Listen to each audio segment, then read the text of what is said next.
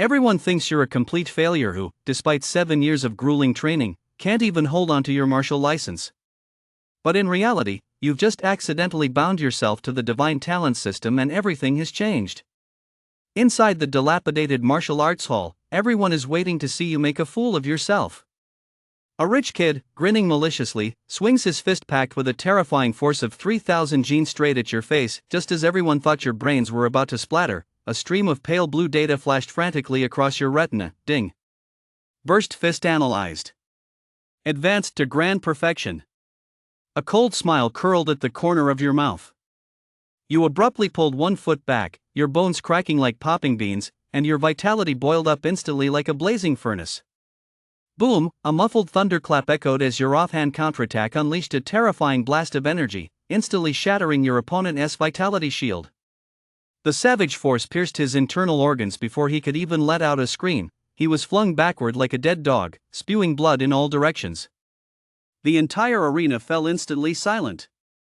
At the start of the story, you unexpectedly found yourself transported to a world of high martial arts, where you had to fend off beasts. Unfortunately, your natural talent was abysmal. You had nothing but a fiery spirit, which proved utterly useless, but just as the martial artist trials approached, you unexpectedly activated the divine talent system. Learning martial arts techniques became easier than drinking water one breath, and you mastered a god-tier technique 1 cup of tea, and you transcended its limits. From then on, you rose to dominance, leading the human race to exterminate the beasts, battle foreign tribes, and explore the unknown, step by step toward the pinnacle. Dragon Nation, Nanjiang. Early morning. The azure sky, washed clean by the rain, was spotless, not a single cloud in sight. Zhonan Community Exercise Ground. Xiao stood with his eyes closed, his brow furrowed as if enduring immense pain, throwing punch after punch. Upon closer inspection, steam was rising from the top of his head. This was the rhythm of his vitality surging and boiling. Just a little more, just a little more. Xiao gritted his teeth and persevered, his vitality steadily depleting. Even his rain-soaked clothes were dried completely by the surging vitality. He could feel that his vitality was nearly exhausted, and his once rosy complexion had turned pale. Damn it, I failed again. Xiao immediately halted the surge of vitality, his expression somber, his heart filled with disappointment, helplessness, and resignation. He slumped down helplessly, opened his phone, and stared at it blankly. The message was simple: the Martial Alliance's Advanced Warrior Test would begin in 3 days. The test's requirement was straightforward: one simply needed to achieve an instantaneous explosive force of 3,000 gene with a single punch. Xiao was already 25 years old. Alliance regulations stipulated that any warrior who had not broken through to the Advanced Warrior rank by age 25 would have their warrior status revoked. Because for those who haven't reached the Advanced Warrior level by the age of 25, their vitality will steadily decline, making a breakthrough nearly impossible. Warriors enjoy generous benefits, including a monthly stipend of over 10,000 yuan. But Xiao's talent was too lacking. He had been stuck at the intermediate warrior level for years. Watching his peers one by one move on to higher stages left a bitter taste in his mouth. For him, the rank of Advanced Warrior seemed as distant as the heavens. No matter how hard he tried, he couldn't cross the threshold. Sigh. Xiao let out a deep sigh, set his phone down with a limp hand, pinched the bridge of his high nose, and wore a wry smile, feeling utterly helpless. Looking back on the past 7 years, he had been transported to Blue Star due to an accident and first came to understand the situation in this world. 100 years ago, spatial rifts appeared across the country, and countless beasts invaded the human world through them. The weapons humans took such pride in were no match for them, and Blue Star was plunged into chaos and devastation. However, humanity's resistance never ceased. Through relentless effort, martial artists emerged, and the beast's invincibility was shattered.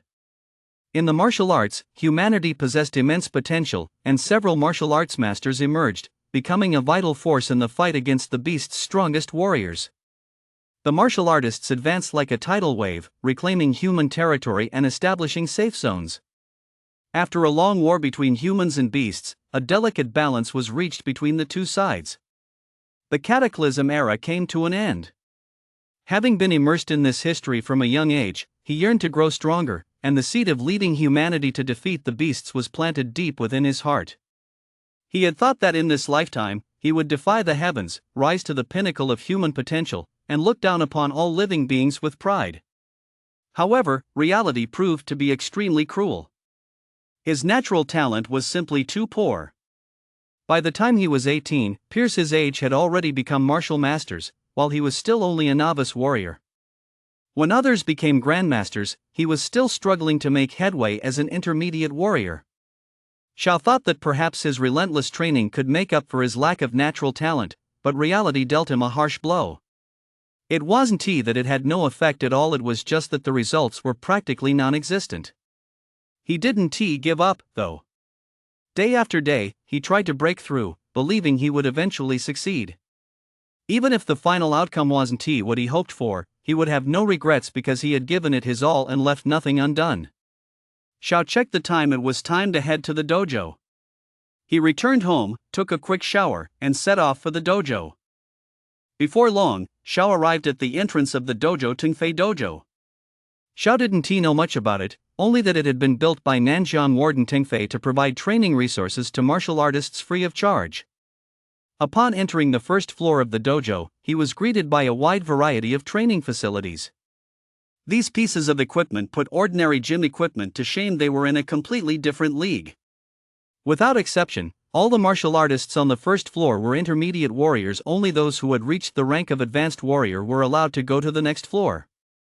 Look, he is here again. It's him again. Why hasn't he given up yet? That guy, I'm really impressed. If it were me, I would given up long ago. The people around him cast strange glances at Xiao and whispered among themselves. Xiao paid no attention to this, because no distraction could shake his determination to grow stronger. He walked straight to the exercise equipment and began working out on his own. Hey, I'm giving you a chance. 2 seconds clear out of here. A plain-looking man with a sharp nose, sunken cheeks, and shifty eyes ordered. Xiao didn't even acknowledge him, pretending not to hear. He recognized the intruder. It was Bo, a classmate of Xiao's, coming from a wealthy and influential family. Bo loved picking on Xiao. People said it was because he was jealous of Xiao's good looks. Xiao remained fully focused on his workout, too lazy to pay him any mind. Hey, you loser, playing deaf, are you? Fine, just you wait. Bo's eyes darkened as he turned and walked away. All ranks, assemble. A deep, resonant voice boomed out, and a powerful surge of vitality energy surged straight into their brains. Yes, instructor. Assemble quickly. The martial artists in the dojo dared not show the slightest delay and quickly fell into formation. Instructor Wu stood ramrod straight at the front of the formation, his piercing gaze so intense that no one dared meet it. His thick beard was particularly striking. Xiao stood in the front row, looking up at the towering figure before him. The surging vitality radiating from him made Xiao feel a bit short of breath. Once the formation was complete, Wu slowly withdrew the vitality surrounding him. Today, we'll conduct one-on-one sparring drills. You may freely choose your opponents, but keep the fighting within reasonable limits. I'll serve as the referee. One more thing, the advanced warrior test is in 3 days. Your punching power must reach 3,000 Jin. Those who are confident may give it a try, and anyone who has turned 25 must participate. After speaking, Wu shot Xiao a glare. Everyone turned to look at him, as if trying to read something on his face. They began whispering among themselves, and Bo was particularly sarcastic. But Xiao paid it no mind. His expression remained impassive. He let the commotion rage while he went about his own business. Quiet. Who is going first? If no one volunteers, I'll pick someone at random. Wu's gaze swept across the crowd. The warriors all lowered their heads, and the room fell into an eerie silence. Instructor, I'll go first. A voice broke the tension in the room. Looking over, it was Bo. It's the young master of the Wei family. Who will he choose as his opponent? I heard his punching power has already surpassed the advanced warrior level. I hope he doesn't pick me. I can't take him on. Bo stood up and walked toward Xiao, a sinister smile curving his lips. Instructor, I'll take him. Bo pointed at Xiao and shouted.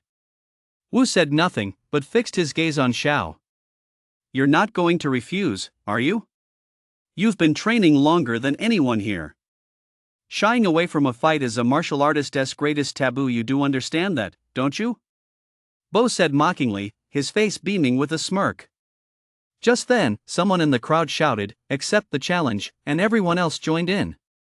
Xiao remained expressionless. He knew this was bound to happen sooner or later. The flame of combat desire ignited within him. He was already looked down upon for his lack of talent. If he showed cowardice now, he could forget about his grand ambitions. Bring it on! Xiao stood up and shouted, his gaze unwavering. Seeing Xiao accept the challenge, Bo's smile grew even broader. You're not such a loser after all. Xiao ignored his taunt for the moment, instead listening blankly to the voice in his mind. Energy storage complete. Divine talent system activating. System activation successful. Phase 1 unlocking. 100-fold talent activating. Injection in progress. Estimated completion in 10 seconds. Provided by Pineapple Beer, the author of High Martial Arts, My Talent's Infinite Upgrade. System? Xiao's mind was in turmoil. He felt a sense of disorientation. Back when he first arrived in this world, he had fantasized countless times about activating a system, but now, after all these years, those thoughts seemed utterly ridiculous. By now, he had long since given up any hope of a system, but the sound that rang out today instantly stirred the countless hopes buried deep within his heart. Finally, Xiao clenched his fists, savoring this surreal yet utterly real sensation. System Phase 1 is now unlocked. 100-fold talent activated. Injection in progress. Almost instantly, a strange, cool sensation surged into his brain. In an instant, his mind cleared and began racing, with all sorts of brilliant ideas constantly welling up. Things he'd once found baffling now clicked into place, seeming as simple as could be. Thinking back, he wondered why he'd been so stupid before. After all, didn't he just need his hands to do it? Xiao, what are you standing there for? Get up on stage. Wu's voice rang out, and Xiao's thoughts were immediately snapped back to the present. Ha, I bet he is too scared to even walk.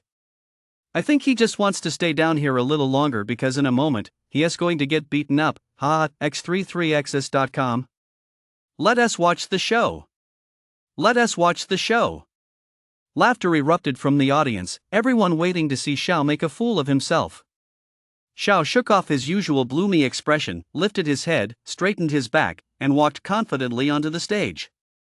Wu saw the look on Xiao's face, and a hint of surprise flashed in his eyes, but he didn't dwell on it. This was probably the fighting spirit every martial artist must possess. Not a single one of my students is a coward. Unable to contain his pride, Wu declared loudly.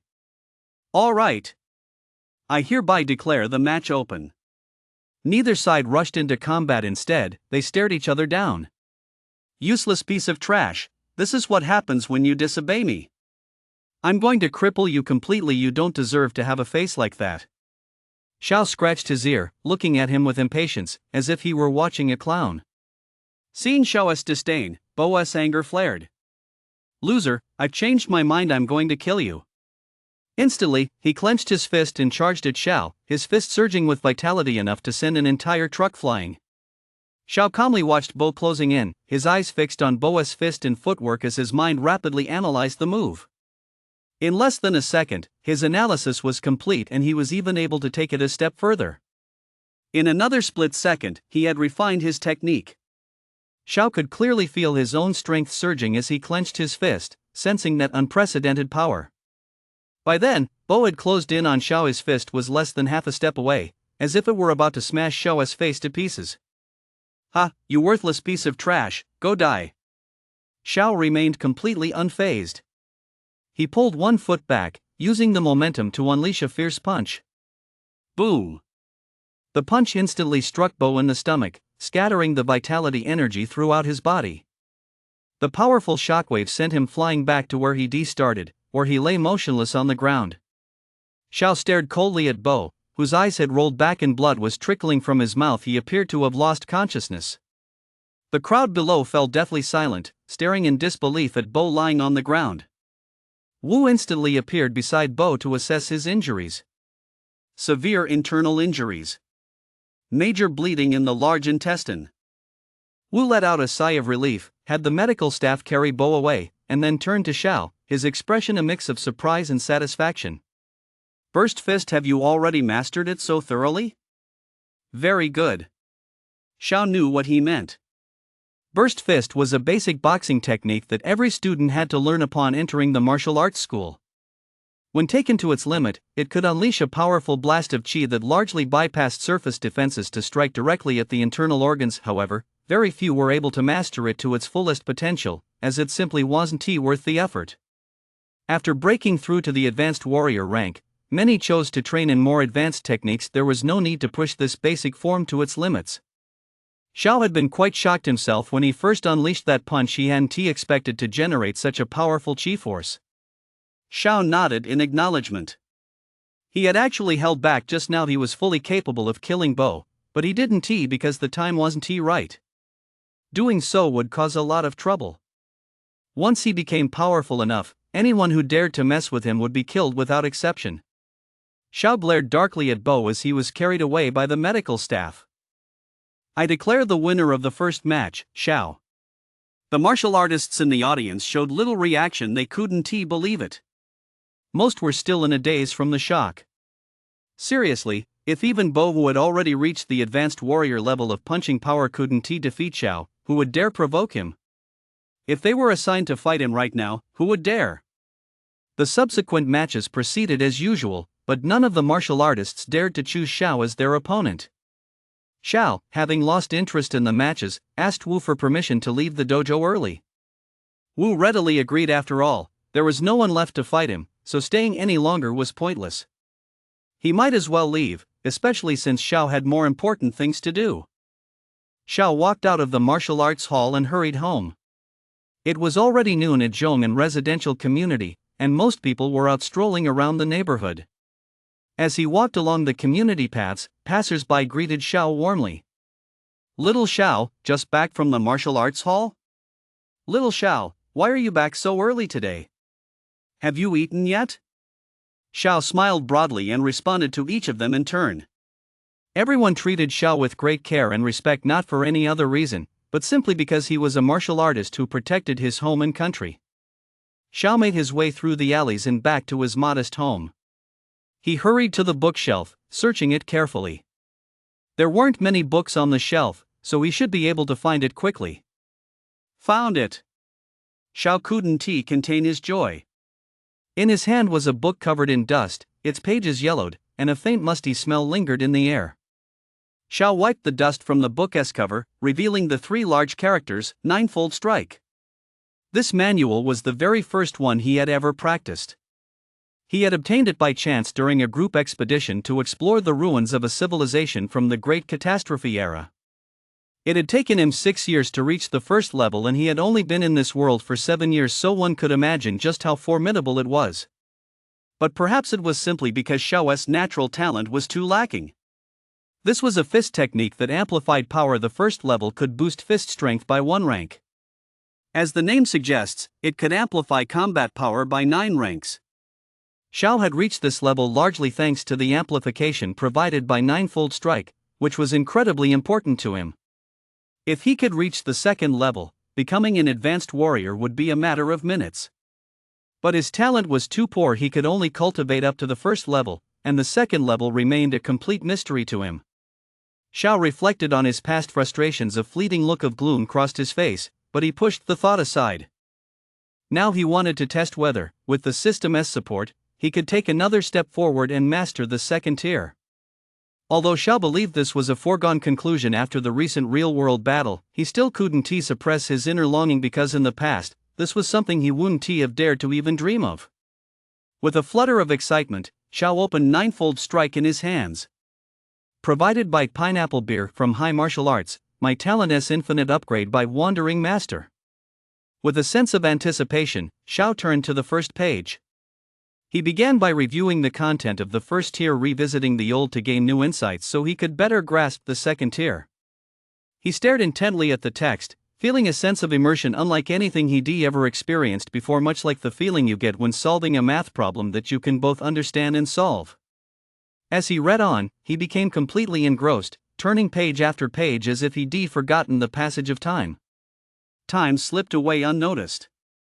Xiao was completely engrossed. His eyes seemed to glow as he read without blinking once. When he finished the last page, he felt as if he hadn't had enough yet. He was deeply fulfilled. Is that it? That's all? Xiao snapped back to reality, staring in astonishment at the finished book. It hadn't been that difficult after all. He could even point out its shortcomings. For a moment, he thought he was dreaming. He was utterly stunned. It was simple, incredibly simple. After finishing it, Xiao even felt he could work out the book as sequel himself. It seemed that if he just picked up a pen, he could write the next layers that hadn't yet appeared. WTF. This was just too crazy. With that thought, he took a deep breath. The shock in his eyes lingered for a long time, while a sense of joy welled up inside him. Immediately afterward, Xiao thought of something else that stunned him all over again, a shock within a shock. I just finished reading this book. If I understand it correctly, doesn't that mean my combat power could be boosted by up to 9 levels? Xiao was so excited that his whole body was trembling. He couldn't even begin to imagine what that meant. He raised his fist, a powerful force building within it, and felt a sense of pride at the thought that he could finally defend humanity. Even though I've now mastered the entire ninefold strike, I still don't know exactly how strong I am right now, or just how powerful a 9-tier boost really is. Xiao thought cautiously, deciding to go out and test just how much his combat power had actually increased. He checked the time. It was already 6 p.m. He hadn't realized so much time had passed. Walking along the paths in the residential complex, there weren't many people strolling around anymore. They'd all gone home for dinner. Xiao walked for about a few minutes until he reached the street outside the complex, where there was a martial arts training ground, essentially a fitness area for martial artists. The training equipment here didn't look much different from what you'd find in a martial arts school, but if you actually tried it out, you'd discover a significant difference. The only real attraction was a strength testing machine. Such machines were very common in human cities. You could find them almost everywhere, and they were designed to help martial artists gauge their strength levels. However, the maximum capacity of these machines here was only about 10,000 gene. More advanced models were only available in martial arts schools or downtown areas. But since this place is very close to the Xiao family home, just a few steps away, he can come here often to test his strength whenever he has free time. The machine is about 1.70 meters tall, which fits most people's height perfectly, and there's a display screen on top that's neither too big nor too small. Xiao walked up to the machine, glanced around, and made sure no one was nearby. I've tested my raw strength before. Just over 1,600 gene puts me at the very bottom of the intermediate warrior tier. Now, using Burst Fist, I should be able to reach 3,000 gene and step into the advanced warrior ranks. This includes the effect of the first level of ninefold strike. Xiao took a deep breath, clenched his fist tightly, pulled his elbow back, and unleashed a punch. Boom! His fist struck with a thunderous impact. The entire machine trembled slightly, and a line of numbers lit up on the screen. 1,610 gene. Not much different from last time. Taking another deep breath, Xiao remained unfazed. He had already anticipated this result. Xiao slowly closed his eyes, his mind rapidly processing everything he knew about the ninefold strike. The next second, he snapped his eyes open, and his fist shot forward with a thunderous force. Boom! The machine shook violently, and the numbers on the screen began to flicker rapidly, skyrocketing from the original 1,610 gene. Eventually, the fluctuating numbers slowly came to a halt, settling at 3,101 gene. Finally reached advanced warrior. I never expected to succeed on the second level. A punch force of 3,000 gene placed him in the advanced warrior tier, but to become a martial master, his punch force would have to break through to 10,000 gene. 33 novel network. This is only the second level. What about the third, the fourth, or even the highest, the 9th level? Xiao was overcome with excitement and eager to continue. He spread his palm open and then clenched it violently, his fist cracking with each squeeze, his gaze growing fierce. Boom, boom, boom, boom, boom, boom.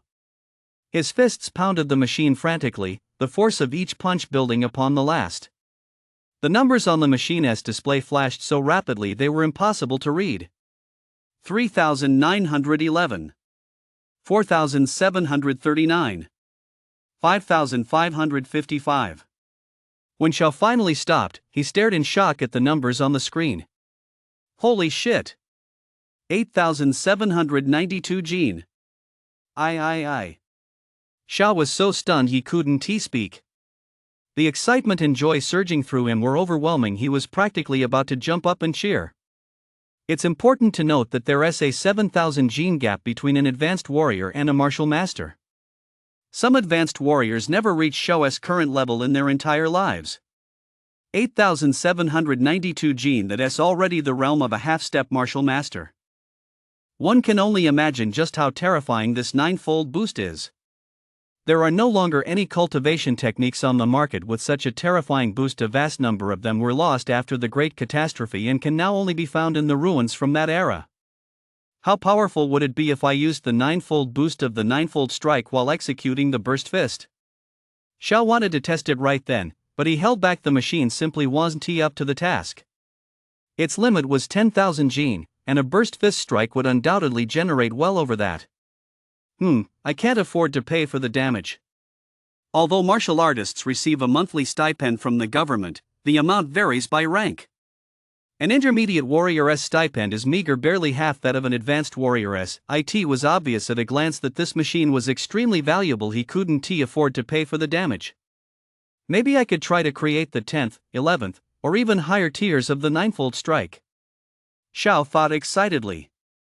With such formidable talent, he was absolutely confident that he could build upon the foundations laid by his predecessors and take it to the next level.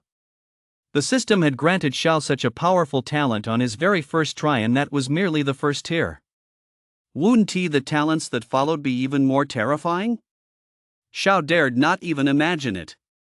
But the problem now was that he didn't know how to unlock the next tier of the talent system. Since he couldn't find the answer, Xiao stopped dwelling on it. He'd just take things one step at a time. As long as he kept moving forward, the future would eventually come. He'd figure it out as he went along. He calmed himself and walked out of the training ground. The sky had already grown dark. Xiao felt a sense of disorientation. Just this morning, he'd been taking the advanced warrior test, fretting over the fear of losing his warrior status, and now he'd become a half-step martial master. This drastic shift made everything feel so unreal to Xiao, yet he had no choice but to believe it was true. Xiao stopped dwelling on it and headed home. You provided the high martial arts novel My Talent, Infinite Upgrade by Pineapple Beer, The Wandering Master. On his way home, Xiao looked up at the moon, his eyes somber. I wonder how Mom and Dad are doing. Before his transmigration, his parents had been counting on him to take care of them in their old age. Now that Xiao had been transported to this world, he didn't know what had become of them. Since I'm here, I'll make the best of it. Maybe all of this is just a dream. Back home, Xiao had a light late-night snack, as he expended so much energy earlier and needed to replenish his strength. Then, unable to wait, he took out paper and pen, repeatedly analyzing the operational principles of the ninefold strike from the first to the ninth levels in his mind, occasionally jotting down notes on the paper. Xiao immersed himself in this, constantly deducing the flow of the technique and combining the principles of the first 9 levels to deduce the 10th. Phew, done. It didn't take long. He hadn't expected the derivation to go so smoothly. His talent was truly terrifying. If he could unlock an even higher level of talent, wouldn't these cultivation techniques be as easy as lifting a finger? Indeed, nothing in the world would hold any secrets from him. Xiao rubbed his temples. His vitality and energy had been drained too severely just now. He'd originally planned to derive the 11th level in one go, but it seemed he was nearing his limit. But he wasn't in a hurry. He closed his eyes and began meditating to restore his depleted vitality and energy. The moment he closed his eyes, he opened them wide the very next second. He had only just now sensed the surge of vitality within him. It had become far more vigorous. This increase was no small matter for others. Training to boost vitality would take 4 or 5 days, and even those with better talent would need 2 or 3 days. Why was that? Xiao suddenly recalled having just advanced to the 10th level of the ninefold strike. It might be because I broke through the limits of the ninefold strike. Advancing to the 10th level has granted me a massive surge of vitality, Shao immediately concluded. When breaking through a cultivation technique, one typically gains some vitality. Breaking through a limit might grant even more. As far as Shao could recall, this had never happened before. Perhaps he simply hadn't reached that level yet. Shao didn't dwell on it and continued meditating to restore his energy and vitality. Half an hour passed, and Shao slowly opened his eyes, sensing the changes within his body. Vitality is recovering twice as fast as before. Although he had anticipated this, he still felt excited and amazed. He immediately picked up his pen again and began his calculations. Scribble, scribble, filling the paper with densely packed formulas. x33xs.com. 2 hours passed. 11th level amplification done. Shao was deeply moved, and a sense of pride welled up within him. The system as first-tier talent made him feel as though he'd opened the door to a whole new world. In the past, he'd been completely clueless, and looking at these formulas had been like reading heavenly script. He closed his eyes, sensing the vitality within his body. Sure enough, it had increased again, and by even more than it had at the 10th tier. This filled Shao with excitement.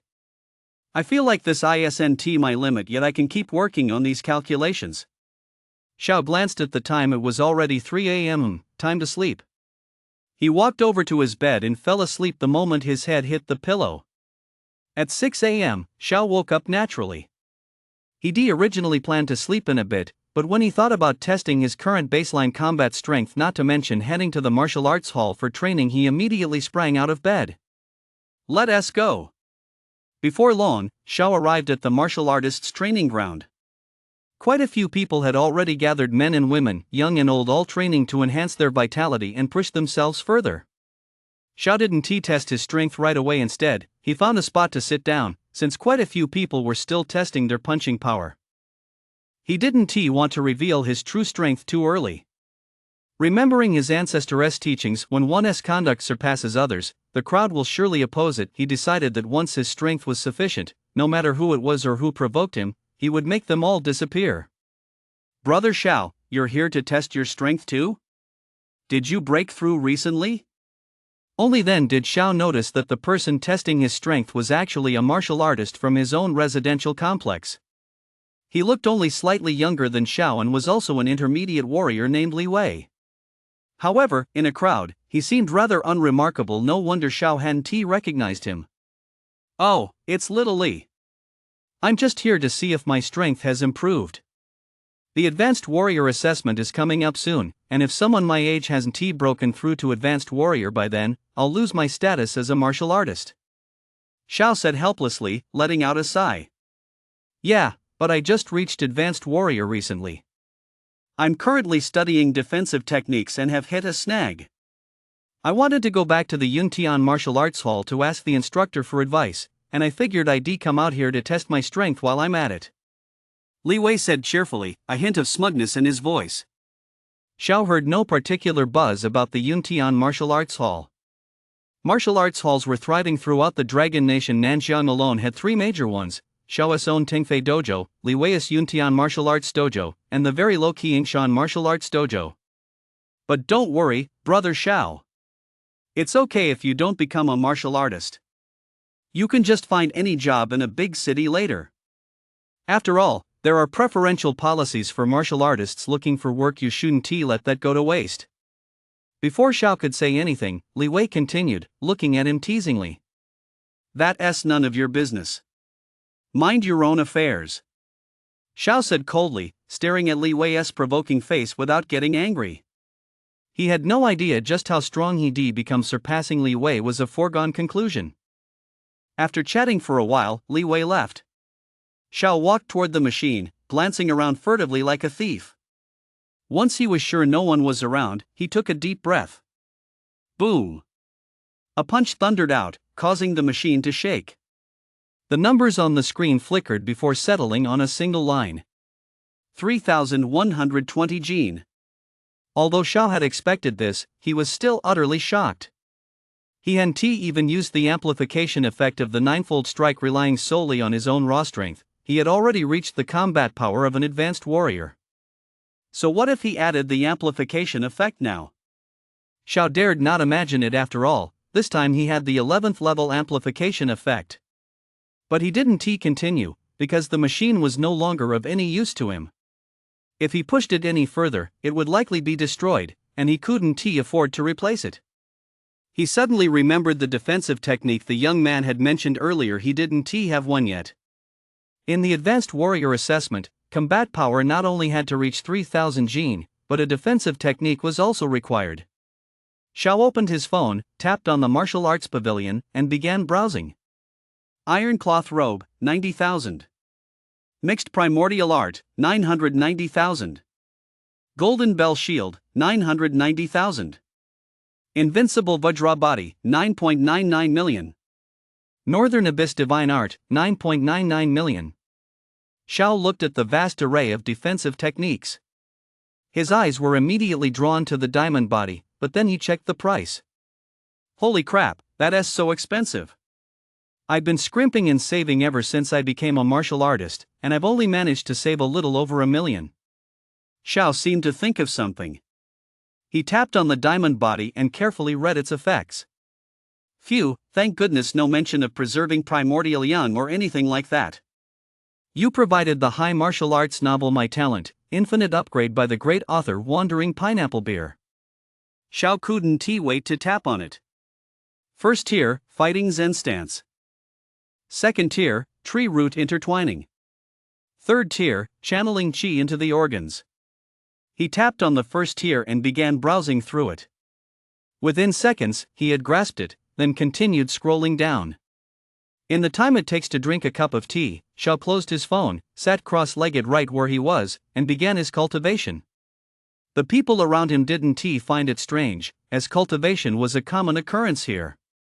Vitality began to emanate from Xiao's body, constantly drawing in surrounding energy particles and strengthening his entire body, first his skin, then his internal organs.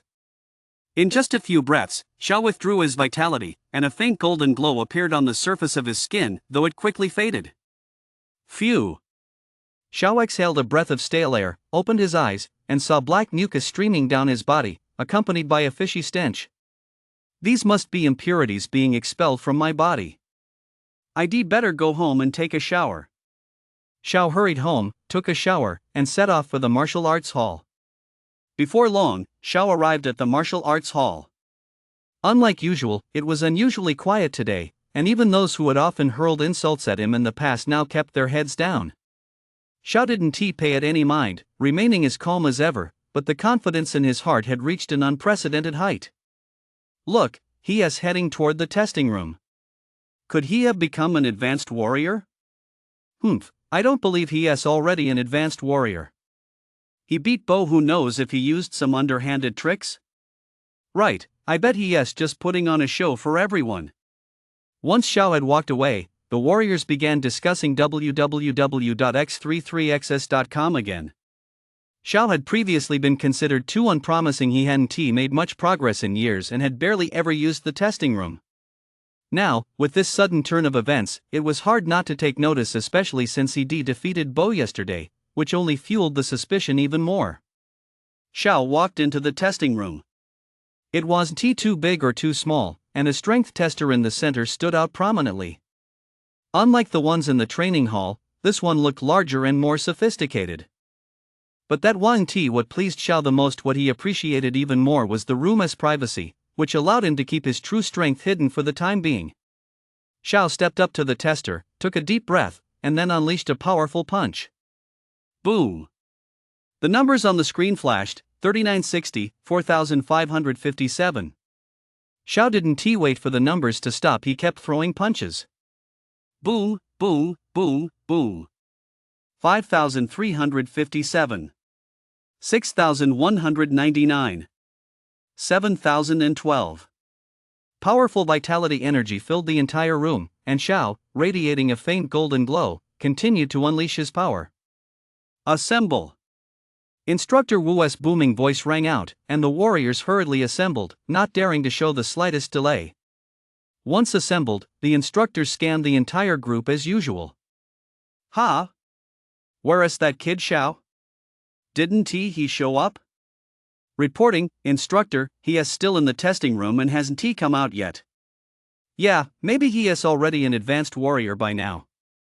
He definitely want to come test himself. Ha, I'd even believe you if you said he was a martial master. Wu furrowed his brow.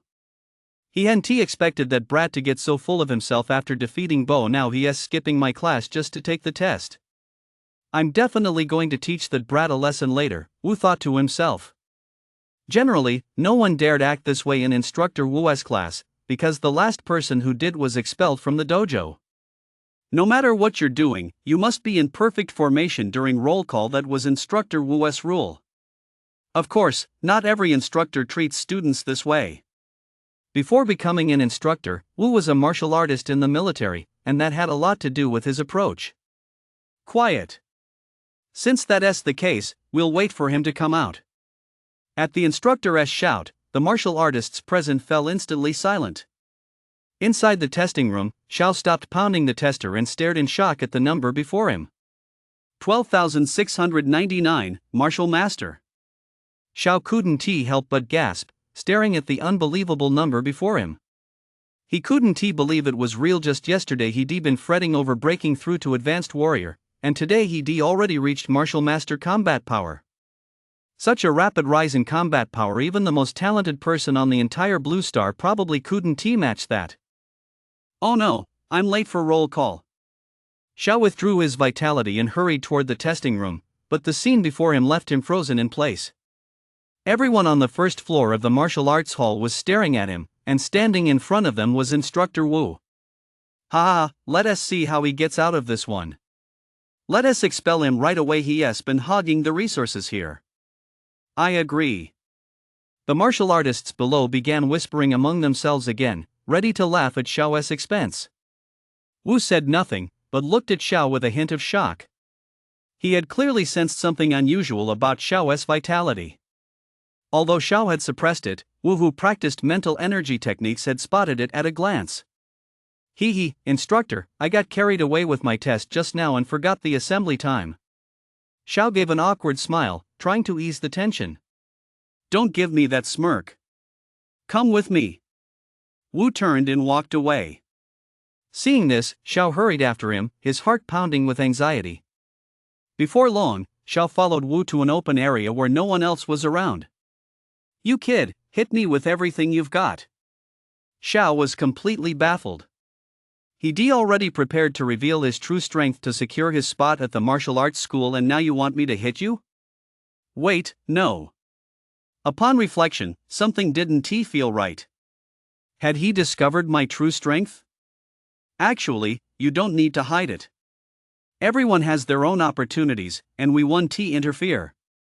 If anyone tries to take advantage of you, our martial arts school will stand by you, though, of course, it's up to you. Come on, hit me with everything you've got. After hearing Wu's words, Xiao let out a sigh of relief. His gaze immediately hardened as he swung his fist, gathering vitality power into it like a dragon emerging from the depths of a pool, and unleashed a fierce punch. Seeing this, Wu immediately activated his defensive technique. His entire body was instantly covered in a vitality armor, the military department's unique defensive technique, blood armor. Boom! Wu was knocked back by the immense force of vitality, and a faint crack appeared on the surface of his vitality armor. Wu stared at the crack, astonishment evident in his eyes. A junior martial master? Not bad, kid. Just yesterday you were still only an intermediate warrior. After all, Wu was at the senior martial master realm, a level far beyond what a junior martial master's full power strike could match. Moreover, the military department's defensive technique, blood armor, was one of the top-tier defensive techniques. Just luck, just luck. Compared to the instructor, I'm nothing. Xiao flattered Wu. I've been teaching you for so long, and finally, you're starting to shine. Go on, you're no longer someone I need to teach. Remember tomorrow's Advanced Warrior test, do well, and their LLB benefits. Wu said, then turned and walked away. Xiao watched Wu's retreating figure, his heart filled with mixed emotions. What he didn't know, however, was that Wu was now smiling a smile he hadn't shown in a long time. You provided the high martial arts novel My Talent, Infinite Upgrade by the master author Wandering Pineapple Beer. Although Wu was a bit strict, he still looked out for Xiao. Perhaps he was the only one who knew just how hard Xiao had been working. Xiao stopped dwelling on it and turned to walk toward home. Look, isn't that Xiao? Ha, he really did get kicked out. Great. Finally got rid of him. On his way home, Xiao pondered how to develop the next part of the invincible body. He soon found a direction, which instantly piqued his interest. He couldn't wait to get home, pick up a pen, and work it out. With that thought, he quickened his pace, but just as he was passing through a small alley. Hey, isn't that Xiao? What a coincidence. Xiao was still deep in thought when a group of people suddenly appeared before him. It wasn't until he snapped out of his reverie that he got a clear look at them. There were about 7 or 8 of them, each holding weapons, and they all appeared to be advanced warriors. He didn't need to think twice to figure out what was going on. Ha, I was wondering who it was. So it's just a defeated foe. What's the matter? Don't like losing? Go ahead and call a few dogs to bite me, but hurry up. I'm in a hurry. Xiao smiled at them, completely disregarding them. His mind was solely on returning home to practice his martial arts techniques, and being stopped by them now sparked an inexplicable rage within him. Bo, though seething with rage, still managed to say, "Originally, I was only going to make you kneel and apologize, then cut off your own hands, but now I want you to." Before he could finish his sentence, Xiao instantly appeared in front of him and punched him squarely in the chest. The powerful blast of energy caused his chest to cave and he spat blood and was sent flying backward. Only then did the few advanced warriors surrounding Bo react. They hurriedly channeled their vitality and swung their weapons at Xiao.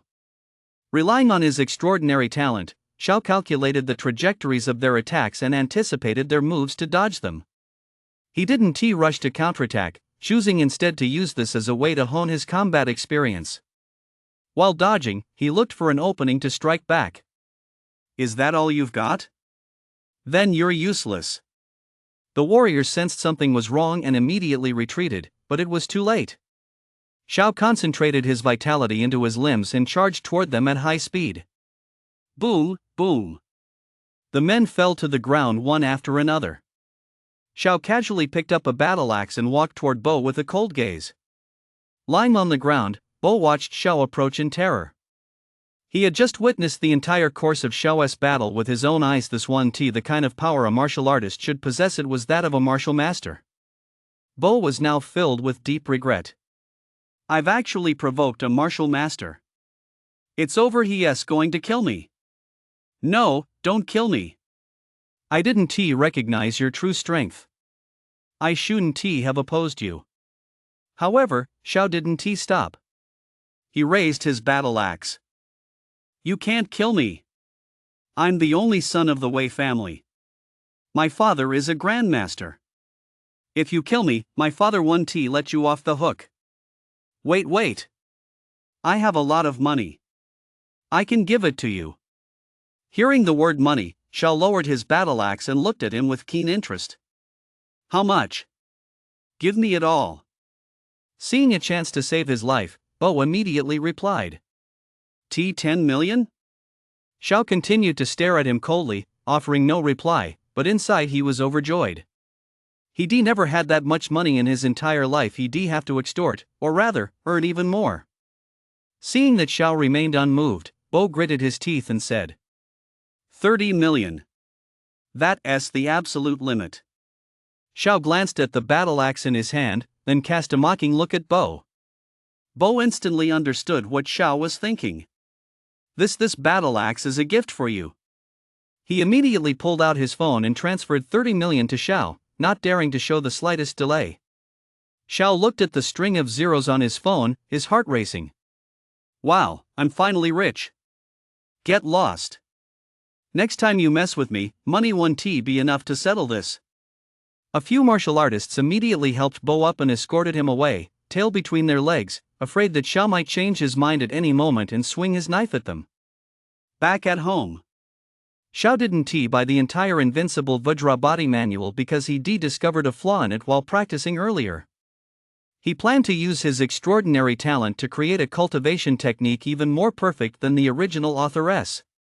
No sooner said than done, he immediately pulled out some paper, grabbed a pen, and immersed himself in his calculations. His goal was to make the defense stronger, reduce vitality consumption, and speed up the circulation of energy. Rustle, the sound of Xiao's calculations echoed throughout the house, the paper covered in a dense network of formulas. The midday summer sun was exceptionally intense, baking the ground as if it were a giant furnace. The sunlight reflected off the corrugated iron outside the window and into Xiao's room, making the room exceptionally glaring. Yet Xiao remained fully focused on his calculations for the invincible Vajra body. Nothing outside could distract him. Finally finished.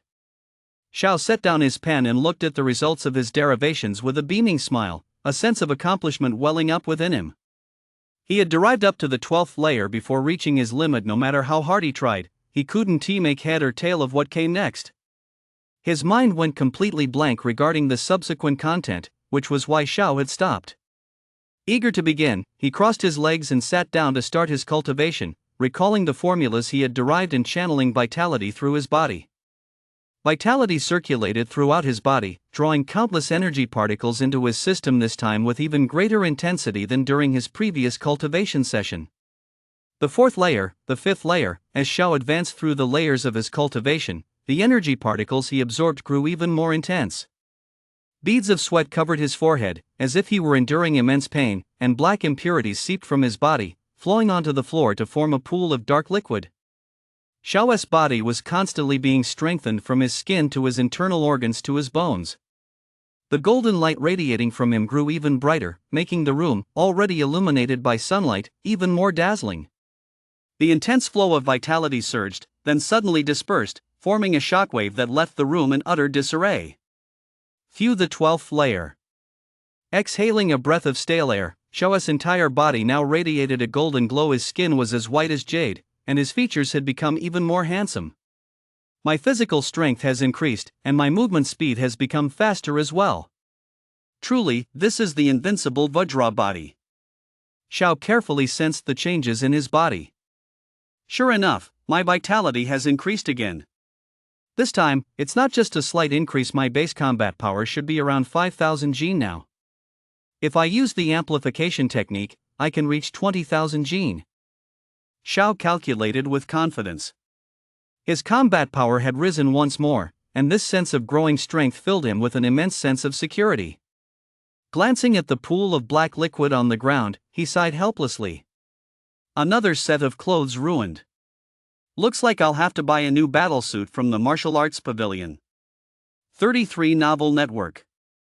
With the rise of martial arts, various cutting-edge technologies have been applied to the disciplines such as battlesuits, combat weapons, and energy liquids.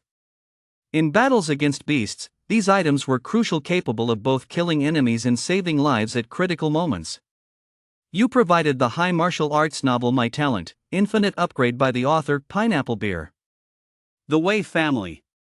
You traitorous scoundrel, Wei Long. You've broken your word. We agreed that I'd help you get this shipment through security, and in return, you'd give me high-grade energy fluid. Now you're telling me there isn't any? I'm going back to the Alliance to expose you. A martial artist dressed in martial alliance attire roared at the man seated before him. The man, with a ferocious expression and a burly build, looked at him with a mocking grin. Sensing something was wrong, the martial artist immediately charged toward the exit at blinding speed, a clear indication of his formidable cultivation. However, just as he was about to escape the Wei family compound, a flash of lightning struck. He felt a chill on his neck and collapsed to the ground.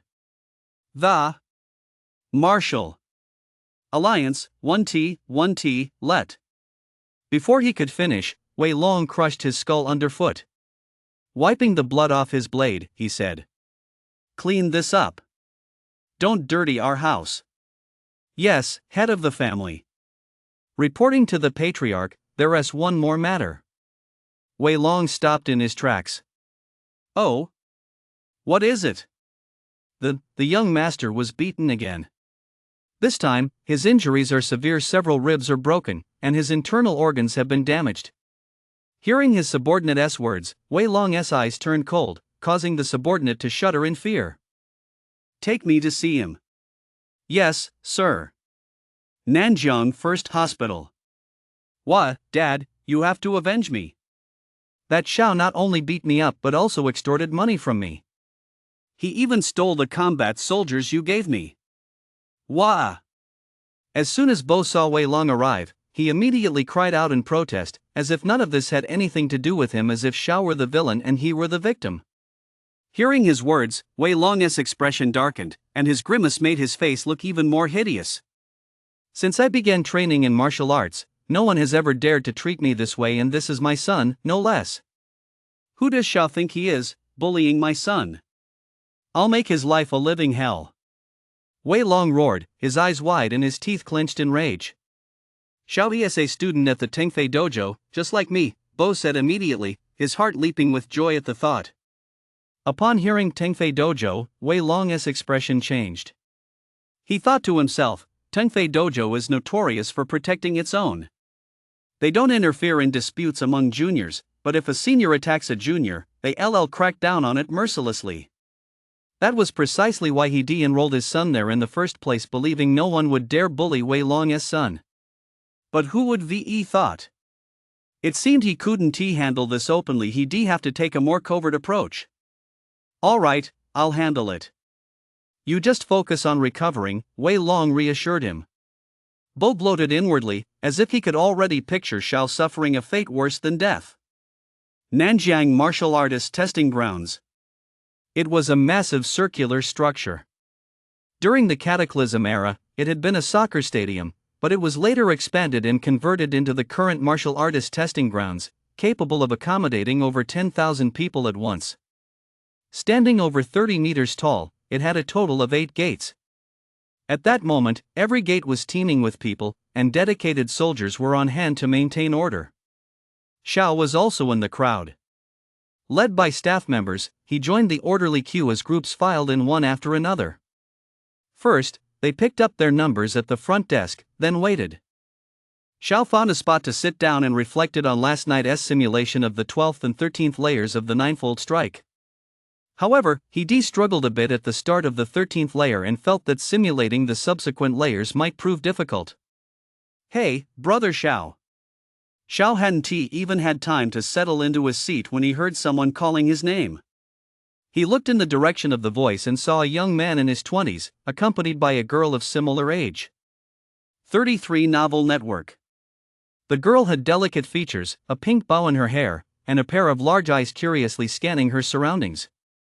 Little Lee, nice to see you again. How is your defensive technique coming along? Xiao replied in a slightly low voice. Judging by the way he was acting, he was definitely here to show off. Not bad. After I went to ask Instructor Wu for advice last time, I've managed to reach the 8th level, more or less. Little Lee chuckled, his tone a bit cocky. Turning to the girl beside him, he said, "This is Brother Xiao, a martial artist from my neighborhood." He, she is my new girlfriend," he added, turning back to Xiao with a playful grin. "Hi, Brother Xiao," the girl called out shyly, her eyes fixed on Xiao as if she were over the moon.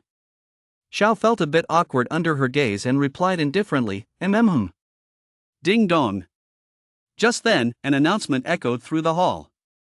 Numbers 1778, 1779. 1800, please proceed immediately to Assessment Area 5 to wait. Oh, Brother Xiao, I'll have to cut this short. I happen to be number 1779, so I'm heading to the assessment now. With that, she walked away with a smug look on her face. Xiao glanced at the number on his hand and realized he was number 1785, right behind the other guy. He shook his head with a smile, completely unfazed, and got up to walk toward Hall 5. Hall 5 had a total of 10 rooms, each staffed with professional supervisors and equipped with surveillance cameras. They monitored everything around the clock to ensure the fairness and rigor of the assessment and prevent any cheating. Xiao and the other martial artists awaiting their assessments stood in the waiting area, from where they could clearly see inside the rooms. Just then, the 10 people inside who had been undergoing the assessment emerged after completing it. Some were excited, their faces flushed and beaming with smiles, almost jumping for joy they had clearly passed the assessment. While some passed, others naturally failed. They emerged pale-faced, trembling slightly, their eyes vacant.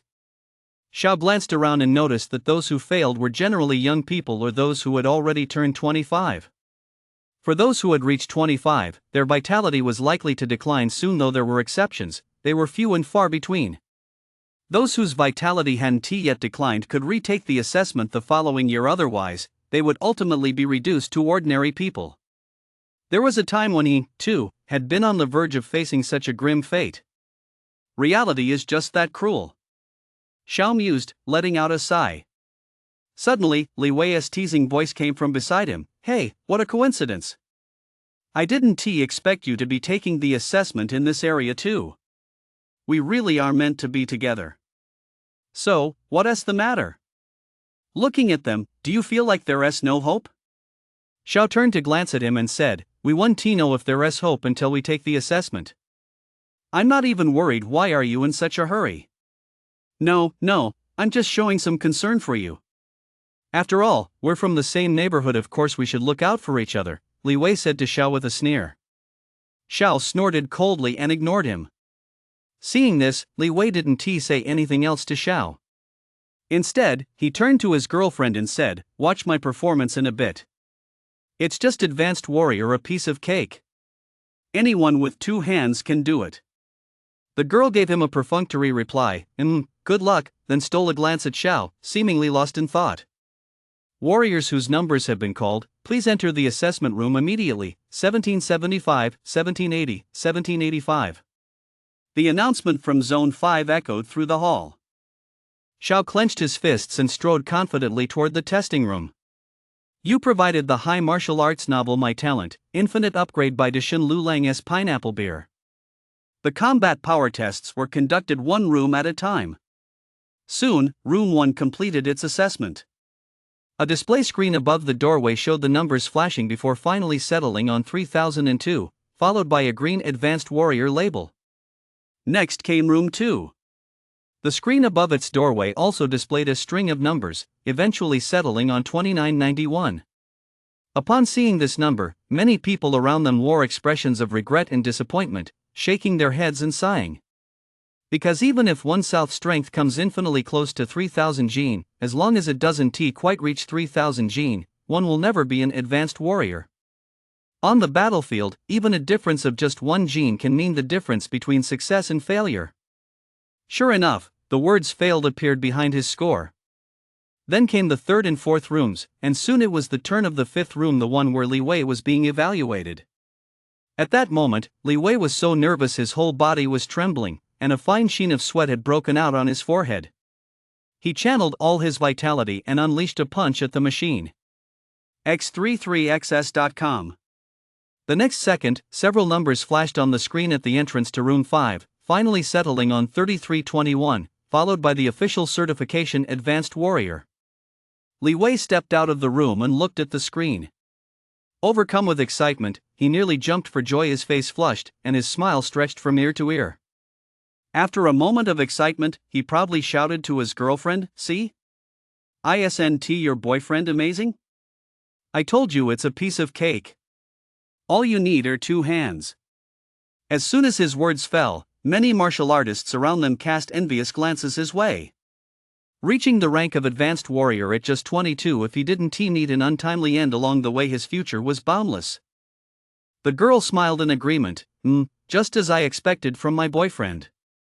This made Li Wei's smug expression grow even more pronounced. He was utterly arrogant, looking down on everyone else with his nose in the air, as if the whole world should bow down and worship him. Next up was the 6th room, all the way to the 10th room, Xiao's evaluation room, so everyone's gaze converged there. Li Wei looked at Xiao's evaluation room with a mocking expression, waiting for Xiao's results and ready to laugh at his expense. Inside the room, Xiao's gaze was fixed on the machine in front of him. Standing beside him was a staff member holding a control panel, swiping back and forth across it repeatedly while sizing up Xiao, as if verifying his identity. Let me briefly explain the rules. During the test, you may punch the strength tester as many times as you like, but there is a time limit. You have 5 minutes. Do you understand? If so, you may begin. Xiao gave a slight nod. He wasn't as nervous about this assessment as he had been 3 days earlier. Now, even a casual punch from him would easily surpass the strength of an advanced warrior. He didn't even know exactly how strong he was at the moment, so he decided to take this opportunity to see just how much he was really worth. He walked up to the machine, took a deep breath, and began to focus, channeling his vitality throughout his body. The staff member standing nearby sat down steadily, took a sip of water, and nonchalantly picked up the scorecard, signaling to Xiao that he could begin. Xiao took a step back with his right leg and clenched his fist tightly. Ha! Xiao let out a furious roar, his eyes widening. His fist slammed out with blinding speed. Boom! With a dull thud, the machine wobbled slightly. The numbers on the screen suddenly began jumping wildly from 0, breaking the 4,000 gene mark in the blink of an eye and continuing to rise at a frantic pace. The staff member standing nearby cast a casual glance at the screen, paying it little mind. However, before he could look away, the number had already surpassed 3,000 gene and was still rising rapidly. It crossed 4,000, but showed no sign of slowing down, continuing to rise frantically. The staff member was stunned for a split second, his gaze fixed on the screen. Clatter, clatter. In another instant, the number reached 5,000 gene, began to slow down, and finally stopped at 6,121. And to think, this was from just a single punch. Seeing this, the staff member abruptly stood up, turning his gaze toward Xiao. His expression shifted from indifference to sheer astonishment. Xiao paid no attention to the staff member beside him, his eyes still fixed on the testing machine.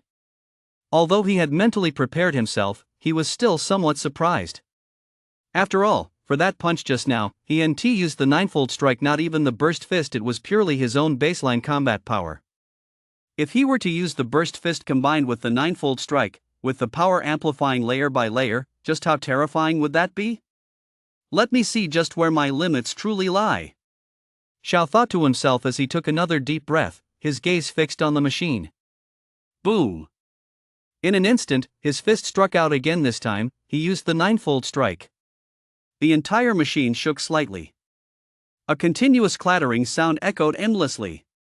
The staff member standing nearby spat out the mouthful of water he'd just taken. Boom, boom, boom. Xiao's fists pounded the strength tester furiously, the sound like raindrops falling. As the machine took blow after blow, Xiao kept increasing his strength, causing it to sway incessantly.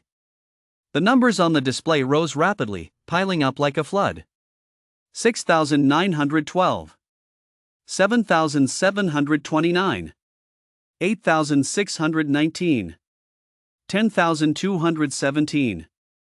17,925. 21,123. 23,927.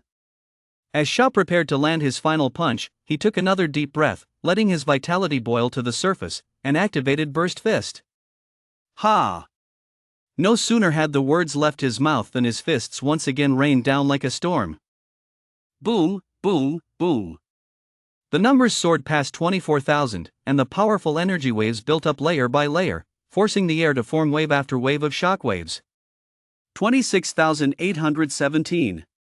28,740. 31,481. 34,871. 36,110.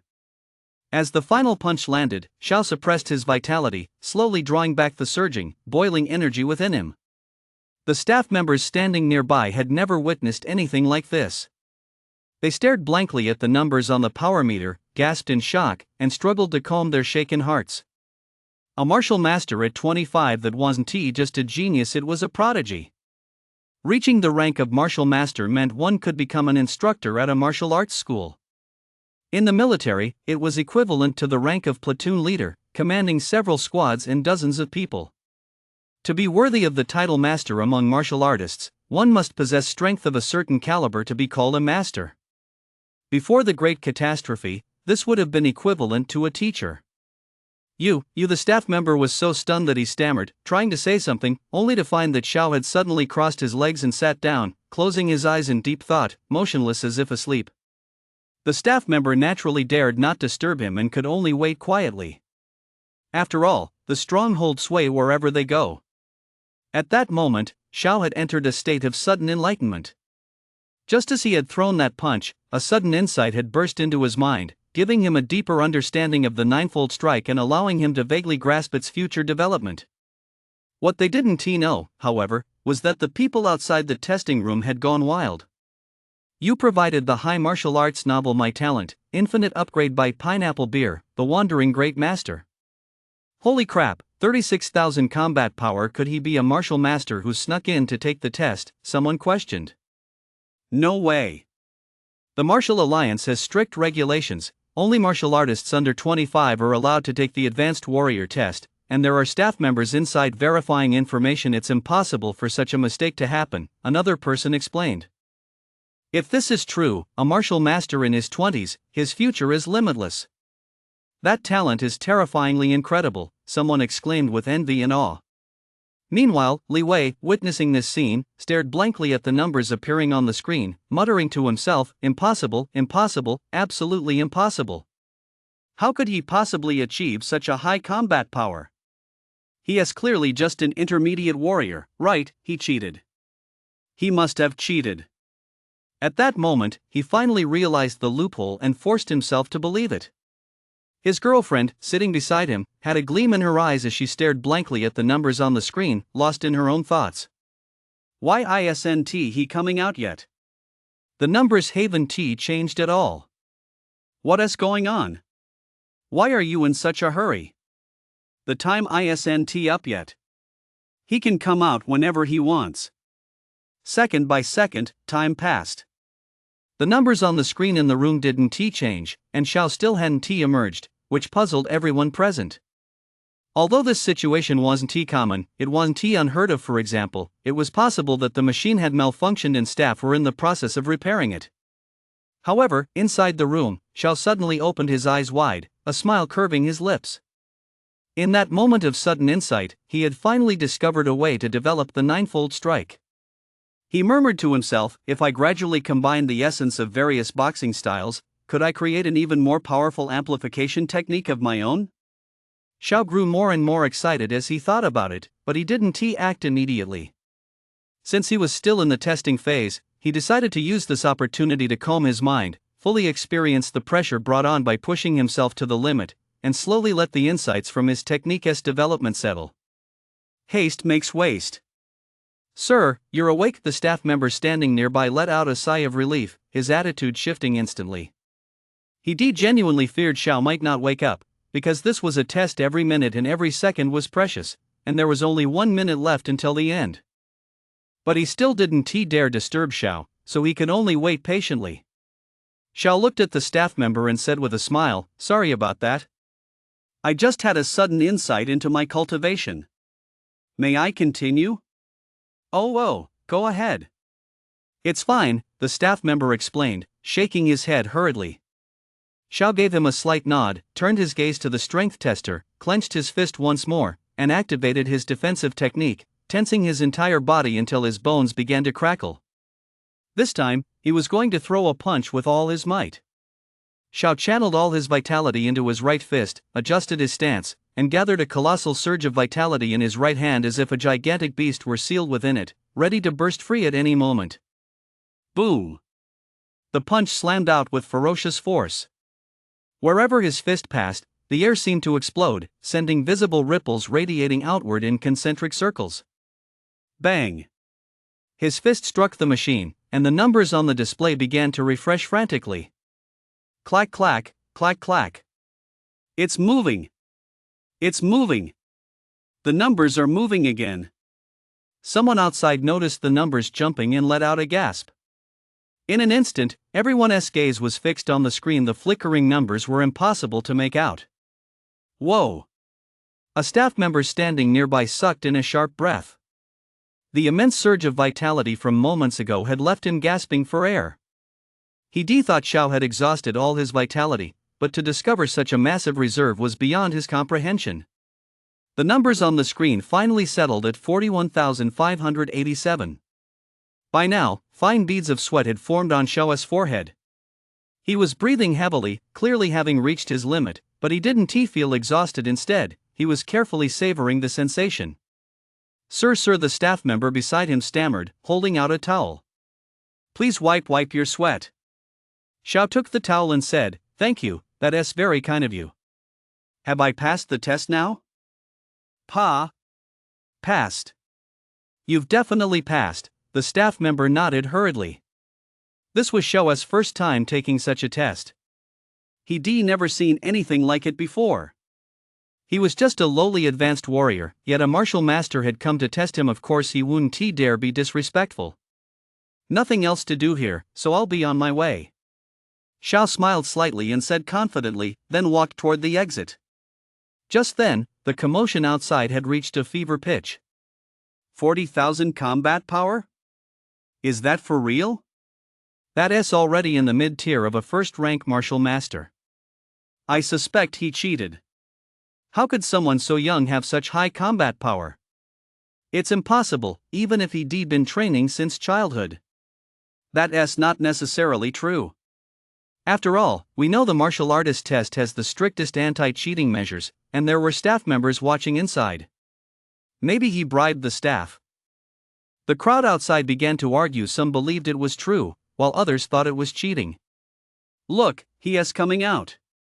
Just as they were arguing fiercely, someone exclaimed. A strikingly handsome young man walked out of the room at a leisurely pace, setting the hearts of many female martial artists in attendance aflutter. Li Wei's girlfriend even shook him off and hurriedly turned to look at Xiao's handsome face, almost rushing toward him. Li Wei didn't stop her. He just watched Xiao from a distance, his gaze so dark it seemed it could rain. Ever since he stepped out of the room, Xiao had been the center of everyone's attention. Although he mentally prepared himself for this, he still felt a bit at a loss. "Xiao, I'm issuing you a challenge," a sudden voice rang out from the crowd. Everyone turned their gaze toward the source of the voice and cleared a path for him. Xiao knew immediately who it was the moment he heard the voice. He looked down the path and saw Li Wei staring at him with a dark, menacing glare, as if they shared some deep-seated grudge. "Xiao, I suspect you cheated. I refuse to accept this score. I'm challenging you. Do you accept?" Li Wei shouted, looking down on Xiao with contempt. Every year at this martial artist testing site, disputes over scores arise for various reasons, inevitably leading to duels between martial artists.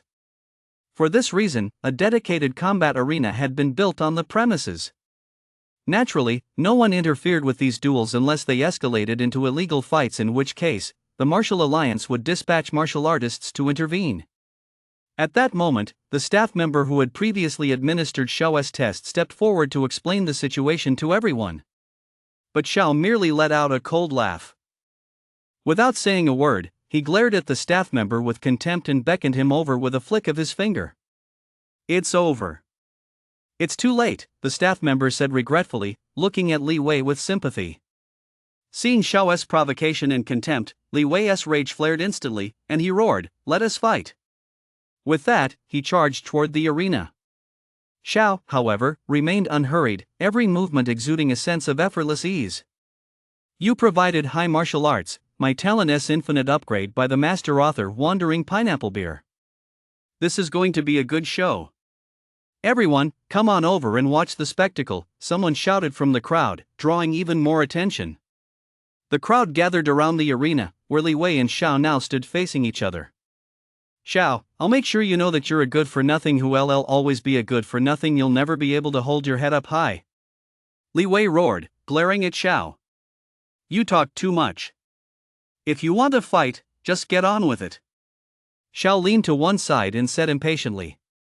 Li Wei wasn't provoked. Instead of charging immediately, he surveyed Xiao's defensive weaknesses. But what puzzled him was why Xiao seemed so composed and distracted. This made Li Wei wary. Seeing that Li Wei had no intention of making the first move, Xiao frowned, channeled his vitality, raised his fist, and charged at Li Wei. Li Wei kept his eyes fixed on Xiao, but was caught off guard when Xiao suddenly lunged at him. "So fast," Li Wei exclaimed in surprise. The speed was so great that he didn't know how to dodge. It was as if his entire chi had been locked down by Xiao. Li Wei stood there frozen, unable to strike back or even block the attack. A sense of danger welled up inside him. This helplessness made him feel as if he were being targeted by a massive, ferocious beast. His limbs trembled, and his palms broke out in a cold sweat. Just then, Xiao was already right in front of Li Wei, delivering a punch straight at his head. The powerful shockwave sent Li Wei's hair flying in all directions, and he shut his eyes tightly. Boom! Li Wei thought he was done for, but he didn't feel a single bit of pain, only a buzzing in his right ear. He opened his eyes shakily, only to see Xiao staring at him with an extremely cold gaze. Xiao let out a cold laugh, patted him on the shoulder, and said, "Bro, time to change your pants." Li Wei instinctively glanced at his crotch and only then realized it was already more than half soaked. Ha, he actually peed himself, what a huge loss of face. He has lost all dignity as a martial artist. If I were him, I'd just smash my head against a block of tofu and ended x33xs.com. It seems that Brother's combat ability test was genuine. Such a young martial master, it's terrifying. Following the Han King, I feel as though I'm witnessing the arrival of another human emperor.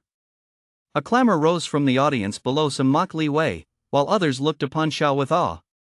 Xiao paid no heed to the gossip and simply turned to leave on his own. The martial artists instinctively parted to make a path for him, watching as Xiao walked away. Below the stage, Li Wei's girlfriend glared with disgust at the dazed and dejected Li Wei on stage. Showing him not a shred of sympathy, she ran off in the direction Xiao had departed. With the commotion settled, the trials continued as scheduled, while Li Wei, still frozen in place, was carried away by staff members. Meanwhile, Xiao was leaving the martial artist testing grounds and heading home when he was suddenly blocked by a slender figure. "Brother Xiao, you were so awesome just now." "I'm totally blown away by your heroic presence," the girl said in a flirtatious, magnetic voice. Xiao only then realized she was Li Wei's girlfriend. He coldly told her, "Get lost." Xiao wouldn't even spare a glance for someone like her and walked away immediately. However, she wouldn't let it go and continued to pester Xiao, saying, "Brother Xiao, my name isn't get lost, it's Wang Yao." "Hey, don't go." Xiao ignored her completely and kept walking, his mind focused on how to synthesize the essence of his martial arts techniques. Seeing that Xiao was ignoring her, Wang Yao watched him walk away with a mix of shame and anger. In her world, no one dared treat her this way. All sorts of people fell head over heels for her. She'd never seen anyone like Xiao before. Even if she were into guys, she'd at least give them a second look. Nanjiang Martial Alliance Branch. Located in the heart of Nanjiang, it was a towering skyscraper that exuded an air of majesty. A large emblem above the entrance caught the eye, depicting a mighty warrior holding a battle axe aloft with both hands. It seemed almost magical. Most people who saw it felt so overwhelmed they could barely breathe. Inside the building, a man with a resolute expression gazed out the window, a cigarette still smoldering in his hand. A somber look crossed his stern face. Knock, knock, knock. A series of knocks sounded from inside the room. "Come in," the man said in a deep, authoritative voice. "Master," the person entering from outside greeted the man respectfully. Indeed, this man was Tingfei, the headmaster of the Nanjiang Tengfei Dojo and warden of the Nanjiang Martial Alliance. "Wu, how have you been? Have you been enjoying your time at the dojo lately?" Tingfei asked gently. Hearing this, Wu replied in a slightly subdued voice, "I'm fine, thanks to your support, master." Tingfei looked at Wu, hesitated for a second or two, then continued in the same tone, "Wu, let the past be the past. There's no need to dwell on it. Besides, it wasn't your fault. If you keep thinking this way, it'll be hard for you to make further progress." Upon hearing Tengfei's words, Wu's eyes instantly dimmed, and he said in a subdued voice, "Thank you, master. I'll handle this myself. There's no need for you to worry." Tengfei looked at Wu, sighed, and changed the subject. "Let us not talk about that. So, what brings you here?" Wu snapped back to his senses and resumed his usual tone. "A 25-year-old martial master has emerged in our class. His name is Xiao." "Oh, just a 25-year-old martial master? We have plenty of those in the Dragon Nation. Why make such a fuss?" Tingfei asked skeptically. Wu continued, "But he broke through to martial master in just one day." "One day? That does show talent," Tingfei said, somewhat surprised. As if a thought occurred to him, he added, "What did you notice?" "I suspect he used a more advanced enhancement technique. During our battle, I could clearly sense with my spiritual power that his vitality was multiplying within him. There is definitely no such technique currently available on the market, Wu analyzed, recalling his fight with Xiao. Multiplied? We certainly don't have any such enhancement techniques at the moment. But setting the technique aside, the fact that he can master such an advanced one means his talent is likely on par with the geniuses from all over the Dragon Nation, Ting Fei added, offering his own analysis. Knock, knock, knock. Just then, the knocking on the door sounded again. Come in, Ting Fei said authoritatively. A tall woman with an air of maturity walked in. Upon seeing Wu, her gaze immediately turned cold, and she roared, "You bastard, what are you doing here? Get out!" As soon as she finished speaking, she immediately channeled vitality, unleashing a colossal surge of spiritual energy toward Wu. She was a grandmaster at the peak of her power.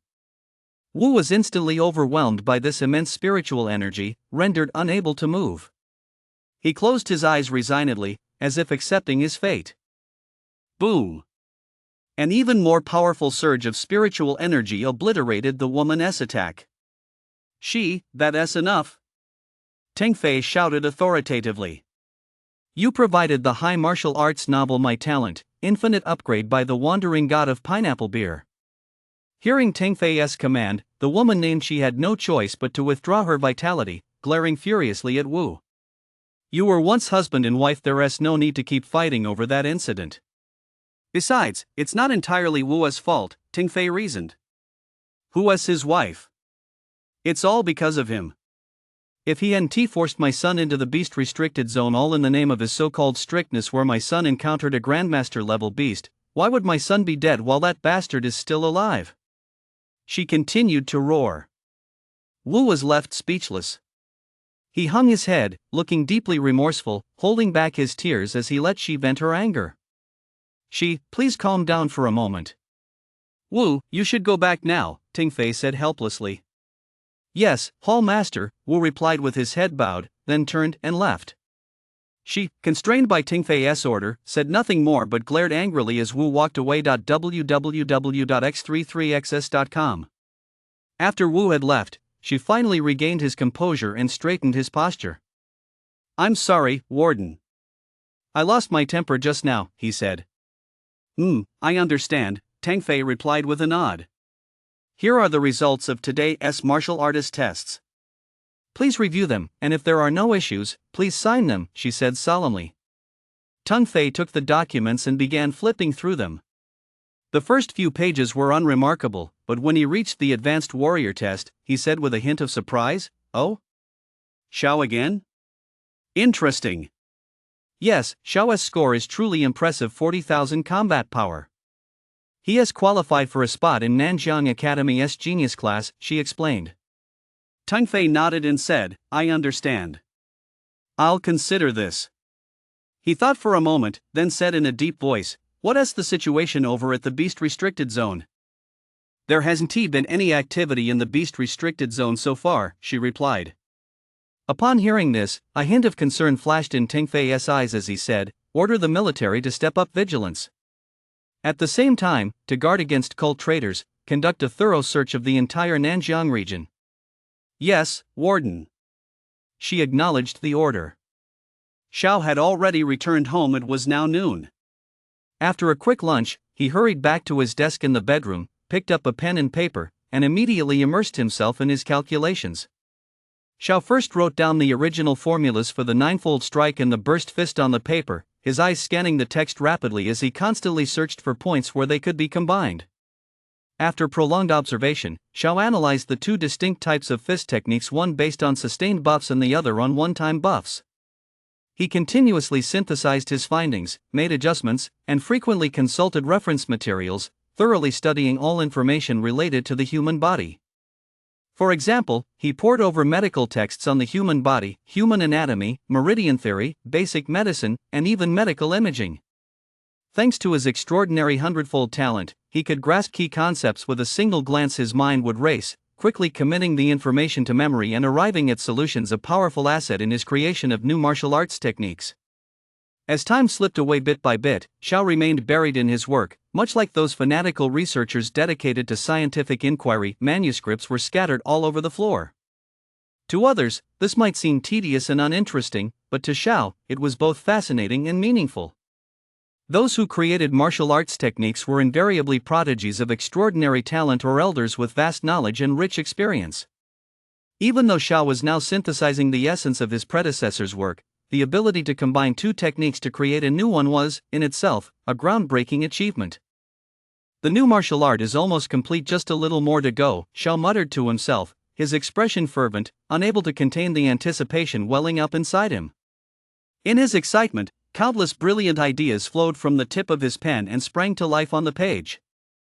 The first stage of the martial art is complete.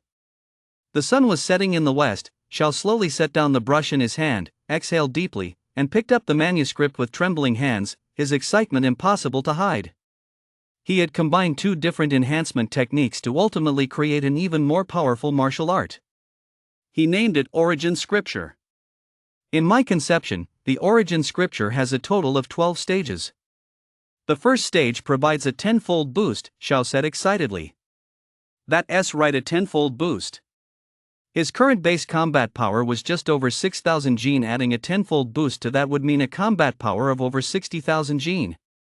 This was equivalent to the mid-tier of a first-rank martial master, a full 20,000 Jin increase over his previous peak combat power. The sheer terror of the Origin Scripture was plain to see. Xiao had never imagined such a high boost. He never expected his talent could create such a divine technique. He could proudly say that, to date, there was likely no other cultivation technique like this in the entire world. The enhancement techniques cultivated by others had a maximum multiplier of only 9 times, and even that required reaching the technique's absolute limit. But the technique he had just created offered a tenfold increase right from the first stage. The difference was stark. If news of such a technique were to spread, it would send shockwaves through the world and even cause a stir among the strongest of the human race. What's going on? My vitality is gradually increasing? Xiao exclaimed in surprise. Just as Xiao was sensing the changes within himself, he was astonished to discover that his vitality was actually increasing on its own. If converted, it amounted to roughly 0.01 calories per second. With 86,400 seconds in a day, that meant an increase of about 86 calories of vitality daily. Combined with his cultivation practice, this would significantly boost his efficiency. At that moment, Xiao realized that further developing the Origin Scripture on its own would likely be extremely difficult, but combining it with the essence of more enhancement techniques might make the process simpler. Without a second thought, Xiao opened his phone, tapped into the Martial Hall treasure, and began browsing.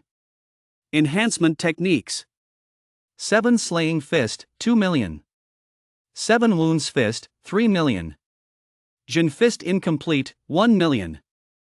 Burst Fist, 2 million. Xiao's eyes immediately fell on the word Jin Fist. He tapped on it and discovered that this Jin Fist was indeed incomplete, offering only 7 levels of enhancement. Presumably, the creators were unaware that it had 9 levels, so they had simply referred to it as Jin Fist.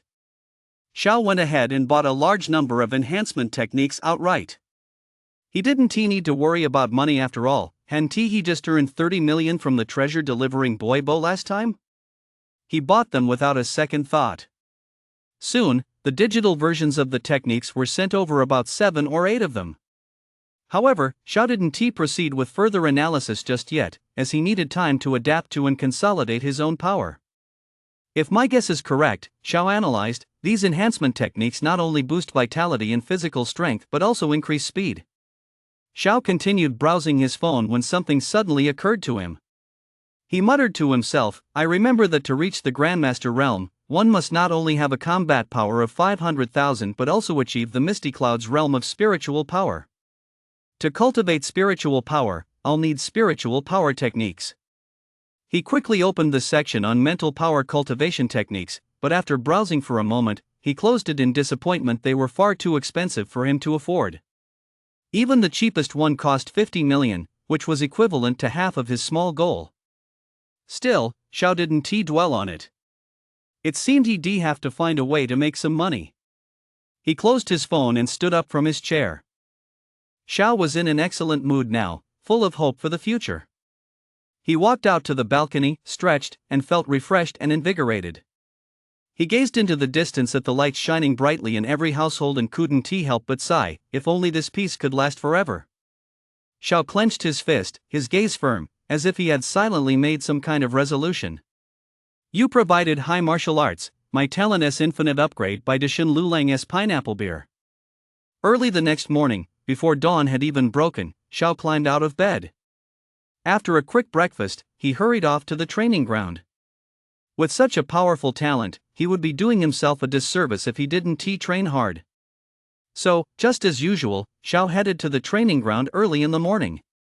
Inside the training ground, Xiao channeled his vitality and began throwing simple punches. As he swung, he felt the fluctuations of vitality within his body. It would deplete, then replenish, over and over again. The amount of vitality he replenished had increased, and the speed had accelerated. This was the result of his cultivation of defensive techniques, which refined and tempered his body, making it even more refined. Xiao continued punching like this a long time passed, yet his posture remained unchanged. Phew, done, Xiao said, exhaling. He checked the time and muttered to himself, time to head to the martial arts hall. Before long, he arrived at the martial arts academy. He looked up at the second floor. Even from the outside, he could sense its dignified and luxurious atmosphere. All the way there, Xiao had been wondering about the strength of the martial artists on the next level, the quality of the equipment inside, and the instructors. All sorts of thoughts flitted through his mind. And so, with these questions swirling in his mind, he stepped onto the second floor of the martial arts academy. Upon reaching the second floor, Xiao noticed a reception desk by the entrance, staffed by an attendant. He walked up to it. Seeing Xiao's unfamiliar face, the attendant smiled and said, "Hello, sir. Are you a student who has just attained the rank of advanced warrior?" Xiao wasn't surprised. This was a strict screening process. If a martial artist below the rank of advanced warrior were allowed to sneak in and use the more advanced equipment, they might suffer a fatal energy depletion. He replied calmly, "Yes." The staff member asked again, "Please state your name, age, and cultivation level." Without hesitation, Xiao replied, "Xiao, 25 years old, martial master." Upon hearing martial master and his age, a hint of astonishment flashed across the staff member's eyes. He seemed somewhat incredulous and he hurriedly looked up the information on his computer. In the blink of an eye, he found Xiao's name. Name, Xiao. Age, 25. Test result, 41,587. A startling number leapt out at the staff member. As he sized up Xiao, his expression betrayed his astonishment, and he quickly processed Xiao's registration. Xiao took it in stride. After all, this was the first time the Tengfei Dojo had seen such a young martial master. "Sir, here is your advanced student ID.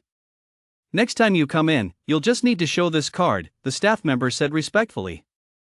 Xiao gave a slight nod, took the card, and walked straight into the second floor. Soon, Xiao arrived on the second floor. This was a vast, open space. At first glance, it looked completely different from the first floor. Xiao could see several robots cleaning the floor, all of them advanced combat power testers he'd never seen before, though he didn't yet know what combat power levels they measured. Next to them were several empty rooms with transparent glass walls. Inside one of them was a machine Xiao didn't recognize, along with many other objects he'd never seen before. Xiao watched the people exercising and training, feeling at a loss. Just then, a man walked over. Xiao's gaze fell on him. He wore a pair of glasses that gave him a very refined appearance, but what stood out most was the thick bandage wrapped around his left hand. Although Xiao couldn't determine his cultivation level, he could guess that he was at the martial master realm. M.X33XS.com. Hello, my friend. My name is Zhang Tao. I saw you looking around just now. You must have just arrived, Zhang Tao said gently, extending his hand in a gesture of greeting. Xiao smiled slightly and shook his hand, saying, "Hello, my name is Xiao. Could you please give me a tour of this place?" Zhang Tao patted his chest confidently and said, "No problem. I promise to tell you everything I know." "We're brothers now, so don't be so formal," Zhang Tao said with a bold, hearty tone. Xiao felt a wave of warmth wash over him and nodded in response. This is the million-level tester. It can withstand attacks from Grandmaster-level warriors. That's the gravity chamber. It can significantly strengthen your vitality. Zhang Tao pointed at each facility as he explained them one by one to Xiao. Leading the way, Zhang Tao suddenly turned to Xiao and said, "On the second level, there are mostly advanced warriors. Martial masters make up only a third of the population." "I'd say you're at the advanced warrior realm, brother Xiao, right?" Hearing this, a flicker of surprise and confusion crossed Xiao's eyes, but he quickly regained his composure. Since he hadn't activated the origin scripture, Zhang Tao naturally couldn't discern Xiao's true strength. The problem was that Xiao had already retracted all his vitality to its normal state. It was difficult for most people to gauge his vitality concentration unless through spiritual power. Noticing Xiao's confusion, Zhang Tao immediately explained, "Actually, I used my spiritual power to sense your vitality. I was just curious about your cultivation level, brother Xiao, so I took a look." "My apologies for the intrusion." Xiao nodded and replied calmly, "It's fine. I don't mind." Seeing that Xiao seemed quite interested in spiritual power, Zhang Tao continued, "We operate on a contribution system here. We can earn contribution points by completing quests. These points can be exchanged for various martial arts techniques, including those related to mental power or used to seek guidance from Grandmaster-level experts. Actually, I'm here on a quest myself, helping newcomers get familiar with the environment." As he spoke, Zhang Tao pointed to a machine in the distance. Xiao looked closely and saw rows of text displayed on it. "Eradicate the remnants of a heretical cult, 1 Grandmaster and 10 Martial Master-level martial artists." Currently, 5 martial masters are still needed. The location will be assigned after the mission is accepted. Contribution points, 1000 inch. Slay 5 2-star beasts. Recommended cultivation level, Martial Master. Contribution points, 500 inch. Recruit 2 bodyguards. Required cultivation level, Martial Master. Contribution points, 500 inch. Xiao glanced at the descriptions. Contribution points were generally 100 or higher. 100 contribution points equaled 100,000 alliance coins. One could only imagine just how high the 1,000 contribution points for the first quest were. It was practically a mini-goal. Zhang Tao looked at the first quest on the list, his eyes dimmed, and he said in a subdued voice, "Recently, the Martial Alliance ordered a crackdown on the heretical cult, but our martial arts school already sent a squad. Last time they all died." Sigh. Brothers who used to joke and laugh with me are gone just like that. Xiao looked at his suddenly despondent back, wondering what to say to comfort him, but realized he couldn't offer solace based on his own experiences. He simply wasn't in a position to do so. After a moment of silence, Zhang Tao regained his usual composure and said to Xiao, "Sorry, I was just thinking about something sad.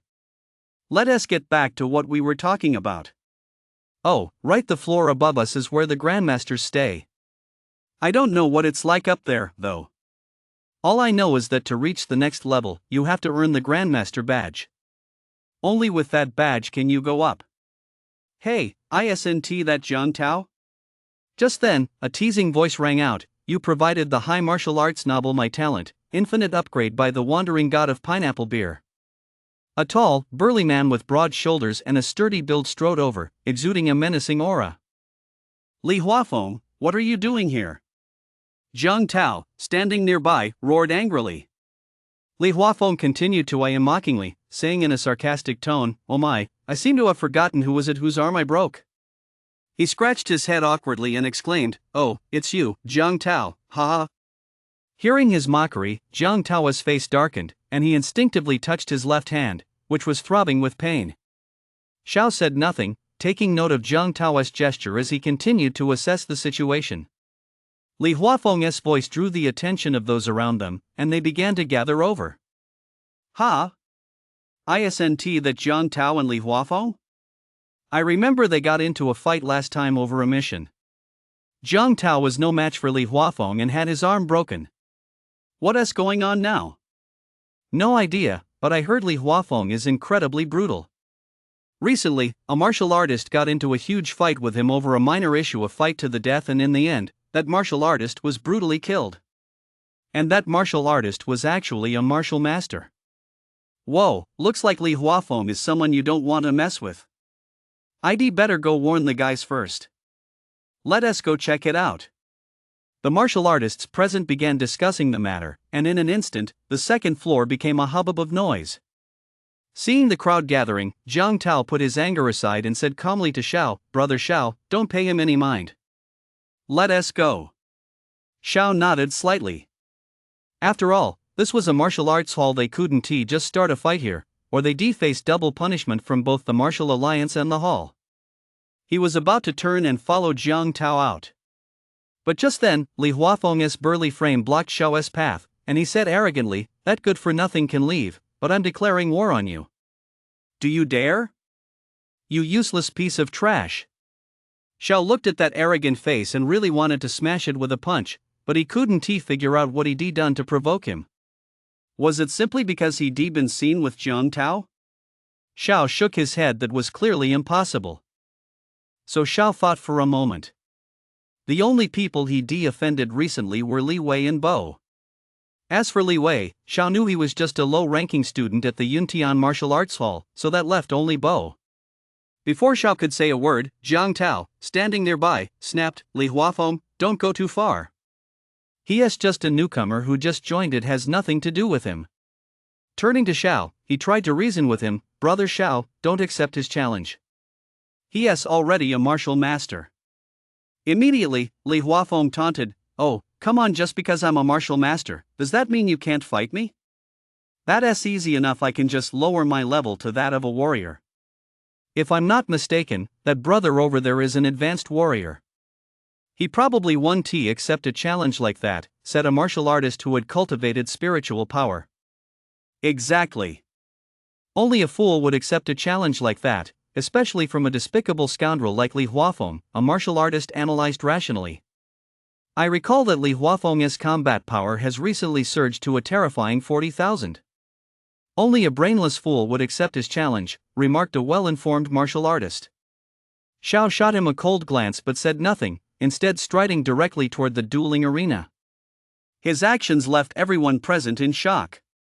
No way he's actually accepting this? Did a donkey kick him in the head? That's exactly what got kicked by a donkey means. Everyone else knows it was a donkey that kicked them, but him? I doubt he even knows who his own father is. Li Huafeng is incredibly brutal. Anyone who steps into the arena comes out missing an arm or a leg. Some have even been beaten to death. I can't wait to see how this little martial artist meets his end." Mockery erupted from all sides, as everyone prepared to watch Xiao make a fool of himself. "Xiao, brother Xiao, don't go. He is a despicable, shameless man. When he says things like that, he is just trying to lure you in. Don't believe him," Jiang Tao urged from behind. "It's fine. He can't beat me." Xiao left him with that puzzling remark and walked onto the dueling arena. Li Huafeng watched as Xiao entered the dueling arena, then strode forward with a smug look on his face. He hadn't expected to lure Xiao onto the arena so easily. He smiled, baring his teeth and letting out a hee-hee. Although the rules of the dueling arena prohibited striking an opponent with lethal force, accidents were bound to happen once fighters stepped onto the arena. After all, every martial artist who entered had to sign a life and death agreement. X33xs.com.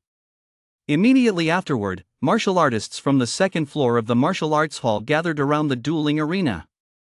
Although duels between martial artists were common, a clash between an advanced warrior and a martial master was extremely rare. People had seen duels with a difference in cultivation levels before, but never one with such a massive gap. Here it comes, here it comes. The biggest joke in the martial arts world is about to unfold, brothers. Don't be so pessimistic. Even an ant can still wriggle around a bit. At such an important moment, we've got to capture this on camera, of course. The warriors below all turned their gaze to the two on the stage, getting ready to watch the show. Some pulled out their phones to record, while others continued to jeer. Xiao said casually to Li Huafeng, "Come on, give it your all." Did I hear that right? Li Huafeng cupped his hand behind his ear, then added, "I never planned to hold back to the martial artist realm in the first place." You didn't really believe that, did you? You. As he spoke, he made a throat-slitting gesture with his hand. No sooner had he finished speaking than the crowd below erupted into commotion again. Haha, he is really asking for trouble, he is courting death. How dare he? Does he want to die that badly? He doesn't really think a martial artist can beat a martial master, does he? Who knew courting death could be so artistic? Ha ha ha. Ding dong, both fighters, please get ready. Ding, detecting both parties' arrival at designated positions. Ding, verifying both parties' information. Verification complete. A mechanical voice rang out, and the crowd turned their gaze to the big screen in unison. To protect the fighters' privacy, only their names were visible. Ding, please confirm the life and death agreement. Confirmed, Xiao and Li Huafeng shouted in unison. Ding, confirmation complete. Ding, setting up the arena. Ding, arena setup complete. Ha ha ha, ready to die yet? Li Huafeng, with his chubby face and ears, let out a maniacal laugh. No sooner had the words left his mouth than he channeled his vitality and charged at Xiao with fierce momentum. In an instant, he closed in on Xiao and unleashed a full-force punch at him. Boom! Ha! Li Huafeng looked ahead in confusion. Xiao had vanished. My speed must have surpassed the second-tier martial artist realm. Xiao's voice suddenly rang out behind Li Huafeng. Li Huafeng abruptly swung his fist backward, this time with even greater power and speed. Boom! Yet he still couldn't feel the solid impact of a hit. All he could see was Xiao's shadow. Looks like I'm not fast enough yet, Xiao's voice rang out behind him again. You damn dog, all you can do is dodge, huh? Li Huafeng snapped, his anger and humiliation boiling over. Immediately, Li Huafeng channeled his spiritual energy and charged at Xiao once more. Just as he was about to strike Xiao, Xiao dodged again. This time, Li Huafeng finally caught a clear glimpse of Xiao's figure and immediately unleashed a punch in the direction Xiao had retreated. You provided the high martial arts novel The Wandering Pineapple Beer by the master author, My Talent, Infinite Upgrade. This time, Xiao couldn't dodge and had no choice but to counterattack. He channeled his vitality, concentrating it in his right fist, and slammed it violently into Li Huafeng's fist. Boom! Li Huafeng's arm was instantly shattered by the immense power of vitality. Blood sprayed out in a mist, and several cracks of breaking bones could be heard. Two powerful streams of vitality collided, creating a massive shockwave that sent both combatants flying backward. My hand! Li Huafeng screamed in agony. This scream snapped the martial artists and the audience out of their shock. Gulp! The sound of them swallowing was unmistakable. Am I dreaming? That Xiao must definitely be a martial master too, and one even more powerful than Li Huafeng. He must have used some method to evade mental detection. I hope Big Brother Xiao didn't hear what we were just saying. Meanwhile, Jiang Tao, watching from the audience, was so stunned he couldn't speak, staring wide-eyed at the scene. The audience, witnessing this scene, saw their awe of Xiao skyrocket. Some were analyzing Xiao's cultivation level, while others were worried about facing retribution later for having mocked him. On stage, Li Huafeng looked at his severed left hand. He quickly sealed the acupoints on his left hand to stem the bleeding. However, Xiao paid him no mind. Instead, he thought to himself, it seems I need to start cultivating my spiritual power right away, otherwise, sooner or later I'll fall to a martial artist with high spiritual power. This time, he had only managed to anticipate Li Huafeng's punch thanks to his combat experience, otherwise, the consequences would have been unimaginable. Xiao then noticed Li Huafeng's vicious glare. Seeing his disheveled appearance, he couldn't help but find it laughable. You bastard, so you're playing the fool to catch the tiger? A mid-tier first-rank martial master, damn it, pulling that stunt on me? Fine, I'll admit defeat. I'll admit. Li Huafeng hadn't even finished his sentence when Xiao's figure suddenly vanished. He hurriedly channeled his spiritual energy to detect Xiao's location and instantly raised his right hand to block Xiao's attack. Boom! A powerful surge of vitality force blocked the blow. Though he'd been prepared and had activated his defensive technique, he still felt the pain radiating through his right hand. Don't you Li Huafeng couldn't he even finish his sentence before Xiao pinned him down. Xiao aimed specifically for his face, raining a barrage of punches down on Li Huafeng. AMMMPH Li Huafeng clearly couldn't he blocked the blows with just one hand. At first, he roared in pain, but soon his mouth was beaten so badly it was deformed, leaving him unable to speak. Xiao slammed Li Huafeng to the ground with a fierce punch, then immediately pinned him down with his entire body, leaving him unable to move. Xiao looked down at Li Huafeng, who was now unable to speak, showing no sign of stopping. Instead, the vitality power in his hands grew even more concentrated as he unleashed a barrage of punches toward Li Huafeng's head. Xiao was like a madman, blood splattering all over him. Soon, Xiao stopped, staring at the motionless Li Huafeng on the ground, who clearly showed no signs of life. He stood up. His once white clothes were now stained a deep crimson. Combined with his cold, emotionless eyes, he looked like a god of death. X33xs.com. The audience below had turned pale with fear at Xiao's frenzied rage and dared not utter a word. Even though they'd seen plenty of bloodshed, they'd rarely encountered someone filled with such hatred. Looking into Xiao's eyes, they were instantly overcome with dread. The martial artists who had previously mocked Xiao were now trembling in their tracks, terrified by him. Just then, the mechanical voice from the screen sounded again. Ding dong. One contestant has been detected as dead. Xiao wins this match. Xiao regained his usual composure and walked toward the audience. Seeing this, the crowd parted to make way for him, watching him with a mix of emotions. It was Xiao's first time killing someone. He had expected to feel some inner turmoil, but he found his heart remained completely unmoved. In this world, killing was not an uncommon occurrence. As long as you remained steadfast, you would not lose yourself. If others sought to kill him, he naturally couldn't let a single one of them get away with it. Personal strength was the only truth. Xiao walked up to Zhang Tao and said in a matter-of-fact tone, "Come on, take me to change my clothes." Even though Zhang Tao knew this wasn't a dream, he still felt as if he were in a dreamlike state. It wasn't until Xiao's voice rang out that he snapped back to reality. "Oh, okay. I'll take you to the changing room."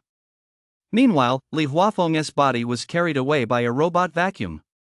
As the crowd watched the unrecognizable Li Huafeng being hauled off, the once quiet dueling arena erupted into a clamor once more. Looks like our martial arts school is about to produce another formidable fighter. I wonder how he'll stack up against those others. Judging by his vitality, he is only a first-tier martial master. How can he compare to those guys? You aren't actually intimidated by him, are you? But he is young. Didn't you see just now? He is only 25, while those guys are almost 30. There are plenty of martial masters younger than him all over the country. What is so special about him? The several powerful martial masters present were arguing over Xiao, each chiming in with their own opinions, none willing to back down. Phew, that feels good. Xiao emerged from the locker room and stretched his body. He felt a sense of well-being unlike anything he'd ever experienced before, a transformation both physical and mental. By now, the martial artists who had been gathered together had returned to their usual routines. Inspired by Xiao's strength, they were training even harder, for only by becoming stronger could they avoid being bullied by people like Li Huafeng. "Brother Zhang Tao, could you take me to the gravity chamber?" "I'd like to give it a try," Xiao said, turning to Zhang Tao. Upon hearing Xiao's voice, Zhang Tao immediately replied with his usual boisterous enthusiasm, "Oh, sure, let us go. I'll take you there." He now seemed incredibly at ease, as if a weight had been lifted from his heart. His speech became forceful and confident as he led Xiao forward.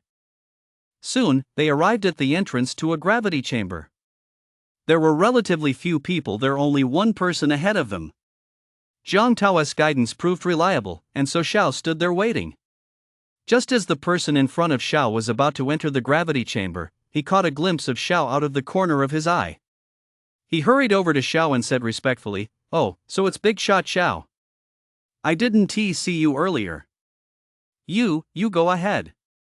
I don't need it for now."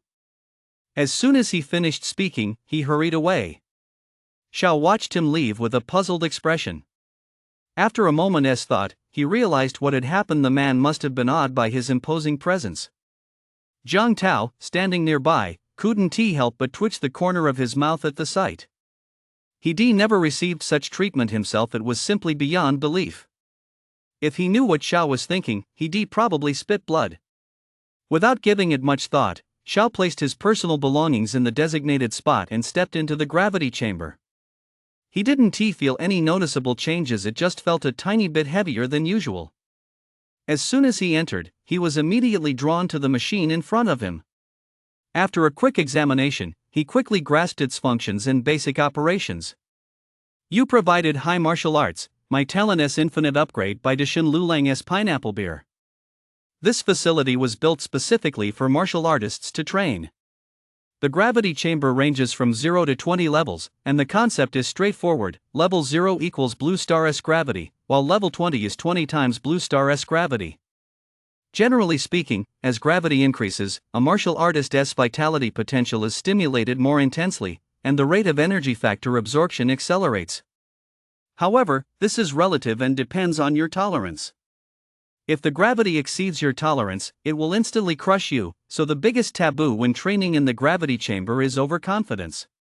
This gravity chamber isn't entirely free either. Each person is allotted only 15 minutes per day for training. Any time exceeding 15 minutes will result in an automatic deduction of your contribution points at a rate of 100 points per hour. A student ID card is required to activate the machine.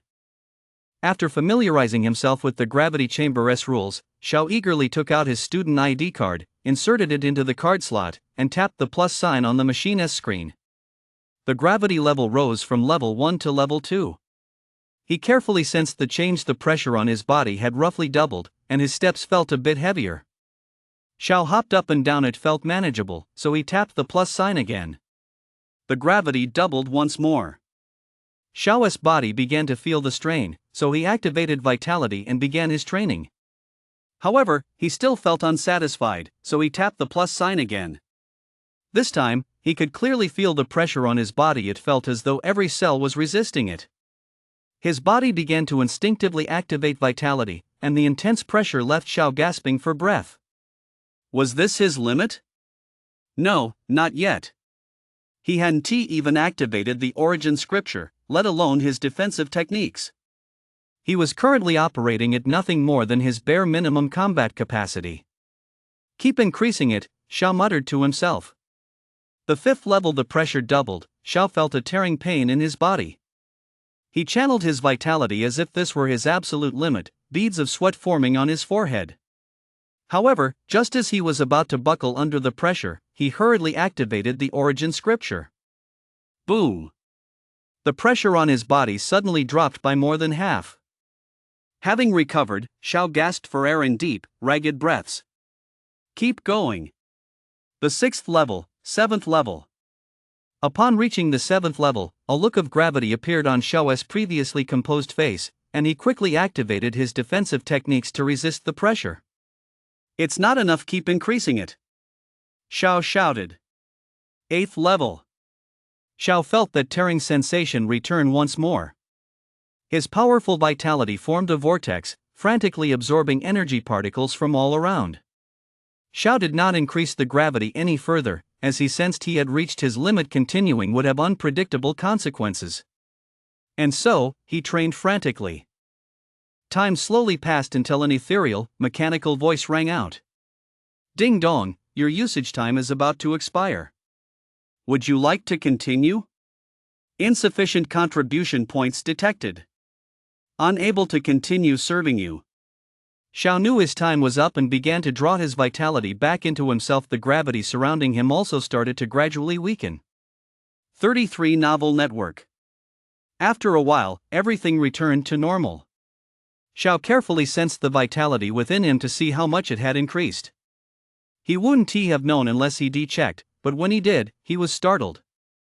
He could clearly feel that his vitality had increased significantly, an increase comparable to about 10 days of cultivation at his current level of talent. Too bad it was only 15 minutes. I've got to go earn some contribution points, Xiao said, still feeling a bit unsatisfied. Stepping out of the gravity chamber, he was now completely familiar with the place. He turned to Jiang Tao and said, "Brother Jiang Tao, I'm very familiar with this place now, so I won't trouble you anymore." Jiang Tao didn't stand on ceremony, replying heartily, "All right. If you ever need my help in the future, just let me know. As long as it's something I, Jiang Tao, can do, I'll definitely help." Just as he was about to leave, he turned back and gave Xiao a grateful look. "Brother Xiao, thanks for what you did today." Xiao shrugged and explained, "No need to thank me. I was his target today anyway." "Ha? Brother Xiao, have you offended anyone lately? Did Li Huafeng want to kill you? If you hadn't concealed your strength, I'm afraid." Jiang Tao's expression shifted from confusion to a sense of relief. Noticing that Jiang Tao had switched from calling him Brother Xiao to Brother Xiao, Xiao replied without pretense, "Brother Jiang, I've indeed offended some people recently. Would you mind telling me who they are?" "Maybe I can help," Jiang Tao said, eager to assist. Xiao looked at Jiang Tao's eager expression and refused. "Sorry, Brother Jiang, I don't want to drag you into this." "What are you talking about? You helped me today, I can't keep owing you a favor," Jiang Tao said with an air of entitlement. Since he put it that way, Xiao couldn't argue. "I suspect it's the Wei family." "The Wei family? Never heard of them." "I can look into their background for you," Jiang Tao said, looking at Xiao and waiting for his agreement. "Okay, thanks for your help. I really don't know much about him." Xiao didn't refuse after all. He truly needed some intelligence to understand his enemy, or else he might not even know how he'd end up dying. Xiao chatted with Jiang Tao about everyday matters for a while longer before they went their separate ways. After parting ways with Jiang Tao, Xiao didn't rush to leave the martial arts hall. Instead, he made his way to a testing room. He wanted to see how much his combat strength had increased after training in the gravity chamber. Fortunately, the testing room Xiao had found was empty, since most people were currently in the gravity chamber or the sparring room, busy improving their skills and too busy to check their combat strength. Jiang Tao mentioned that you need a student ID to use the facilities here, Xiao muttered to himself. Upon entering the testing room and examining the strength tester up close, he realized just how advanced it was. Features like anti-vibration technology and realistic impact feedback, for example. Xiao inserted his student ID into the card slot and walked straight up to the strength tester. His aura shifted abruptly, and he fixed his gaze on the strength tester as if it were an enemy. Boom! His fist struck the tester, but it remained as steady as a rock, without the slightest tremor. Moreover, Xiao felt the impact was incredibly realistic, as if he were striking a real enemy. However, just as Xiao was marveling at the strength tester's uniqueness, the numbers on the screen already calculated appeared before him. 8,923. Xiao's eyes widened as he shouted in disbelief. If it weren't for the soundproofing here, he would have once again become the center of attention. Xiao hadn't expected that just 15 minutes of training in the gravity chamber would increase his combat power by so much. If he added the tenfold boost from the origin scripture, his combat power would be close to 90,000, which was already at the high end of the first-tier martial master level. Excited, Xiao immediately wanted to continue. He activated the origin scripture, his vitality surging all around him. After adjusting his stance, he slammed a punch toward the machine. "You provided the high martial novel My Talent, Infinite Upgrade by Pineapple Beer, the Wandering Master." The immense force tore through the air, emitting a piercing screech. Boom! The machine remained utterly motionless, as solid as a mountain. The only thing that changed was the rapidly flickering numbers on the screen. However, before the numbers had even stopped, Xiao unleashed another punch. And so, the room was filled with a relentless, rhythmless thudding as Xiao's punches came so fast they were a blur. A few minutes later, Xiao stopped striking. By then, he was gasping for breath, drenched in sweat, and his vitality was completely depleted. This machine's processing speed was clearly faster than any he'd faced before. In the space of a few breaths, the numbers on the screen became clearly visible. 90,213. Xiao looked at the sequence of numbers. It was exactly as he'd expected. Without a second thought, he sat cross-legged and began to replenish his vitality. A few minutes later, his face, which had been pale and ashen, began to regain its healthy glow. Xiao stood up, and suddenly, his stomach growled. I'm hungry. Let us go home for a meal, Xiao said, rubbing his stomach. Although he usually didn't need to eat that often, he expended too much vitality this time. Relying solely on energy particles in the air to recover would take far too long. It was nowhere near as fast as eating a meal. Xiao stepped out of the martial arts hall. It was already around noon, and pedestrians on the street were hurrying home. Let us go buy some beast meat and blood. It's been a long time since I've had any, Xiao thought to himself. Beast meat and blood are sources of vitality for martial artists. After martial artists hunt beasts, they sell the carcasses to merchants to earn money, while the meat and blood are sold to the general public for consumption. However, since the immense amount of vitality could cause non-martial artists to burst if they ate it, the alliance stipulates that only martial artists are allowed to consume it. Xiao had saved up to treat himself to a meal like this once before, but since he'd been so poor, he hadn't had any in years. Now that he finally had the money, he had to treat himself. Without a second thought, Xiao immediately set off for the meat market. Before long, Xiao caught the strong, pungent smell of blood and flesh. I'm here. I'll buy a big batch all at once, Xiao said, making up his mind. Since Xiao had been here before, he could practically wander around with ease. Soon, Xiao arrived at a meat stall. Looking at the familiar shop before him, he spotted the familiar owner still the same as ever, a middle-aged man with a scruffy beard. There were plenty of other vendors selling beast meat nearby, but Xiao went straight to this one. No others. It was simply the easiest to trick. The owner was sound asleep in a rocking chair, seemingly completely unconcerned that someone might steal his meat. Hey, boss! Wake up! Xiao shouted loudly. The owner, who had been fast asleep, jolted awake and shot Xiao a resentful look, as if to say, "You little brat, ruining my sweet dreams." What kind of meat do you want? The owner asked impatiently. 33 novel website. Give me 20 gene of beast meat, Xiao said generously. The owner went into the warehouse and soon came out with a crate of meat, saying in a leisurely tone, 1 million. Xiao smiled slightly. Owner, unfortunately, I only have 800,000. I don't have enough money. Why don't you just sell it to me for 800,000? The owner frowned and said loudly, 800,000? This is high-quality beast meat freshly slaughtered, with hardly any vitality lost. 800,000 1T cut at least 900,000. Boss, look, I'm just a martial arts school student. Give me a discount, will you? Xiao continued to haggle. Upon hearing this, the owner scrutinized Xiao closely. Oh, I get it. It's you again, you little brat. You used that same line to blackmail me last time, too. Hee hee, I didn't expect you'd still remember me. For the sake of a regular customer, just give me a little discount, Xiao said with a sheepish grin. The owner's expression changed. He looked around and said firmly, no way, absolutely not. If everyone did that, how would I run my business? Oh well, I guess there's nothing I can do then. With that, Xiao turned to leave. Wait, 800,000 isn't out of the question, but how about we make a deal? The owner called out to Xiao. Xiao immediately turned back, asking with interest, a deal? Right. Follow me. We'll talk about it inside. The owner headed toward the warehouse. Xiao didn't think twice and followed him. Xiao followed the owner into a small, rather shabby room inside the warehouse. Have a seat, the owner said to Xiao. Xiao didn't hesitate to sit down and got straight to the point. Go ahead. What's this deal? Seeing how direct Xiao was, the boss didn't beat around the bush either. If I'm not mistaken, you're using an amplification cultivation technique, and this technique has already surpassed what humans are capable of.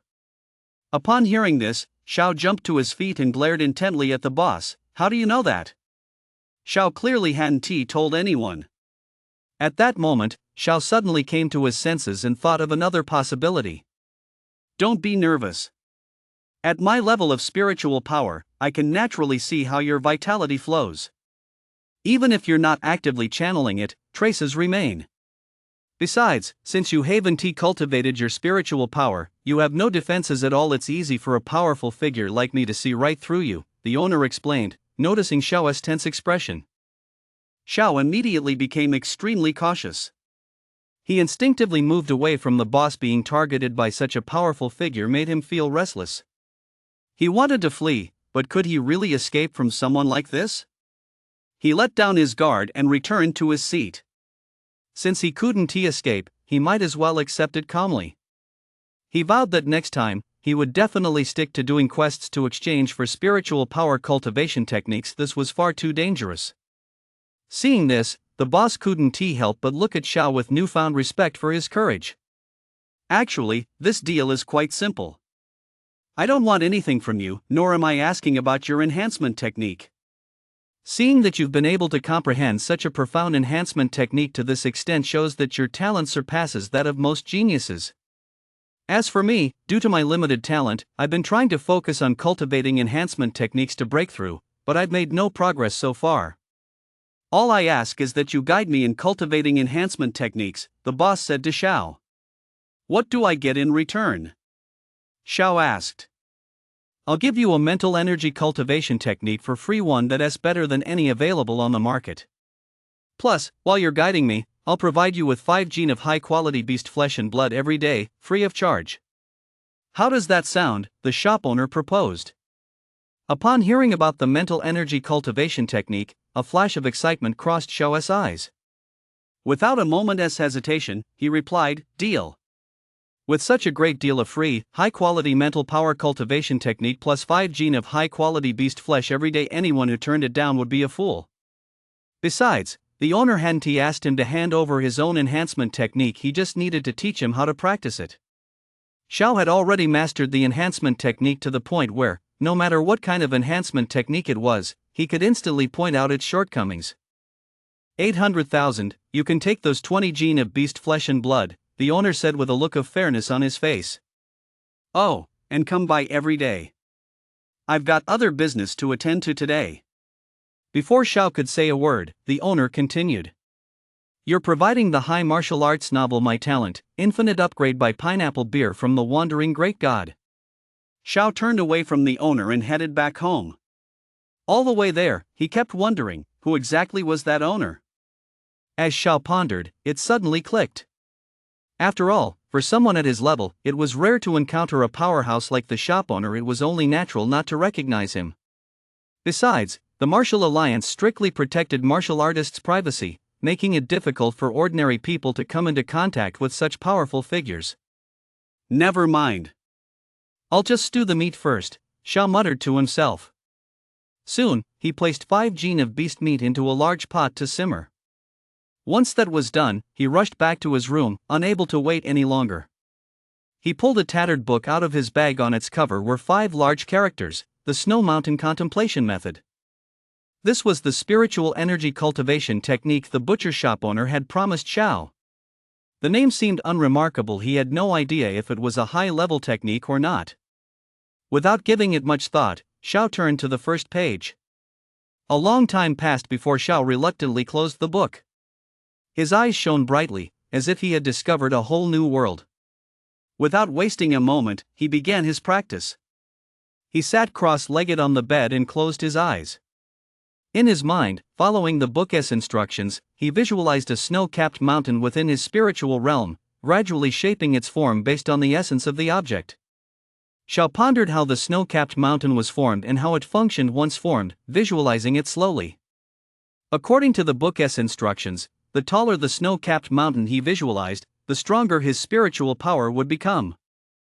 Xiao began visualizing in his spiritual realm. Thanks to his natural talent, he didn't feel much pressure. He soon visualized a snow-capped mountain 10 meters high, and without stopping, the mountain continued to rise. Time passed bit by bit, and just then, a series of beeps sounded.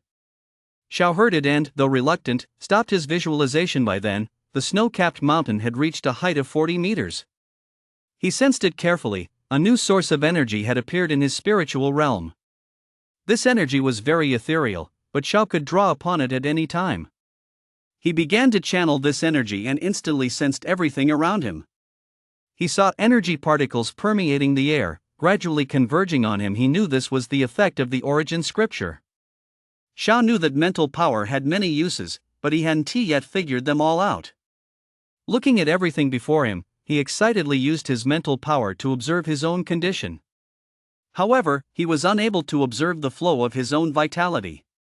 This might be because his mental power wasn't strong enough to perceive it. His top priority now was to conceal the flow of his vitality. Following the butcheress' advice, Xiao channeled his mental power into his meridians so that others could only perceive the concentration of his vitality, not the flow of his cultivation technique. If a master were to discern the flow and method of his cultivation technique, it would be extremely dangerous, as they could use their mental energy to anticipate the nature and direction of his next attack. 33 Novel Network. However, before he could finish, he suddenly felt a dull heaviness in his head. Sure enough, his perception had only extended 40 meters so far. His current mental energy was still insufficient to cover his entire body. Never mind, I'll just eat some meat first. The aroma of meat wafting from the kitchen at that moment was enough to make anyone's mouth water. Soon, Xiao set the stewed beast meat on the dining table. Since Xiao had expended so much energy today, he was now ravenous. He picked up the meat and ate it in big bites. The beast meat was incredibly delicious. It melted in his mouth, and he could never get enough of it. With every bite of beast meat he swallowed, it transformed into pure vitality, replenishing Xiao's reserves. Before long, the entire pot of beast meat had been devoured, and even the broth from the stew had been drunk down to the last drop. Xiao rubbed his slightly rounded belly, feeling as though he hadn't had quite enough. He immediately sat cross-legged and began practicing the origin scripture, transforming the beast as flesh and blood he had consumed into vitality. It really is high-quality beast flesh and blood. I didn't expect to replenish my reserves so quickly, and there's still plenty left, Xiao thought to himself. He continued practicing the origin scripture, converting the remaining vitality into his own as well. In just a few minutes, he had fully absorbed the beast as flesh and blood, demonstrating the origin scripture as terrifying absorptive power. However, it was still difficult for it to convert energy particles in the air into vitality. Such cultivation techniques were extremely rare in the world, almost exclusively mastered by the top-tier powerhouses. Therefore, one could only improve oneself through training and using media like beast flesh and blood, though, of course, this also depended on one's natural talent. After converting the vitality, Xiao did not stop but turned his mind to visualizing a snow-capped mountain, continuing to enhance his spiritual power. The Wei family. In a dimly lit basement. A gruff voice rang out, "Your Holiness." The man knelt on one knee, bowed his head, and addressed the black-robed figure above him. The man in black wore a ferocious beast mask. His robe bore a purple beast emblem, and the several guards beside him also wore various masks. "Wei Long, how are the arrangements coming along?" the man in black demanded, looking down at Wei Long from above. Holy envoy, everything was going smoothly at first, but the martial alliance seems to have become suspicious. Wei Long stammered. "HM? What? Speak." The figure in the purple robe unleashed a surge of spiritual energy, creating an overwhelming aura that bore down on Wei Long. Wei Long was forced to his knees by this overwhelming pressure and immediately replied, "I've been surrounded by the Alliance's forces and suffered heavy losses, but one of their grandmasters has also fallen." "What good is that? Nanjiang is easy to defend but hard to attack. What I want is to breach their city defenses so that the people of our great beast god can capture the city." Cough, cough, cough. The man in the purple robe suddenly began to cough. "Your Holiness! Are you all right?" Wei Long cried out, his face filled with concern. The man in the black robe standing beside him was about to step forward but was stopped by the man in the purple robe. "I'm fine. I've only sustained a minor injury. I didn't expect there to be such a figure here in Nanjiang." A shadow of darkness flashed across the man in the purple robe's eyes. "You may go. The plan has changed. Keep a low profile for now. There are unknown powerhouses in Nanjiang. I must report this to the sect leader," the man in the purple robe ordered Wei Long. "Yes, Beast God Eternal." Wei Long made a strange gesture and slowly backed out. Once back on the ground, Wei Long's face darkened. "Head of the family, I have a report." A Wei family subordinate standing nearby hurriedly spoke up upon seeing Wei Long emerge. Wei Long was already in a foul mood, and now that another matter had arisen, he roared, "What is it? His subordinate was startled and stammered, Li Huafeng is dead. Bang! A table was smashed to pieces under his fist. Dead? Useless piece of trash. Wei Long's eyes bulged with rage. The subordinate standing nearby turned ashen with fear and dared not speak. Go. Assign 2 martial masters to keep a close watch on him. The moment he steps outside the city, I want him dead. I refuse to believe that a tiny insect I could crush with a flick of my finger could dare to cause trouble. Wei Long's eyes flashed with madness as he ordered his subordinate. Yes, yes. You provided the high martial arts novel My Talent, Infinite Upgrade by the great author Pineapple Beer. Phew, almost 100 meters. This should be enough to cover my whole body now, Xiao said to himself as he opened his eyes. With the experience from last time, Xiao had become much more proficient. Soon, he had completely enveloped his entire body with his spiritual energy. All set, Xiao said happily. He could finally go back to lying low. After all, this world was far too dangerous. Even a trip to the butcher shop had led him to encounter such a powerful opponent. If he were to expose his enhancement technique, the consequences would be unimaginable. Sigh, as expected, raw power is what truly matters. I'd better get back to analyzing the origin scripture, Xiao mused. No sooner had the words left his mouth than Xiao ran back to his room and sat down at his familiar desk. He took out his phone, pulled up the cultivation technique he bought last time, and immediately began analyzing it. I had a unique realization today while testing my combat power at the martial arts hall, Xiao muttered. During the test, he had pulled out all the stops and pushed himself to the absolute limit, achieving a combat power of over 90,000. As a result, he gained some entirely new insights into the origin scripture he had created himself. The amplification of the ninefold strike has its limits. Sooner or later, it will reach its ceiling. After all, its foundation is insufficient. But the origin scripture he created is different. It starts with a tenfold amplification, has a solid foundation, and holds the potential for a second stage, a third stage, and even a 10th stage were all possible. However, for now, it had only unlocked the tenfold talent. No matter how extraordinary it was impossible to create a 10th stage origin scripture. He hadn't yet fully figured out what made the tenfold amplified origin scripture so extraordinary, but the tenfold amplification itself was undeniable. With this insight, Xiao settled his mind and began to continuously analyze the origin scripture. The first stage of the origin scripture contained over 10,000 characters, countless words and formulas woven together, resembling a mystical tome. Even if Xiao were to release the first stage of the origin scripture right now, there would likely be only a handful of people capable of understanding it. Understanding it and being able to cultivate it are two entirely different matters, which shows just how terrifying it truly is. In the blink of an eye, it gradually grew dark outside. His phone vibrated several times during that time, but Xiao seemed oblivious, as if he hadn't heard or felt it at all, and kept writing with his pen. A few more hours passed, and a look of surprise and delight gradually spread across Xiao's face, as if what he were writing wasn't a martial art manual but a video game, and he were completely absorbed in it. Right, that's it. Why didn't I think of that? As Xiao studied the martial arts manual he just bought, an idea suddenly popped into his head. Xiao continued his deductions, but he was clearly struggling. While drawing on the experience of others' martial arts manuals could reduce the difficulty of the deductions, this task had already exceeded the limits of what Xiao's natural talent could handle. In the blink of an eye, the night slipped by silently. When the first rays of morning sunlight streamed in through the window, Xiao let out a long breath, his face beaming with delight. Over the course of yesterday afternoon and the entire night, nearly 20 hours, through his own elaboration and integration, he had actually succeeded in elaborating the second stage of the origin scripture. What astonished him was that, despite working for such a long time, he didn't feel the slightest bit tired. Was this the power of spiritual energy? Although he had deduced it, the content still had some issues that required careful refinement. However, he had a feeling that even if it was incomplete, it was already usable.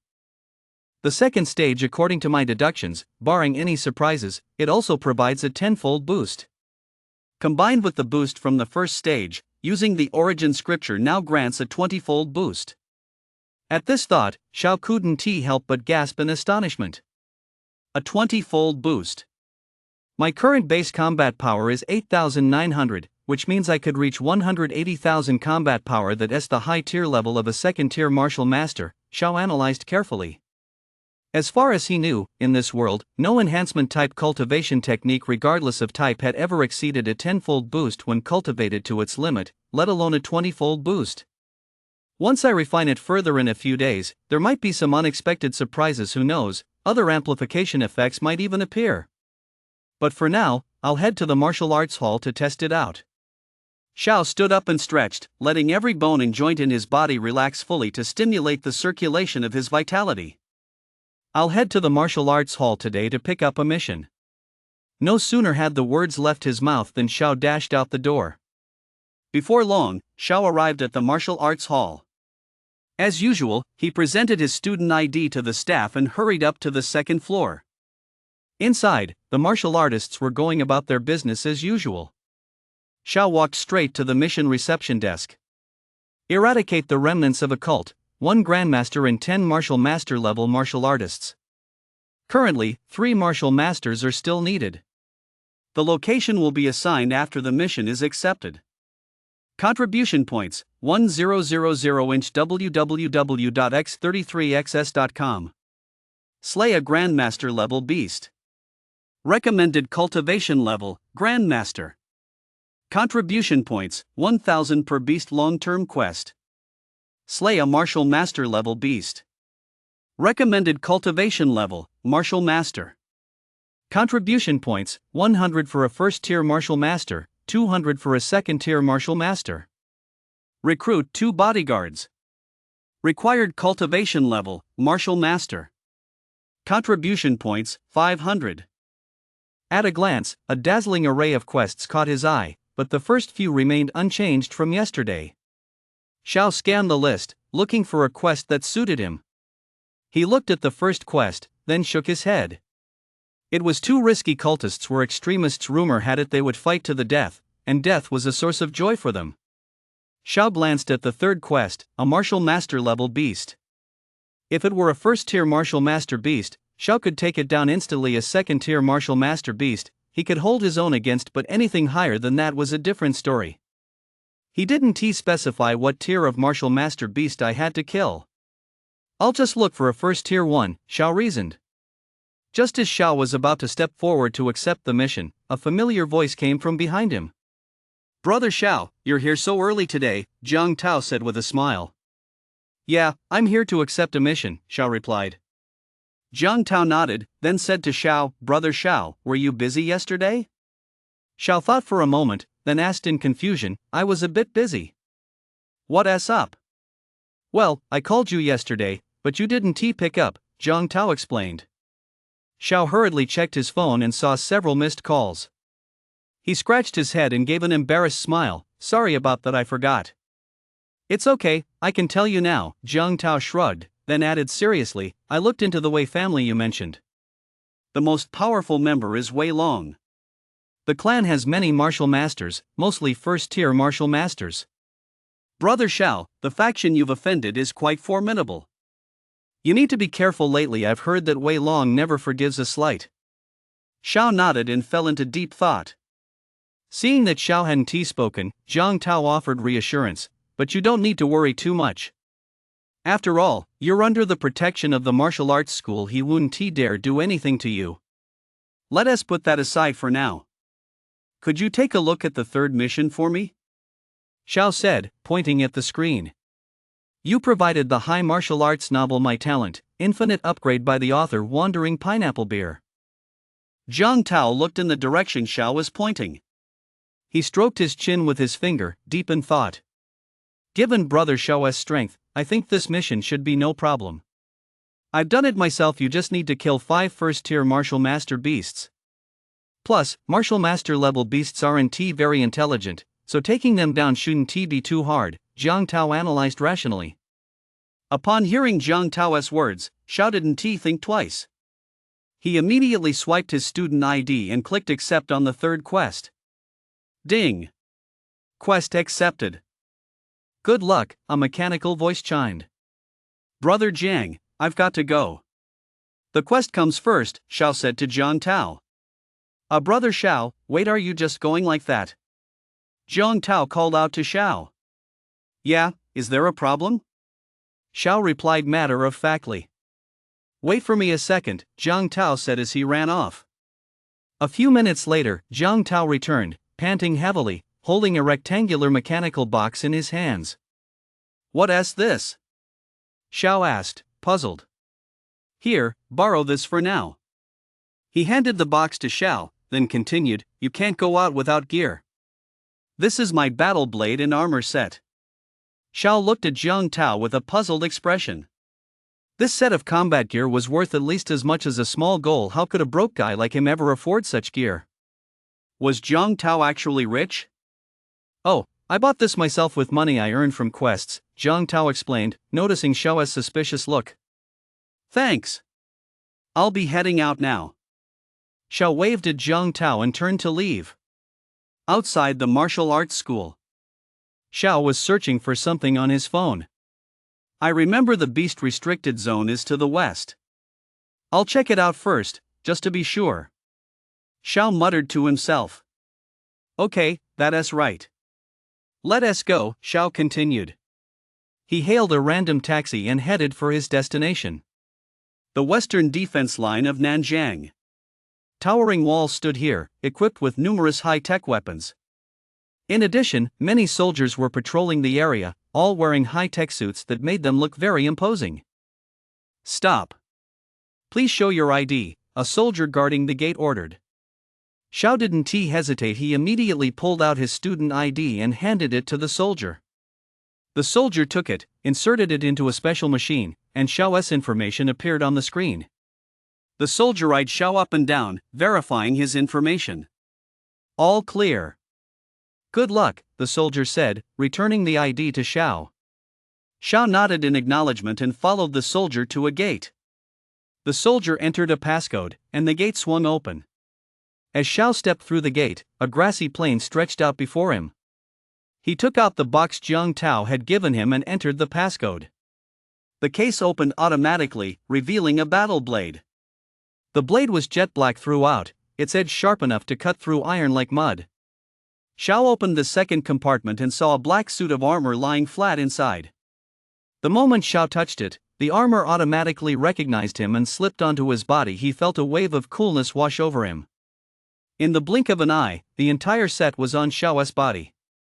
He looked himself over. He resembled a warrior clad in a mech suit and felt no discomfort whatsoever. It felt like a natural extension of his own body. Ha! It actually reduces vitality dissipation, Xiao remarked in surprise. When you channel vitality, a portion of it dissipates, leaving your combat power incomplete, which can be extremely dangerous. He picked up his battle axe and swung it left and right. It was incredibly sharp. Then, following the directions on the map on his phone, Xiao headed toward the Beast Forbidden Zone. Beasts generally move in groups. They have a leader, who is highly intelligent and powerful.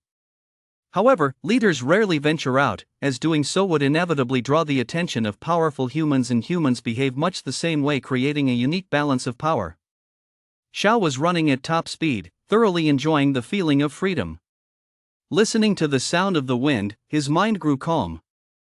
As Xiao made his way along, he saw ruins and debris everywhere, traces left by artillery fire. The city lay in shambles, looking exceptionally desolate. Just then, Xiao suddenly caught a strong whiff of blood. He stopped and surveyed his surroundings. Beasts aren't confined to the beast restricted zone. They're now all over Blue Star. It's just that the beasts in the restricted zone are more numerous and more powerful.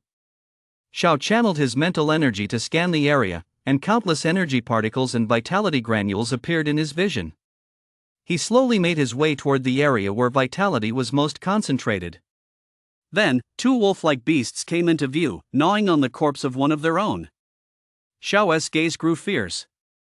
He channeled his vitality and suddenly appeared behind the two beasts. With a sweeping horizontal slash, he cleaved the two beasts in two. Two high-level beasts, Xiao said, gazing at the lifeless corpses with a look of ruthlessness in his eyes. Without a second thought, Xiao continued running toward the beast-restricted zone. However, not long after Xiao left, two figures appeared.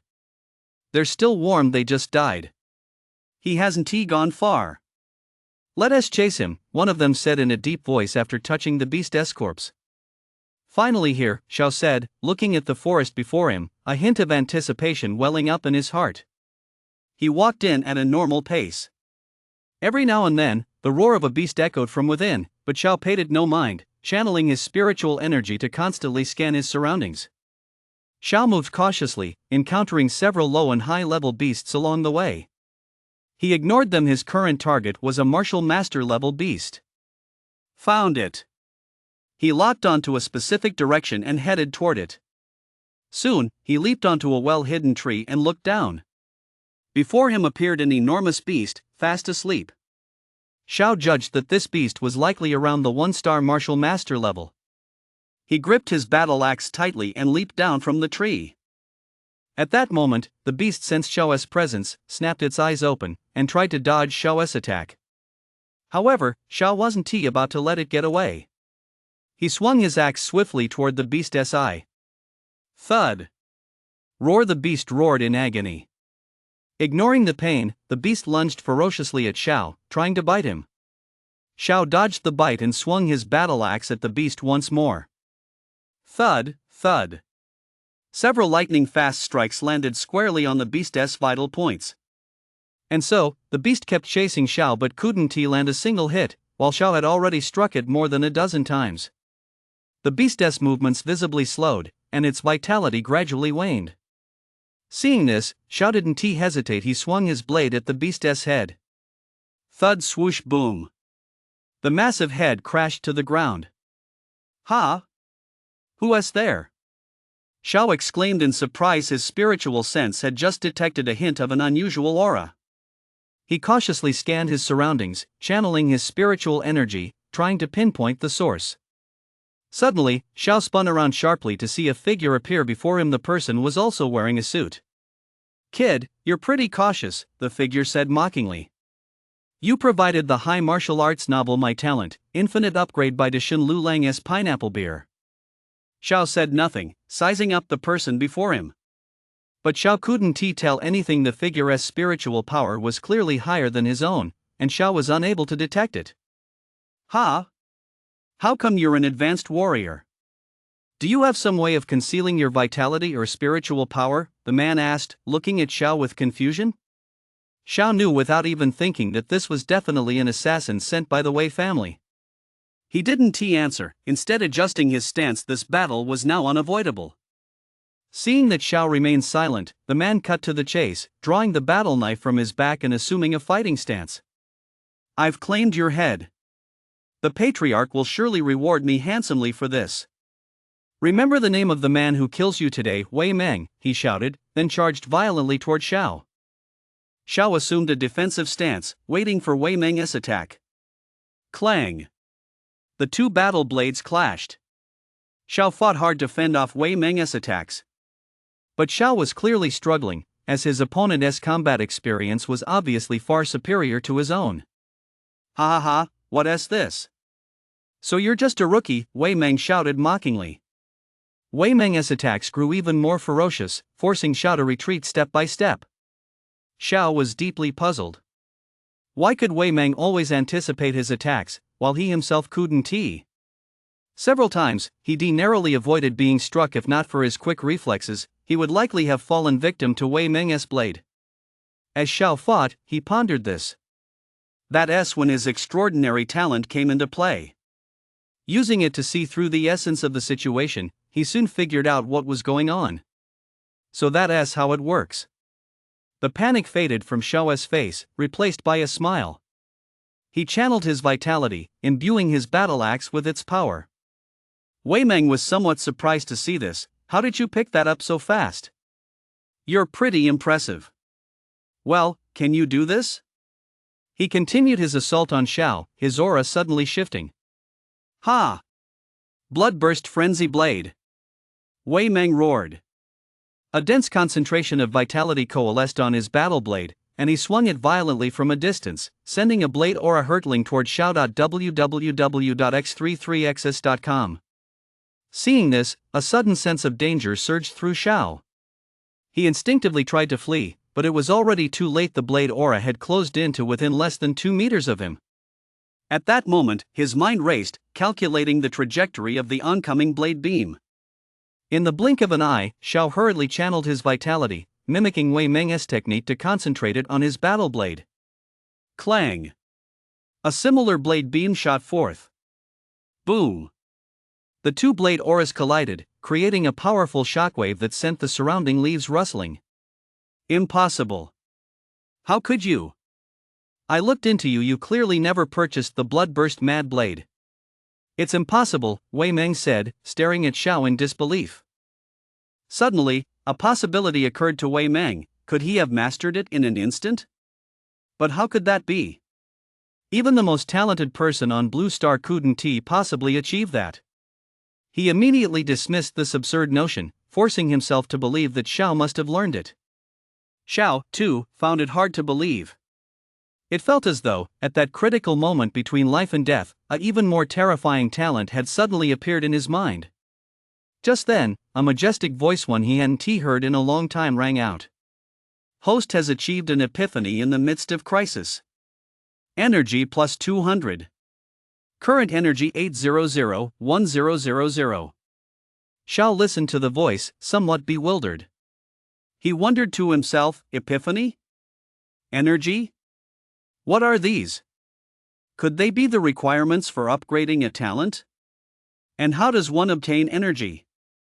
Through an epiphany? He had many questions he wanted answered, but now was not the time to dwell on them. He could figure out the system's upgrades later, but he was still in the middle of a battle. He couldn't let himself get distracted. What do you think? A cultivation technique this simple isn't it something you can grasp at a glance? Xiao said sarcastically. Upon hearing this, Wei Meng flew into a rage. You good for nothing, are you looking to die? With that, his vitality surged as he swung fiercely at Xiao. Seeing this, Xiao focused his mind on sensing the trajectory of Wei Meng's slashing vitality, anticipating his move. Just as the blow was about to strike Xiao, he sidestepped, and Wei Meng's attack missed. Xiao channeled his vitality and slashed at Wei Meng's left arm. Just as the blade was about to strike, Xiao's expression changed. He channeled his vitality and suddenly swung the blade backward with all his might. Splatter! An arm clutching a dagger fell to the ground. My hand! The man who had tried to ambush Xiao let out a heart-wrenching scream, clutching his right arm from which blood was gushing with his left hand. Wei Jin! Damn it, just die!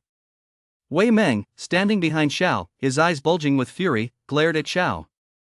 Xiao immediately shifted his stance, rapidly channeling vitality into the battle axe in his hand. Blood-burst frenzy blade, slash! Xiao roared. Seeing this, Wei Meng quickly withdrew his attack, trying to dodge. However, it was too late. Splatter! A deep, bloody gash was slashed across Wei Meng's chest, blood gushing from it in a gruesome sight. If not for the protection of his armor set, Wei Meng would likely have been cut in half and killed instantly. Wei Jin, who was now feeling a bit better, watched the scene in horror. He hadn't expected Xiao to be so powerful. Cough, cough, cough. Wei Meng knelt on the ground, coughing up mouthfuls of blood, his breath weak and labored. Xiao walked toward Wei Meng, deftly raising his battle axe and aiming it at Wei Meng's head. Splash! Wei Meng's head was severed from his body. He was dead. Trying to escape? Xiao's spiritual sense detected that Wei Jin had vanished. He gave chase, following the trail of Wei Jin's dissipating vitality. Xiao accelerated to his full potential, and soon he spotted Wei Jin fleeing while clutching his right arm. "I've found you," Xiao shouted at Wei Jin. Wei Jin heard him, and his already pale face turned utterly terrified. He turned his head, only to find no one there. "I'm right here," Xiao's voice came from behind Wei Jin. Xiao kicked Wei Jin in the body, sending him tumbling forward and landing face first in the dirt. "Don't kill me, don't kill me. I'll tell you it was the Patriarch. The Patriarch ordered Wei Meng and me to hunt you down." Wei Jin turned his head, his face filled with terror as he begged Xiao for mercy. "I know. I'll go after him sooner or later. Do you have any money?" Xiao bent down and whispered into Wei Zhen's ear.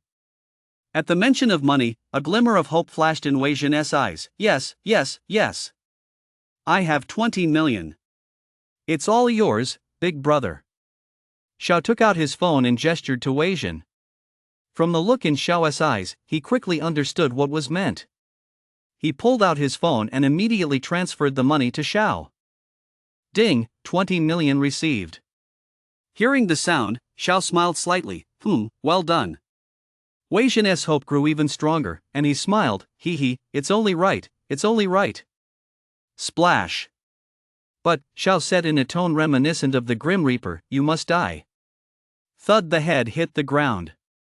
You provided the high martial arts novel My Talent, Infinite Upgrade by the author Pineapple Beer's Wandering Master. Xiao raised his battle axe and flicked it downward, shaking off the bloodstains.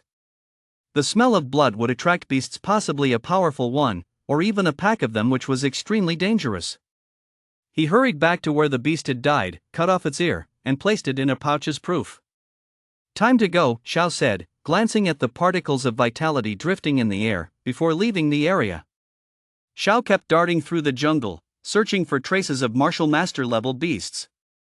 There are actually 2 martial master level beasts over there. Xiao stopped in his tracks and looked in that direction. Xiao suppressed all traces of his presence and crept forward slowly, trying not to give anything away. Roar! Roar! The 2 beasts were roaring at each other, creating a tense standoff. A tiger-like beast and a leopard-like beast. It looks like they're about to fight. Xiao sat quietly in a tree, observing everything below. When the beasts invaded Blue Star, to make them easier to identify, we collectively named beasts that resembled Blue Star creatures beast-like, while those with unusual appearances were given specific names. The beast before Xiao that looked like a tiger was generally called a tiger-like beast, and the one that looked like a cheetah was a cheetah-like beast. However, conflicts also arise among the beasts. Unlike humans, they judge everything by absolute strength. Whoever is stronger claims everything for themselves. Xiao guessed that these 2 beasts were likely fighting over a territorial dispute, a common occurrence not only in human territories but also in beast territories. Suddenly, the leopard-like beast launched a fierce attack at the other, but the tiger-like beast was no slouch either and countered with a powerful strike of its own. Boom! A powerful shockwave sent the leaves rustling and kicked up dust from the ground. Both beasts retreated, neither willing to back down. The leopard-like beast, much like the cheetahs on Blue Star, relied on its speed advantage. The leopard-like beast darted back and forth through the jungle, searching for a gap in the tiger-like beast's defense. Meanwhile, the tiger-like beast stood quietly in place, vigilantly scanning its surroundings. It channeled its self-awakened spiritual power to counter the leopard-like beast's speed advantage. When the leopard-like beast finally spotted an opening in the tiger-like beast's defense, it lunged forward with lightning-like speed. However, just as it was about to strike the tiger-like beast, the latter suddenly leaped up and slammed down toward the cheetah-like beast. The cheetah-like beast's attack missed, and it was left suspended in midair, unable to use that momentum to dodge the tiger-like beast's counterattack. This beast isn't half bad when it comes to intelligence, deliberately exposing a weakness to lure the enemy into a trap. Tisk. Xiao remarked with admiration. Seeing that it couldn't dodge the tiger-like beast's attack, the leopard-like beast unleashed its vitality and launched a fierce counterattack. Boom! Dust swirled through the air, obscuring the scene from the naked eye. Xiao channeled his mental energy. Upon observing the situation, the corners of his mouth turned up in a smile. When the dust settled, the scene became clear. The leopard-like beast lay writhing in agony at the bottom of the pit, having sustained extremely severe injuries. The tiger-like beast wasn't faring much better either. With its limited intelligence, it hadn't realized the enemy's all-or-nothing gambit, a move that had backfired, leaving both beasts wounded to varying degrees. Since they come to blows, the outcome could only be a fight to the death. The tiger-like beast slowly approached the leopard-like beast, preparing to deliver the fatal blow. Splatter! The tiger-like beast turned its head in terror to look behind it, but its life was slowly ebbing away, and its gaze gradually faded. Thud, x33xs.com. The tiger-like beast collapsed to the ground with a thud, and Xiao's figure appeared. Splatter! Xiao violently yanked the battle knife out of the tiger-like beast's heart. That was a piece of cake, Xiao said with a smug grin. Meanwhile, the leopard-like beast, still lying in the pit, was writhing in agony. As it watched Xiao approach, fear clouded its eyes. It struggled to its feet and eyed Xiao warily. Roar! Suddenly, the leopard-like beast channeled its vitality, roaring toward the sky as the power of vitality radiated outward. Xiao watched the scene, looking at the leopard-like beast's behavior with some confusion. Oh no, it's going to unleash its beast form, Xiao exclaimed in alarm. He gripped his battle knife tightly, channeled his vitality, and concentrated it into the blade. Bloodburst frenzy blade! Xiao shouted. No sooner had the words left his mouth than a blade of light slashed out. Splash!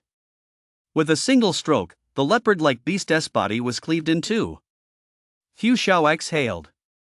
He had already used Bloodburst Frenzy Blade 3 times, which had taken a heavy toll on him. The leopard-like beast's roar moments ago was clearly a call for help, so Xiao quickly sliced off their ears. HM? It seems I underestimated the leopard-like beast's speed. Xiao looked around. He was already surrounded by the pack. At that moment, two martial master level leopard-like beasts stepped forward from the pack. Xiao looked at them calmly. He knew he was surrounded and couldn't escape. Even if he managed to break out, they would still catch up to him. Now, he had no choice but to fight. Roar! The martial master level beast in front roared. It was as if it were giving a command. The beasts surrounding Xiao began surging toward him like a raging flood. Facing this onslaught, Xiao remained unflustered and leaped upward. The beasts lunged at thin air and collided with one another. Then Xiao channeled his vitality, concentrating it in his feet, and stomped down with all his might. Boom! Several beasts were crushed to pieces on the spot and sent flying into the sky. But it wasn't over yet. Xiao slashed wildly in all directions from the center of the pack. The beasts were cut to pieces, their severed limbs scattered everywhere. Xiao didn't feel the slightest bit of fatigue. He continued to slash wildly. Even though the beasts were fast, they couldn't escape Xiao's anticipation. His control over vitality and mental power had reached a terrifying level. He had been fighting non-stop, constantly improving at an absurdly rapid pace, his combat experience soaring. Almost there, almost there! Xiao shouted frantically, his face crimson with blood. Anyone unaware of the situation would have thought he was a madman. Right in the midst of the battle, he sensed that he was on the verge of breaking through some kind of bottleneck, some kind of realm. Splatter, splatter! The blade in Xiao's hand never stopped moving. Two martial master level beasts in the distance witnessed this scene and realized just how powerful Xiao was. They struck together, charging into the battlefield to ambush Xiao. Xiao was fully focused on his cultivation at that moment. He dodged every single one of the beast's attacks, and each of his slashes was perfectly controlled and executed with pinpoint precision. Just then, a powerful surge of vitality energy rapidly slammed toward Xiao. He paid it no mind, continuing to slash away as if he hadn't sensed the approaching danger at all. Just a little more, Xiao's gaze was resolute, eerily calm. That force seemed immeasurably powerful. This strike was likely on par with a Grandmaster level attack. The beast beside Xiao was blown to pieces, and the force continued to close in on him. Xiao suddenly closed his eyes, but the blade in his hand kept slashing relentlessly. Had he given up the fight? You provided the high martial arts novel My Talent, Infinite Upgrade by Pineapple Beer, The Wandering Master. No, that wasn't it. He'd been knocked out. Xiao suddenly opened his eyes, and a chill spread through the hearts of the two beasts. Xiao channeled his vitality and gripped his battle blade tightly. One slash. He swung at them. The two beasts watched Xiao's oncoming strike. It seemed impossible to dodge. It was razor-sharp, and death was inevitable. Splatter, splatter. Their attacks, comparable to those of a Grandmaster, were instantly shattered, and they were both sliced in half, killed beyond any doubt. The surrounding beasts, seeing their leaders were dead, began fleeing in all directions. Xiao didn't pursue them. He paid them no mind. Xiao looked at the battle blade in his hand and muttered to himself, I suppose my blade technique has reached the subtle realm now. The subtle realm of blade technique. It's important to note that advancing to this level of mastery in swordplay, footwork, or any other martial art is extremely difficult.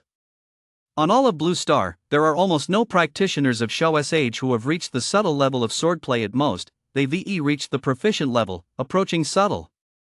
Currently, the highest level of swordplay known to humanity is Rui. What lies beyond that is unknown.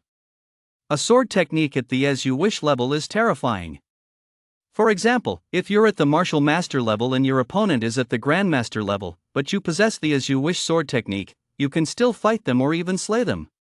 Yet Xiao had reached the subtle level on his very first try with a sword. It was terrifying just to think about. Gazing at the pile of beast corpses, Xiao gained an even deeper understanding of his own strength. 33 Novel website. My sword technique has now reached the subtle realm, and I've mastered footwork. I don't know my exact combat power yet, but after this battle, it's definitely improved significantly. Xiao carefully analyzed his progress. He hadn't expected his improvement and growth during the battle to be this substantial. Xiao didn't dwell on it any further. He quickly cut off the ears from the beast corpses and placed them in a bag as proof. So this set has this function as well. Xiao exclaimed in surprise as he watched the beast's bloodstains on his body begin to wash away. After finishing all this, he hurriedly left the area. If the dense vitality there attracted a powerful beast, Xiao's chances of survival would be slim. Xiao had been traveling non-stop so far. Aside from the Wei family members, he hadn't encountered any other humans.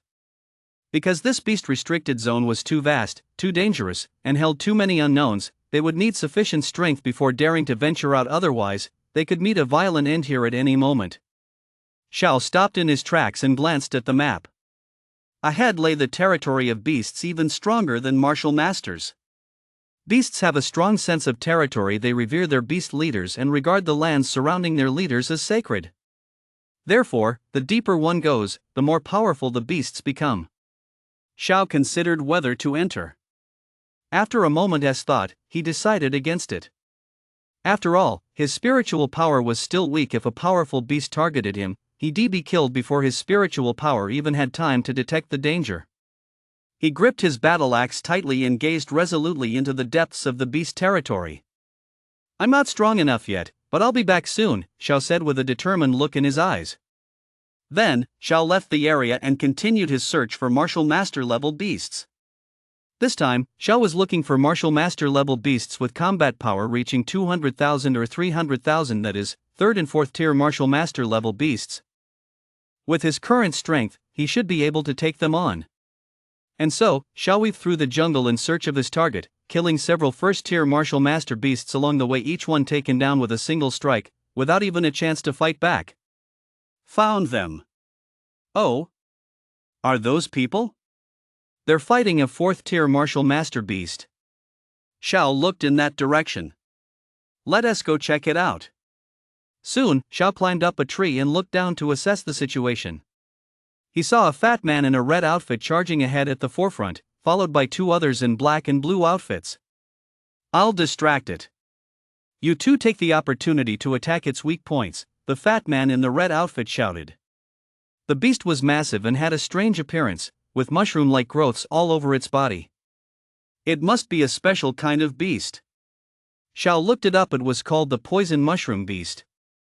The chubby man channeled his vitality into his warhammer and smashed it down hard toward the poison mushroom beast. Earthburst hammer. The poison mushroom beast reacted quickly, swinging its long tail to counterattack. Boom. The chubby man and the poison mushroom beast grappled with each other. However, the chubby man was clearly at a disadvantage and was being constantly overwhelmed.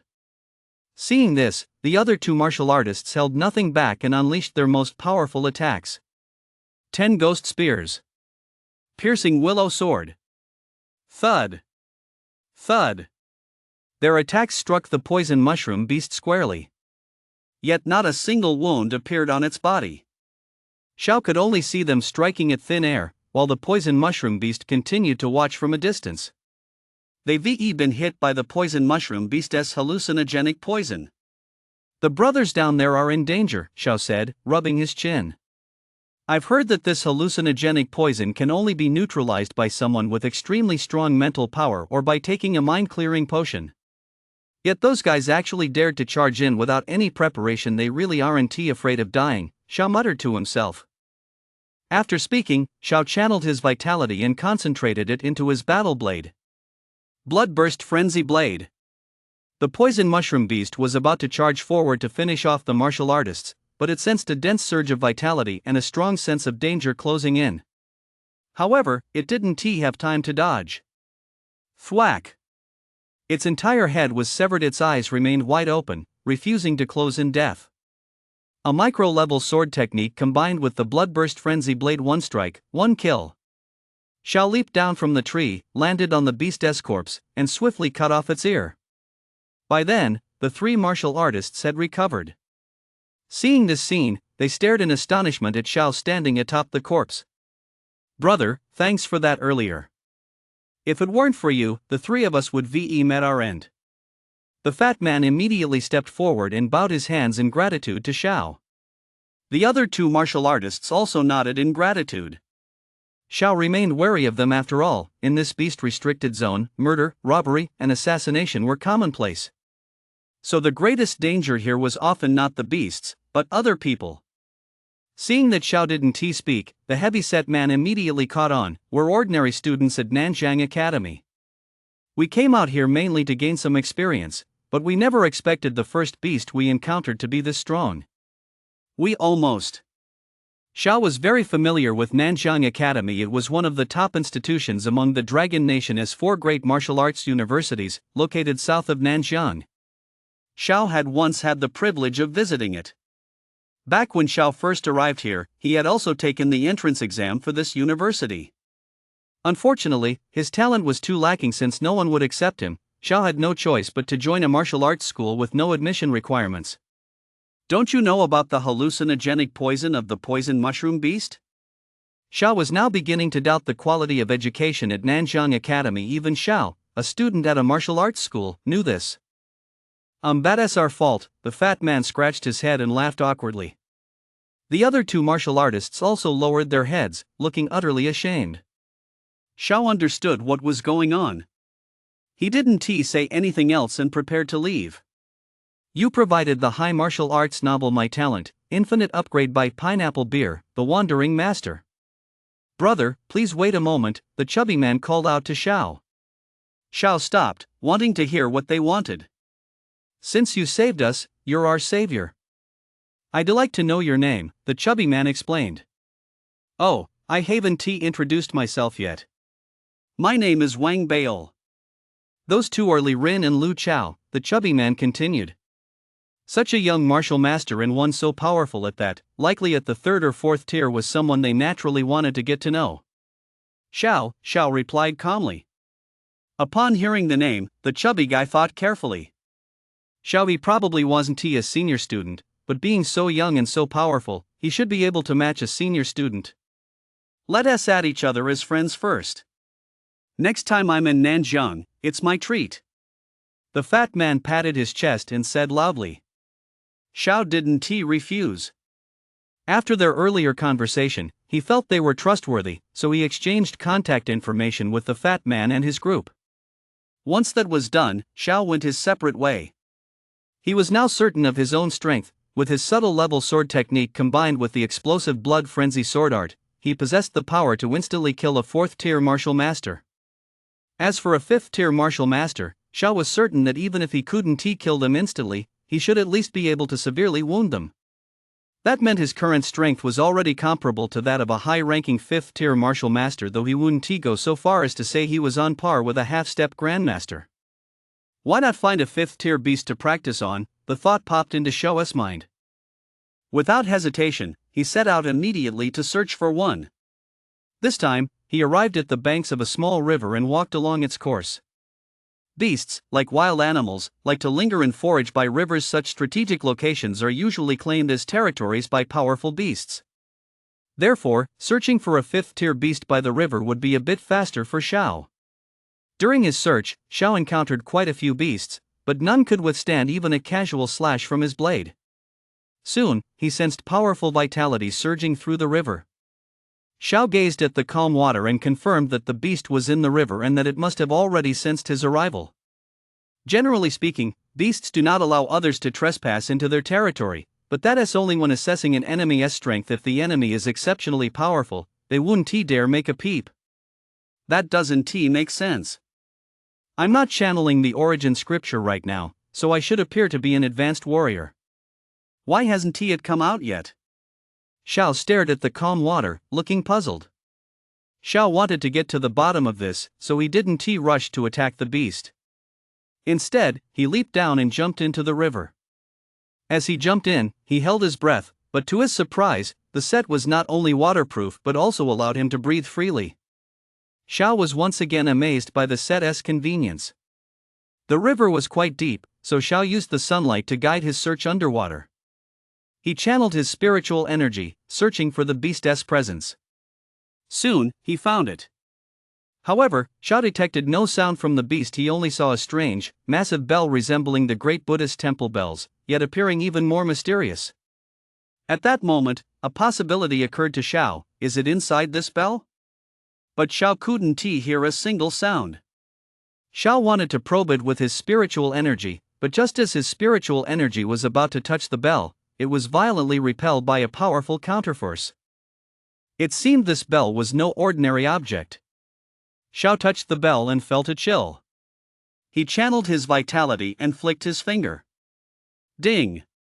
A counterforce surged from the bell into his hand, and a deep, resonant toll echoed through the river channel, deafeningly loud, as if, in that very moment, time itself had frozen for an instant. The bell's sound was like a sacred chant from ancient times, carrying a peculiar charm and mysterious resonance. In that instant, Xiao felt a tremor run through his very soul. Immediately afterward, he sensed his cells begin to vibrate violently, pulsing frantically as if undergoing nuclear fission. Vaguely, it seemed as though they were splitting into two, then into four. However, the bell's sound came and went just as quickly, and the vitality cells had not yet reached the threshold required for transformation. Xiao's gaze instantly became extremely sharp. His mind began racing. Countless vitality cells were trembling, and his mental energy was expanding. Before his eyes appeared a dense array of simulation data.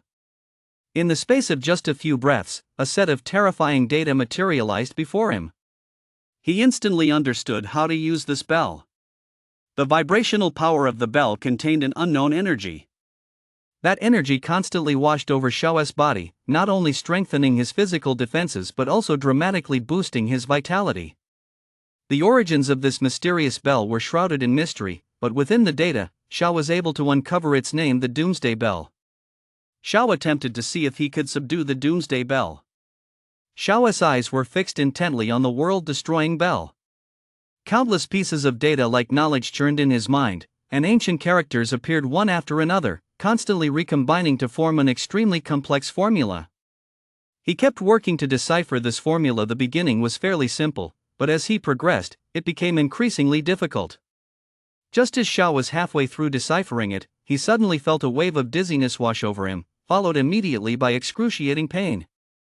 33 Novel Network. Xiao had encountered an extremely complex formula. The sheer volume of information was too much for him to comprehend and process at once, causing his mind to become overwhelmed with data. However, just then, an indescribable voice suddenly rang out, as if coming from the depths of his soul. Ding! Congratulations, host, on deducing the ancient artifact. Energy plus 500. Current energy, 1,300. 1,000. Host has met the requirements for talent advancement. 100-fold talent has advanced. 1,000-fold talent is being infused. In an instant, a cool sensation made the pain in Xiao's head vanish, and a profound insight, as if from the depths of the cosmos, traveled down from the crown of his head and surged into his brain. Before he knew it, Xiao was floating in the river, sleeping peacefully. He didn't know how long he slept, but when he awoke, he saw that the river had grown considerably darker, and several small fish were swimming past him. At the same time, a massive flood of information was processing through his brain. It took only a few breaths for the process to complete. At a glance, everything about the swimming fish seemed to have been transformed into data, displayed clearly in his mind. For example, the fish's weight, volume, swimming speed, tail flicking frequency, and energy consumption per second all were quantified. What is this? Xiao was startled. He suddenly remembered the voice echoing in his mind. He looked around in disbelief. Wherever his gaze fell, everything seemed to transform into streams of data. So I've activated the 1,000-fold talent? Wu Xiao sucked in a sharp breath, somewhat incredulous, but quickly regained his composure. It seems that just now, while deriving the formula for the Doomsday Bell, I overtaxed my brain and placed too much faith in my own talent, causing my mind to overload. Still, I was lucky enough to activate the 1,000-fold talent. Xiao thought for a moment and understood the cause and effect. You provided the high martial arts novel My Talent Upgrades Endlessly by the author Wandering Pineapple Beer. I vaguely recall the system mentioning energy. Based on my earlier calculations, I think the advancement of my talent must be related to this. Xiao analyzed what the system had just said. With the 1,000-fold talent, the Doomsday Bell shouldn't be a problem anymore.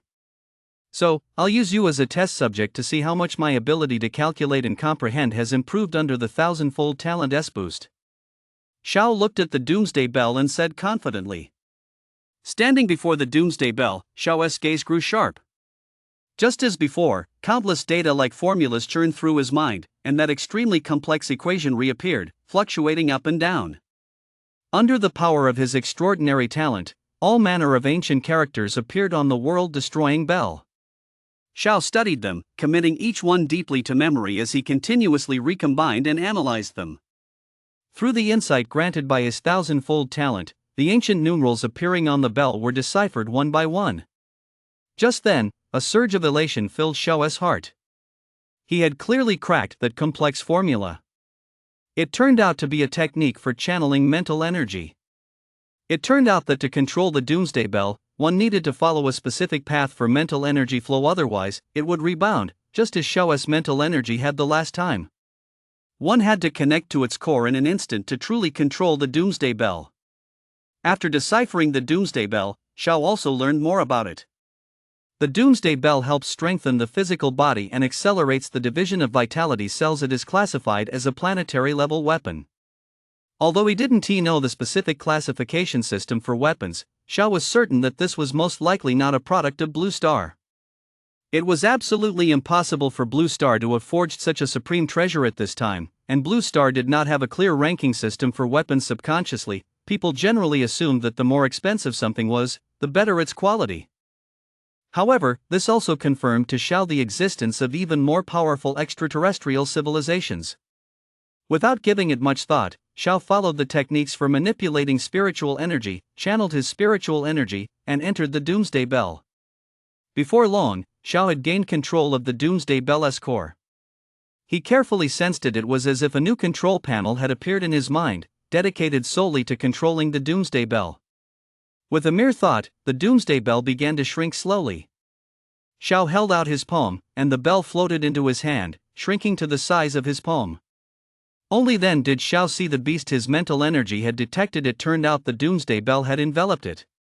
Xiao recalled one of the Doomsday Bell's protective mechanisms. If you tried to control it by brute force, it would trigger a protective mechanism to encase you.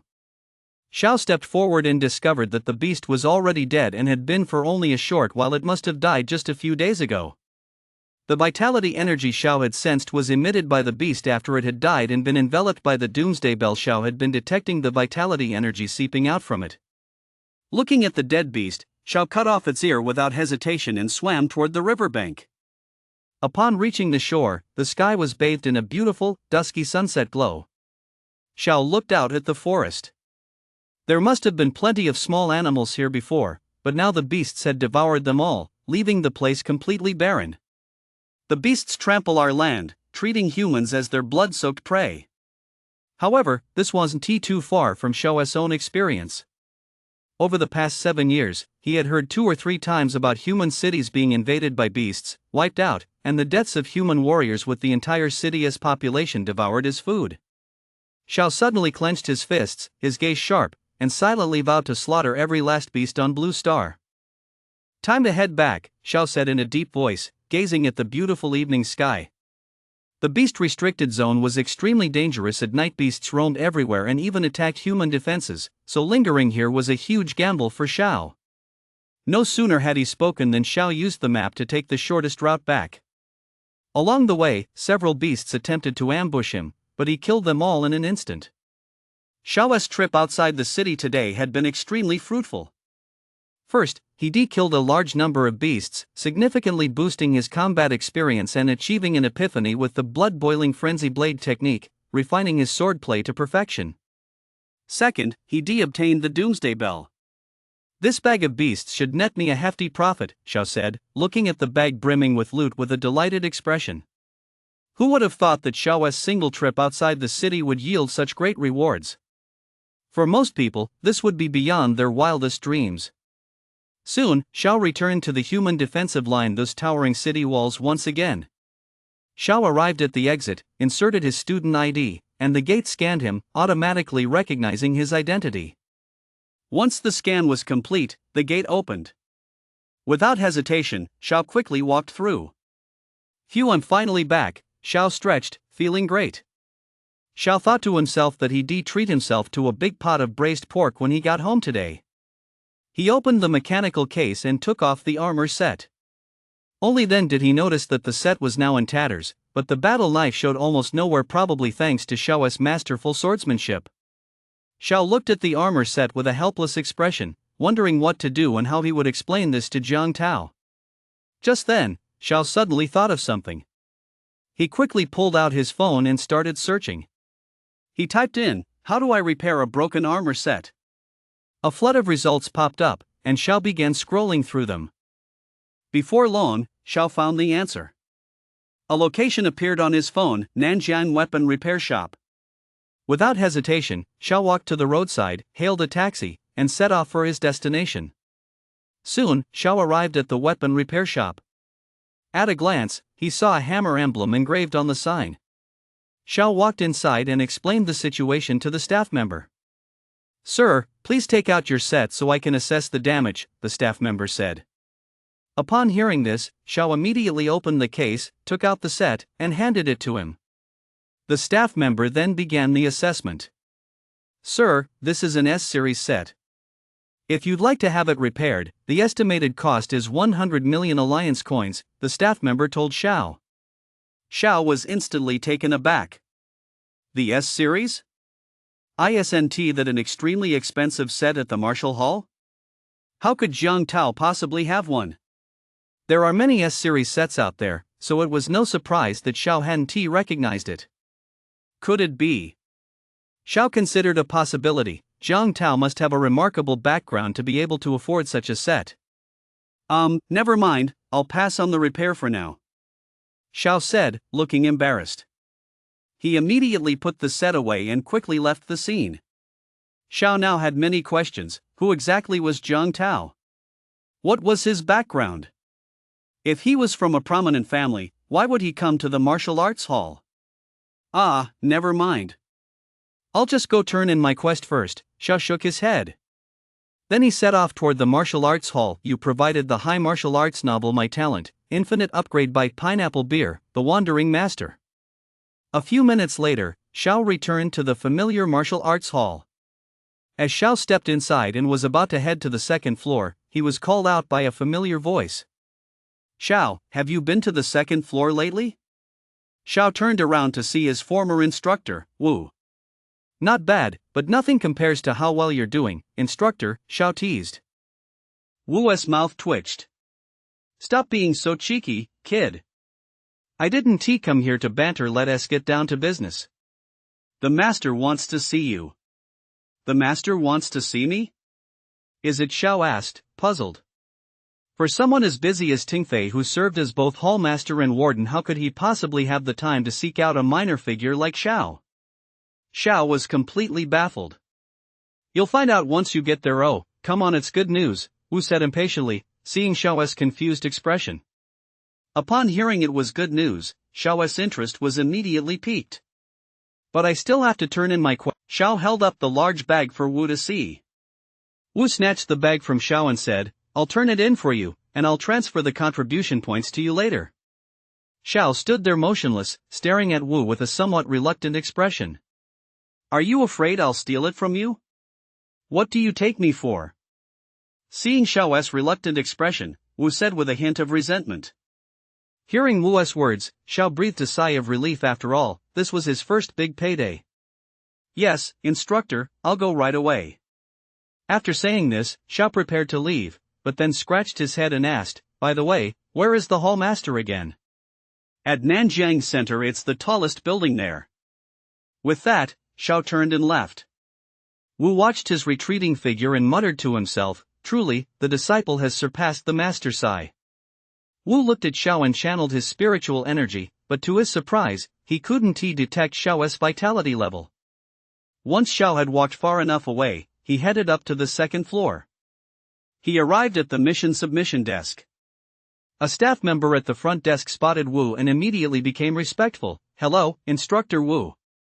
Welcome back. Literally, no, I'm here to submit a character on someone else's behalf, Wu replied, waving his hand. Oh, in that case, please tell me his name so I can look him up, the staff member asked politely. Xiao, Wu blurted out without hesitation. The staff member began searching the system. All right, please place his credentials on the scanner now. Hearing this, Wu placed the bag on the designated table and opened it. Inside were a variety of oddly shaped ears. The staff member operated the computer, and a device began scanning the entire bag. A few minutes later, data on each ear appeared on the screen. As the staff member looked at the rows of text and numbers on the screen, they were instantly startled. 5th Tier Martial Master Class Turtle-like Beast 1. 4th Tier Martial Master Class Poison Mushroom Beast 1. 2nd Tier Martial Master Class Tiger-like Beast 1. 1st Tier Martial Master Class Leopard-like Beast 2, 2nd Tier Martial Master Class Leopard-like Beast 1, High-Level Leopard-like Beast 36, Low Level. 5th Tier Martial Master Class? I just saw his profile, it clearly showed he only had 1st Tier Martial Master Class strength. How could he possibly have killed a 5th Tier Martial Master Class beast? That would require a combat power of at least 400,000, the staff member said, looking utterly stunned. Upon hearing the staff member's words, Wu immediately stepped forward and looked at the computer screen. 5th Tier Martial Master Class, Wu stared blankly at the lines of text on the screen, then added, has he improved that quickly? It seems his talent is extraordinary. First, he enhanced his cultivation technique, and now he is already capable of hunting a 5th Tier Martial Master level beast. The more Wu thought about it, the more he felt that recommending Xiao to the Hall Master had been an excellent decision. Transfer all the contribution points to my instructor SID. Wu didn't give it a second thought. All he needed to do now was help Xiao earn the contribution points. Although the staff member was still in shock, he had no choice but to carry out Wu's orders. After all, he had once been his student. Soon, he had calculated the contribution points, a full 2,000. Wu looked at the number on the screen. Though stunned, he remained composed. He couldn't afford to act inappropriately in front of his student. All right, I've transferred it all over, instructor, the staff member said respectfully. Wu then turned and walked away. Nanjiang Martial Alliance Branch. Xiao had already arrived at the Nanjiang Martial Alliance building. Xiao looked up at the building, towering and imposing, but that wasn't what made it most memorable. He looked at the massive emblem above the entrance, a mighty warrior brandishing a battle axe, as if he were about to strike Xiao at any moment. Xiao channeled his spiritual energy, only to be instantly struck by another, even more powerful surge of spiritual energy. He quickly withdrew his spiritual energy and stared at the emblem in terror. I never expected such a small emblem to conceal such powerful spiritual energy. Cold sweat broke out on Xiao's forehead. If he hadn't withdrawn his mental energy quickly, he feared he would have been reduced to a vegetable by that overwhelming force. Xiao composed himself, calmed his nerves, and strode inside. Once inside, Xiao stopped a staff member and asked for Warden Tingfei's office. You? Looking for Warden Tingfei? Do you have a letter of recommendation? The staff member asked arrogantly. Upon hearing this, Xiao's eyes darkened, and he replied coldly, no, Instructor Wu sent me. Instructor Wu? I don't believe you. I'm sure you're just here to cause trouble, the staff member shouted, drawing the attention of those around them. Xiao shook his head and let out a cold laugh. He hadn't expected to be given a hard time by a lowly staff member. Unfazed, he took out his phone and called Instructor Wu. The staff member watched Xiao mockingly, eager to see what trick he would pull. "Hello, Instructor Wu. How come you've suddenly found the time to call me, kid? By the way, have you seen the Hall Master yet?" Wu's voice came from the other end of the line. Upon hearing this, the staff member's expression changed. He hadn't expected his attempt to show off to backfire so spectacularly. Just then, he suddenly remembered that Wu had told him a young man would be coming. As this thought crossed his mind, his face turned as red as a pig's liver. "Ugh, I can't get in right now. I've been stopped by a staff member who was insisting on some kind of letter of recommendation," Xiao said mockingly. "What? A letter of recommendation? I've never heard of needing a letter of recommendation to see me." "Hand the phone over to him. I want to see just who this blind fool is," Wu roared from the other end of the line. "Ha, here you go," Xiao sneered, handing the phone to the staff member. M.X33XS.com. The staff member took the phone with trembling hands, his eyes filled with terror. Hello, the staff member stammered. "Didn't I already tell you? Sai just quit. You can't even handle this simple task." Wu had been seething with rage, but hearing the man's pathetic performance, he didn't even have the energy to stay angry anymore. "You're providing the Wandering Master's pineapple beer high martial arts, my talent's infinite upgrade." Upon hearing Wu's words, the staff member instantly collapsed to the ground. He knew he was doomed. He never imagined that a momentary impulse would ruin his entire future. Xiao looked at him coldly, snatched his phone back, then looked down and asked again, "Now can you tell me where Warden's office is?"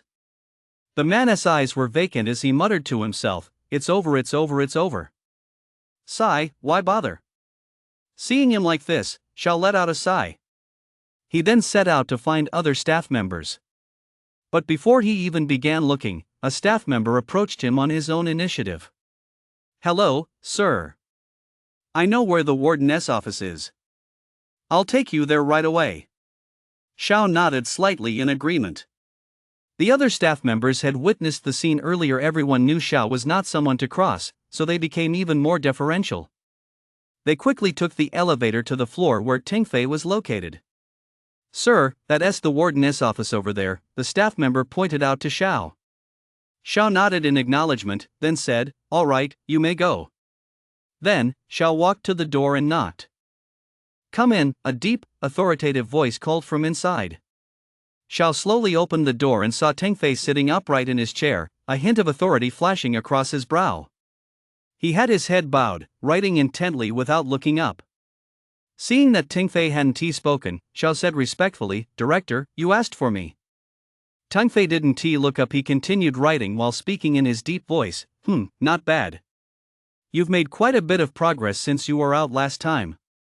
You don't need to keep practicing the enhancement technique. In fact, I can tell even when you're not." Upon hearing this, Xiao looked embarrassed.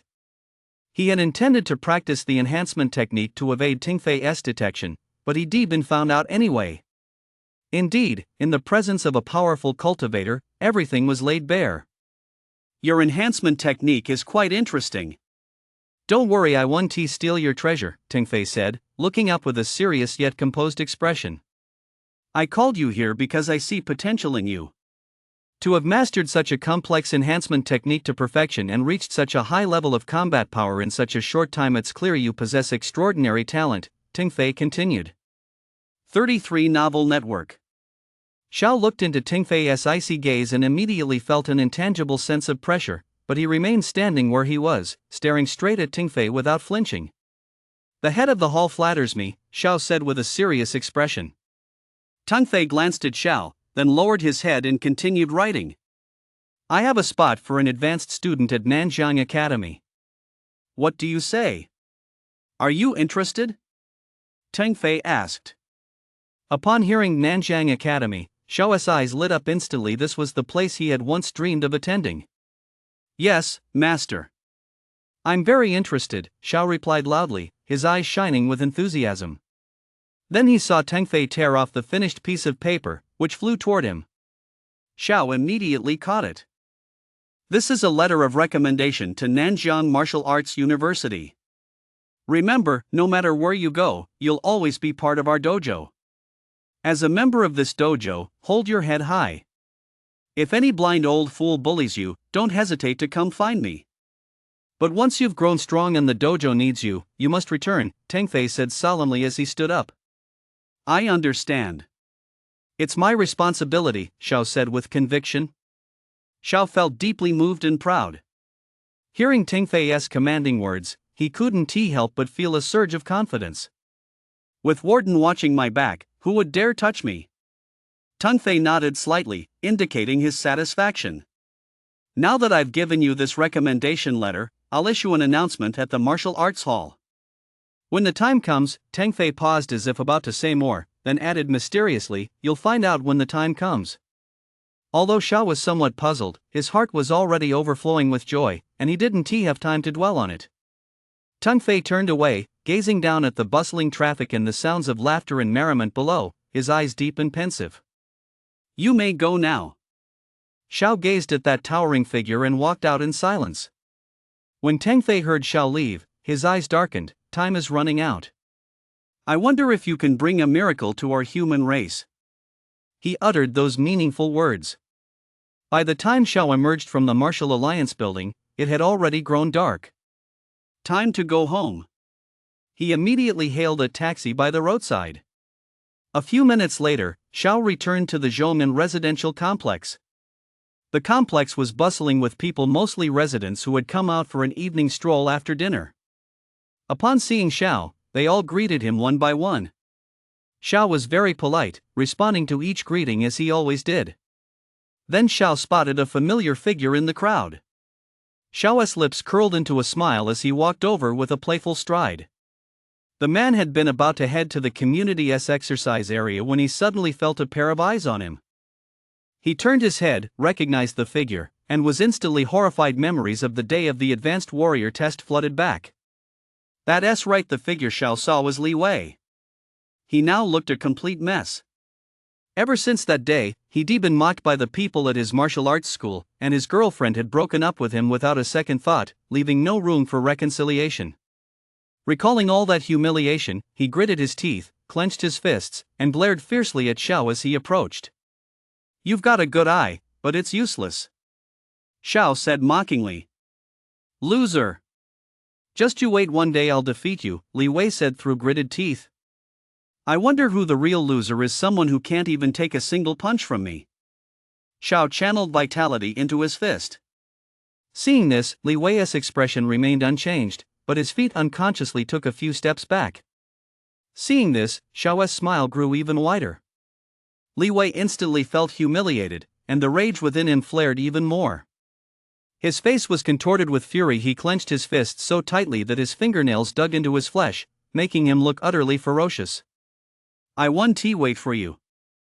I'll keep running until you can't see me anymore, Xiao said calmly, then turned and walked away. Xiao had thoroughly humiliated Li Wei, and he felt much better for it. He recalled the days when his own talent was abysmal. Back then, he felt just as powerless and humiliated, as Li Wei had toyed with him to his heart's content, mercilessly mocking Xiao in every possible way. Now Xiao intended to make Li Wei taste every bit of the humiliation he endured. As he watched Li Wei's pitiful state, he felt not a shred of sympathy, only a sense of schadenfreude. Little Xiao, well done, an elderly man praised. This scene was also witnessed by residents of the surrounding neighborhood, who clapped in delight.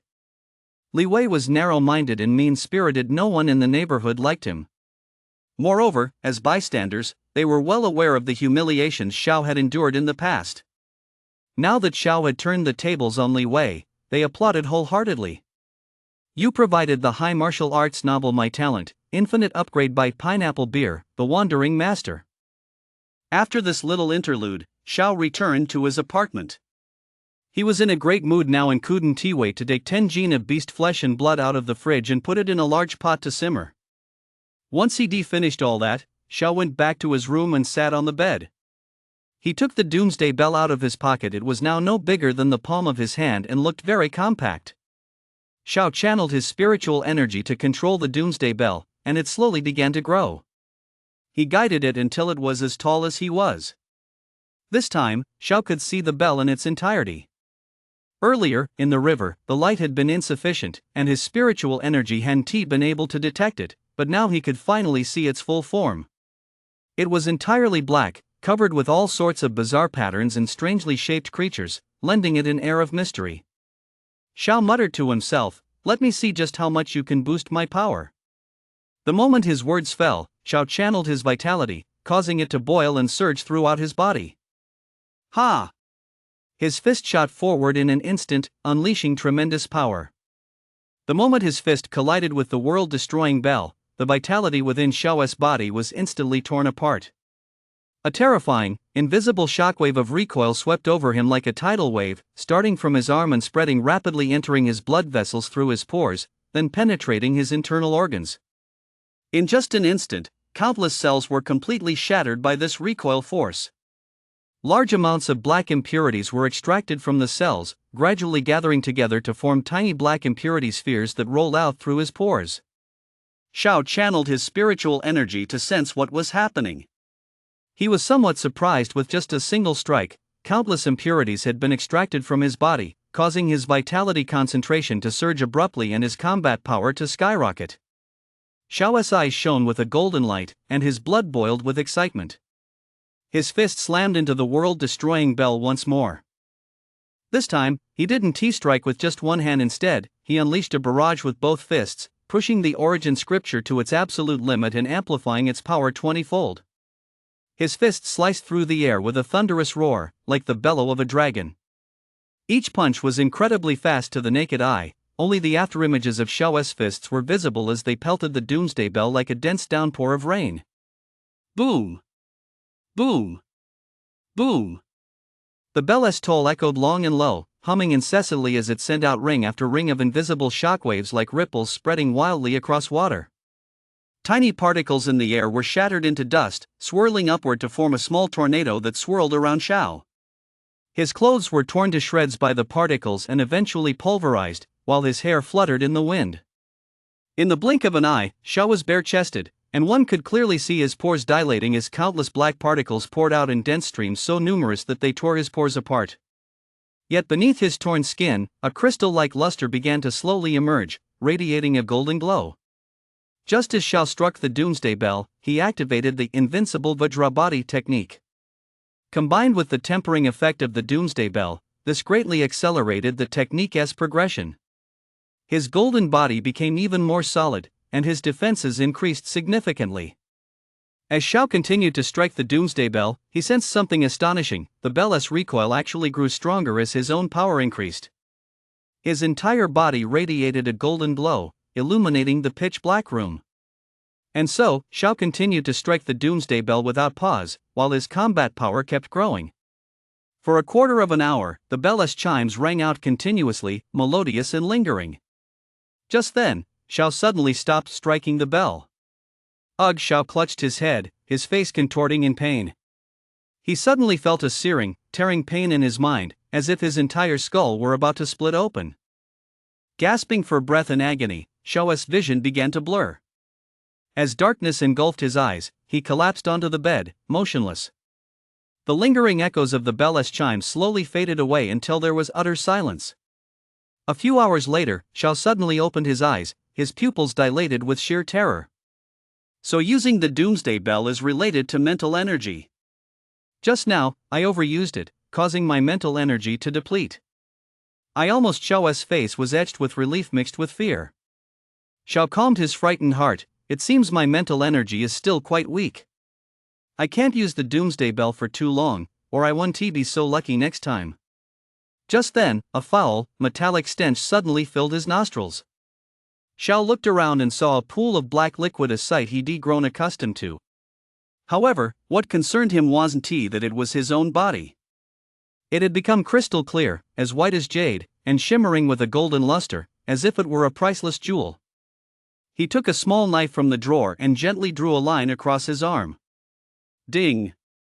The sound was as if he scraped against refined steel, yet it left not a single mark. The skin remained perfectly intact. Xiao nodded as if this were exactly what he expected, then channeled his vitality and slashed with all his might. SSS ding. A tiny wound appeared on his skin, merely a superficial cut that didn't even draw blood, but within a single breath, the wound healed and vanished. Xiao was stunned by this sight. He had just used half of his full strength, and to think that even half of his current power could likely instantly kill a first or second tier martial master. In other words, under normal circumstances, first and second tier martial masters would now be unable to penetrate his defenses. It was truly terrifying. Xiao clenched his fists. His current strength seemed capable of crushing a giant beast with a single punch, and the sensation of wielding such immense power filled him with immense confidence. Without giving it much thought, Xiao cleaned up the now dirty floor and immediately took a shower.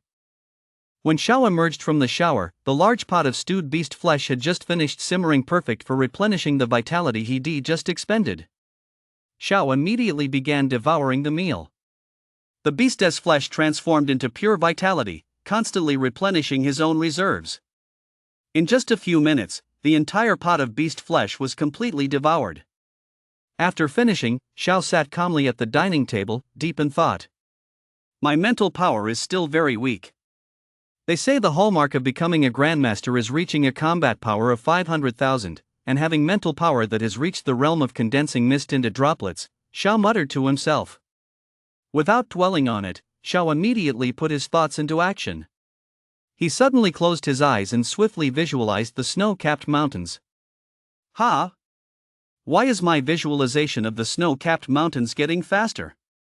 Xiao suddenly realized that his visualization speed wasn't just a little faster than last time. It had increased by a huge margin. At this rate, he could condense mist into droplets in a day or two at most. Could it be because my talent has improved? That must be it. Xiao then thought about his natural talent. It turned out that spiritual power was also related to it. You provided the high martial arts novel My Talent, Infinite Upgrade by Pineapple Beer, the Wandering Master. The first rays of morning sunlight shone upon the land of Dragon Nation, and all creatures awoke from their slumber. Zhongnan Residential Complex. Xiao sat cross-legged, utterly still, as the sunlight fell upon his face, a face that was youthful yet tinged with maturity. He suddenly opened his eyes wide. His bright eyes revealed a profound depth. Just a little more, and I'll be able to condense the mist into water droplets. Xiao had visualized snow-capped mountains all night long. His mental energy was just a hair's breadth away from condensing into water droplets. But Xiao wasn't in a hurry. He knew the principle that everything must be done step by step, and that haste makes waste. First, he needed to solidify his foundation. Just then, his phone vibrated. Xiao opened it to see it was Wu. Xiao had already guessed why Wu was calling. Without hesitation, he tapped to answer. Hello, instructor. You're something else, kid. Now you're even daring to ignore my calls, came a teasing tone from the other end. Xiao exited the app and noticed over a dozen missed calls from Wu from the night before. He instantly felt a wave of embarrassment, quickly switched back to the call, and said with a playful grin, sorry, instructor. I fell asleep last night. Asleep? I don't buy that. You weren't up to some weird shenanigans, were you? A skeptical voice asked from the other end. Hearing Wu's words, Xiao rolled his eyes and replied, Instructor, since when did you get so funny? Let us get down to business. I've already exchanged all your loot, a total of 2,000 contribution points, and transferred them to you. You're something else, kid, able to take down a 5th tier martial master level beast. Now even I can't beat you, Wu said in a booming voice. Xiao listened intently from Wu's words. He could clearly sense both Wu's excitement and his sense of helplessness. Xiao knew that for certain reasons, Wu couldn't break through to the Grandmaster realm. Watching his student surpass him, Wu felt both thrilled and helpless. No way, I could never beat you. That 5th tier martial master level beast was just a corpse I stumbled upon. You couldn't give me 10 sets of guts and I still wouldn't dare provoke a 5th tier martial master level beast, Xiao said with a sincere expression. In reality, with his strength at that time, Xiao could have held his own against a 5th rank martial master. If they were to face off now, Xiao could definitely take it down with a single strike, but he didn't say that out loud. Wu knew Xiao was giving him face, so he didn't call him out on it. All right. Don't I know you? It's time for class. I've got to go. Beep, beep, beep. Xiao had already figured out exactly how he was going to butter him up some more, but who knew he'd hang up so quickly? Xiao shook his head, thinking to himself that he'd get to spout his flattery someday. What surprised him a bit, though, was that his loot actually earned him 2,000 contribution points, which, converted to alliance coins, would be enough for 2 more small goals.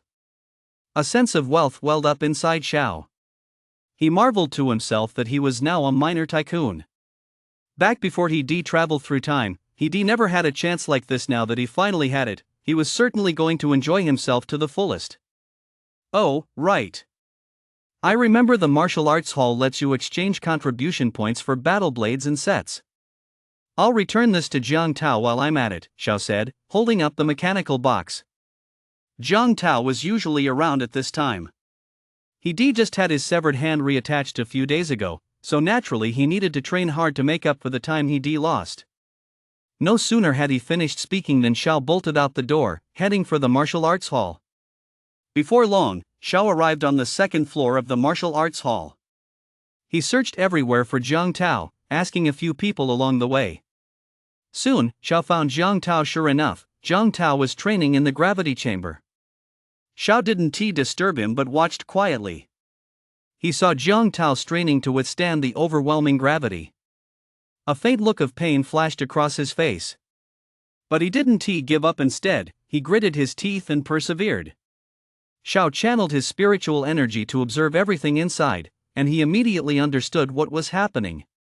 Suddenly, a loud shout rang out from within the gravity chamber, and the vitality inside, which had been hazy, began to become clearly visible.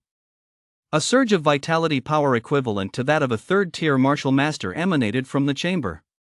At that moment, Jiang Tao, who was inside the gravity chamber, slowly opened his eyes, and a flash of lightning seemed to flicker in his gaze. The moment Jiang Tao opened his eyes, he saw Xiao through the glass and walked out with a look of surprise and delight on his face. Congratulations, Brother Jiang. The last time I saw you, you were still a 1st-tier martial master, but in just a few days, you've broken through to the 3rd tier. Xiao was also somewhat surprised by Jiang Tao's speed. You're overestimating me. I've simply assimilated all the insights I gained over the past few months, Jiang Tao said with a humble expression. Xiao then took out the mechanical box and said apologetically, Brother Jiang, you're set. As he spoke, he opened the mechanical box. Oh, come on, Brother Xiao, don't be so formal. I'd even give this to you. Jiang Tao took only a quick glance before turning to Xiao and saying. Xiao was about to say something, but Jiang Tao cut him off. Brother Xiao, if you consider me a brother, don't mention it. Jiang Tao took the mechanical box and said firmly to Xiao. Upon hearing this, a warm feeling welled up inside Xiao. Xiao didn't offer any further apologies. I'm off. I'm going to get this set repaired first. Jiang Tao waved his hand and turned to leave. Xiao watched Jiang Tao leave, lost in thought. He thought to himself, it's nice to have this brother, though Brother Jiang is a bit mysterious. Without giving it much thought, Xiao got down to business, buying gear. The exchange counter was easy to spot, right next to the quest area. Xiao glanced over and saw a touchscreen there, with no staff in sight. Xiao strode over. It was still early, so there weren't many people around.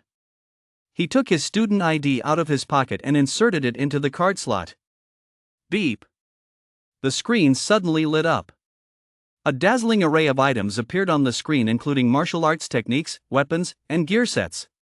Xiao noticed the top left corner, which displayed 2,000 contribution points. Xiao then turned his attention to the items. Is this really that cheap? Xiao asked in a puzzled tone. When he just tapped on the pills category, he discovered that a vitality pill cost only 1 contribution point. Converted to alliance coins, that was just 1,000 alliance coins, whereas on Wujbao, a single pill cost over 10,000, making it 10 times more expensive. Xiao had only bought it a few times before, but because of the high price, he could only afford one every few months, a real struggle. These were the kind of items only the wealthy could afford. He quickly opened his phone and searched for vitality pill on Wujbao. Sure enough, it was clearly cheaper here than on Wujbao. Xiao was a bit surprised by this. Was the martial arts hall really that generous? As everyone knows, the vitality pill has many benefits. It can strengthen the body, prolong life, and, most importantly, replenish vitality. On the battlefield, the vitality pill is incredibly effective. Due to their natural physiology, beasts replenish vitality exceptionally quickly. To counter the beasts, we humans developed the vitality pill to make up for this weakness. You provided the high-level martial art from the Wandering Master's pineapple beer, my talent, infinite upgrades. Xiao clicked on the vitality pill page and immediately noticed the red text, not for commercial use. Violators will be prosecuted. Xiao nodded. Since the vitality pills here were cheaper than those on the open market, without such regulations, unscrupulous individuals might buy them from the martial arts hall and resell them at a high price for personal gain, which is strictly prohibited. He didn't rush to buy a vitality pill but instead swiped his finger toward the equipment tab. S Series. Ming Guang Armor 5000 contribution points. Golden Lion Armor 5000 contribution points. Dragon Roar Armor 5000 contribution points. The first items to catch his eye were the S Series sets. They all had unique names, and without exception, each cost 5000 contribution points. Xiao also spotted Zhang Tao's set as expected. Zhang Tao's background was no ordinary one. The materials used to craft each set were also listed. Xiao clicked on the bright light set. Materials: 5th tier Grandmaster Starlight Beast Scales, 4th tier Grandmaster Thundershock Beast Claws. The materials were diverse, crafted from various body parts of different beasts and some special materials. Xiao hadn't expected that crafting a set would require so many materials. Not only that, but these sets also came equipped with all sorts of cutting-edge technology. For example, Zhang Tao's set could automatically equip itself across his entire body, among other features. No wonder they were so expensive. Generally speaking, the higher the beast level of the materials used and the rarer the special materials, the more likely the set would be classified as an S-Series set. Too expensive. 5000 contribution points. How many beasts would I have to kill and how many quests would I have to complete to earn that much? Xiao shook his head and decided to put it aside for now. He tapped on the page for Series S sets. Series A. Luminous Wolf Armor 2000 contribution points. Large Leaf Dragon Scale Armor 2000 contribution points. Purple Gold Armor 1500 contribution points. Black Glow Armor 1000 contribution points. The first few sets were likely the top-tier options in the A series. Xiao ruled out the first two right away and turned his attention to the third one, Purple Gold Armor. Xiao could accept this price point, but if he bought it, he wouldn't have enough left for a weapon. Xiao ruled it out as well. Looking at these expensive pieces of gear, Xiao instantly felt that his 2000 contribution points were nothing. He couldn't even afford the top-tier version of a mid-range S-Series set. Although the quality of a set was important after all, it could save his life. Xiao's current financial situation simply wouldn't allow it. He looked at the fourth set and clicked redeem without hesitation. It wasn't about what gear he wanted to choose, it was about what gear he could afford. Redeem successful. Blacklight Armor. Xiao watched with a pang of regret as his 1000 contribution points vanished. Looks like I'll have to spend more time in the beast restricted zone, Xiao sighed. Without giving it much thought, he opened the weapons category, selected the battle swords tab, and then chose the price range for battle swords. Starfall Tang Sword 1000 contribution points. Frenzied Lion Dominator Sword 1000 contribution points. Black Gold Katana 1000 contribution points. There weren't many battle swords in the 1000 contribution points price range, and Xiao was instantly drawn to the first one. Xiao clicked on it and saw a completely black Tang sword appear before his eyes. Xiao fell in love with it at first sight. He immediately clicked redeem. Redeem successful. Starfall Tang sword. A string of numbers popped up. Oh well, I'm out of contribution points. Looks like I can't redeem the vitality pill for now. What a shame. Xiao felt a pang of regret. He pulled out his student ID. Ding, please wait, processing your order. A small door appeared beside the screen, and a robotic arm emerged from it. The robotic arm held the 2 pieces of gear Xiao had redeemed, both wrapped in special packaging, and extended them toward him. Xiao happily accepted the battle sword and the set. Although the quality isn't as good as Zhang Tao's set, it'll do for now. I'll go test my combat power first. He stowed away his gear and walked toward the combat power tester. The combat power testing room was as sparsely populated as usual, and Xiao was ushered in without much of a wait. He was a different person now. After his trip, his aura had grown powerful and was brimming with killing intent. Setting his belongings down, Xiao's aura shifted instantly. He treated the machine in front of him as a beast. His killing intent surged, and he clenched his fist tightly before unleashing a powerful punch. Boom! The machine didn't budge, but the numbers on the screen flashed rapidly. 16,756. When the numbers finally settled, Xiao stared in astonishment. Although he expected this, seeing it with his own eyes was far more shocking than he imagined. My base combat power has already reached the martial master level. With the boost from the origin scripture, doesn't that mean? Xiao said excitedly. But Xiao quickly reined in his excitement, clenched his fist again, and channeled his vitality to the fullest. Boom, boom, boom. His fists rained down on the machine like a storm. The numbers on the screen flickered as rapidly as ever so fast they blurred into an indistinct blur. And so, Xiao kept pounding the machine. A few minutes later. Ha! With a loud roar, Xiao landed the final blow. Boom, m.x33xs.com. The machine trembled slightly. Phew, Xiao exhaled.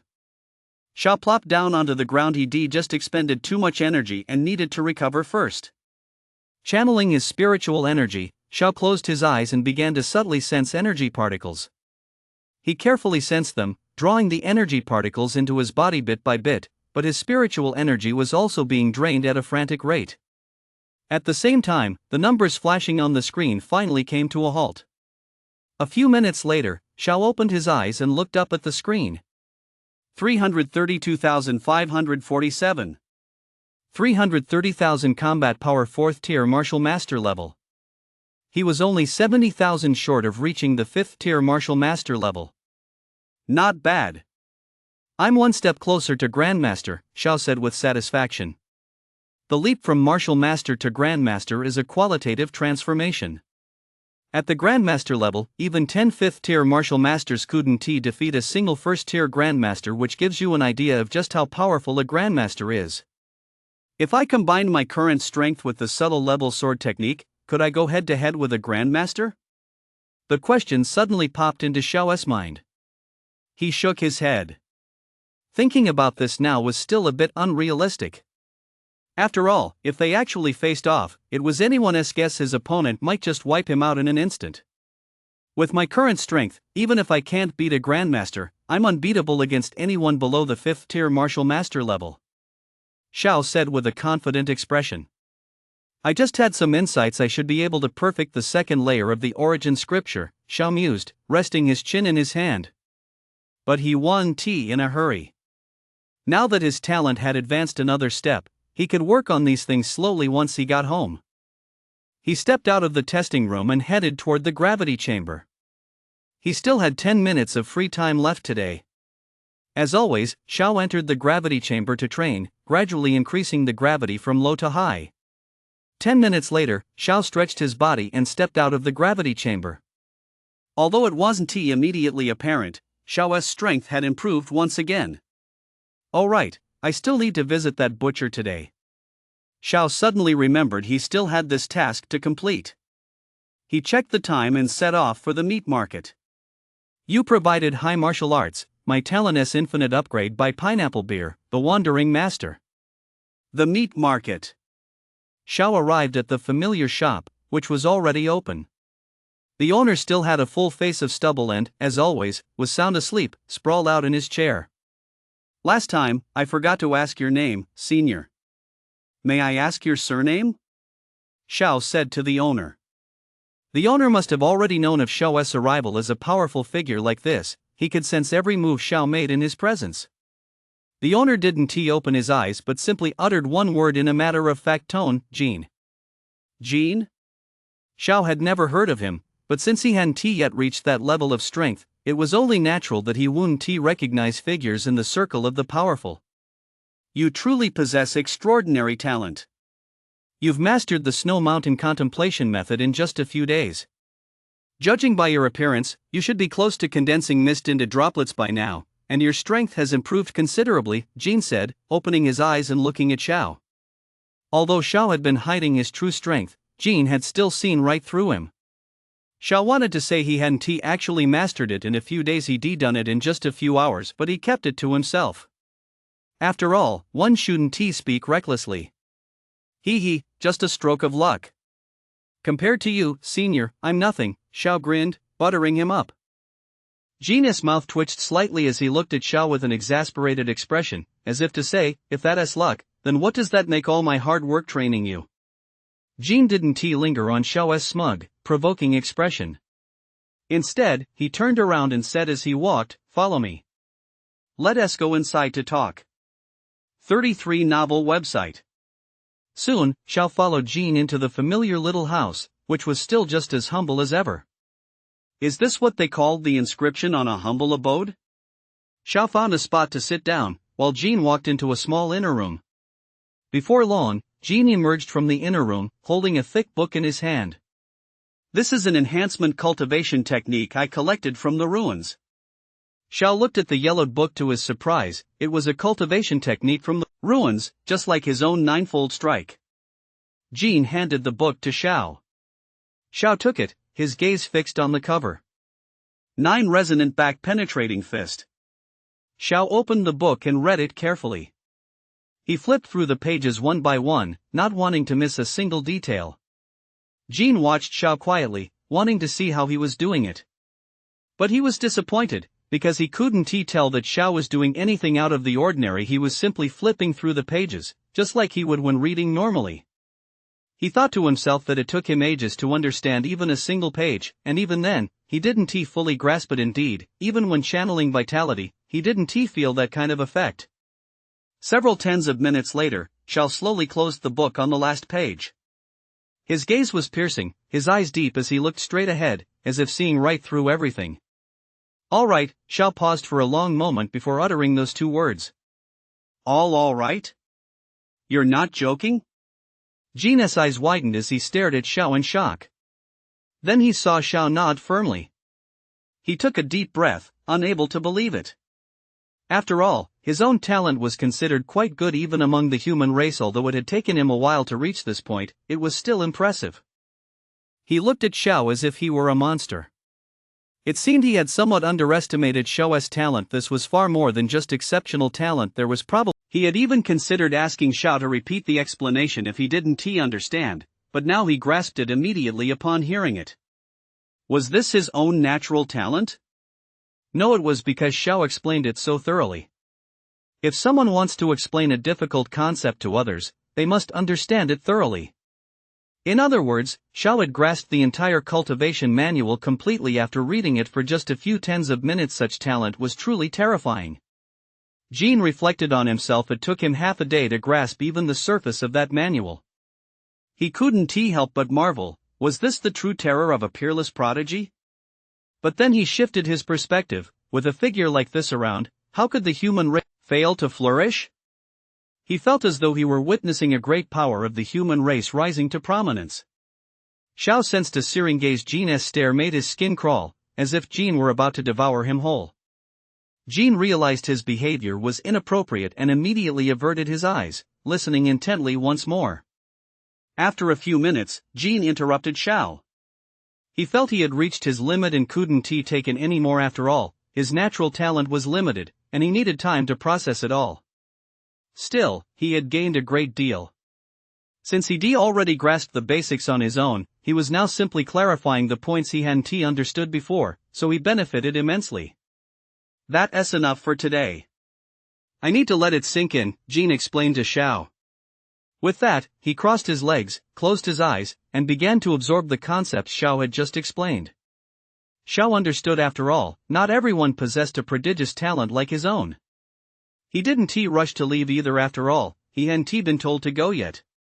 Perhaps the other person still had questions that needed Xiao's clarification. Leaving now would be a breach of trust. Xiao wasn't idle either. Taking advantage of this time, he also closed his eyes and began visualizing a snow-capped mountain.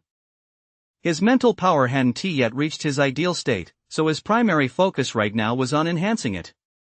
You provided the high martial arts novel My Talent, Infinite Upgrade by the Wandering Pineapple Beer Master. Xiao was intensely visualizing the snow-capped mountains. His mental energy was now nearing the point where it could condense into droplets. He was at that critical threshold. He was growing increasingly anxious, visualizing ceaselessly, yet he still couldn't reach that state. It was as if there was some profound, mysterious barrier ahead that he needed to overcome. Is this the bottleneck? Xiao wondered to himself. He began to devise a method to break through. Soon, he found it. He immediately began channeling vast amounts of mental energy mist, concentrating them together and forcibly piling them up. But it was extremely taxing. It felt as if a heavy stone were wedged inside his brain. Yet he refused to give up. As the massive amounts of mental energy mist were forced together, they repelled one another. And so, the mist would squeeze in only to bounce back out, over and over again. Xiao felt terrible. He once again experienced that familiar sense of helplessness, and a wave of humiliation instantly washed over him. I refuse to believe it. Xiao roared. He then frantically channeled the spiritual energy mist, forcing it to coalesce.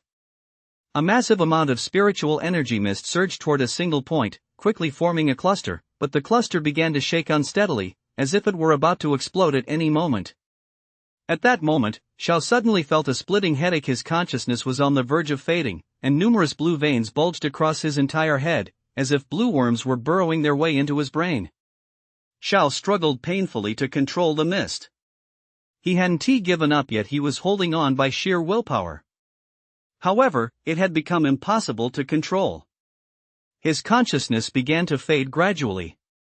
Just as he was about to collapse, a powerful surge of mental energy flooded Xiao's mind. That energy coalesced into a massive palm, reaching out to grasp the cluster of mental energy mist. The palm made contact with the cluster, and in an instant, it clenched tightly, seizing the cluster and holding it firmly within its palm. The cluster of mental energy mist struggled violently within the palm, trying to break free. Suddenly, the hand clenched with all its might, unleashing a powerful psychic shockwave that reverberated throughout Xiao's entire mind. Yet the giant hand remained unscathed. The giant hand slowly opened, and a massive droplet of water flew out from its palm, settling steadily in the center of his mind. The giant hand then vanished from Xiao's mind, and everything returned to its original calm. Xiao had also returned to normal. The veins on his face had receded, sweat had soaked through his clothes, and his breathing had steadied. Xiao slowly opened his eyes and saw Jin standing before him, eyes closed, his hand resting on Xiao's head.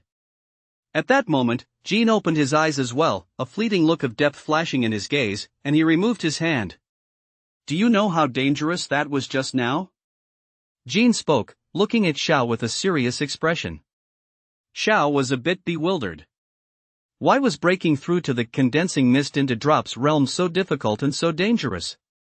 Did everyone on the verge of breaking through to this realm have to face such a life or death ordeal? You forcibly fused such a massive amount of spiritual energy mist. It's extremely unstable. Out of 10 people who try this, only one succeeds, if any at all. Although it speeds up cultivation for the next realm, do you want to die? If it weren't for me, you'd already be. Jin scolded loudly. Xiao understood. He had been trying to figure out how to condense the mist into droplets right then, but hadn't anticipated the danger involved. If it weren't for Jin, he would have nearly met his end. Xiao looked at Jin with a guilty expression. Thank you for your help, senior. I'm sorry for causing you trouble. I truly didn't know there were such limitations.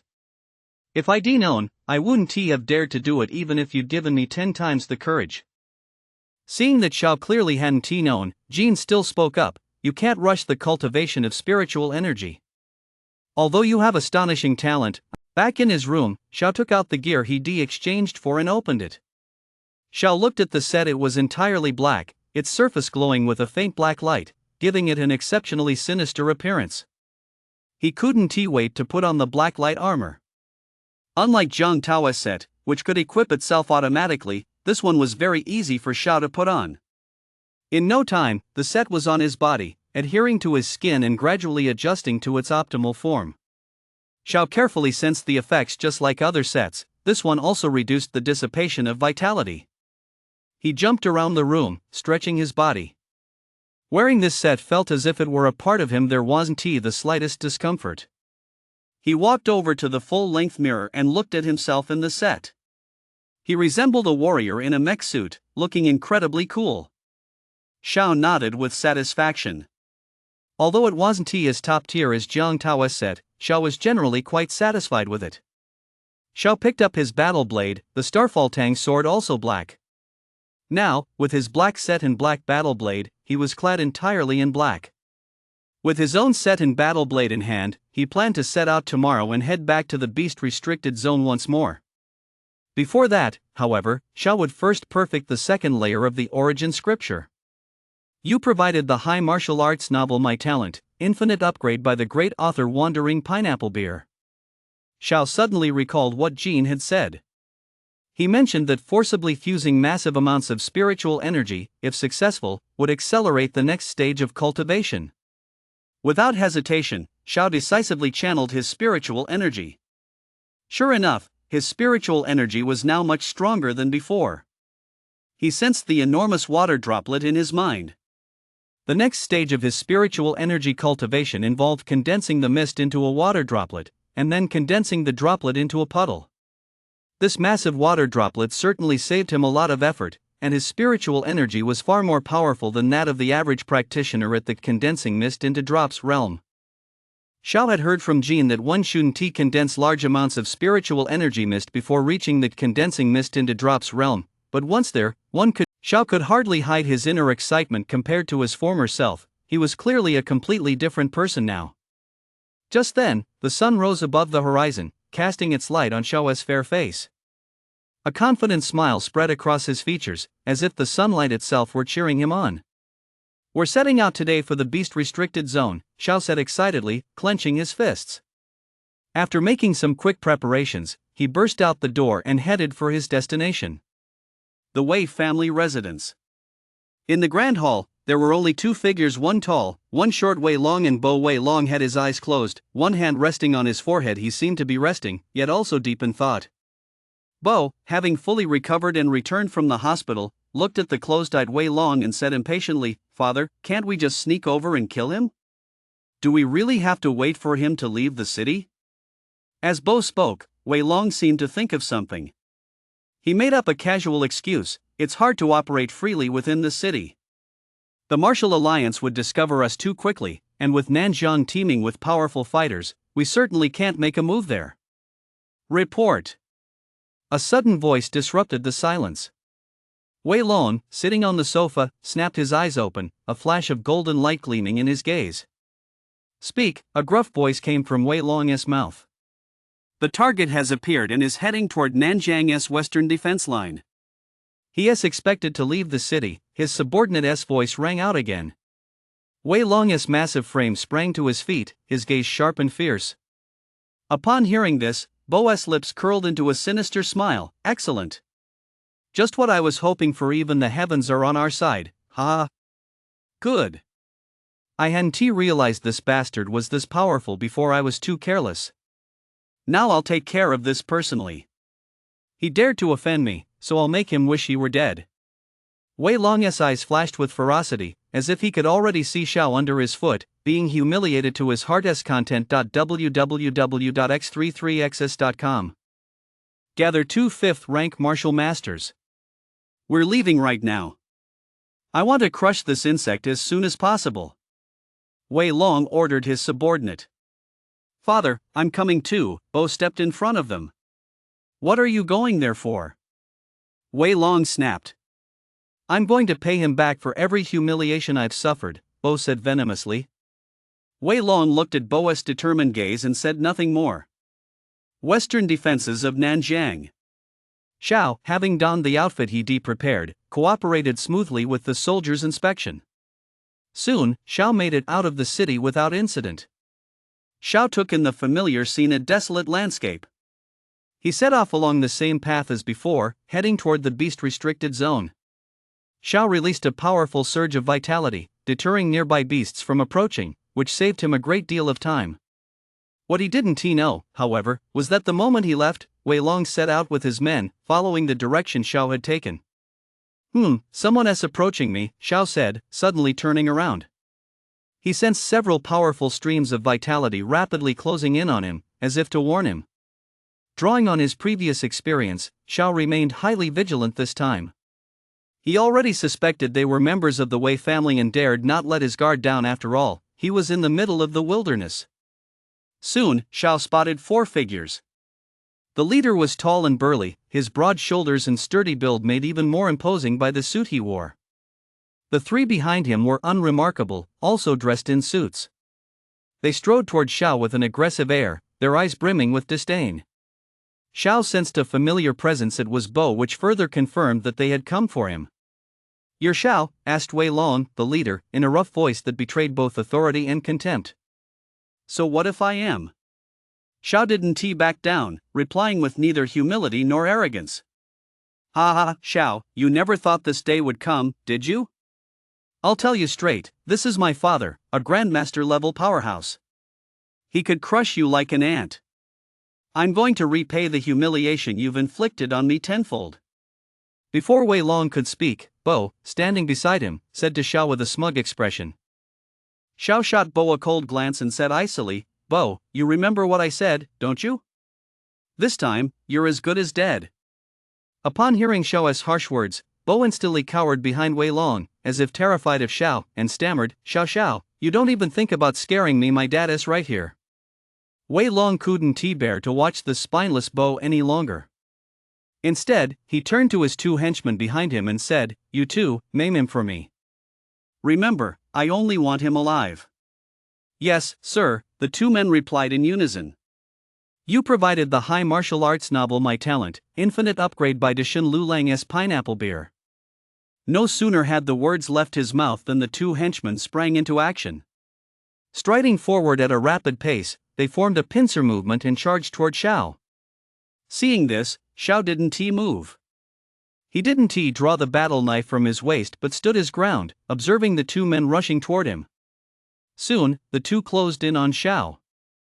Wielding their weapons and channeling their martial arts techniques with all their might, they slashed fiercely at him. Standing where he was, Xiao had already used his powerful innate talent to take in all the information about the 2 men. He quickly identified their weaknesses. Xiao took a step back, channeled his vitality, clenched his fists, and struck out with lightning speed and the force of a thunderclap. Boom! They were sent flying by the immense power of his vitality. The 2 men fell to the ground with a thud, blood seeping from the corners of their mouths. They lay motionless on the ground, clearly dead. Wei Long and Bo watched the scene from a distance, finding it hard to believe. A wave of fear toward Xiao washed over Bo. His whole body was trembling. It was as if he could see himself lying on the ground, while Xiao loomed over him like a demon. "Calm down. No matter how strong he is still just a martial master," Wei Long said soothingly from beside him. Hearing these words, Bo felt much better, but he still couldn't shake his unease. Wei Long looked at Xiao with a slightly solemn expression, sensing that he was no ordinary opponent. "A 5th-rank martial master so young, you've been hiding your true strength well. No wonder you killed every one of my men. But that's all you've got. Because of me, I'll finish you off right here." Wei Long no longer looked at Xiao with gravity. Instead, he regained his usual confidence. After all, he was just a lowly martial master. It was no exaggeration to say Wei Long could take on 10 of them with one hand. That was the power of a grandmaster. "Stay here. I'll be back soon," Wei Long said to Bo. Bo's complexion was much better than before, and upon hearing Wei Long's words, he nodded in response. Xiao watched Wei Long approach with caution, not daring to let his guard down for a moment. Jiang Tao had mentioned earlier that the head of the Wei family was a grandmaster-level powerhouse, though his exact combat prowess remained unknown.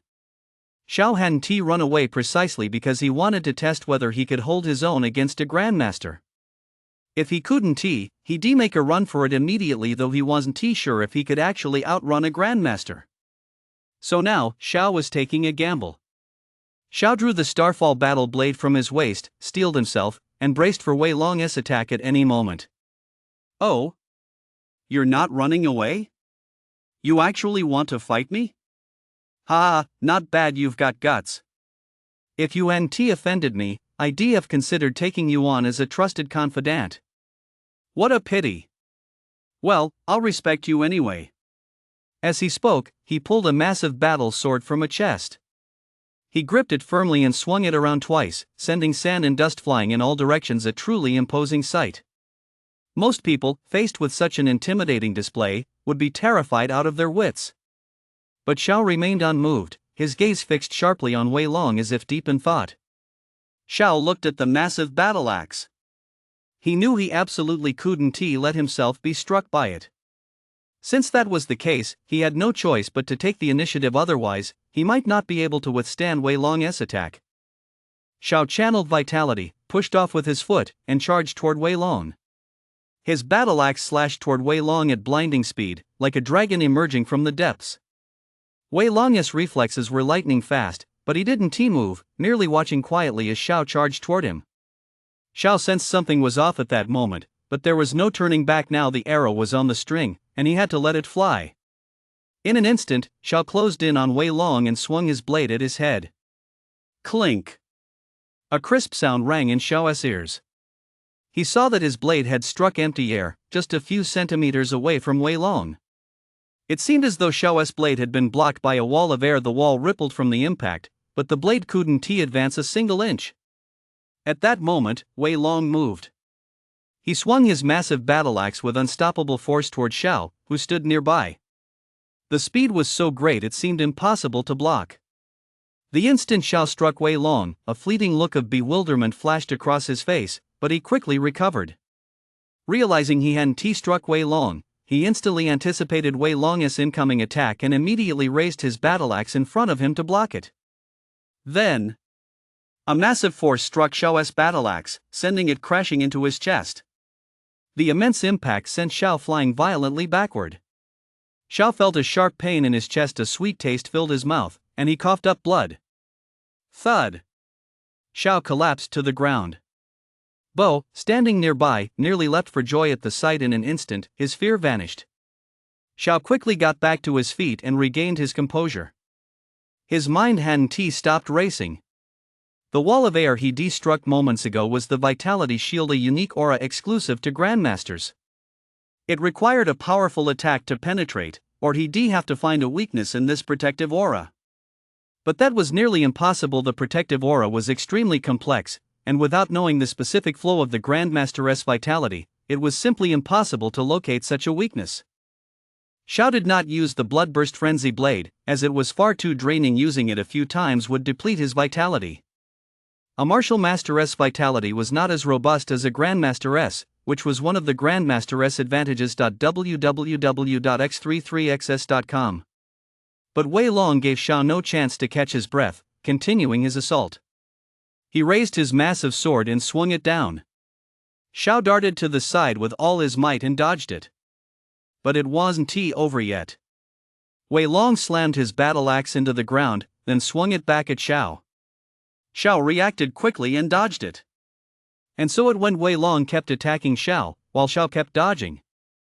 Relying on his extraordinary talent, Xiao anticipated the trajectory of his vitality and dodged all of Wei Long's attacks.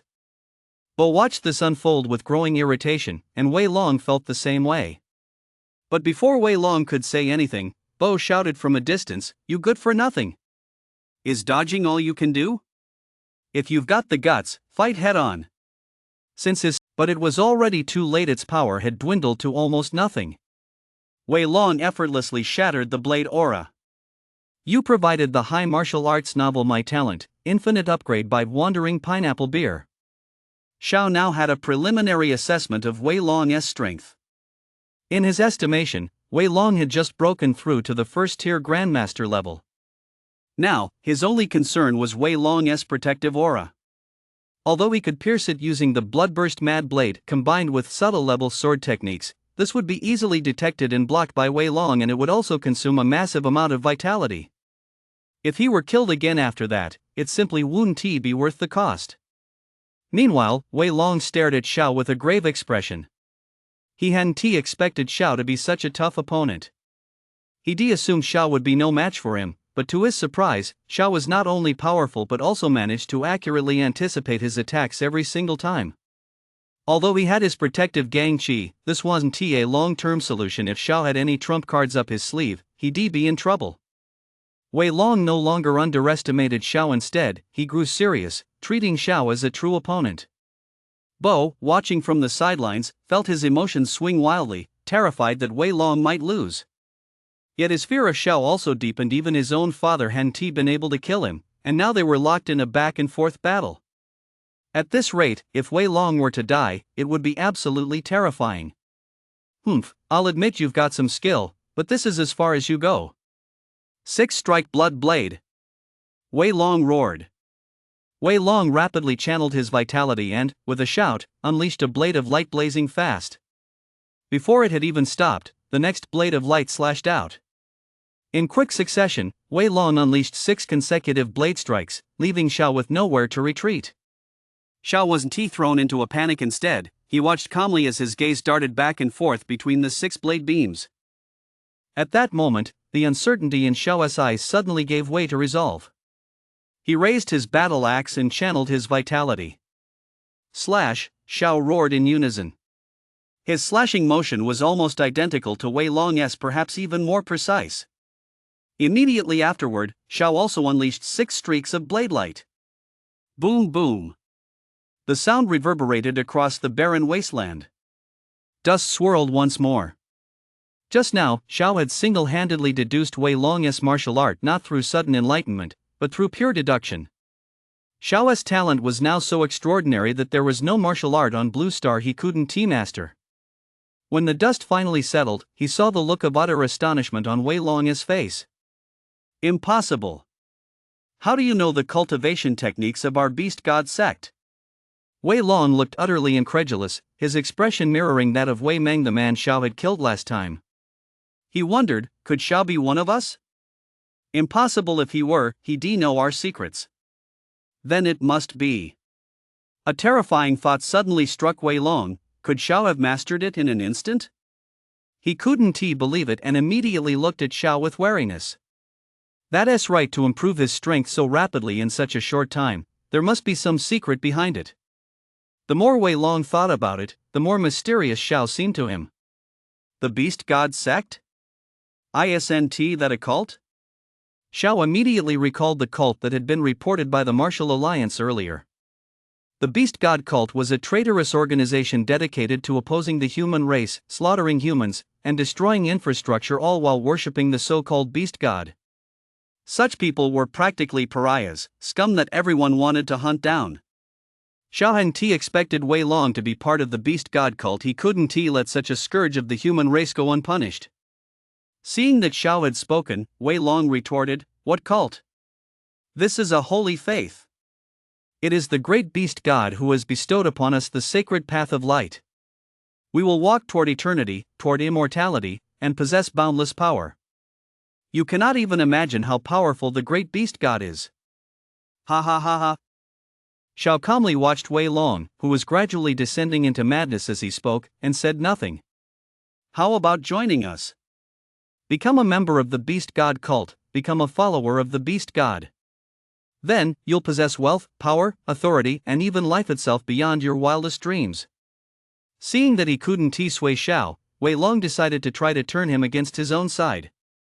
Bo, standing nearby, was completely dumbfounded by the scene. What was this Beast God cult, and why were they asking Xiao to join? When he heard his father asking Xiao to join, he instantly panicked and shouted, "Dad, don't! Kill him! Kill him now!" Wei Long heard Bo's words but completely ignored him, instead turning his gaze to Xiao and waiting for his response. There was no way Xiao would join them. He was too busy trying to wipe them out to even consider it. "I refuse." No sooner had the words left his mouth than Xiao channeled his vitality, instantly condensing it onto his blade, and swung it down. "Ha ha ha, that's useless," Wei Long roared with laughter. However, thud. Wei Long was sliced in half by the blade, a truly gruesome sight. Wei Long's eyes widened in disbelief. He died with his eyes wide open. Xiao's expression remained impassive, as if he had anticipated this all along. In fact, he had already calculated the trajectory of Wei Long's protective Gang Qi moments earlier. With that, the protective Gang Qi was rendered useless, and the blade pierced right through it. 33 Novel Network. Combined with the bloodburst mad blade and subtle level sword technique, even the strongest physical defense couldn't withstand it. But Wei Long was merely a first-tier grandmaster. His death was inevitable. Meanwhile, Bo, standing nearby, had been so terrified by the scene that he collapsed to the ground, a pool of unknown yellow liquid emitting a foul stench spilling beneath him. "Don't kill me. It's all his fault. It's all his fault. He is the one who wanted to kill you. It has nothing to do with me," Bo said, staring at Xiao, who looked like a demon. Terrified out of his wits, Bo had even disowned his own father and was now shifting the blame onto Wei Long, who was already dead. Xiao shook his head and swung his blade. Splatter! Bo's head hit the ground. "Phew, it's finally over. Looks like my strength is probably greater than that of an average first-tier grandmaster, but that protective aura is still a problem," Xiao exhaled, speaking casually. Xiao's ability to break through Wei Long's protective aura was entirely due to his innate talent for strategic analysis. If he were a grandmaster, it wouldn't have been such a hassle. A grandmaster's vitality is far more powerful. He could have shattered that protective aura in an instant. But that's relative. It only applies when opponents are evenly matched. Was Wei Long powerful? Of course he was. A single casual strike from Wei Long had already caused Xiao to cough up blood and suffer internal injuries that alone demonstrated Wei Long's strength. But if he couldn't land a hit on Xiao, it was useless. Xiao walked over to Wei Long's corpse. Suppressing his nausea, he searched the body to see if there was anything of value. "Ha! What's this?" Xiao found a badge on Wei Long's body. It was entirely black with a beast emblem in the center. It must be the Beast God Cult's badge. Xiao pocketed the badge, took out his phone, and snapped a few photos. How did they get past the soldiers with this? Xiao wondered. Could they have a secret passage leading to the outside? Xiao pondered carefully. That would be extremely dangerous. If the cult of the beast used that passage to launch a large-scale attack on Nanzhang, the city would surely be devastated. The more Xiao thought about it, the more alarmed he became. If that were the case, the consequences would be unimaginable. Without hesitation, he hurried back to Nanzhang. Xiao would never allow such a thing to happen. You provided the high martial arts novel My Talent as Infinite Upgrade by the great author Wandering Pineapple Beer. Xiao retraced his steps and soon reached the entrance. Just like last time, he went inside and cooperated with the soldiers as they searched him. The soldiers searched him thoroughly, leaving no spot unexamined. Then, they found the Beast God Cult badge in Xiao's pocket. The soldier was instantly horrified. A Beast God Cult badge. You're a cultist. The soldier recoiled violently, raising his weapon and aiming it at Xiao. His shout alerted the other soldiers, and in less than a second, Xiao was surrounded by them, with numerous high-tech weapons trained on him: drones, ability cannons. Xiao had no way to escape. I'm not a cultist. I found this badge on a cultist I killed, Xiao explained immediately, sensing the situation was turning against him. This badge is something only high-ranking cult members possess. How could you possibly have killed a high-ranking cult member? One of the soldiers spotted a flaw in Xiao's story. www.x33xs.com. That man seemed more distinguished than the other soldiers. He must have been a squad leader. Xiao was so young. How could he possibly have killed a high-ranking cult member? It was hard not to be suspicious. I have proof, but I'll only show it once I've met with your superiors, Xiao replied. After all, Xiao couldn't be sure if there were any cult members among the soldiers. If he pulled it out recklessly, the cult would find out, and the resulting losses would make it a losing proposition. Before the other soldiers could speak, the squad leader spoke again. You cultist, stop making a fuss. You say you want to see our superiors, but I think you're just trying to take this opportunity to escape." At his words, the surrounding soldiers were somewhat swayed and stood ready to arrest Xiao at a moment's notice. Xiao's gaze turned cold as he looked at the squad leader. There was no doubt about it, he was the cultist infiltrating the military headquarters. Normally, when a squad leader at the military headquarters noticed something amiss, he would send soldiers to report it to higher-ups, but this one clearly hadn't. Xiao had originally intended to quickly alert the higher-ups so he wouldn't have to go through the trouble of visiting the martial alliance, but who would have thought there'd be such a situation among the soldiers that cultists had infiltrated the military headquarters. None of the surrounding soldiers went to report the matter to higher-ups after hearing what that man said. This was trouble. The cultist knew Xiao wasn't one of them, that Xiao must have uncovered some secret, and now he intended to kill Xiao to prevent him from revealing it. Xiao figured this out instantly. He knew his chances were slim, it seemed a fight was inevitable.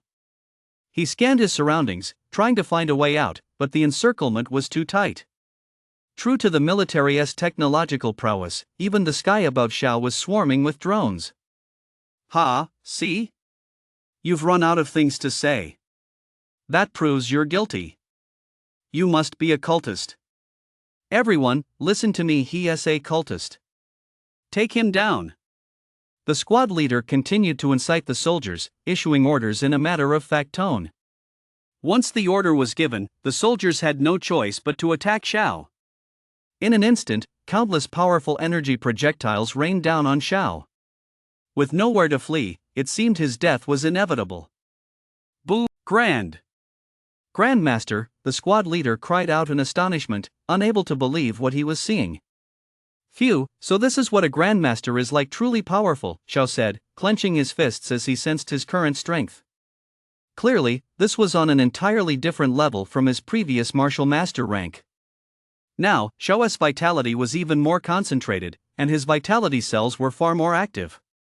Faced with the pressure moments ago, teetering on the brink of life and death, Xiao's vitality had boiled over, causing him to frantically absorb energy particles and break through to the Grandmaster level on the spot. Xiao had already been just 20,000 combat power points short of Grandmaster, and his vitality had significantly increased during his previous battle with Wei Long. He had even managed to manifest vitality Gang Qi. Now, he had taken that final step and broken through to Grandmaster. Xiao turned his gaze to the squad leader standing nearby. His icy stare betrayed a murderous intent. The squad leader sensed Xiao's murderous intent and grew panicked, standing frozen in place, at a loss for what to do. He never imagined he would be facing a Grandmaster-level powerhouse. If he'd known it was a Grandmaster, not even 10 times his courage would have been enough to face him. At the Grandmaster level, the soldiers' energy projectiles are ineffective against Grandmasters. They possess protective Gang Qi, making their defenses incredibly formidable. Stared down by Xiao, the squad leader's hair stood on end, and he was terrified out of his wits. "You're from the cult, aren't you?" Xiao's voice rang out. By then, the smoke had cleared, and the surrounding soldiers stared in equal shock at Xiao, who was unscathed. To emerge unharmed from such an attack meant he must possess strength at the Grandmaster level or higher. Instantly, the soldiers looked at Xiao with trepidation. They had just heard Xiao accuse their squad leader of being a cultist, leaving them feeling somewhat confused. But they feared the Grandmaster and couldn't disobey orders from higher-ups. They had no choice but to stand by for now. All they could do was wait for the squad leader to report to higher-ups. "You're lying." "I'm not a cultist," the squad leader said, clearly flustered, his words stumbling out. "Since you want to talk, then go die." Xiao was growing impatient. A cultist this brazen couldn't be spared. As for the charge of killing soldiers, that could be dealt with later. He immediately channeled his vitality and charged at the squad leader. As the squad leader watched Xiao charging toward him at breakneck speed, fear instantly gripped his heart. He instinctively wanted to flee, but his feet refused to move, and he could only watch helplessly as Xiao closed in. Long live the beast god! Just as Xiao was about to strike him, the squad leader immediately reversed the flow of his vitality. Boom! An explosion echoed across the western defensive line. Vitality swirled around Xiao, who emerged unscathed. Looking around, he saw that since the soldiers were far from the epicenter of the blast, there were no casualties. He blew himself up. What a waste, Xiao thought, feeling a bit annoyed. It was merely a martial master level self-detonation, no threat to Xiao at all. The surrounding soldiers now understood the situation clearly. There was no doubt that the squad leader was a cultist, based on the words he uttered just before dying in his self-detonation. Self-detonation was a traditional tactic of the beast god cult. They brainwashed their followers into blowing themselves up, claiming it would grant them eternal life or something of the sort. You provided the high martial arts novel My Talent, Infinite Upgrade by the great author Wandering Pineapple Beer. However, the soldiers still couldn't confirm Xiao's identity. They watched him warily, remaining frozen in place. Just then, a figure charged forward and slammed heavily into the ground. Boom! Dust swirled up once more. As the dust cleared, a muscular man emerged. Scars crawled across his body like insects, even his face was scarred. Wearing the military's distinctive uniform, he stood ramrod straight beside Xiao. Who are you? What just happened? What was that explosion all about? The muscular man asked Xiao. He could tell that Xiao was no ordinary person, so he didn't act immediately. He wanted to get a clear picture of the situation first. Xiao knew that someone from higher-ups had arrived, so he said to a soldier in the distance, "Ask them." A soldier then explained everything that had happened here to the burly man and showed him the badge. A cultist? The burly man glanced at Xiao, then continued, "Do you have any proof that you're not a cultist?" Xiao sized up the burly man. It was clear he, too, was a grandmaster-level fighter. Are you a superior officer? I just encountered a cultist who had infiltrated your army. I need to be sure you aren't a cultist either, Xiao said to the burly man. Upon hearing that a cultist had infiltrated his own army, the burly man's expression immediately darkened. I'm Wang Chang, captain of the garrison unit on the western front of the Nanjiang military district. You can trust me completely, Wang Chang said with a serious expression. Seeing this, Xiao no longer harbored any doubts. He took out his student ID and said to Wang Chang, I'm Xiao from the Tingfei dojo. Here's my student ID. Only now did Xiao have the chance to produce his student ID to prove his identity. Earlier, they hadn't given him a chance to explain. Upon hearing that he was from the Tingfei dojo, a hint of gravity flashed across Wang Chang's eyes. Wang Chang took the student ID, glanced at Xiao, and then returned it to him. Seeing that there was no issue, Xiao took out his cell phone and showed Wang Chang the voice recording and the evidence he had captured. After reviewing everything, Wang Chang believed Xiao's account. Who is this man? Wang Chang asked Xiao. He is the head of the Wei family in Nanjiang, a cultist hiding in Nanjiang. This means the Wei family is most likely a stronghold for these cultists, Xiao replied. Wang Chang was overjoyed upon hearing this. He now hated cultists with a passion. They come all the way to the front lines to wreak havoc, costing him so many brothers. Now that he finally found their lair, how could he not be happy? He smiled at Xiao and said, Your name is Xiao, right? You've done a great service. Come on, follow me, we're going straight to see the warden. 33 Novel Network. Xiao thought for a moment but decided not to mention that part. Since he was going to see the warden anyway, he might as well tell him directly. Then, the two set off for the Martial Alliance. Everything here had returned to normal. The Wei family basement. Several figures in black robes had gathered once more. Among them, the one in the center stood out strikingly, wearing a ferocious beast mask and a purple insignia on his black robe. He was clearly more powerful than the others. The figure in the center spoke up, Any news lately? One of the figures in black immediately replied, Holy Envoy, our informant on the western front line has gone missing. I don't know the exact details, but I'm afraid the situation looks grim. The figure in black in the center didn't seem particularly concerned. After all, such incidents were commonplace, and merely nodded. Send another informant in. He then looked around and continued, Why haven't I seen Wei Long today? Where is he? The black-robed men below exchanged glances. One of them spoke up, Your Holiness, I saw them leave the city through the underground passage today. They said they were going to kill a low-level martial master. Oh? Then why haven't they returned yet? The central figure demanded. The black-robed men below were instantly at a loss for words. The powerful man in black immediately ordered, "Go. Send someone out of the city to find Wei Long, just to make sure nothing goes wrong." "Yes, sir," the men in black below replied in unison. A gleam flashed in the eyes of the masked man in black. At that moment, Wang Cheng arrived at the Nanjiang Martial Alliance with Xiao. Upon seeing Wang Cheng and Xiao, especially Xiao, the staff members immediately approached them respectfully. They knew who Xiao was last time. A staff member had been fired because of him, so now they certainly wouldn't dare to treat Xiao with any disrespect. "Take me to see the warden," Xiao said before Wang Cheng could speak. Hearing this, the staff member respectfully led them on their way. Wang Cheng looked completely bewildered. Had Xiao been here before? After all, only someone of his rank could meet with the warden, and Wang Cheng himself had never even been granted the privilege of having a staff member show him the way.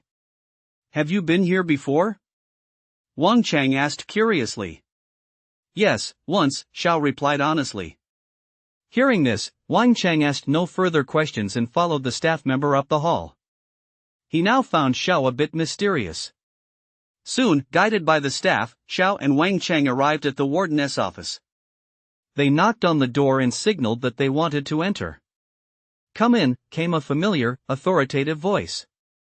Xiao and Wang Cheng slowly pushed open the door and stepped inside. There, they saw a beautiful, mature woman. Teng Fei, as always, was still gazing out the window.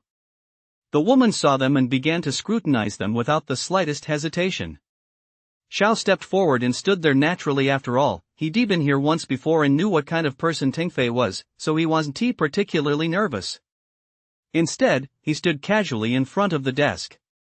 Wang Cheng, on the other hand, was quite nervous. He stood rooted to the spot, not daring to move, as if Teng Fei were some kind of monster. "Warden, my work report," the woman began. Hold off on your report for now." "Go ahead, what is it?"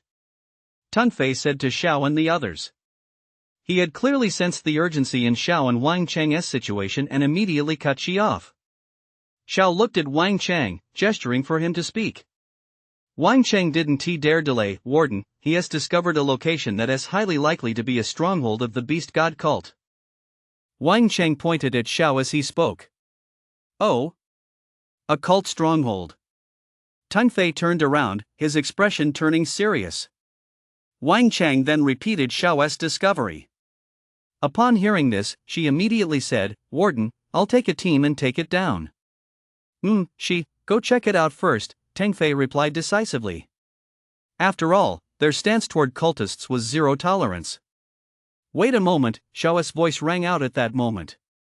"You provided the high martial arts novel My Talent, Infinite Upgrade by Dixin Lu Lang." "Wait a minute." In an instant, everyone turned to look at Xiao. "I killed him outside the city."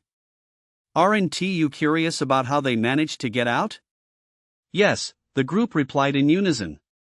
With that settled, everyone left the warden's office. Xiao followed Xi, while Wang Cheng went ahead to make the necessary preparations. "Xiao, I was in charge of the martial arts tests back then. You were still a first-rank martial master at the time. I imagine you're well beyond that now. I recognized your talent from the very beginning. Your letter of recommendation was partly thanks to me," she said. She had clearly recognized Xiao's strength, though she phrased it rather tactfully. She made no attempt to hide her power either, openly displaying her strength. Xiao sensed that she was a great grandmaster level expert. He understood if he were also at the great grandmaster level, what would he have to hide? Upon hearing Xi's words, Xiao replied calmly, "Thank you very much for your recommendation, Senior Lu." Xiao didn't know Xi's position in the Martial Alliance, so he simply addressed her as Senior. No need to thank me. As long as someone has talent, I'll recommend them." She smiled slightly, then her tone shifted as she continued, "I recall your Wu's student. How has he been lately?" When Xiao heard the name Wu, he was a bit puzzled. Why was she asking about Wu? Could it be that Wu and she were related in some way? Xiao didn't dwell on it and replied, "Instructor Wu? He's doing just fine." Upon hearing this, Xi's gaze softened for a moment, then turned sharp before returning to normal. "Let us exchange contact information first. I'll notify you of the specific operation." Xiao didn't hesitate and immediately gave she his contact information. Alright, you can head back for now. Just wait for further notice. She turned and walked away. Xiao quickly walked out of the Martial Alliance building. Standing there, he thought to himself, he originally planned to go out and hunt a beast today, but because of the beast god cult, the city would likely be locked down before long, and he wouldn't be able to leave anyway. Sigh, I'll just go check out the martial arts hall first. Xiao made up his mind and set off right away. A few minutes later, Xiao arrived at the martial arts hall in a taxi. On his way back to the second floor of the martial arts hall, Xiao happened to run into instructor Wu again. When Wu saw Xiao, he smiled and said, "You little rascal, you've been loafing around every day. Don't you need to train? Have you gotten a little too full of yourself just because you've made a bit of progress lately?" Wu approached Xiao, and he felt an invisible pressure, though it quickly dissipated. Wu was startled and stared at Xiao as if he were a monster, as if to say, "He has improved again, is he even human?" Xiao heard this and chuckled to himself. He swore he wasn't just lazing around, he'd been busy lately. He had to leave the city to hunt down the beast, go to Jin's place to explain the amplification techniques, and now he was here to wipe out the cultists. He was swamped. But Xiao still didn't say any of that. Instead, he brushed it off with, "Nonsense. I'm swamped. I'm just here to train, after all." Wu's mouth twitched at that, a look of exasperation on his face. "As if I didn't know you? Never mind that. I just received an urgent notice from the Martial Alliance, and I'm rushing over to the Martial Alliance building right now." Wu waved his hand, preparing to leave. Just then, Xiao called out to him, "Hey, Instructor Wu, what is your relationship with Senior Lu?" Xiao asked, a hint of curiosity in his voice. Wu stopped in his tracks, his back to Xiao, a slightly melancholy look on his face. Xiao couldn't see Wu's expression, he just stood there. With neither of them speaking, Xiao immediately felt the awkwardness. He felt he shouldn't have asked that question. Me and her. After a long pause, Wu finally spoke, but still didn't finish his sentence. Seeing this, Xiao immediately joked, "Instructor, I was just asking out of curiosity. Don't take it to heart." Wu didn't turn around when he heard this. Instead, he walked away on his own. Xiao watched his retreating figure, which looked somewhat melancholy, and wasn't sure what to do. He watched Wu walk away without giving it much thought. He'd deal with it later. Xiao then headed to the second floor of the martial arts hall. When Xiao arrived on the second floor, the place was quite crowded, with everyone training vigorously. Because of Xiao's skill, many people recognized him and greeted him one after another. Xiao didn't put on airs, he responded to each one in turn. There were even martial artists who came to seek his advice, and Xiao patiently answered their questions. "Congratulations, Brother Xiao, on receiving the Master's letter of recommendation." Just then, Jiang Tao, who had spotted Xiao, came over to greet him. Hearing this, Xiao recalled that the master had previously mentioned he would make his letter of recommendation public. No wonder so many people had started greeting him lately. It turned out this had a lot to do with it. "Ha, would you believe me if I said I'm the master's own son?" Xiao teased. "So you really are the master's own son? No wonder he'd give a letter of recommendation to a good-for-nothing like you. Ha ha ha. Ha ha ha." Just then, a mocking voice and several bursts of laughter came from behind Xiao. Xiao's playful mood instantly vanished, and he shot a cold glance over his shoulder. He saw 5 people approaching him from behind. The most conspicuous among them was the one leading the group. He had fair skin and a dark, menacing gaze, looking just like an eagle. "Look, that is Su Feng. Ha, it looks like he is going to find that Xiao. He is going after Xiao. He is definitely going to give Xiao a hard time over that recommendation letter."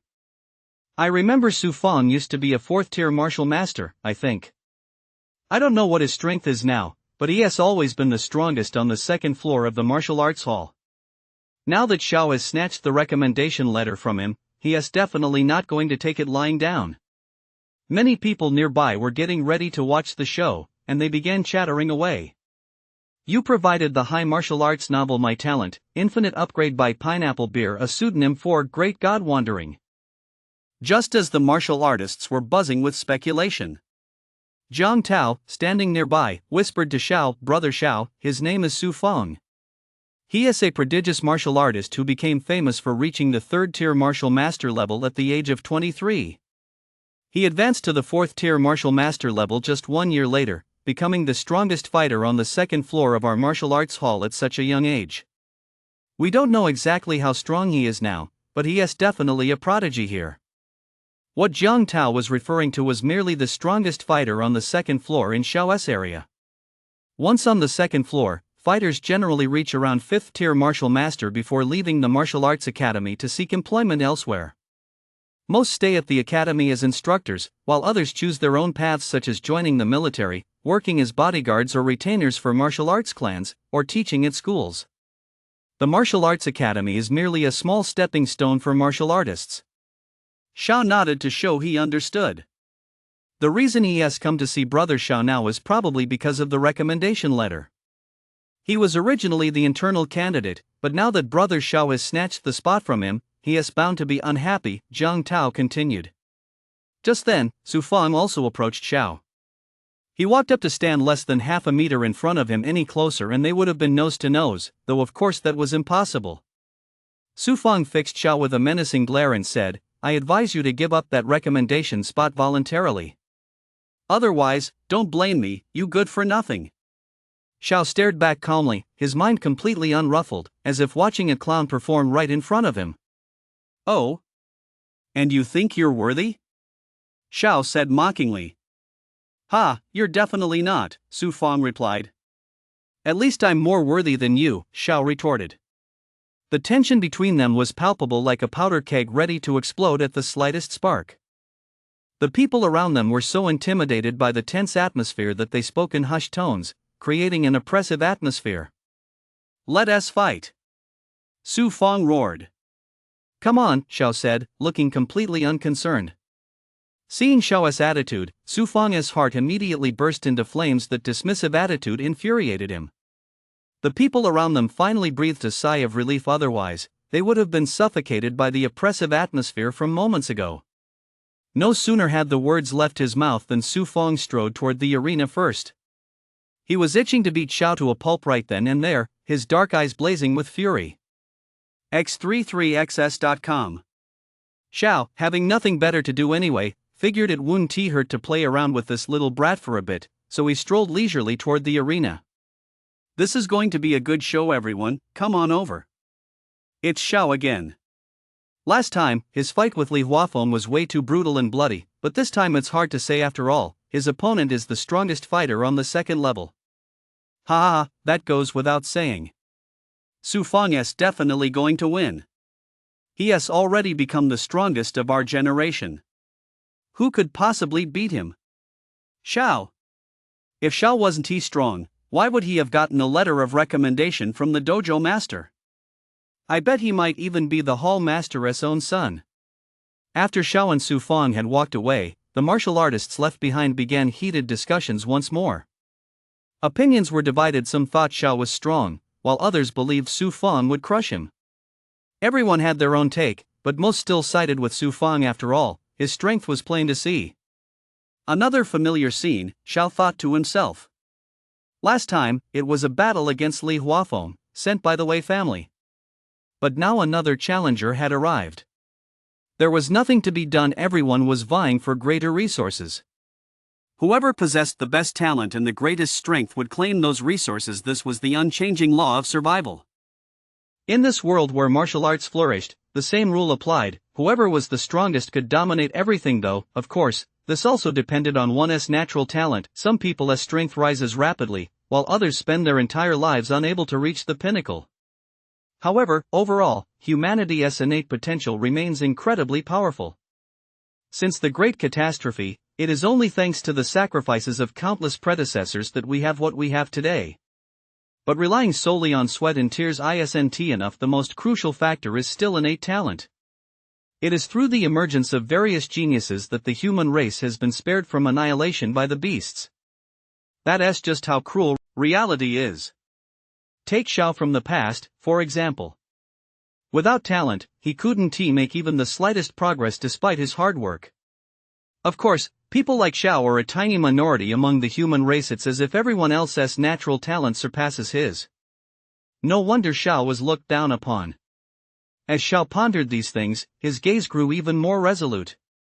Now that he possessed such formidable talent, he was destined to compete with others for resources, and that meant facing even more hostility. Xiao had to steel himself for it. Soon, the two arrived at the combat platform.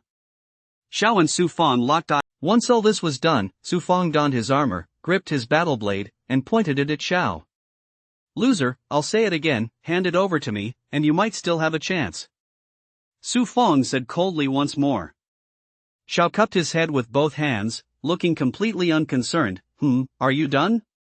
He hadn't put on the battle suit or drawn his battle blade, which everyone present took as an insult to Su Feng. Su Feng didn't question Xiao about why he hadn't put on the battle suit instead, he just stared silently at Xiao. Seeing Xiao's attitude, Su Feng felt a surge of anger, but he managed to keep his composure. He didn't know Xiao's exact strength, but anyone who had earned a letter of recommendation from the dojo master couldn't be ordinary. But he failed, because Xiao had far more combat experience than he did. There was no way he'd reveal a weakness in front of Su Feng. Su Feng clenched his teeth. Well then, he thought, he'd see just what Xiao was capable of. Instead of dodging Xiao's attack, he chose to meet it head-on. Just then, Xiao closed in on Su Feng and unleashed a powerful punch. Unable to find a weakness, Su Feng had no choice but to brace for the blow. He immediately raised his battle axe to block the attack. However, in that split second, Xiao shifted his momentum, channeling his vitality into his right foot, and launched a fierce kick straight at Su Feng's lower body. www.x33xs.com. Seeing this, Su Feng panicked, unsure of what to do. Just as Xiao's kick was about to strike his lower body, he suddenly lowered his battle axe and blocked the attack with his hands. But it was still too late. Xiao's kick struck Su Feng's foot. Thud! Su Feng collapsed to the ground. Knowing the consequences of falling, he immediately shielded his private parts with his hands and shut his eyes tightly. A few seconds passed without any further attack from Xiao. He opened his eyes to see Xiao casually picking up Su Feng's battle axe and examining it. Su Feng stood up, feeling a bit embarrassed, and said angrily, "I let my guard down just now."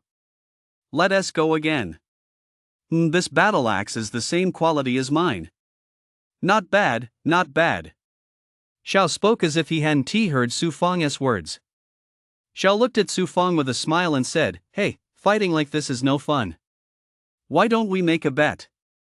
If I win, you give me your set and your battle axe." Su Feng looked at the smiling Xiao and felt like prey being eyed by a hunter. He shook his head and asked, "What if I win?" He wasn't stupid. He immediately sought out a better deal. Xiao continued, "If you win, my referral spot is yours." Su Feng was quick on his feet and retorted, "That's basically saying nothing. If I win, the referral spot is naturally mine anyway." Xiao looked at Su Feng, thinking to himself, this guy doesn't seem easy to fool. "Then I'll sever my martial arts cultivation and swear never to practice martial arts again," Xiao declared loudly. Upon hearing this, Su Feng was instantly taken aback. He hadn't expected Xiao to stake so much, even his own future. With that, what was there left for him to hesitate about? If he lost, he could still make up for it, but if Xiao lost, it would cost him his entire life. What if he didn't honor the wager? After all, the Martial Alliance had explicit regulations. Failing to honor a wager was punishable by law, with penalties ranging from life imprisonment to the death penalty, and the loser's direct descendants would be forced to repay the wager. This showed just how strict the martial law was. "Alright, I accept this wager," Su Feng said with unwavering resolve. Hearing this, Xiao broke into a smile. He'd been waiting for exactly those words. As Su Feng looked at the smile on Xiao's face, the feeling of being targeted by a predator grew even stronger. He sensed he'd been tricked, but he quickly pushed the thought aside. After all, it was still too early to tell who would win or lose. "Look, they're setting the stakes." Ha ha ha, it was Xiao who brought it up. Does he think he's not dying fast enough? He's really asking for it. Didn't you see that Xiao had the upper hand when he and Su Feng were fighting just now? Are you already writing him off? It's hard to say. Let us keep watching. Xiao and Su Feng's wager sparked another round of discussion among the martial artists below. Let us continue, then. Xiao returned to his original position. Su Feng had also regained his composure. He thought to himself that he already determined Xiao's attacks had no weaknesses, but if he took the initiative to attack, the outcome might be different. Perhaps the opponent's counterattacks weren't quite as flawless. The more he thought about it, the more convinced he became that he was right. He could already picture Xiao being knocked to the ground by him, begging for mercy. With that in mind, he channeled his vitality and charged at Xiao with all his might. His fist condensed vitality, which gradually swelled and took the shape of a lion. Though it still fell slightly short of a real lioness form, it looked quite impressive overall. As Su Feng closed in on Xiao, he shouted, "Lioness Roar Fist!" A massive lioness head, radiating powerful vitality, suddenly charged towards Xiao, and a thunderous lioness roar echoed throughout the entire arena. The shockwave caused the faces of some of the weaker martial artists present to turn deathly pale. "So powerful I can barely breathe from the shock." "Ha, you're just weak. You can't even handle a little spectacle like this." But he has actually cultivated his lion roar fist to such a level that must be the perfect realm, right? The crowd below, witnessing this immense power, immediately began discussing it in astonishment. Xiao looked at the lioness head, his eyes darting back and forth as if analyzing it. "I've learned another high-quality martial art. Its power is impressive. It can at least increase a martial artist's combat power by 100,000. A smile played at the corners of Xiao's mouth. "Then I'll give it right back to you, Blood Lion Fist." Xiao roared in response. His fist also condensed vitality, forming a lioness head, one that was even more lifelike than Su Feng's, as if a real lion were bursting forth from Xiao's fist. Immediately afterward, a lioness roar echoed throughout the entire battlefield, this one even louder. Everyone present felt their very souls tremble. Some weaker martial artists fell directly to the ground, foaming at the mouth and losing consciousness. "Ah, what a powerful sonic attack. Whoa, bro, wake up." Some of the stronger martial artists felt some pain, but they didn't foam at the mouth. Still, the impact on them was significant. Boom! The two massive vitality lion heads collided, and immediately afterward, a deafening roar once again echoed throughout the arena. Su Feng had been momentarily dazed by the lioness roar. He shook his head, trying to stay alert. But just then, his eyes narrowed. He saw that after colliding with his own lioness head, the other one charged straight toward him with undiminished ferocity. Su Feng was instantly stunned, but he was no slouch. Faced with this situation, he snapped back to his senses immediately. In the next instant, he raised his battle axe, channeled his vitality, and swung it down with all his might. Bloodthorn Blade. Thwack!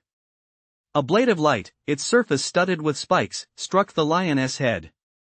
The two streams of vitality dissipated within the battlefield, and all returned to calm. Both men remained standing where they were. The only difference was that Su Feng's face had turned slightly pale, a sign of excessive vitality depletion. In contrast, Xiao looked exactly the same as when they first entered the arena. Su Feng wasn't surprised to see that Xiao could use the lioness roar fist at all. This high-quality martial art could be exchanged for enough contribution points. What did surprise him, however, was the level of mastery Xiao had achieved with the lioness roar fist. He hadn't expected it to be so much higher than his own. Its power was far beyond comparison, even forcing him to unleash his other blade-based martial arts techniques. You provided the high martial arts novel My Talent, Infinite Upgrade by Pineapple Beer, the Wandering Master. Su Feng was currently expending a lot of energy, but he hadn't given up yet. After all, this was the fastest and easiest way for him to secure a recommendation spot. How could he possibly give up so quickly? Even with Xiao being so powerful, he had to give it a try. He took several vitality pills from his pocket and swallowed them in one go. Within a few seconds, Su Feng's complexion began to regain its healthy glow. On this battlefield, there were no rules against using elixirs. Su Feng could take them, and naturally, Xiao could as well, but Xiao didn't have any of these pills at the moment, which was a major disadvantage for him. www.x33xs.com Seeing Su Fong take a vitality pill to restore his vitality, Xiao didn't panic. On the contrary, he found it amusing. He intended to squeeze every last bit of value out of Su Fong during this battle, to see what other cultivation techniques he possessed, so he could analyze and master them. Although Xiao showed no reaction, the audience below was in an uproar. Hey, look, Su Fong took a vitality pill, but why isn't Xiao taking one? Hasn't he expended any vitality? Everyone else is taking them, but isn't that asking for trouble? Even if his vitality is vast, he'll still be worn down by the others. I don't know. Maybe he is confident. After all, from what I've observed, Xiao isn't the type to let himself be taken advantage of. Just because Xiao didn't take the vitality pill, the crowd below was in an uproar. No matter how noisy the crowd got, those on stage couldn't hear them. After all, the martial arts hall's soundproofing was quite unique. What was said on stage could be heard below, but what was said below couldn't be heard on stage. The audience's commotion couldn't affect their battle. Su Fong looked at Xiao, who was standing motionless in his spot, and a look of unprecedented gravity crossed his face. Based on his earlier probing, he was almost certain that the opponent he was facing was extremely powerful, whether in attack or defense. Xiao's performance against him was nearly flawless, without the slightest opening. He was now out of options. He had no choice but to take the initiative and force Xiao to reveal a weakness. Otherwise, he stood virtually no chance. Boom! Su Fong charged forward once more, grappling with Xiao. He channeled his spiritual energy, sensing every one of Xiao's movements, trying to find a weakness. However, Xiao remained rooted in place, effortlessly parrying Su Fong's attacks as if under no pressure at all. A smirk curled at the corner of Xiao's mouth. Since he felt no pressure, he would put pressure on Su Fong and force him to reveal his techniques and martial arts. Immediately, Xiao accelerated his punches, increased the power of his vitality, and struck Su Fong with full force. Su Fong had no choice but to match Xiao's attacks, increasing both his speed and power. Su Fong was beaten until he was drenched in sweat, his face contorted in pain, as if he were resisting immense pressure. Su Fong was forced to retreat step by step. Xiao kept pressing him into battle, leaving him no chance to escape. Su Fong's eyes widened, his teeth clenched, and veins bulged as a murky stream of vitality spewed from his mouth. Spit! That murky stream of vitality formed an arrow, flying at breakneck speed toward Xiao's face. Xiao's eyes flashed, and he abruptly threw his head back.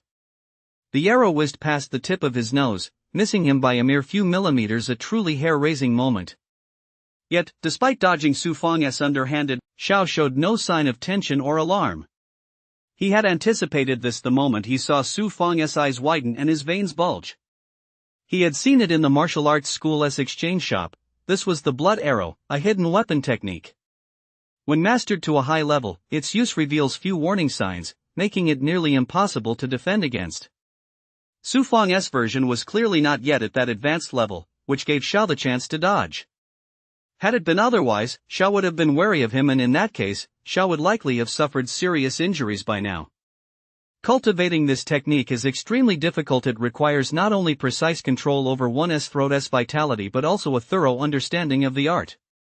However, in the midst of that incredibly swift and perilous moment, Xiao had managed to grasp the bare basics of blood arrow. Though his execution fell slightly short of Su Fong's, he was still able to launch the projectile. Xiao decided not to attempt it just yet. He would refine it further in the future and use it as a life-saving technique. Seeing that Xiao had dodged all of his trump cards, Su Fong's confidence plummeted instantly. He thought to himself that he had no chance of defeating him, but even so, he had to take a gamble. Xiao, this is my final move. Brace yourself, Su Fong roared at Xiao, drawing his battle knife. Su Fong held the battle knife in his hand, channeling vitality. The power of vitality condensed at the tip of the blade, and a massive surge of vitality swirled around him. Seeing this, Xiao didn't interrupt Su Fong. Since Su Fong had unleashed his ultimate move, he naturally had to respond in kind. Xiao picked up the battle knife provided on the arena floor and channeled vitality into its blade, causing the vitality energy to become dense and solid. Blood Fong thrust. Su Fong roared. Xiao didn't shout. Instead, he swung his blade.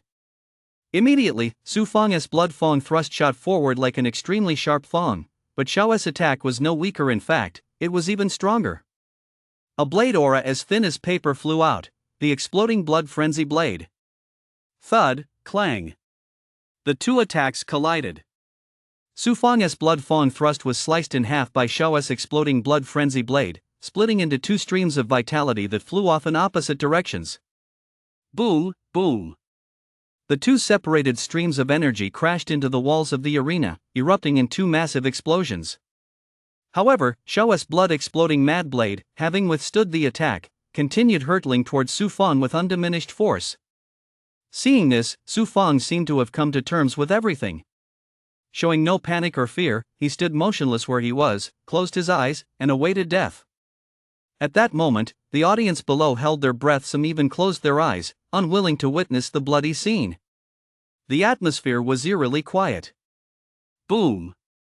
A dull thud rang out, like the sound of a fist striking cotton. The audience below looked up, some staring in surprise at the stage.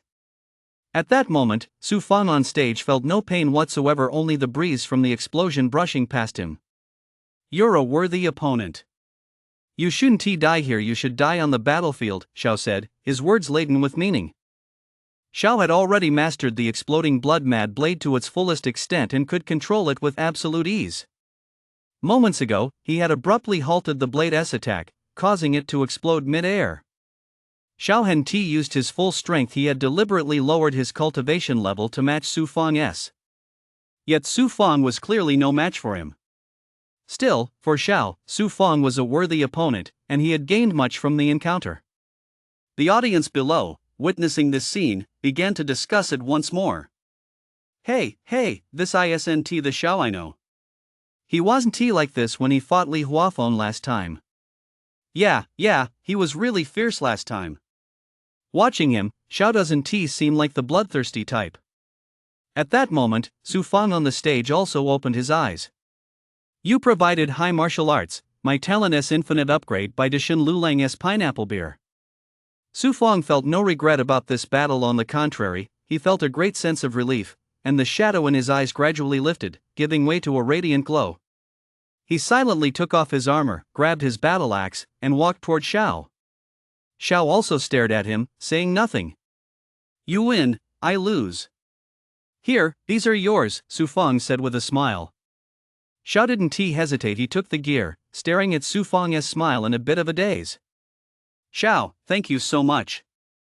I used to be so lost. I just vaguely thought that getting a recommendation spot was important without considering my own heart. Now I've found my goal, and I'm ready to take up a position at the military headquarters, Su Fang continued. Upon hearing this, Xiao was a bit taken aback as he thought back carefully. It suddenly dawned on him it was something he said earlier. Xiao nodded. Someone like Su Fang was exactly the kind of person who belonged in the military, fighting enemies and making a name for himself. No need to thank me. It's just your own choice, Xiao replied. With that, Su Fang turned and walked away, striding confidently. Whoa, did you guys see that? Su Fang actually thanked Xiao even after getting beaten. What's up with that? I've never seen anything like it. Looks like Xiao is unbeatable now. He has even defeated Su Fang. The only ones who could possibly beat Xiao are probably the seniors from the previous class. The chatter from the audience continued unabated. Xiao watched Su Fang walk away, thinking to himself, sure enough, people these days have lost sight of their original intentions in their pursuit of fame and fortune.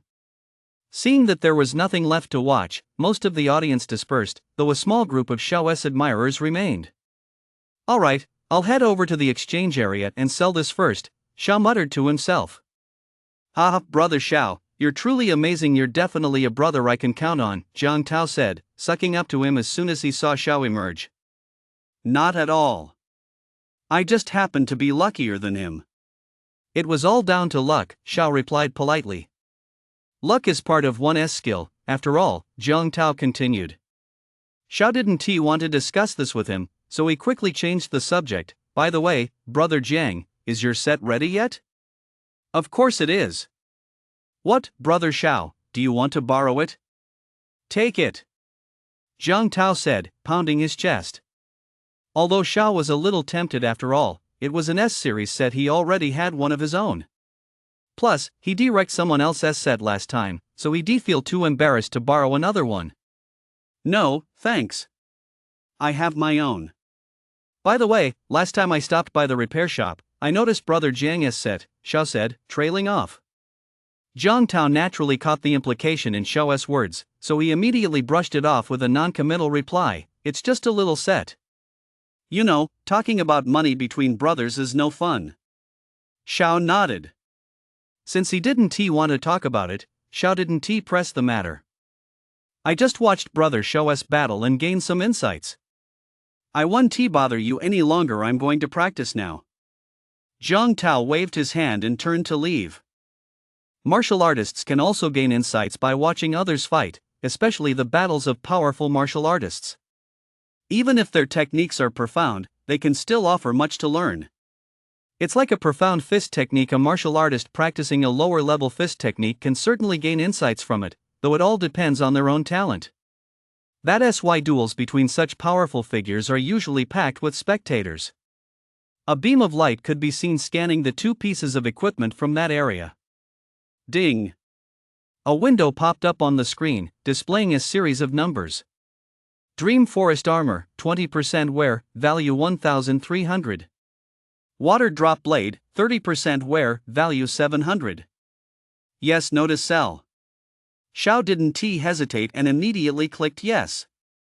Soon, a robotic arm extended from behind the exchange station and swiftly retrieved the two pieces of equipment. Once everything was complete, Xiao's contribution points jumped from 0 to 2,000. Another 2,000 contribution points. What should I buy with them? Xiao scratched his head. He was about to set out to wipe out the cult, and the dangers he might face were still unknown. It was crucial to prepare as many means of self-preservation as possible, that way, if he encountered a powerful opponent, he'd still be able to escape. Xiao then thought of elixirs. The vitality pill might just save his life in a critical moment. He immediately clicked on the elixirs category. Vitality pill, 133 novel network. Healing pill, 1. Youth preserving pill, 1. Xiao scrolled through the list, and the very first item he saw was the vitality pill. He clicked on it immediately and bought 200 of them in one go. After that, Xiao's contribution points rose to 1,800. Xiao continued scrolling down.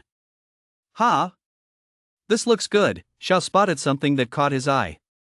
The page displayed the words Burst Energy Pill. Without a second thought, Xiao tapped on it to read the description. Burst Energy Pill, as the name suggests, when consumed by a martial artist, it condenses and unleashes vitality, temporarily boosting their strength depending on the refinement level of their body by 100.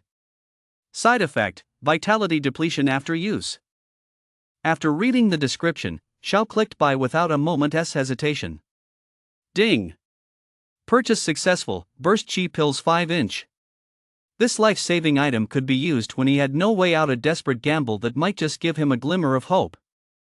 Of course, it wasn't limited to situations where he had no way out, he could also use it when facing particularly powerful opponents. Xiao glanced at his contribution points, he had 1,300 left. He browsed back and forth, hoping to find something that would satisfy him, but to no avail. At this price point, it was nearly impossible for Xiao to find what he wanted. The cultivation techniques and equipment he sought were all relatively high level, and their prices went without saying. He decided not to waste any more time searching and pulled out his student ID. Then, just like last time, a mechanical arm extended from the small door beside him and handed Xiao the items he had purchased. Xiao took the vitality pills and burst chi pills he had purchased. A crystal-like box caught his eye, and Xiao couldn't wait to open it. Inside, blood-red pills resembling beads were neatly arranged in the crystal box, along with a few pills that alternated between red and black. These must be the chi-boosting pills, the rest are vitality pills, Xiao muttered to himself as he examined the box. After taking a look, Xiao put the box away and headed toward the gravity chamber. Xiao's combat power had now reached the Grandmaster level. He wondered how much gravity he could withstand at this point and felt a sense of anticipation. He strolled over at a leisurely pace, and those around him regarded him with a mix of wariness and admiration. Xiao, however, didn't notice. Provided by pineapple beer from High Martial Arts, my talent S infinite upgrade by Wandering Master. Gravity Chamber. It was soon Xiao's turn. Since he was friendly and didn't jostle with others, people willingly gave way to him as soon as they saw Xiao. They tactfully stepped aside. Xiao's performance today had completely won over the martial artists on the second floor of the dojo. None of them dared to provoke him. Instead, they wanted to befriend him and build connections. Xiao came to the gravity chamber to train almost every day. He remembered that the first time he used it, the highest gravity level he could handle was level 8 times the gravity of Blue Star. After many days of training, he could now reach level 10. Xiao looked at the machine S screen. He still had 1,300 contribution points. According to the gravity chamber S rules, after 10 minutes, the rate was 100 contribution points per hour. Xiao now had enough contribution points he could practically skip those 10 minutes. He skillfully operated the machine in the gravity chamber. Without a second thought, he immediately tapped the plus sign 5 times in a row. Boom! In an instant, overwhelming pressure swept over him, bearing down on Xiao. Yet Xiao stood there as if feeling no pressure at all, taking it in stride. So now I don't even feel 5 times the pressure anymore? Xiao said as he sensed the pressure. He then tapped the plus sign again. This time, instead of tapping it repeatedly, he added the pressure layer by layer. 6th layer. 7th layer. 8th layer. He kept adding, advancing layer by layer. The pressure continued to intensify. The 12th layer. He paused. This time, he began to feel the pressure, but it still wasn't enough to make him uncomfortable. He could still move freely, though his steps felt just a little heavier. Add more. No sooner had the words left his mouth than he tapped the plus sign. Soon, a gravitational force even stronger than the last one swept over him. Xiao instantly felt his body grow heavy. That same sensation he felt during his first test returned. Keep going, keep going. Boom! Xiao tapped the plus sign twice in quick succession, and an overwhelming wave of gravity instantly swept over him. He immediately sat down on the ground, activated the origin scripture, and began his cultivation. Xiao's pores opened wide, drawing vast amounts of energy particles into his body. If you were to observe with your spiritual sense, you would notice a small vortex forming around Xiao, constantly spinning and drawing in energy particles. Although the powerful gravity could temper his body and increase his vitality, it was nowhere near as much as the energy fed back by the world-destroying bell through its recoil. They were in completely different leagues. After all, the world-destroying bell was an ancient, foreign weapon. Xiao carefully sensed the difference. At the Grandmaster level, the rate at which he absorbed energy particles had significantly increased. It was in a completely different league from the Martial Master level. Even without external aids like gravity, Xiao could easily absorb energy particles. It was just that, compared to the gravity chamber, his usual absorption rate wasn't as high. 33 Novel Network. It's still not enough. Xiao felt no pressure, only a sense of not having had his fill. Immediately, he tapped the screen again. The gravity surged to 15 times normal. Xiao began to feel a tearing sensation he hadn't experienced in a long time, as if the entire space were pulling down on every cell in his body. Then, his golden body, which hadn't appeared in ages, began to manifest. This was the indestructible Vajra body that Xiao had cultivated. The indestructible Vajra body is a defensive technique also known as a physical cultivation technique. The fact that Xiao's golden body had manifested at this moment clearly indicated that his body was under threat, and this was his body's defensive response. The air throughout the entire gravity chamber was pressed down to the floor, becoming extremely thin. But that was fine. At the Grandmaster level, 1S cells gradually begin to evolve, reducing the need for oxygen. However, Grandmaster level cells had not yet fully evolved and still required oxygen, though he could endure it for half a day. Not enough yet. Keep going. Click the plus sign level 16. Xiao felt the tearing sensation grow even more intense. An unprecedented pressure crashed down, crushing every one of his cells. His cells fought back even without the origin scripture's blessing. They would automatically absorb energy particles to strengthen themselves and resist this pressure. And so, Xiao closed his eyes and sat there, cultivating. For hours later, Xiao felt the pressure on his body ease, and the tearing sensation subsided as well, as if he had returned to the 15th level. Few the gains aren't as great as those from the world-destroying bell, but they're still decent. Xiao habitually exhaled a breath of stale air. Xiao sensed that his total vitality had increased slightly once again. Don't underestimate this slight increase, it represented several thousand points of base combat power. Xiao stood up and looked at the screen. After 4 hours of use, his contribution points had decreased by another 400, leaving him with 900. He slowly tapped the minus button to lower the gravity. Xiao knew he couldn't reduce the gravity all at once, his body's cells needed time to adapt gradually. Otherwise, the pressure inside his cells would cause them to burst, meaning Xiao would die instantly. There had been many such cases in the past, people who died simply because they wanted to feel the thrill of the moment. As the gravity gradually decreased, Xiao felt the pressure on his body steadily easing. He now felt incredibly light, as if he could leap straight into the sky with a single jump, though that was, of course, impossible. Xiao pulled out his trainee ID and stepped out of the gravity chamber. He's out. He's out. Whoa, it really is the legendary Xiao. He actually withstood 16 times the force of gravity. I'm all wet just watching this. Xiao Ge is so handsome. As soon as Xiao stepped out, he was taken aback.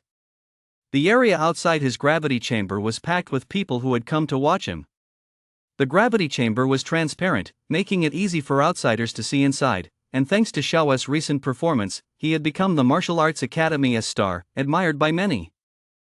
Although Xiao wasn't quite used to being the center of attention like this, there was nothing he could do about it.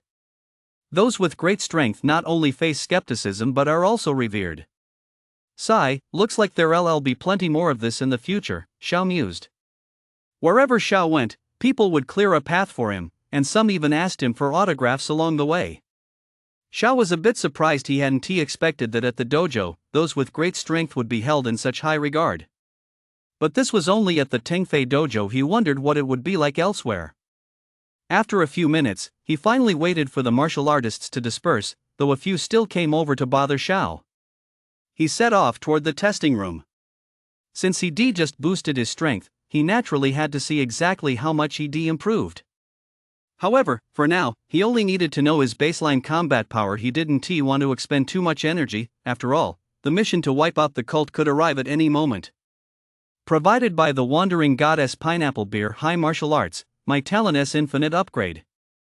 Xiao entered the testing room and first adjusted his state of mind. He clenched his fist and slammed it out with all his might. Boom! The instant his fist struck the machine, a powerful shockwave erupted, sending Xiao's hair flying in all directions. Familiar numbers flashed across the screen, accompanied by a clattering sound. Xiao stared intently at the screen, his face full of anticipation. The numbers spun rapidly and came to a halt shortly afterward. 21,451. Xiao stared at the screen, somewhat stunned.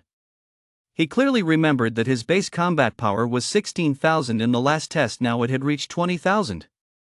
He knew that with the powerful amplification technique he was cultivating, boosting his base combat power was far more difficult than for an ordinary person, and the higher one's cultivation realm, the harder it became to improve.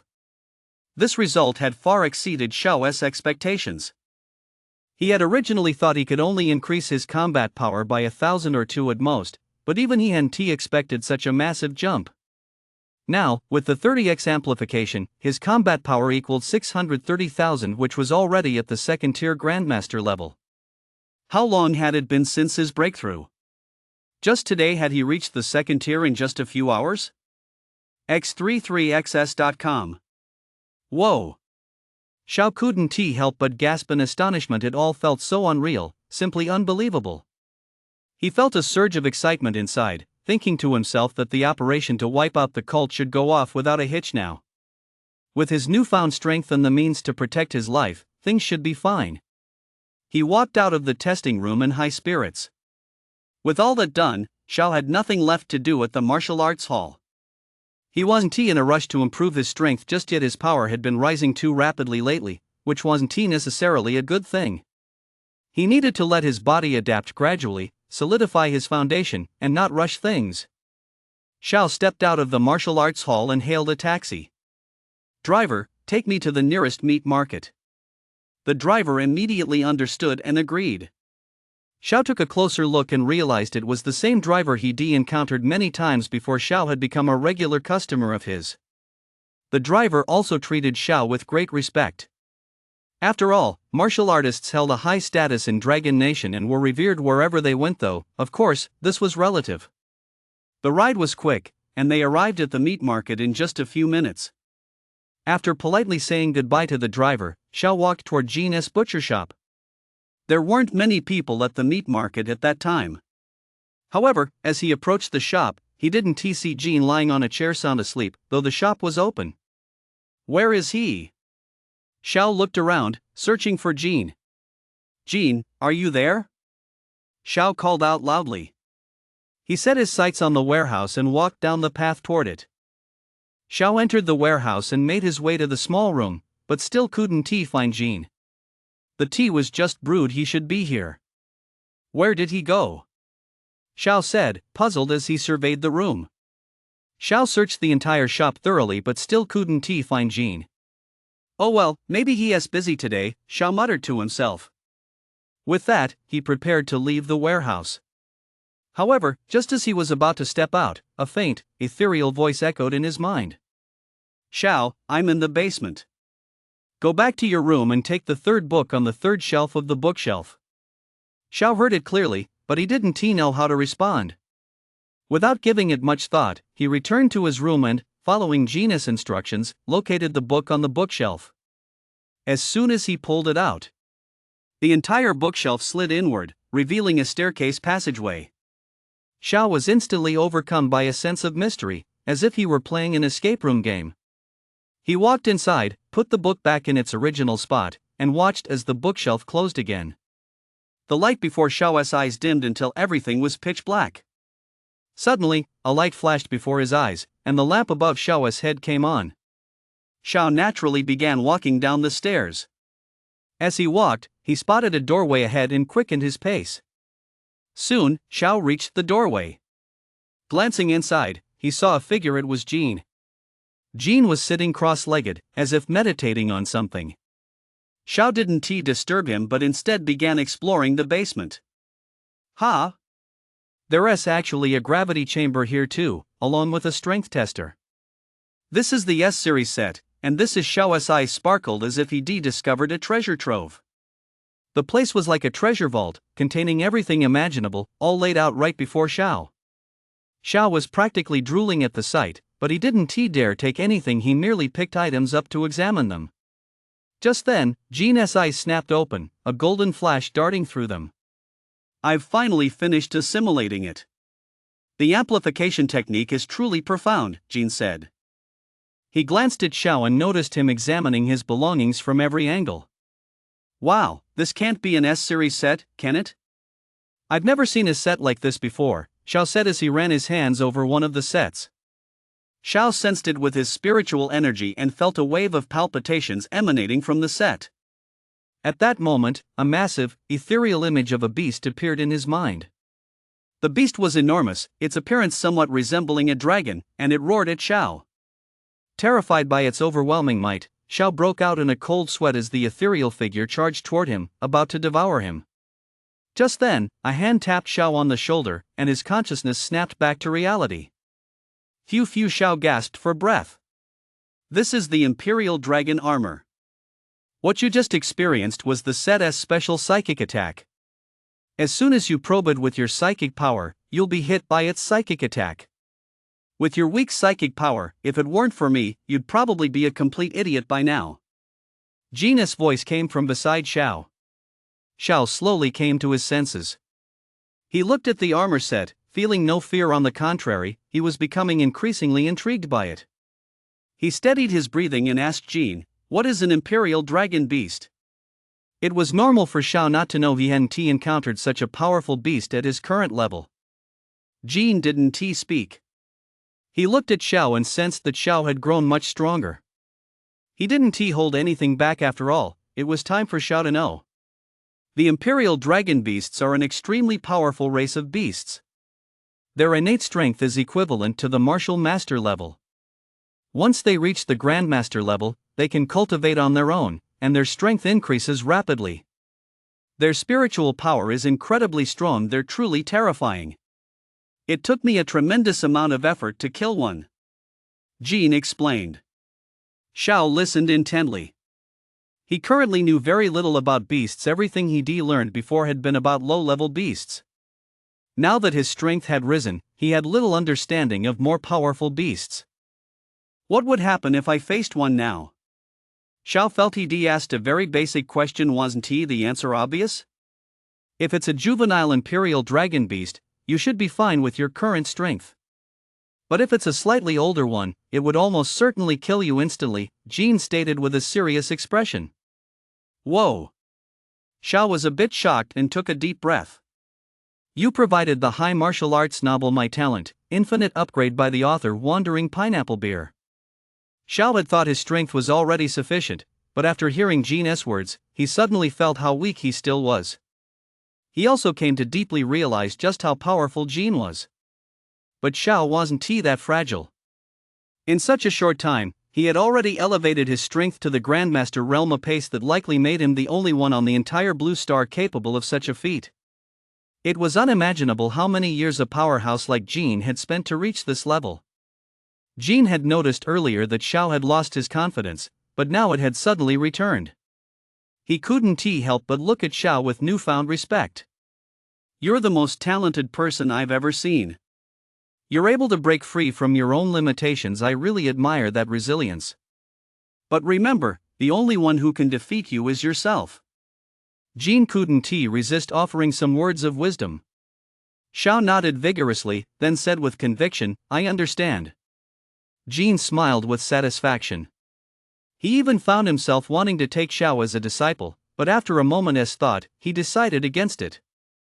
For a prodigy of Xiao's caliber, he felt unworthy of being his master. He was merely a guide on Xiao's life journey, and sooner or later, their paths would diverge. Well, let us put that aside for now. Let us start our training, Jean said solemnly. Xiao adjusted his mindset and began his explanation. This time, Jean was fully prepared. He was determined to thoroughly grasp the more challenging concepts. Xiao spoke at a steady pace, neither too fast nor too slow, making his explanations clear and easy to follow, which put Jean at ease. 2 hours passed in this manner. Jean sensed that he still couldn't fully grasp it. He needed time to digest it. He reached his limit, so he immediately called Xiao to a halt. There was no point in continuing. Because of this, every time he looked at Xiao, it was as if he were looking at a monster. He wondered, how could Xiao have completely mastered such a profound cultivation technique in just a few dozen minutes? It took him that long, and he still hadn't fully grasped it. Is this the talent of a once-in-a-lifetime prodigy? Jean looked at Xiao with envy. Xiao once again felt a burning gaze upon him, which made him feel uneasy and uncomfortable. Jean quickly averted his eyes. All right, that's it for today. I still need to digest this. You should head home first. Xiao was just as straightforward. He nodded and turned to leave. Wait, you don't need to come every day. I've got things to take care of. Before Xiao had gone far, Jean added. Xiao gave a brief reply, but didn't ask what it was. After all, at his level of cultivation, it was best not to know too much, otherwise, he might not even know how he'd end up dying. Xiao expertly grabbed 5 Jean of beast flesh and blood, walked out, hailed a taxi, and headed toward the Zhong'an residential complex. Nanjiang Martial Alliance. Reporting to the warden, we've located the secret passage leading outside Nanjiang. I've already dispatched men to seal it off, and we've captured 2 cultists who were attempting to escape through it. A woman's voice said it was she. Well done. It seems Xiao's hunch was correct. Speaking of Xiao, Tengfei smiled with satisfaction, then continued, all right, subject those 2 cultists to severe torture to extract information on the cultist's exact location within the Wei family compound in their personnel deployment. We'll launch an operation against the cult tonight. As Ting Fei finished speaking, a flash of ferocity crossed his eyes. "Yes, Warden," she replied before turning and leaving. Tun Fei looked out the window at the calm city and muttered, "A storm is brewing." Xiao had also returned home by then. He was sitting cross-legged in his room with his eyes closed. He was currently cultivating his spiritual power. The mental attack from the Imperial Dragon Beast earlier that day was still fresh in his memory. The fact that he'd been overwhelmed was entirely due to his spiritual power being too weak. As soon as he got home, he immediately began visualizing the snow-capped mountains to cultivate his spiritual power. The Imperial Dragon Beast had not only put pressure on him but also given him motivation. Just then, Xiao suddenly opened his eyes and muttered to himself, "Since I can visualize the snow-capped mountains, can I also visualize other things?" This question had suddenly flashed through Xiao's mind just a moment ago. The more he thought about it, the more feasible the idea seemed, and he couldn't stop himself. Closing his eyes, Xiao returned to the world within his mind and began trying to visualize other things. "Let us start with a blade of grass," was the first thing that came to Xiao's mind. Since a blade of grass wasn't as vast as the snow-capped mountain, starting with something small shouldn't be too difficult. Sure enough, he was able to visualize it very quickly. It really works. "Doesn't that mean I can visualize anything?" Xiao said excitedly as he opened his eyes. He stood up, took out the snow-capped mountain visualization method that Jean had given him, and began studying it carefully. "Based on this idea, I feel like I can create a mental energy cultivation technique unlike anything that has come before," Xiao said as he studied the text. No sooner said than done, he grabbed a pen and paper and immediately immersed himself in writing and sketching. Xiao wrote page after page, seemingly losing track of time. An unknown amount of time passed, yet Xiao was still working diligently. Just then, the cell phone in Xiao's pocket suddenly rang. This time, Xiao hadn't set it to silent, so the phone began to ring loudly. Xiao was instantly jolted awake by the sound, and his thoughts snapped back from the high-speed mental calculations he'd been running. He pulled out his phone and answered immediately. "Xiao, head to Nanjiang Square right now." "We'll meet up there," Xia's voice came through the phone. "Got it," Xiao replied. "I'm hanging up." Beep, beep, beep. The call ended abruptly. Xiao glanced at the time, 2 a.m. Had he really been running through his simulations for that long? It always happened this way. He'd get so absorbed in his simulations that he'd lose track of time. X33xs.com. Reluctantly, he stood up. Although he really wanted to keep simulating, he had more important things to do right now. Nanjiang Plaza? I remember Jiang Tao saying the Wei family lives near Nanjiang Plaza, Xiao muttered to himself. Although he wasn't a member of the Martial Alliance, since he'd accepted this mission from them, he had no choice but to see it through. Besides, this operation was half his business anyway, and it was Xiao himself who had volunteered to help eradicate the cult. He couldn't go back on his word. Without giving it much thought, Xiao packed his things, grabbing his gear, elixirs, and everything else. With everything ready, he rushed out the door. Once on the street, it was already the early hours of the morning, and there were no taxis to be found. Xiao usually took a taxi to his destination, but with none available, he had no choice but to walk. It was quite a distance from Nanjiang Square to the Xiao family residence, and he had no idea how long it would take to get there. She hadn't mentioned it on the phone. Xiao checked the time. 3 minutes had already passed, so he activated Vitality and began sprinting. You provided the high martial arts novel My Talent, Infinite Upgrade by Pineapple Beer from The Wandering Master. The Wei family. Your Holiness, we've lost contact with the disciples who went out of the city to investigate the situation.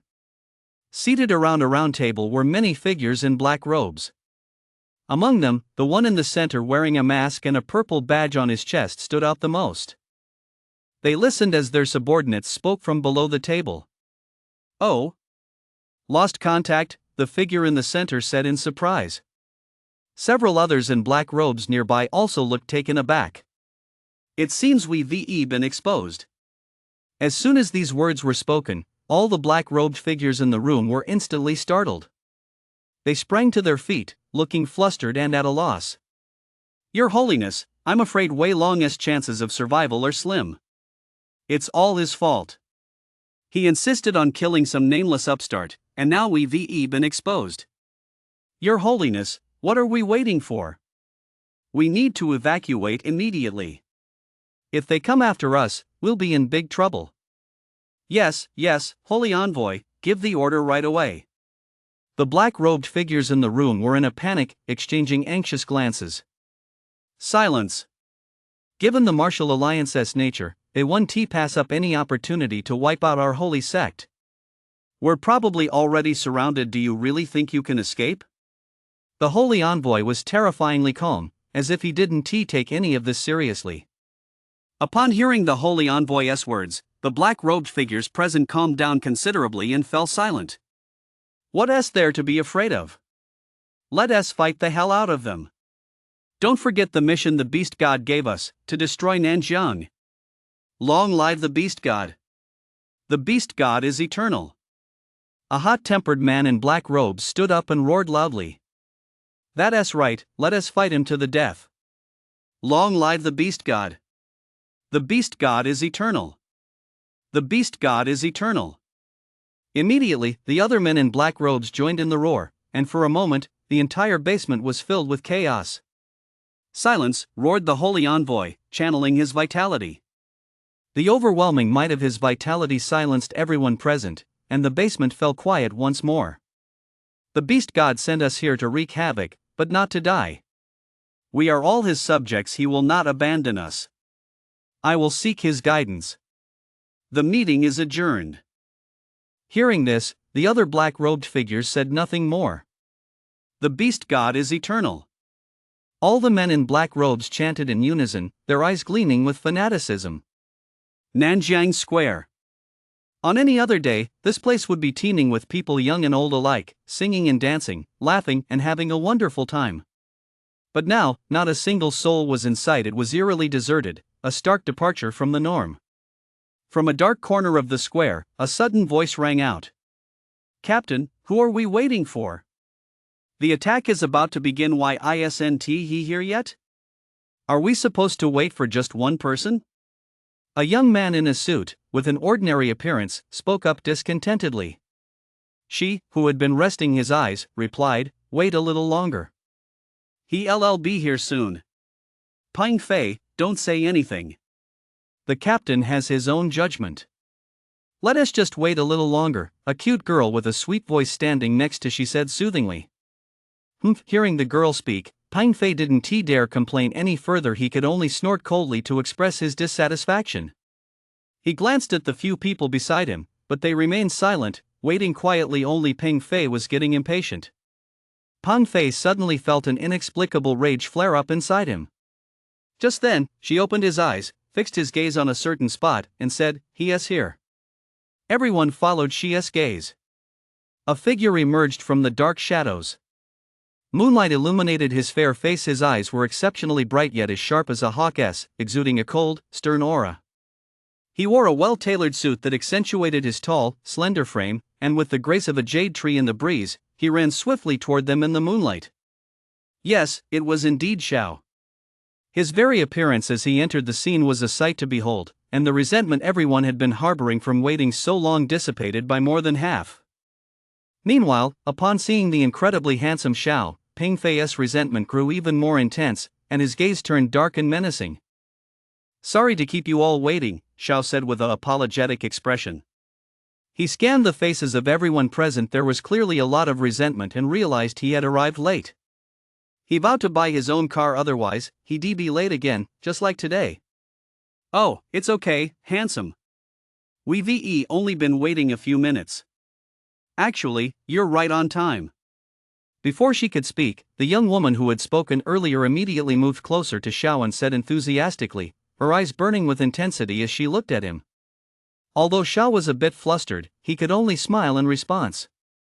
Ping Fei, standing nearby, saw the young woman trying to get close to Xiao. His eyes darkened so much they seemed ready to drip with anger, and he snapped, "What do you mean just in time? Being late is being late. I suggest we don't let him participate in this operation." As soon as he said this, no one even looked at him. It was as if they turned him into a ghost. After all, he'd spoken up before she had a chance to say anything, and since she was clearly on Xiao's side, they certainly wouldn't support Peng Fei, so they simply ignored him. Alright, let us not sweat the small stuff. It's my fault for not making the time clear to him. Since everyone is here, why don't you all get to know each other first? It'll make the operation go smoother later, she said sternly, furrowing her willow-like brows. Hello, my name is Jiwei. Nice to meet you. You look younger than me, so you can call me Sister Jiwei, the young woman said sweetly, stepping forward first to extend her hand. Upon hearing this, Xiao thought to himself, Xing Lu, could she be related to Shi? Xiao looked at the cute and sweet Jiwei. She did seem to bear a slight resemblance to Shi. Xiao extended his hand to shake hers and smiled. Xiao. Sister Jiwei, I look forward to working with you. Then Xiao went over to meet the other team members. He shook hands with each of them one by one, showing his respect. They were all very polite and responded warmly to Xiao. Soon, Xiao walked up to Peng Fei, smiled, extended his hand, and, just like the others, offered a polite greeting. But Peng Fei just glared at Xiao with a dark look. He neither shook Xiao's hand nor said a word, simply leaving Xiao hanging there. Xiao felt a bit awkward and a little puzzled. Why was this person always picking on him? Could it be that he disliked him just because he was late? m.x33xs.com. Little Xiao, don't mind him, he is really petty, Jiwei said, pulling Xiao back. When Xiao heard Jiwei call him Little Xiao, he immediately felt a bit uncomfortable and looked away. What is wrong?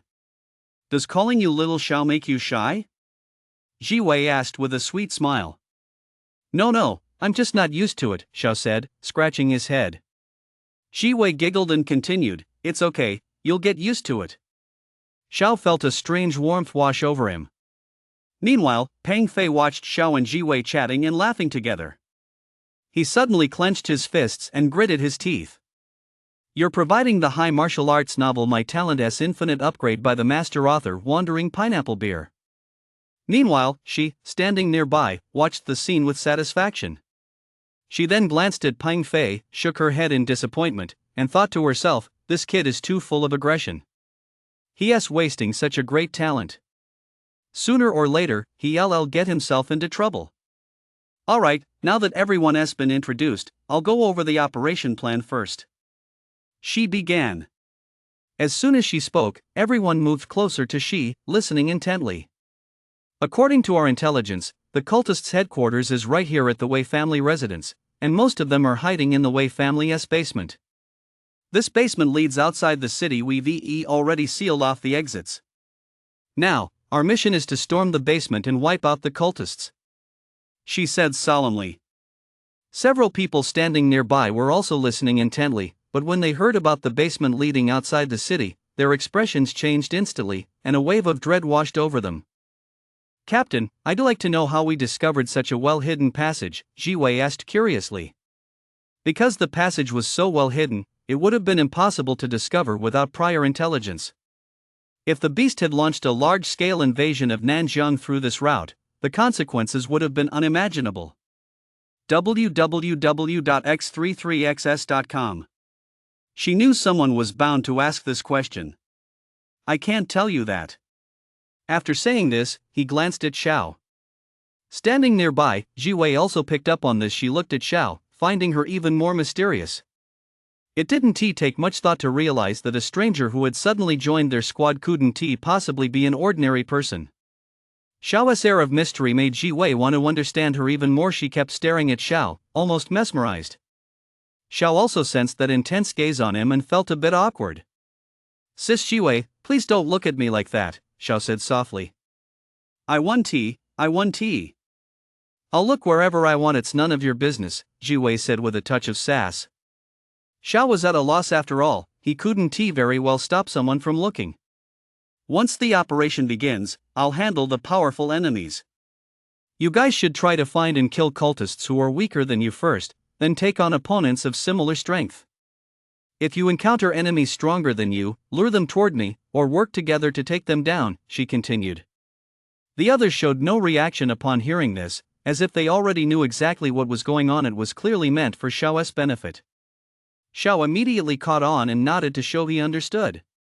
After all, Xiao was new here, so it was only natural that she wasn't familiar with these details.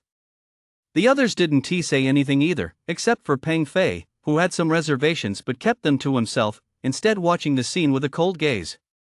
Seeing that everything was in order, she spoke up, "All right, in that case, let us begin the operation." With that, she pulled out a signal gun and fired a shot into the sky. Bang! A dazzling flash of light shot into the sky, illuminating the entire Nanjian Square. "Let us go!"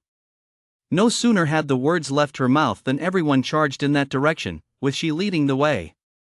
She was incredibly fast, but out of consideration for the rest of us, she deliberately slowed her pace.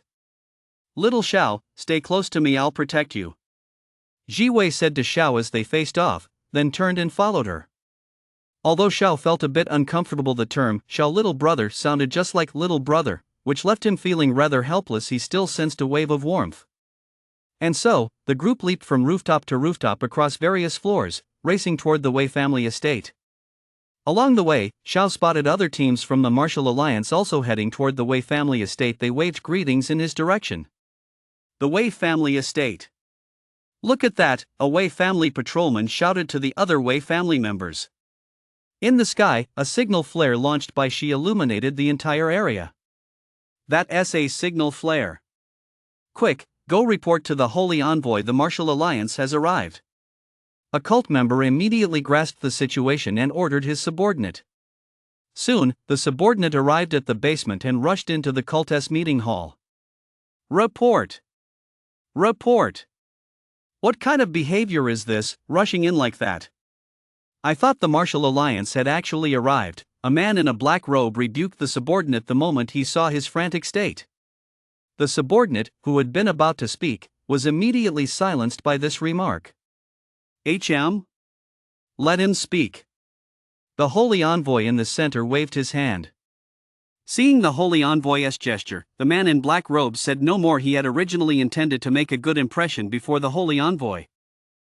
Holy Envoy, the Martial Alliance has arrived," the subordinate stammered. Upon hearing this, the group of black-robed figures were no longer as panicked as before. Instead, they sat quietly, waiting for the Holy Envoy's orders. They launched their attack in the middle of the night. They could have easily launched a surprise assault, yet they chose to make a grand show of it. This means either they have exceptionally powerful martial artists, or they've made thorough preparations typical of the Martial Alliance's style. "It seems there is no escaping this," the Holy Envoy said in a deep voice. Upon hearing this, the faces of the black-robed figures nearby immediately turned pale with fear. They weren't entirely fearless. Even a beast can feel fear, let alone a human. Oh, no, a follower of the beast god. "Humph. Since we're going to die anyway, I might as well die in agony," shouted the hot-tempered black-robed figure, standing up once more. The others didn't join in the shout. They were all more or less afraid. After all, they knew full well the Martial Alliance's methods for traitors. The lightest punishment was death. "Everyone, there is no need to panic. We might not die this time. The beast god will intervene personally, so all we need to do is hold them off," the Holy Envoy reassured them. As he spoke, the corners of his mouth curled upward beneath his mask, revealing a terrifying grin that was utterly unsettling. Just then, Xiao and her group arrived outside the Wei family estate. The Wei estate was vast, far larger than an ordinary villa, and looked opulent and magnificent. But at that moment, the estate was shrouded in utter darkness. There wasn't a single light on, nor was there even the slightest sound. It was deathly quiet, as if it were a haunted house. She also stopped to observe her surroundings, channeling her mental energy to sense the enemy's locations. Soon, she shared her mental energy with every member of the team. Xiao was no exception. He was a bit surprised and curious about how this was possible. "This is the team leader's mental energy sharing, a mental technique mastered by a great grandmaster," Ji Wei said patiently, looking at the puzzled Xiao. Xiao nodded, indicating he understood. He observed the enemy's locations in his mind. They appeared as red dots, much like a radar display. Each enemy's vitality varied. The larger the red, the stronger the enemy. Boom! Just then, a loud explosion rang out in the distance. Another team had launched an attack in a different area. "Launch the attack!" she shouted loudly. Provided by pineapple beer from Goddess Wandering Journey High Martial Arts, my talent upgrades endlessly. As soon as the words left his mouth, everyone began charging into the Wei family compound, searching for targets. At that moment, the cultists appeared before them. Some wielded battle axes, while others carried laser cannons. Xiao charged out as well, first locking onto a cultist. He drew his battle axe and swung it at him. Splatter! Before the cultist could even react, his head was severed from his body. Xiao kept Xia's advice in mind: kill the weaker cultists first. Then his mental energy locked onto another cultist, and he immediately swung his blade again. His speed was so fast that the enemy was killed instantly, with no time to react. Xiao slaughtered these cultists as easily as slicing watermelons, one with each stroke. Meanwhile, Jiwei watched as Xiao took out one after another, instantly astonished by his prowess. She hadn't been wrong, Xiao was indeed incredibly powerful. Peng Fei, too, kept a close eye on Xiao. Although surprised, he was even more resentful of Xiao's strength. Deep down, he believed himself to be superior to Xiao. His eyes turned red, as if possessed, and he began hacking at the cultists with frenzied ferocity. Every strike was fatal. He was so ruthless that he even tried to snatch kills from his own teammates. Meanwhile, she stood on a high vantage point within the Wei family compound, observing the situation from above. Just then, her gaze suddenly turned sharp as she looked behind her. A figure in a black robe appeared before she. He, too, eyed her with wariness, for he could not fathom her true strength. "Ha, she really is a beauty, though a bit prickly," the man in the black robe said, licking his parched lips as if he'd seen something that thrilled him immensely. She glared at the man in the black robe with disgust, gripped her battle axe tightly, and swung it at him with blinding speed. The man in the black robe saw she vanish from where she stood and felt a sudden jolt of fear. He cautiously scanned his surroundings. Suddenly, Xia's figure appeared right in front of him, and her axe was already coming down, a blow so fast it defied belief. The man in black quickly retreated the moment she appeared, but it was too late. The battle axe came crashing down, striking his left arm. Splatter! His entire left hand was severed clean off and, carried by the momentum of his retreat, fell between the two of them. My hand! Damn it, the man in black roared. He immediately pulled out a pill and quickly popped it into his mouth. He hadn't expected she to be this powerful. This was already the strength of a peak great grandmaster. His luck today was running out of all the great grandmasters. He picked the strongest one. He was beginning to regret his decision. No, I can't keep fighting like this, the man in black thought to himself. However, she wasn't about to give him a chance. He vanished from the spot once again. The man in black had just taken the pill, and his injury had improved. His arm had stopped bleeding, but he realized she was gone. He channeled his spiritual energy, straining to sense Xia's location, but it was of little use. He could only make out a faint afterimage of Xi. Long live the beast god, ha! Knowing he was doomed, he decisively reversed his vitality, preparing to self-detonate. Just then, Xia's blade came crashing down. Thud! The head rolled to the ground, and on the man's face, the black-robed figure's look of utter resentment was plain to see. He hadn't even managed to self-detonate in the end. Xia's power was truly terrifying. Meanwhile, Xiao had already taken out all his targets. He just witnessed the entire sequence of Xia's battle. He'd been so stunned by her power that he'd forgotten to kill his own enemies. Even a great grandmaster-level powerhouse was no match for her. Xiao stood where he was, gasping in shock as he tried to calm himself down. Hey, Xiao, snap out of it. Stop staring.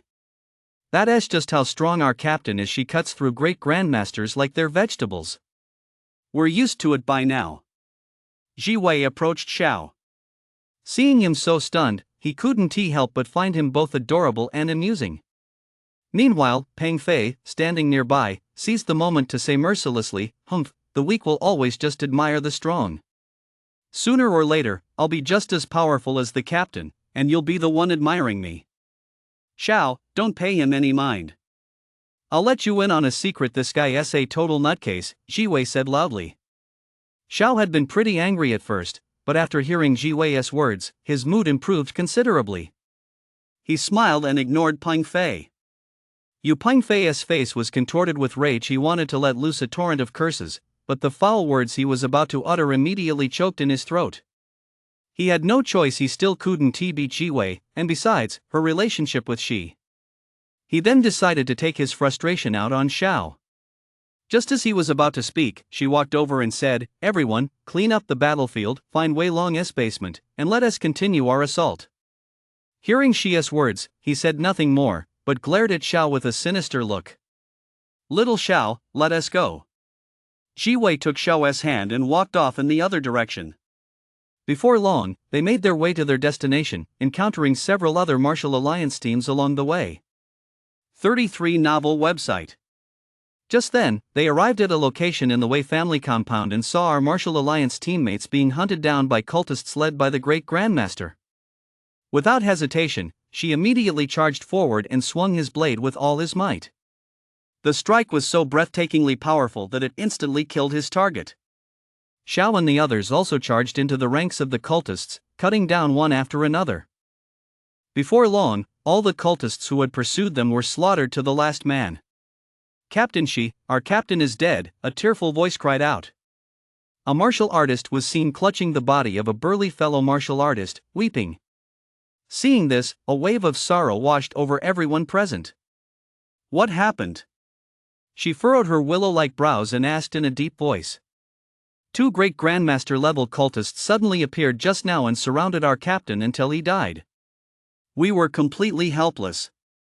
Before he died, he took another great grandmaster-level cultist down with him," the martial artist said through his tears.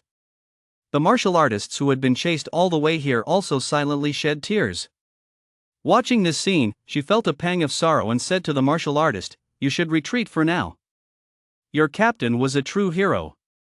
After this, everyone was deeply moved by what they had just witnessed. But having weathered countless storms, they would not let such a tragic parting easily hold them back from moving forward. Xiao took it all in. True to their reputation as members of the martial alliance, they pulled themselves together in an instant. Xiao and his group rushed toward the basement entrance, while members of the martial alliance began joining Shi's team one after another. They all took orders from Shi, who was the leader of this operation. The deeper they went, the more cultists appeared. Some of them practically ran straight into Xiao's group and blew themselves up. It was utterly insane. "Ha ha, long live the beast god, you provided the high martial arts novel my talent, infinite upgrade by the wandering pineapple beer." The path was lined with extremist cultists intent on blowing themselves up, but Xiao and his group safely dealt with them all. However, this delayed them considerably. Xiao wondered, could they be trying to hold us back? And what exactly is their purpose in doing so? Xiao's mind was filled with doubts at that moment. Xiao shook his head, deciding not to dwell on it. Perhaps he was overthinking things. Their group numbered several hundred in total, including several great grandmasters, though most were grandmasters or martial affairs level practitioners. As they pressed on, they soon arrived at their destination. Before them stood a massive estate. A mansion of this caliber would cost tens of billions of alliance coins to purchase in Nanjiang. Wei Long was truly wealthy. But then again, although the Wei family wasn't very well known on the surface, they had many shady businesses behind the scenes. Earning billions overnight was no big deal for them, so a mansion like this was a mere trifle. The group looked at the mansion before them, which appeared completely deserted. The materials here block mental energy scans. Everyone, be careful. She had just tried to scan the area with her mental energy but found nothing. These were special materials capable of blocking a martial artist's mental energy. Unless your mental energy was exceptionally powerful, you wouldn't be able to penetrate these special materials. Most of these materials are used in armor sets, but she'd never seen them used in the construction of an entire mansion before. Truly, they were rolling in money. Martial artists at the Grandmaster level and above, follow me inside. Those at the Martial Master level and below, stand by here, she said to the other members of the Martial Alliance. Here, she held absolute authority, and they had no choice but to obey her orders. She did this to minimize casualties. If they all went in together and encountered an ambush, it would inevitably result in heavy losses. "Let us go," she then said to Xiao and his group. With that, they formed a small squad and set off to explore the interior. She led the way, moving forward cautiously. Try not to split up. If an emergency arises, I'll cover you. You must get out immediately, she said sternly. Yes, sir, the group replied in unison. As soon as they entered, they found the room pitch black with no lights on, but they could still make out the scene before them, all sorts of exquisite items, gleaming and sparkling, as if they were in a magnificent palace. Wow, Shi Wei, standing beside Xiao, couldn't help but exclaim. Because of that single exclamation, she received a fierce glare from Shi. She immediately gave an awkward smile, as if to say, I didn't mean to. Sure enough, girls do love shiny things. However, after they entered, they didn't see a single person, not a soul in the entire room. Still, they didn't overlook a single spot, searching meticulously for any sign of the enemy. They must have hidden in the basement, she said in a deep voice. She hadn't expected cultists to be into all this flashy nonsense. The cultists she encountered before were either a bunch of lunatics or people who went around wreaking havoc and slaughtering people. This was a bit strange. According to intelligence, the entrance to the basement is somewhere in this house. Let us split up and search, she ordered. So everyone began searching in different directions. 33 novel website. Xiao was naturally searching as well, but he wasn't just searching haphazardly. Having watched many movies and TV shows about hidden rooms, he knew exactly where they were usually concealed. So he went into room after room, looking for anything out of the ordinary. Everyone else was searching everywhere: 2 wardrobes, the soles of shoes, stools, toilets. They checked every nook and cranny. Xiao searched meticulously, leaving no spot unexamined. Just then, a voice reached Xiao's ears. Report, Captain Shi, I've found it. The group followed the voice, and Xiao went along with them. They saw that the person had led everyone to a room where a large, pitch-black door stood prominently. Is that it? Isn't this supposed to be a secret room? How come it's so obvious? Xiao was instantly puzzled. Where was the secret room they'd been promised? He'd been looking forward to the thrill of the hunt, but finding it so quickly took all the fun out of it. These cultists were way too careless. What's wrong? You look a bit unhappy, Jiwei noticed Xiao's expression and asked with concern. Nothing. I was just wondering when this will be over, Xiao made up a casual excuse. It'll be over soon. There are only the cultists in the basement left, we just need to wipe them out, Jiwei said with a smile. Pang Fei overheard their conversation and sneered, cowards. Xiao heard it too, but he didn't get angry. If they weren't on a mission, given his temperament, he would slashed him with his blade right then and there. Just then, a loud explosion rang out. Boom! She smashed the entire door to pieces with a single punch. Let us go in. Everyone, be careful. With that, everyone followed him inside. It was pitch black inside, but they could still see their way using their mental energy. Just as everyone had entered, another loud explosion suddenly rang out. Xiao turned around. He sensed the sound coming from behind him. Sure enough, the entrance they'd just come through was suddenly blocked. Everyone turned around in a panic. They rushed over, trying to smash through the door blocking the entrance, but to no avail. Everyone, don't panic. Stay calm, she said. Xia's words seemed to have a magical effect. The moment she spoke, everyone immediately settled down. Let us keep moving forward. Seeing that everyone had calmed down, she gave the order. She took out a map and began studying it. Then, leading the way, she continued to feel their way cautiously forward. There were many passageways here, leading who knows where, but she seemed to know the way and guided them along. They encountered no one along the way. It was as if everyone had vanished into thin air, a very strange situation. However, they could still see some traces left by humans along the way. They walked for an unknown amount of time, and just then, a massive gate appeared before them. It looked incredibly sturdy. The group observed it cautiously and was startled to discover that the gate was open. Instantly, everything was pitch black. They couldn't see a thing, and even their spiritual sense couldn't detect what lay inside. Xiao looked at this familiar scene. Wasn't this just a trap? Now that their retreat was blocked, the place was likely swarming with cultists, just waiting for them to open the gate. If they all went in, they'd be wiped out in one fell swoop. Such a crude trap, anyone could see right through it.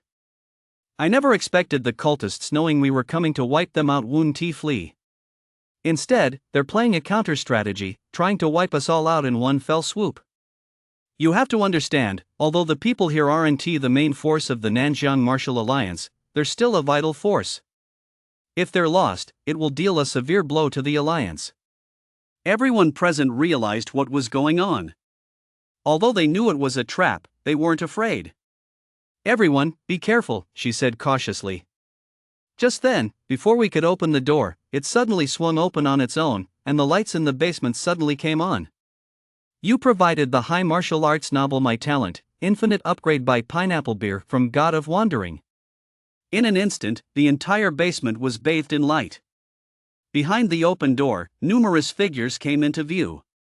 But what caught our attention weren't the small fry, it was the figures in black robes standing above them. We saw those figures seated around a round table. The one in the center stood out the most. He wore a terrifying mask that sent shivers down our spines, and a purple badge on his chest was particularly striking. Even the chair he sat on was rather unique. She and his group watched them warily. They were all sizing each other up. "Cultists, they all deserve to die," a great grandmaster said angrily. "There are more behind us too, we're surrounded. Damn it, we came here to wipe them out, but now they've surrounded us instead. Damn it all, I'm going to crush them. Fight!" At that moment, the blood of all the Martial Alliance warriors boiled with the thirst for battle. Just then, the masked figure in black robes seated at the head of the table stood up and spread his arms wide. "Welcome to my world, children of the beast god. Tear them to shreds," the black-robed figure commanded. No sooner had the words left his mouth than all the cultists surged forward in a swarm, while the black-robed figures seated on the dais also sprang into action, charging toward the battlefield. Who would have thought there were so many cultists hiding here? No wonder we couldn't kill them all. For a moment, it was king against king, general against general. Yet the masked figure in black robes seated on the dais remained motionless, sitting quietly as if waiting for something. With no powerful enemies standing in his way, she advanced like a whirlwind, cutting down every black-robed figure that came his way. But the masked figure in black robes remained unmoved, as if he didn't care about their lives or deaths. Xiao and the others were also fighting fiercely. Boom! Just then, a sudden, thunderous roar shook the entire basement. No one knew where it came from. "Ah, long live the beast god!" The masked figure in black robes, who had been seated, suddenly leaped to his feet and roared with a fiery glint in his eyes. Immediately, he joined the fray, charging toward She. She reacted in time and began grappling with him. Meanwhile, Xiao and the others continued to hack away at the cultists, showing no signs of fatigue. Jiwei and Pang Fei were both fighting with all their might. Jiwei was as light as a swallow, darting back and forth across the battlefield, showing no mercy whatsoever. Pang Fei was even more brutal. Almost none of the cultists he fought against were left with intact bodies, only dismembered remains remained. He would occasionally compete with Xiao, killing 3 for every 2 Xiao killed. Xiao had no idea what Pang Fei was thinking, but he continued to fight. His combat experience kept growing, and his vitality steadily solidified and grew stronger through the battle. Just then, Xiao suddenly sensed a powerful surge of vitality appear out of nowhere. He whipped his head around to look toward its source and saw a blade of light streaking rapidly toward Jiwei. That blade of light was extremely treacherous. It didn't even spare its own allies. Every cultist in its path was cut down by it, a truly brutal sight. Jiwei also sensed the powerful vitality rushing toward her, but because it was so treacherous and concealed, she only just realized the danger and tried to turn to block it. At that moment, she who was fighting the masked man in the black robe also sensed it. She suddenly shouted toward Jiwei, "Jiwei!" But it was too late. The blade's glow was already upon her. Ding! A very crisp, pleasant sound rang out. A large bell appeared on the battlefield. Immediately afterward, it began to shrink, flew away, and returned to Xiao's hand. Jiwei's figure emerged as the bell vanished. Her face was deathly pale, and her forehead was drenched in sweat. Xiao breathed a sigh of relief upon seeing that Jiwei was unharmed. Thank you, Xiao. Just now, that was, although she'd been in a close call, she was equally captivated by Xiao's display of skill www.x33xs.com. Just a little toy, Xiao brushed it off casually. Everyone else was also astonished by Xiao's display. What kind of treasure was this? Although many such treasures had appeared on the market recently, none could be enlarged or shrunk at will like Xiao's, which naturally piqued everyone's curiosity. Xiao paid them no mind, his gaze sharp as he turned toward the direction from which the blade's glow had emanated. A very short figure in a black robe appeared before Xiao. He couldn't gauge the opponent's strength, but judging by the vitality fluctuations from earlier, the figure was likely a grandmaster and a very powerful one at that. A sinister grin spread across the figure's lips. Little lady, ha ha ha, I like you, so die, ha ha ha. The short, black-robed figure looked utterly deranged. Jiwei had also recovered from the earlier scare, and upon seeing the short figure before him, he immediately felt a wave of nausea. Finally, a stronger enemy. You coward, get out of the way, watch me obliterate him. At that moment, Peng Fei stepped forward and said mockingly. He charged forward. Xiao was about to say something, but Peng Fei had already charged far ahead. Ha! Prepare to die, you damned traitor. Peng Fei's vitality suddenly surged, leaping into the air. He channeled his martial arts technique and slashed at the short man in the black robe. Ha ha ha, is that all you've got? The short, black-robed figure held a dagger to his lips and licked it. Immediately afterward, he vanished from where he stood. Peng Fei, still in midair, panicked at the sight of the vanishing black-robed figure and frantically scanned the area for the enemy's location. However, splatter! He felt a chill on his neck as blood gushed out. His throat had been slit mid-air, killing him instantly. His body fell to the ground with a thud. The short man in the black robe appeared atop Peng Fei's corpse, standing on his body as he licked the blood-stained dagger, gazing at Xiao and the other person like a snake. Peng Fei just like that dead? Jiwei said, stuttering slightly. She wasn't afraid, she was shocked. Compared to her own strength, Peng Fei was only slightly weaker. If they fought at full strength, they would have been evenly matched. The fact that Peng Fei, whose strength was so close to her own, had died just like that, was bound to shock her. Xiao watched the scene with a startled expression, thinking to himself, that was fast. He felt no pity for the already dead Peng Fei. He could only blame him for being too arrogant, failing to activate his protective aura even when facing a powerful enemy, thus needlessly throwing his life away. Meanwhile, she saw that Jiwei was unharmed and immediately breathed a sigh of relief. However, this had left her at a disadvantage, and the masked man in black robes seized the opportunity to launch a sneak attack. She reacted quickly, though she sustained a minor injury in the process, nothing serious. She was deeply grateful to Xiao for saving Jiwei's life, but instead of expressing her thanks, she focused even more intently on the enemy before her. At that moment, her aura shifted abruptly, as if her entire being had become razor-sharp and utterly terrifying. The masked figure in black was instantly startled. Subtle level sword technique, he exclaimed in astonishment. You provided the high martial arts novel My Talent, Infinite Upgrade by the author Wandering Pineapple Beer. Nanjiang Martial Alliance. In the wardeness office, Teng Fei was sitting cross-legged with his eyes closed, resting his mind. If you were to observe with your spiritual energy, you would surely notice that the energy particles surrounding Teng Fei were being sucked into his body like a storm in an endless stream. Just then, an alarm suddenly rang out across the entire Nanjiang region. Warning, the Western defense line is under attack by beasts. Nanjiang residents, please stay indoors and do not go out. The Western defense line is under attack by beasts. Nanjiang residents, please stay indoors and do not go out. Teng Fei snapped his eyes open, a look of grave concern suddenly appearing on his face. At the same moment, a staff member rushed in, shouting, "Warden, the Western defense line is under a fierce beast assault. This attack is highly organized. There must be a powerful beast issuing orders." Captain Wang Cheng fought to the death, battling until the very end. Captain Wang Cheng has fallen in battle. www.x33xs.com. The staff member's eyes dimmed with deep sorrow. Teng Fei's heroic expression also darkened, but he quickly regained his composure, his gaze becoming sharp and intense. Transmit my orders, inform the commander-in-chief of the Nanjiang military headquarters to dispatch 40,000 troops to the front lines for reinforcement. Students at all martial arts schools and academies are to stand by at all times. Also, evacuate nearby residents immediately. Teng Fei also issued orders immediately to defend against the beast. Yes, sir. The staff member dashed out. After handling all this, Teng Fei looked out the window and muttered, "It seems it's on the move. I'd better go get ready, too." With that, he opened a secret passage, stepped inside, and vanished from the office.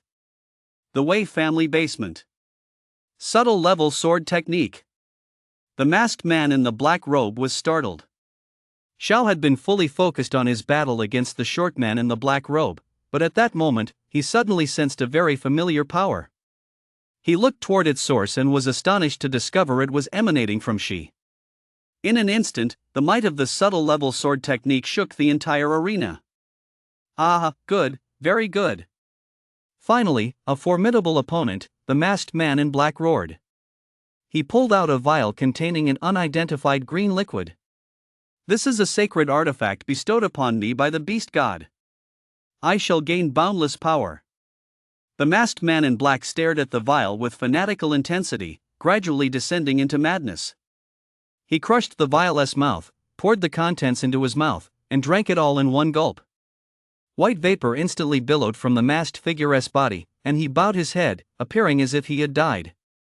The masked figure suddenly screamed. The sound was utterly terrifying, sending chills down one's spine. His body began to writhe and convulse violently. He collapsed to the ground, rolling back and forth in agony. His body gradually grew larger, 3 meters, 4 meters. His mask shattered, revealing a hideous face that looked like a beastess with human features, truly terrifying. His black robe was also torn apart by his ever-expanding body. His true form as a beast was fully exposed. This was no longer a blend of beast and human traits, it was a monster. She sensed something was wrong at that moment. She gripped her battle axe tightly, and a blade of light shot out from it in an instant, moving at incredible speed. Thud! It hit its mark. However, the monster did not cry out in pain.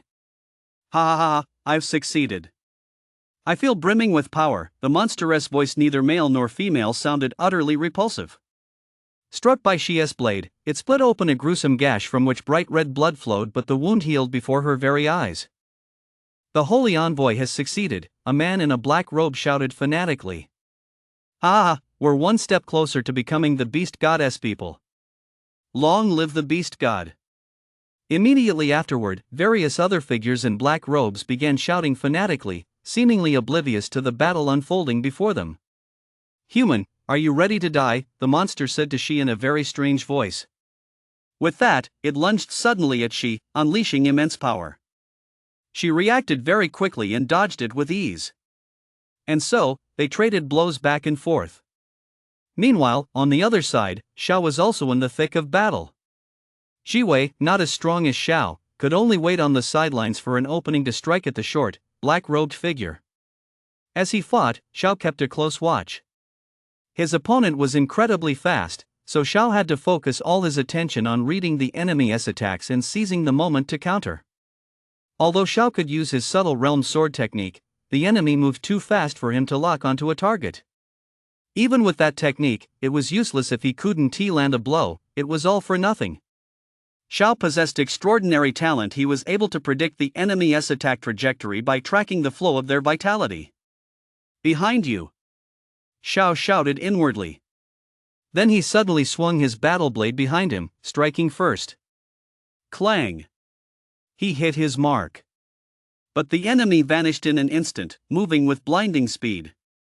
Xiao didn't stop. He swung his battle blade upward toward his head. At that moment, his vitality surged, and his speed soared. Clang! A crisp sound rang out. The short figure finally came into view, knocked back by Xiao's powerful vitality and stumbling backward. The short man in the black robe quickly regained his balance and glared at Xiao. He had assumed Xiao was a hothead, but he never expected him to be such a skilled fighter, one who could always anticipate his movements, putting him on the defensive. His fierce eyes glinted like a snake's as he uttered a chilling voice, "Kid, you're pretty good, but this is as far as it goes." Ghost Shadow 7 slays. No sooner had the words left his mouth than the short, black-robed figure vanished from where he stood. He moved so fast that after-images formed, like ghostly shadows, and soon more and more of these phantom figures appeared before Sho's eyes. He couldn't pinpoint the enemy's true location, nor could his spiritual sense detect him. An unfamiliar fear crept into Sho's heart. He struggled to calm his emotions, observing his surroundings carefully, not missing a single detail. Clink, thud. An attack suddenly struck from Sho's side. Before he could react, he was slashed. The blow sliced through Sho's protective aura and his armor set, but his physical defense was so high that it only cut through his skin. But the same couldn't be said for his vital areas. Clearly, the enemy had anticipated this as well. He first stabbed at Sho's side, then aimed for his vital points, a feint to the east while striking the west, a truly treacherous tactic. However, Sho was aware of this too. He shielded his vital areas, denying the enemy any opportunity. Thud. Another strike, this time, the attack wounded Sho. His protective gang chi had been shattered, and it would take a moment to rebuild it. There wasn't enough time. A distinct gash appeared on his arm, from which fresh blood began to flow. "Sho, are you okay?" "I'll help you," Jiwei called from a short distance away, her face filled with concern upon seeing Sho wounded. She then rushed toward Sho. "You provided the high martial arts novel My Talent, Infinite Upgrade by the author Wandering Pineapple Beer." Sho was completely at a disadvantage at that moment, utterly powerless to fight back. He heard Jiwei's voice and looked over to see her charging toward him. "Don't come over here. That's his killing move," Sho shouted. If Jiwei stepped in, given her strength, she would inevitably be unable to withstand the enemy's attack and would die on the spot. But it was already too late. Jiwei had already entered the enemy's attack range. The short man in the black robe licked his blood-stained dagger and flashed a sinister smile. "Ha ha ha, young lady, you're finally here. I've been waiting for you for a long time. I didn't kill you last time, but this time you won escape." The enemy's voice came from nowhere, impossible to pinpoint. The short man in the black robe had turned hunting young female warriors into a hobby, and his methods were extremely cruel. This was a distortion of human nature, no, a complete lack of humanity. Sho was also extremely anxious at this moment. His mind was racing as he tried to figure out a way to deal with the enemy. Based on his recent encounter with the short, black-robed figure, Sho could sense a faint fluctuation of vitality from the opponent, but it vanished almost immediately, making it difficult to pinpoint his location. However, even with just that tiny hint, thanks to Sho's extraordinary talent, he was able to deduce the entire flow and trajectory of the enemy's martial art. The short man in the black robe didn't rush to kill Sho. Instead, he turned his attention to Jiwei. "I've finally got you," Sho said with a smile. Immediately, Sho's aura shifted like a blade drawn from its sheath, its icy glint piercing the air. Bloodburst Mad Blade. Sho unleashed all the anger he had been holding back. At that moment, the short, black-robed figure, who was closing in on Jiwei, instantly felt a chill run through his heart. The hairs on his body stood on end, as if warning him to flee. He instinctively turned his head, only to find an incredibly dense and razor-sharp blade already pressed against his face. Splatter! One stroke split him in two, and blood spurted straight onto the basement floor. Two bodies hit the ground with a thud. 33 Novel Network. Not far away, Jiwei let out a sigh of relief. He looked at Sho gratefully. She had already saved him twice today. Everyone on the battlefield sensed the powerful, piercing intent of Sho's blade. Subtle level sword technique. Another subtle level sword technique. "The Japanese snake is dead," exclaimed a man in a black robe in shock. "How is that possible?" To have mastered a subtle level sword technique at such a young age, he is a genius of the human race. I feel like I've seen him somewhere before. Oh, I remember now, it's him. He's the one Wei Long was trying to kill. Subtle level sword technique, no wonder. Wei Long must have been killed by him. One by one, the black-robed figures began to turn their gaze toward Sho. Meanwhile, over on our side, the martial alliance, we all began to praise Xiao. Subtle level sword technique excellent. The human race will surely triumph. Brothers, let us kill them. Ah, agony kill. In an instant, Xiao became the target of everyone's attention. Even she and the monster, who were in the thick of battle, noticed Xiao. They were both surprised. One was delighted, the other was troubled. They never expected such an unexpected twist to appear on the battlefield. You lot, kill him. We can't let him grow stronger, otherwise he'll become a major threat to our holy sect, the monster commanded loudly. Xiao was unaware of what everyone on the battlefield was thinking. He remained where he was, as if deep in thought. In that split second, he had an epiphany. He ran through all the sword techniques he learned in his mind, then organically combined them, preparing to devise an entirely new sword style. He had now mastered a total of 2 sword arts, the relatively common explosive blood frenzy sword, Sufang's blood thornblade, and the beast god cult technique 6-strike blood glow slash, which he had learned from Wei Long. However, Xiao discovered that this so-called beast god cult technique did not actually belong to the beast god cult at all. It was a relic from the Great Catastrophe era that the beast god cult had simply appropriated as its own. According to his vision, the technique had to be not only powerful but also consume minimal vitality and require a short execution time. In the span of a single breath, Xiao had already worked through half of the technique's progression at an astonishingly fast pace. Jiwei walked over, a faint blush spreading across her face. Little brother Xiao, thank you for saving me twice. However, she noticed that Xiao remained unmoved, standing there as still as a log, and she realized something was off about him. Has he had an epiphany? Jiwei immediately noticed Xiao's unusual state and said with a hint of amazement. Just then, she suddenly sensed several powerful auras rushing toward them at breakneck speed. Her gaze shifted to that direction, and her eyes widened in shock. She saw several figures in black robes charging toward them, all staring at Xiao with frenzied intensity. They were clearly after him. Along the way, several Grandmaster-level members of the Martial Alliance had tried to block their path, but they had all been killed. Jiwei watched the approaching figures in black robes with a look of tension on her face and said to Xiao, "This time, it's my turn to protect you, Xiao." The black-robed figures moved with blinding speed, closing in on Xiao in an instant, ready to strike him down with a single blow. But Jiwei wasn't about to let them succeed. She blocked their attack.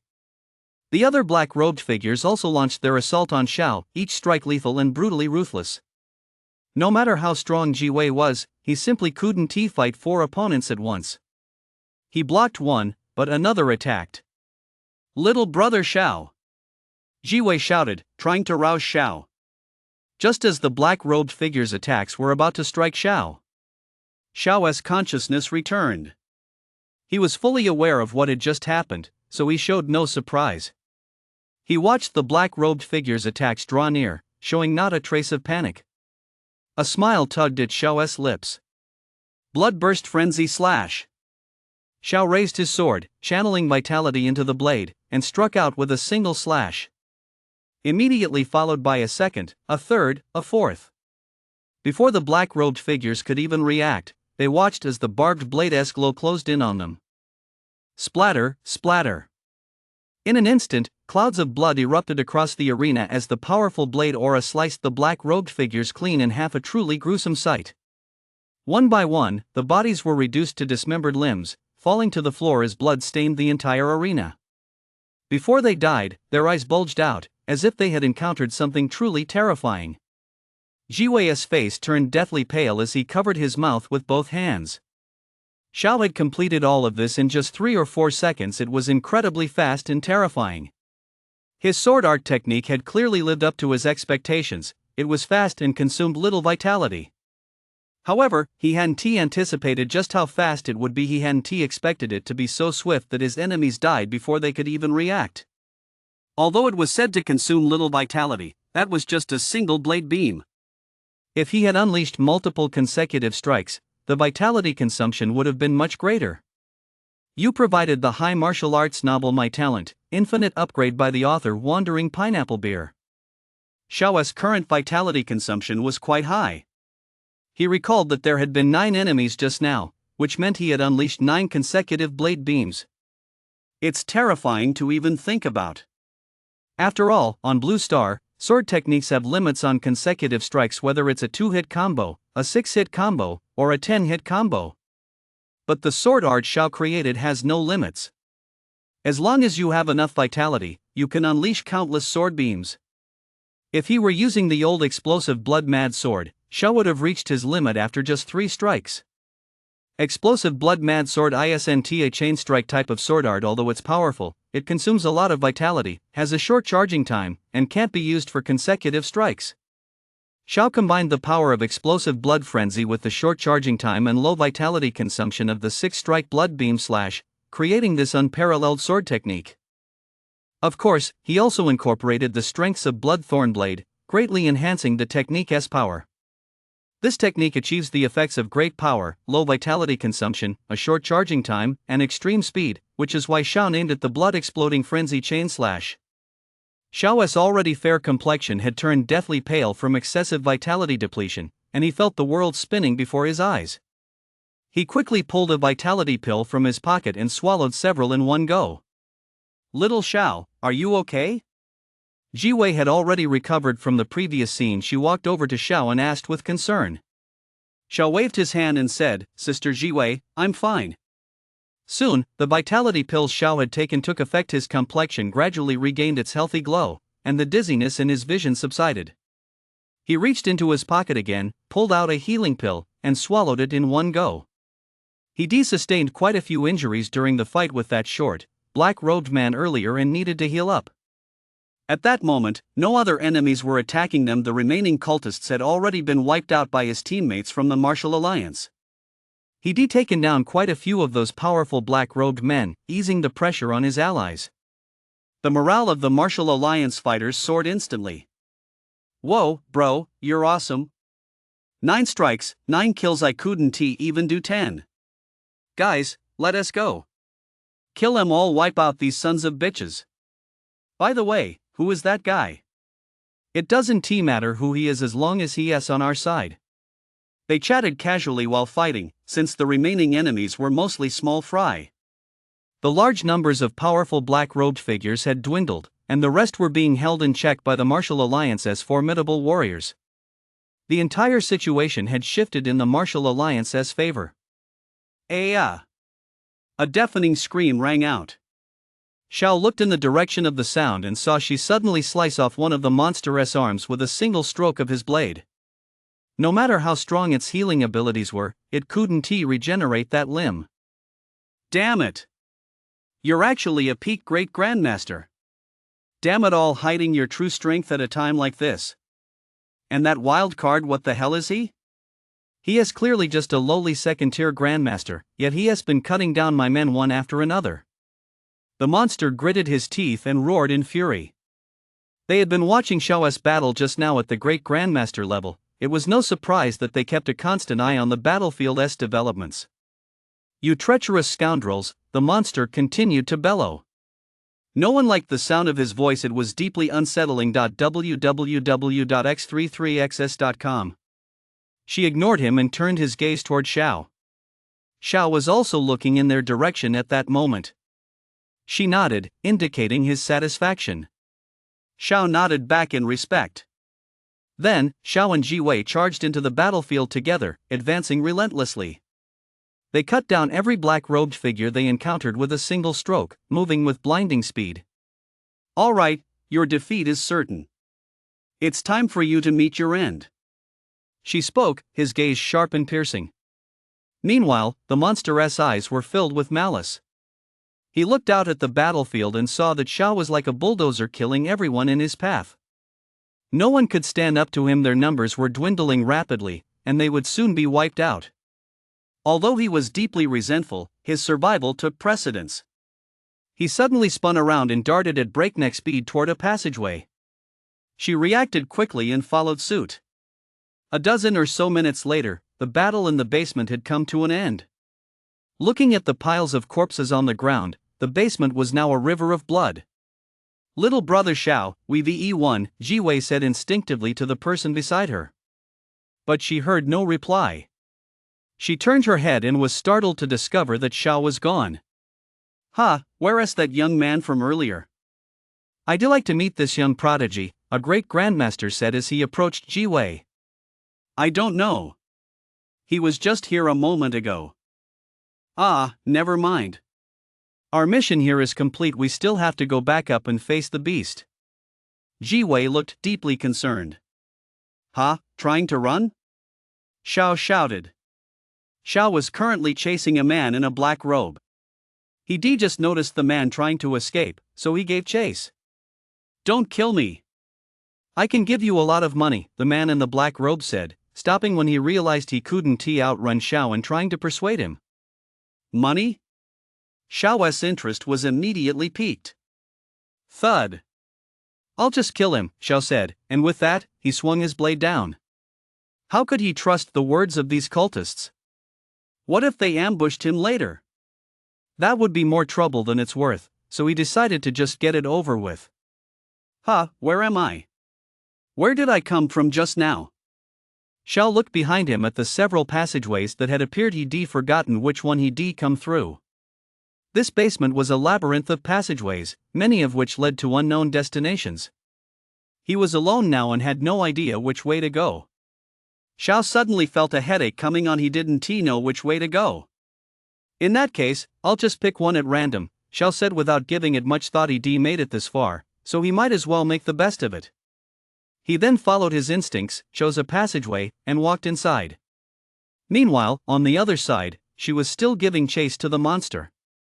The monster was incredibly fast as a small car, but she was even faster, and she was quickly closing in. As she drew nearer, the monster shouted frantically, "Damn it! Why won't you stop chasing me? Why won't you just leave me alone?" Seeing that she didn't react, it continued to roar, "Ha! So what if you kill me? You're all going to die, you're all going to die." She furrowed her delicate brows. She couldn't make sense of the monster's words and didn't know what it meant. Could it be that they had some kind of conspiracy? She was aware of the situation on the surface, but with the warden guarding Nanzhang, there shouldn't be much of a problem. Where exactly had things gone wrong? Just then, a small beam of light appeared ahead. It was the manhole cover leading to the outside. "You provided the high martial arts novel My Talent, Infinite Upgrade by the great author Wandering Pineapple Beer." The monster saw the light and instantly became excited. "Ha! It's truly a blessing from heaven." It immediately picked up speed. Xia's heart sank. If it let the monster escape, it would be disastrous. "No, I can't let it get out," she thought to herself. If it escaped outside, it would be disastrous. The outside was full of unarmed civilians. She wouldn't be able to show off her skills there. And if it took hostages, it would be all over. Suddenly, Xia's body trembled, and she instantly radiated a powerful aura. Her entire body pulsed with vitality, as if she'd been set ablaze. In an instant, Xia's speed skyrocketed. If her previous speed had been that of a car, her current speed was now that of a rocket. Utterly absurd. The monster sensed something too. It turned its head, only to find she practically right in its face. "Damn it! You're actually burning vitality? You madwoman!" The monster stared at Xi in terror, going completely berserk. It could have burned its own vitality too, but by now it was likely too late to escape. She had already closed in. She reached the monster's side and slashed with all her might at its back. Splatter! Damn it! A massive gash tore open across its back, blood spurting out in a gruesome display. This blow drastically slowed the monster's escape. It was still running, but it was still a distance away from the exit. However, she could now easily catch up to it, so she immediately stopped burning her vitality. After all, burning vitality damages one's foundation and is extremely dangerous. However, since she had only activated it for a short time, it wasn't a major issue. If she kept it active longer, it would have damaged her foundation until it shattered completely.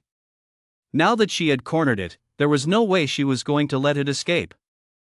She gripped her battle axe tightly and swung it down in a fierce horizontal slash. Its power was unstoppable, even tearing through the air. Splatter! The monster crashed to the ground, howling in agony. She had severed both its legs. The scene was incredibly gory. The monster knew it couldn't escape, so it gave up trying to run. Ha, ha ha, ha ha ha, kill me now. The monster contorted its hideous, terrifying face and roared wildly. She wasn't in a hurry to kill it. Speak. What did you mean by that earlier? What other secrets do you have? She said coldly. Hearing this, the monster grew even more frenzied. You want to know? Ha ha ha, I want to tell you. None of you will live, ha ha ha. The monster seemed possessed. Shia's gaze darkened. It seemed she wouldn't be able to pry the information out of it. But she couldn't let this monster go. She raised her battle axe and slashed violently at the monster's head. Realizing it was about to die, the monster screamed frantically, "Long live the beast god!" Ha ha! Splatter! The monster's spine-chilling laughter came to an abrupt halt. After doing all this, Shia's brow didn't relax. Instead, it grew even more furrowed. She felt incredibly frustrated and stifled because she hadn't managed to extract the crucial information. She then dragged the monster's corpse back the way she came. Meanwhile, Xiao had been making his way through the pitch-black passageway. He'd been walking for quite some time, but still hadn't reached the exit. He'd encountered several forks in the path along the way, choosing which way to go based solely on his instincts. This damn cult, why did they build so many passages? What on earth are they trying to accomplish by building all these? Xiao was growing impatient and began to grumble about the cult. He used his psychic power to scan every fork in the passage, but to no avail. The range of his psychic power was limited, and each passage was incredibly long. Xiao simply couldn't cover them all. His psychic power wasn't strong enough yet. Could it be that he'd chosen the wrong passages every time? That couldn't be possible. The cultists must have built these passages for a reason. Xiao had already learned from his previous report to the Martial Alliance that one of these passages led to the outside, but that passage had been sealed off. Although the Martial Alliance had sent people in to investigate, they'd come up empty-handed after all. These passages hadn't appeared in any intelligence reports. Xiao was growing increasingly frustrated. Ha! I hear a sound. Xiao muttered under his breath. Just a moment ago, Xiao heard a faint sound, and he began moving toward its source. The sound grew louder and louder, and Xiao listened intently.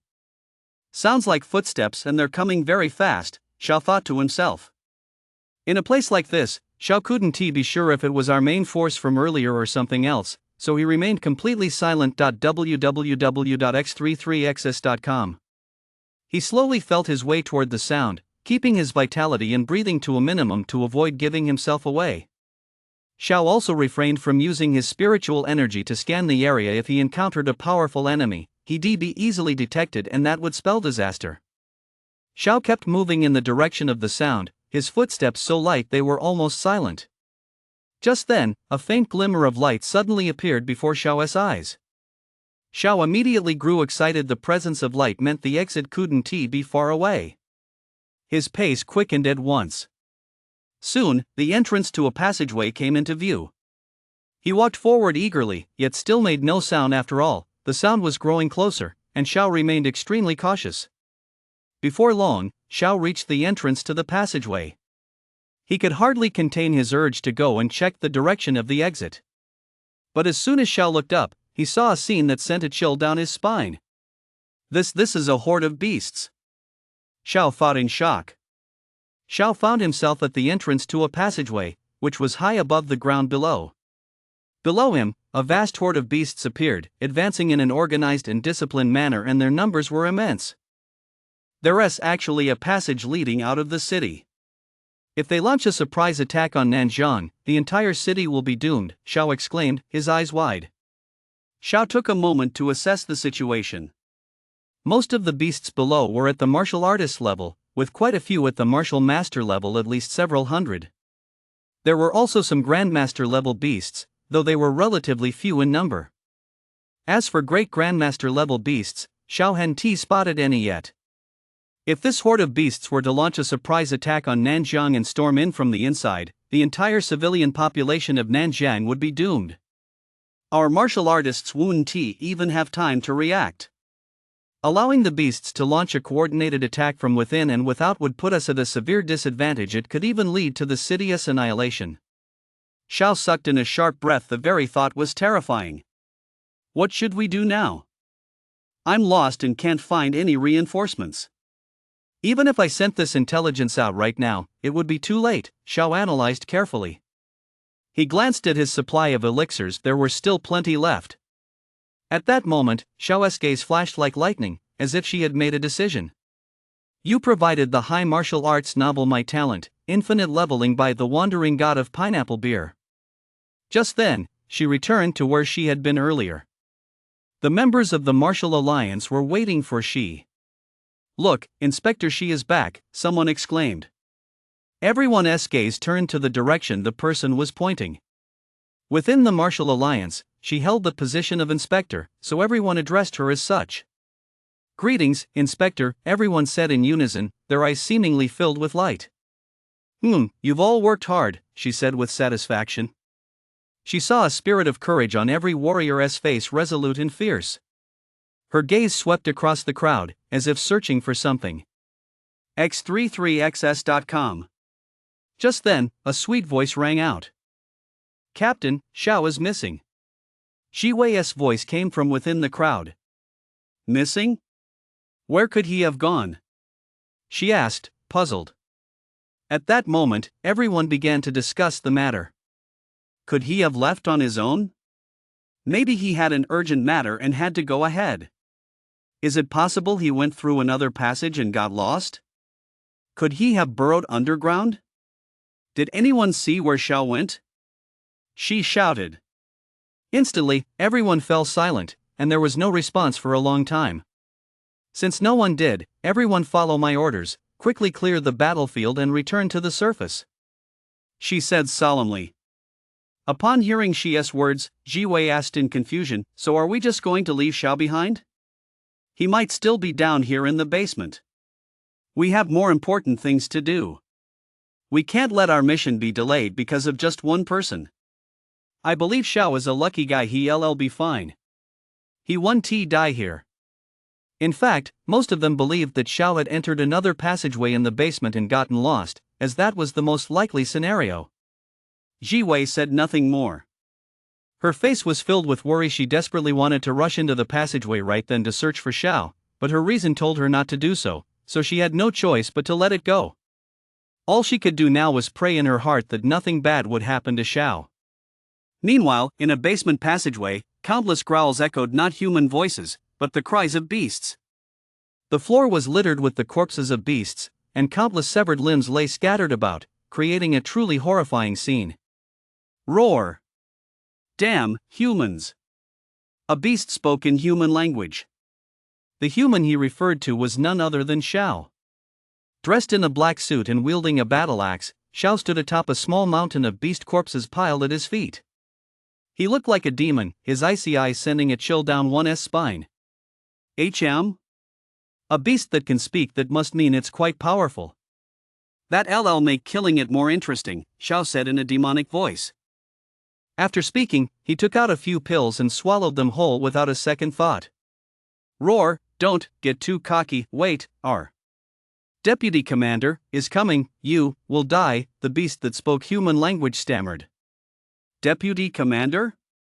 I'd like to see just how strong it is, but before that happens, you're going to die. Xiao issued a demonic death threat. Suddenly, a blindingly fast blade of light shot out from Xiao's battle axe. Splatter! The beast that spoke like a human was sliced in half. However, the blade of light hadn't vanished yet. It continued to slash at the beasts behind it. Splatter, splatter. The sound of the beasts being torn apart continued unceasingly. Xiao kept attacking the beasts. The entire basement echoed with their wails, and the air was thick with the stench of blood. This was a complete rout. They couldn't even break through Xiao's vitality. Xiao alone had already killed nearly half of the large group of beasts that had just been there. It was terrifying. Xiao was also growing stronger with every kill. His strength had likely already reached the 3rd-tier Grandmaster level. On top of that, his sword technique and footwork were improving at a terrifying pace. What would take others weeks or months to achieve, Xiao was accomplishing in mere minutes. Just then, a thunderous roar echoed throughout the entire basement. A powerful surge of vitality and spiritual energy surged directly toward Xiao, even causing the beast standing beside him to cough up blood from the shock. Xiao's face flushed crimson, veins bulging, and his physical form glowed with a golden light. The roar didn't last long. Xiao took a deep breath and let out a sigh of relief. That had been a combined attack of vitality and mental power, a technique of a great grandmaster, and there was a great grandmaster level beast here. Xiao cautiously scanned the passage ahead. His mental power was utterly useless against a great grandmaster. He couldn't detect the enemy's location. He was completely at a disadvantage if the enemy launched a surprise attack right now. He wouldn't even have time to react. Human, you're quite strong. You've killed so many of my subordinates. A beast that looked like a hybrid of a cat, a leopard, and a deer appeared before Xiao. Its body was covered in golden stripes, giving it a very strange appearance. Xiao didn't know its name. He hadn't yet studied the knowledge of powerful beasts. It had voluntarily revealed its position. If it wasn't because it had immense confidence in its own strength, then it was simply because it was extremely arrogant and haughty. Killing them was as easy as chopping vegetables, not the slightest challenge, Xiao said with a mocking expression, spreading his hands wide. Then how about I be your opponent? The beast commander didn't get angry. Instead, he said with a fiery gleam in his eyes. It was as if he didn't value the lives of those beasts at all. The beast commander was also very curious about Xiao. How could a human who appeared to be only a level 3 grandmaster be so powerful?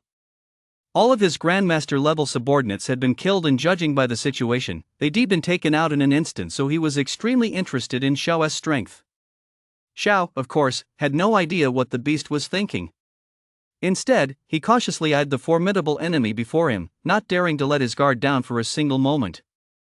He was now facing a great grandmaster level beast. How could he possibly afford to let his guard down? Human, let me see what you're made of, the beast leader roared excitedly. The other beasts voluntarily moved away from them, as if responding to the beast leader's command. The beast concentrated vitality in its claws and lashed out at lightning speed, striking toward Xiao. Xiao watched the incoming attack, clearly the fastest he'd ever encountered. Even that short man in the black robe was nothing compared to this. Relying on his extraordinary talent, Xiao analyzed the attack. In an instant, he grasped its essence. He felt he could replicate it himself, but since he lacked claws, he couldn't execute it. However, he could still anticipate its trajectory and dodge it in advance. The beast showed a fleeting look of surprise when it saw its attack had missed, but it quickly launched the same attack again. This time, it unleashed a barrage of strikes, leaving Xiao unable to dodge them all. You provided the high martial arts novel My Talent, Infinite Upgrade by Pineapple Beer from The Wandering Master. Although Xiao had anticipated the opponent's attack, such a dense barrage was simply impossible for him to dodge at his speed. However, if he used Blood Burst Frenzy Slash, while it could nullify the opponent's attacks, the drain on his vitality would be too great. He couldn't guarantee that the opponent wouldn't continue attacking after he'd finished nullifying them. Even though he had a vitality pill to restore his vitality, that would take time, and in such a short span, there simply wasn't enough time. I've got no choice. I'll just have to grit my teeth and dodge it, Xiao said, his expression grim. 33 Novel website. He channeled his vitality into the blade and slashed at the oncoming attack several times. Boom. Then he stopped, neutralizing part of the attack first. He adjusted his stance and faced the incoming attack head-on. Soon, the attack reached Xiao. An ordinary person would surely be terrified by this display, but Xiao was no one to be easily intimidated. Xiao's feet began to move, guiding his entire body. Immediately, he pivoted on his heels, his body twisting in unison, maintaining the perfect distance between himself and the attack. The entire sequence was incredibly fluid. Then, Xiao's feet danced like a dancer amidst the barrage of attacks, and he quickly dodged several of them. As he continued to evade, he sensed an inexplicable epiphany, as if he had gained insight into footwork, and his evasion became progressively easier. Just then, a sudden jolt shook his heart, as if something had broken through a barrier. In an instant, Xiao's control over his footwork became crystal clear. He looked at the attacks once more in his eyes. Dodging them had become incredibly easy. Then, with just a few shifts of his feet, Xiao dodged them effortlessly, as if guided by muscle memory. This is subtle level body art. Xiao thought in shock. At that moment, the beast commander attacking from a short distance away also noticed the change in Xiao and was equally stunned. Subtle level footwork he broke through in such a short time? The beast commander began to question the meaning of life. And he achieved this breakthrough using the beast commander's own attacks. Didn't that mean the beast commander had actually helped Xiao? But the beast commander hadn't expected this at all. Who would have thought Xiao's talent was so terrifying?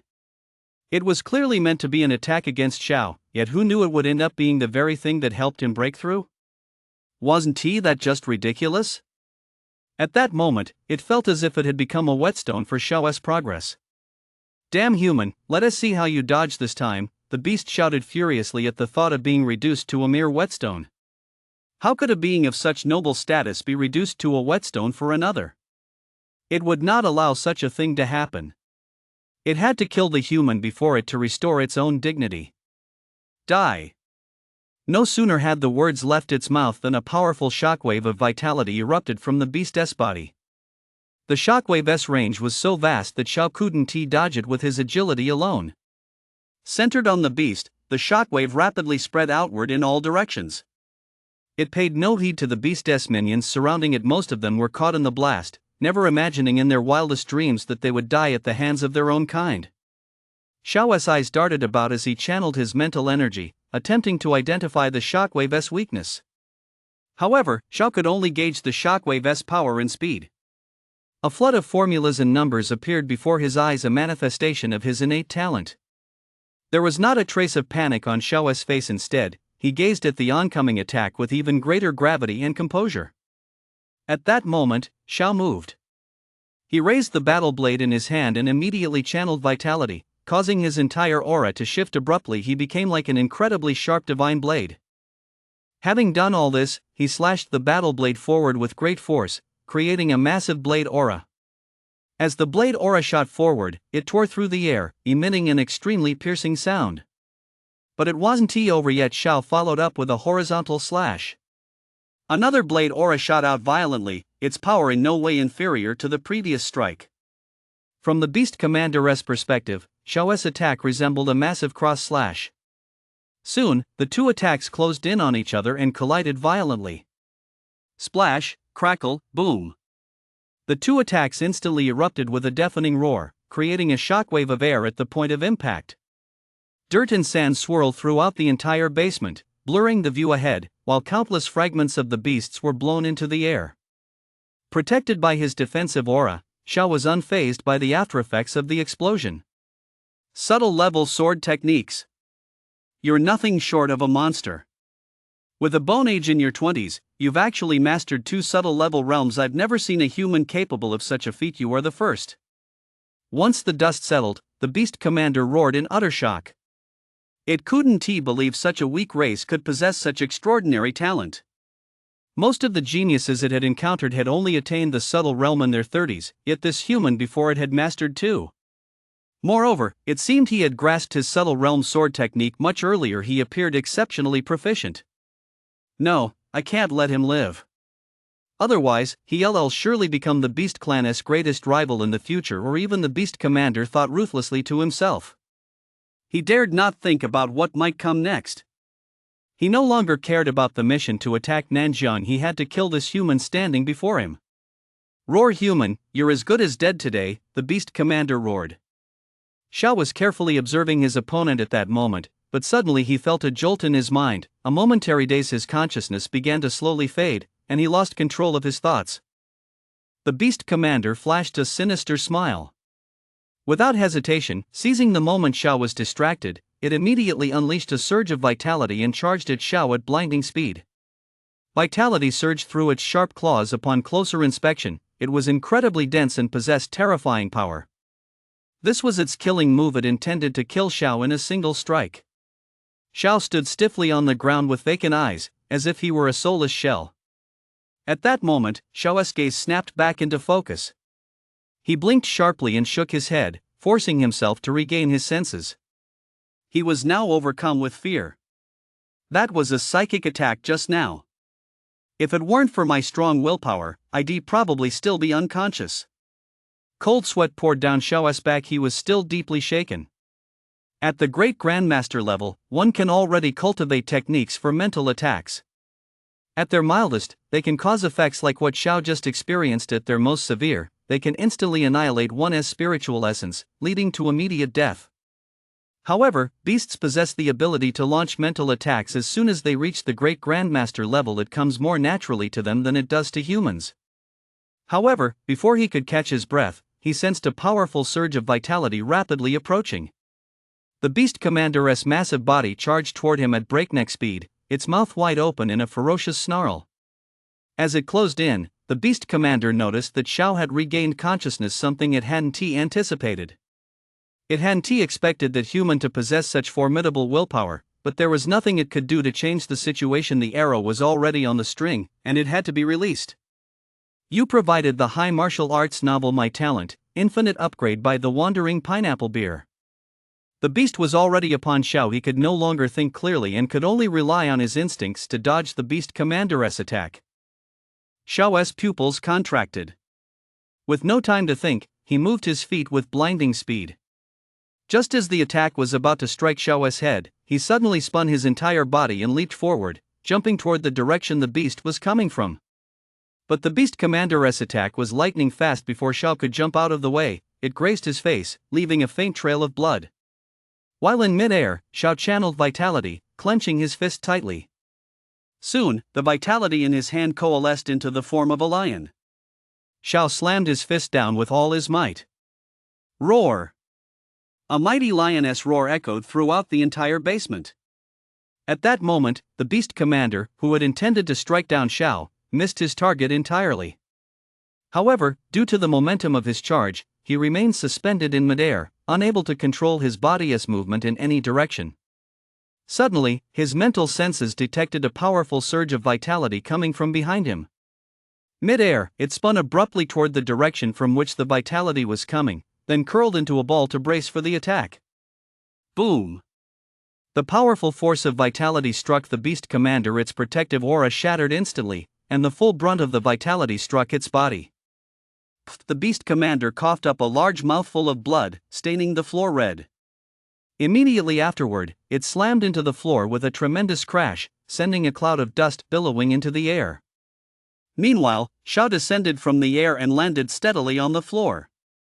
He touched his face and discovered blood trickling down it. He wiped it away with his hand, all the while keeping a close watch on his enemy's condition. The beast commander crawled out of the pit in a disheveled state. It was now furious, its gaze turning ferocious, as if consumed by a bloodthirsty rage. Damn human! How can you be so strong? You're clearly only at the Grandmaster level. You stripped me of my dignity. How dare you, a mere human, trample on my noble status so recklessly, the beast commander roared in fury. Immediately afterward, the beast commander's entire body began to turn crimson as its vitality boiled. Its original golden stripes were dyed red, its once black pupils turned scarlet, and its entire body seemed to grow a size larger. Arg! The beast commander roared, sending dust swirling in all directions. This is a psychic attack. Xiao was prepared this time and managed to block the enemy's psychic assault. Human, you've forced me into this state. Are you ready to die? The beast's voice grew hoarse, and a wild aura radiated from it. Ha, you're nothing more than a slightly larger kitten. Xiao said mockingly. The beast commander was clearly much easier to provoke in this form. Sure enough, the beast commander immediately opened its massive, blood-red maw. Human, you're asking for death. In an instant, the beast commander vanished from where it stood. Xiao could no longer see the opponent's speed with the naked eye. He channeled his mental energy to sense it, but still couldn't pinpoint its location. This was getting troublesome. The next second, the beast commander suddenly appeared right in front of Xiao and lashed out with a fierce swipe of its claw. When the enemy appeared, Xiao's mind reacted in time, but his body didn't. Even though he'd already braced himself for defense, still. Xiao was struck and sent flying backward. He had successfully parried the attack, but the immense momentum forced him to tumble backward. Hey, I'm right here. Suddenly, a voice rang out from behind Xiao. Xiao's pupils contracted in sheer terror. He had underestimated the opponent's speed. Seizing the moment before the opponent could strike again, Xiao's mind raced, and formulas and numbers flashed before his eyes. Immediately afterward, the beast commander punched Xiao in the back. As the blow struck, Xiao's body glowed with a golden light, neutralizing most of the force. In an instant, Xiao was violently flung back in the direction he had come from. Ugh! Xiao grunted, a trickle of blood spilling from the corner of his mouth. Fearing another attack, Xiao spun mid-air, forming a vitality ring that struck out in all directions. Boom! Immediately afterward, Xiao slammed into the ground, but unlike the beast commander, he didn't look disheveled. Xiao landed standing up in the crater. He hadn't been knocked down. Xiao gasped for breath, his brow furrowed, his gaze cold and piercing. This was the strongest enemy he had ever faced. Its movement speed is roughly double what it was before, and its strength has increased significantly as well. Is this its rage state? It's truly powerful. Xiao muttered under his breath. Just moments ago, while being struck, Xiao had calculated his opponent's strength. It was clearly several times greater than his own. Xiao was now once again on the defensive. He couldn't predict his opponent's attacks, which was extremely dangerous. However, he could also use his extraordinary talent to calculate the opponent's attacks, thereby dodging and counterattacking, but this would take a bit of time. After all, this was a great Grandmaster level being, with power even approaching that of xi.www.x33xs.com. Ha, human, you should feel honored that I'm killing you with my power. I just love seeing you in such a sorry state, ha. The beast threw his head back and laughed loudly. Hearing the beast's mockery, Xiao didn't get angry. At a time like this, he needed to stay calm and think of a countermeasure, rather than just attacking like a beast. Just then, a flash of golden light suddenly flickered in Xiao's eyes. You actually have the nerve to laugh? You have to use all your strength just to fight a mere Grandmaster like me. You really are a waste of space. You aren't the weakest great Grandmaster level beast, are you? Xiao said with a mocking expression, showing no mercy. Upon hearing this, the beast commander's eyes darkened. Its massive jaws snapped open, teeth clenched, and its claws dug fiercely into the ground. It looked furious. You are asking for death. The beast commander roared, causing the entire basement to shake. Then it vanished from its spot in an instant, moving so fast it broke the sound barrier. Seeing the beast move, Xiao's lips curled into a smirk. He assumed a defensive stance, ready to meet the enemy's attack. Die!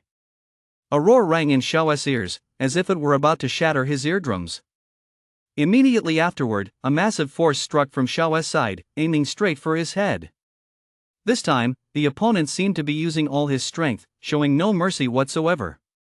Just as the blow was about to hit Xiao, a huge bell suddenly appeared in front of him, blocking the attack. Boom! Beast's immense force struck the bell, sending out waves of shockwaves as the entire bell hummed. Immediately afterward, the bell suddenly unleashed an even more powerful counterforce. The counterforce surged toward the beast commander like a raging flood, shaking him from his claws to his arms and throughout his entire body. You provided high martial arts, my talent's infinite upgrade by the wandering pineapple beer master. Crack! The beast commander's protective aura shattered violently. Immediately afterward, the beast commander's entire arm burst open, the damage spreading all the way to half of its body, creating a truly gruesome sight. Roar! Then, the beast commander was violently hurled backward by the recoil, crashing to the ground and howling in agony. Xiao put away the great bell and looked down at the beast writhing in pain on the ground. He saw that the entire left side of the beast's body had been reduced to a bloody, mangled mess. It looked like a pile of rotten flesh, with blood still oozing from it. No way! How could an ordinary person possibly withstand the recoil from this massive bell? After all, Xiao had already tested it before subduing it. He merely tapped it a few times with a single finger and felt the immense recoil. Only after Xiao subdued it did that recoil diminish, as his strength continued to temper its body.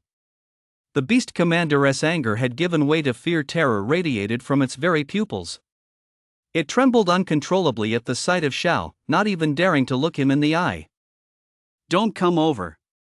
Don't come over," the beast commander pleaded, his face contorted with terror.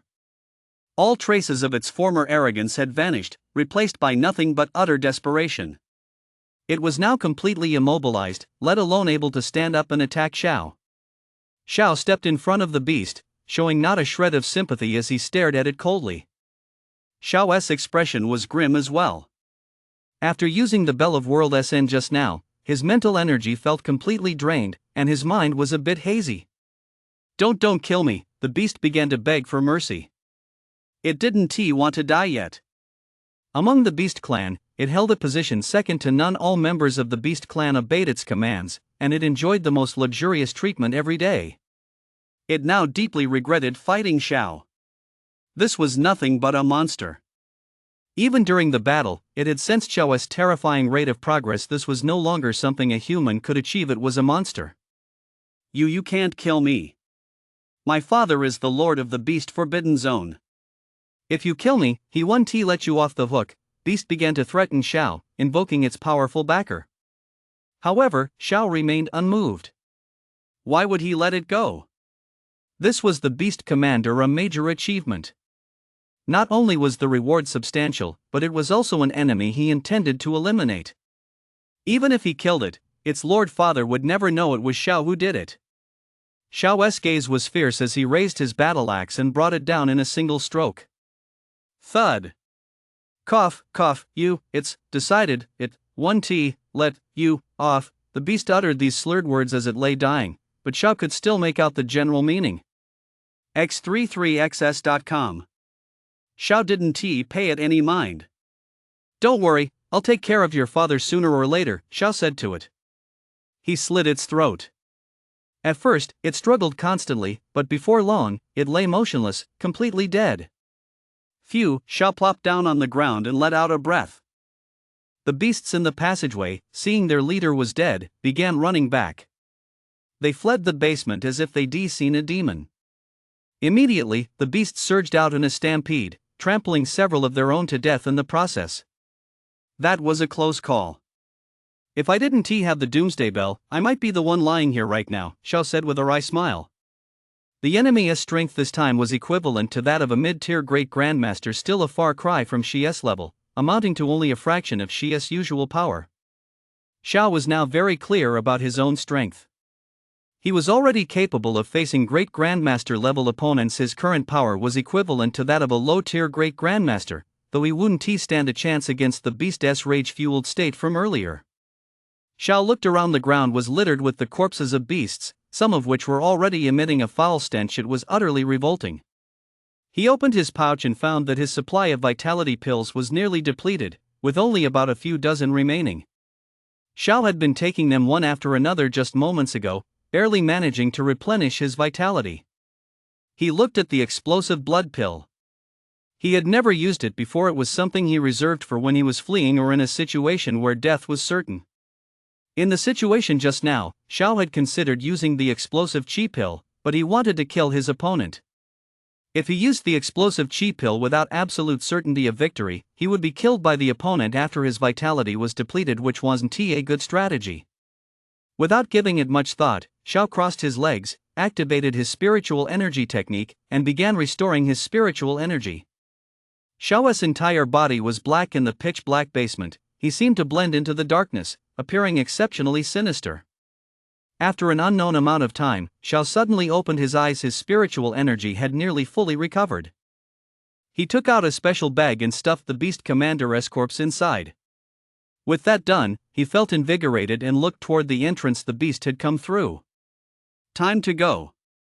I'm curious to see where this leads, Xiao said. Xiao moved swiftly through the darkness. It was hard to catch a glimpse of him. After an unknown amount of time, a beam of light appeared before Xiao's eyes. Almost there, Xiao said excitedly, quickening his pace. The light ahead of Xiao grew brighter and brighter. Soon, he arrived at a sewer. The water had long since dried up, and there was no sound of flowing water. No wonder Xiao hadn't heard anything. It looked quite old. Why is there a sewer here? Xiao wondered. Xiao ran toward the light, and soon he reached its end. As Xiao looked out, he saw a scene he would never forget for the rest of his life. He was standing in a sewer tunnel, one that was severed. As for why it was severed, the scene before Xiao provided the answer. A massive crater appeared before Xiao's eyes. He looked up and saw many dilapidated buildings. This was a city that had fallen into ruin. Just how powerful a force could have created a crater this massive? Xiao gasped, growing increasingly awed by the formidable beings in this world. This was clearly not a natural formation, nor was it caused by a nuclear weapon. There was no sign of radiation here. That left only one possibility: it was created by a powerful martial artist or a beast. I knew the Martial Alliance had already sealed off the passageway. How could a beast have appeared there? So it came from here. This sewer leading to Nanjiang must have been dug by cultists. I never imagined they'd go to such great lengths to smuggle a beast into Nanjiang. It even leads all the way to this abandoned city, Xiao analyzed carefully. Fortunately, he spotted the beast, otherwise, the consequences would have been unimaginable. Although Xiao had found the exit, he had no idea where he was now. His phone had lost its signal, so he couldn't determine his location. You provided the high martial arts novel My Talent's Infinite Upgrade by Pineapple Beer, the Wandering Master.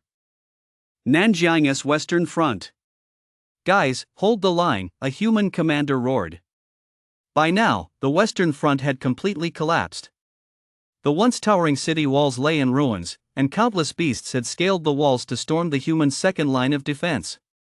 The scene was one of raging battle, with corpses strewn across the field. Large numbers of military martial artists charged to the front to repel the beasts' assault. Some wielded battle axes, hacking furiously, while others fired laser cannons, unleashing relentless fire on the beasts. Yet the beasts seemed inexhaustible. Wave after wave would die only to be replaced by another, in an endless cycle. The beasts seemed to have no fear of death, charging headlong into the warriors' blades, while the military warriors, equally fearless, charged forward as well, though they were clearly more intelligent and better organized than the beasts.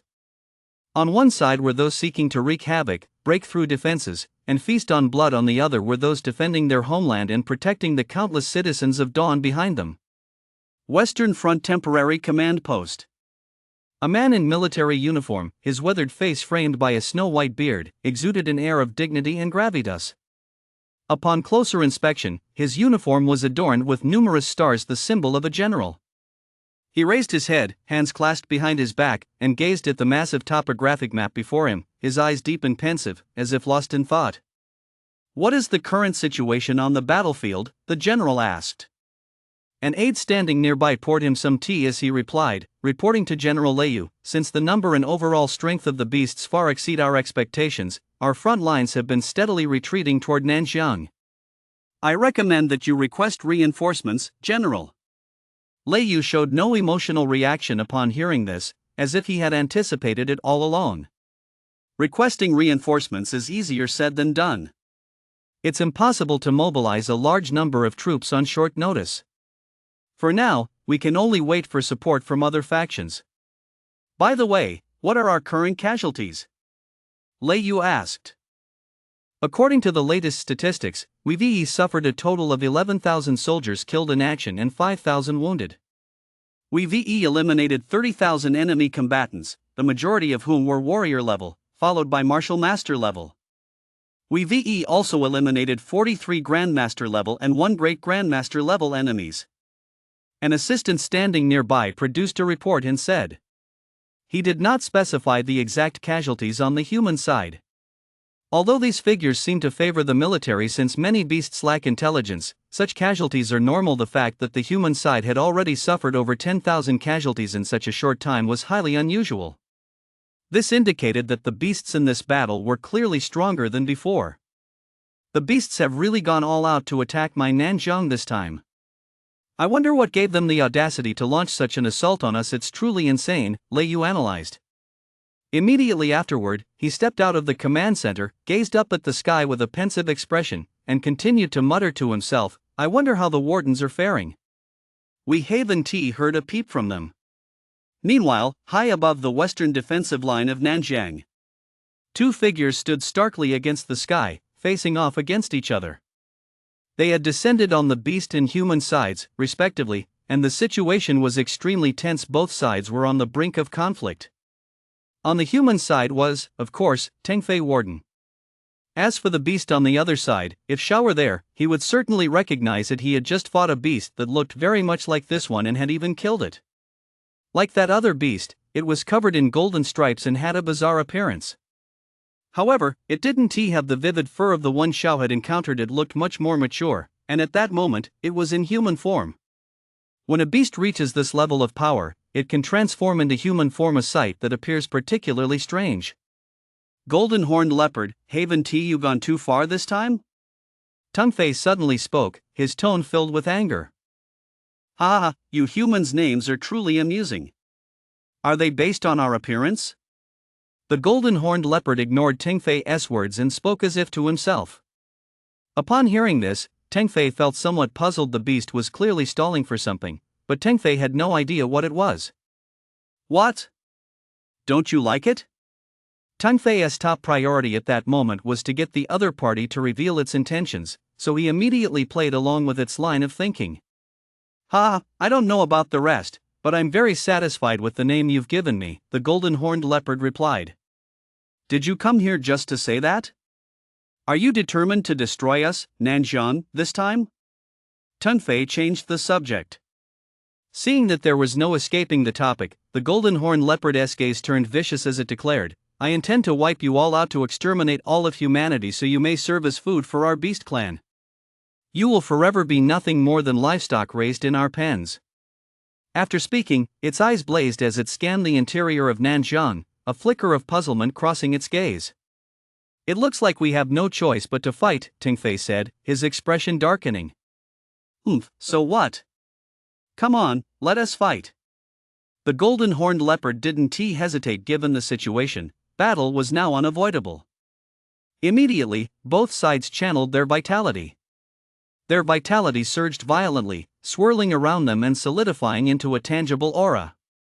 Then, the two sides clashed violently.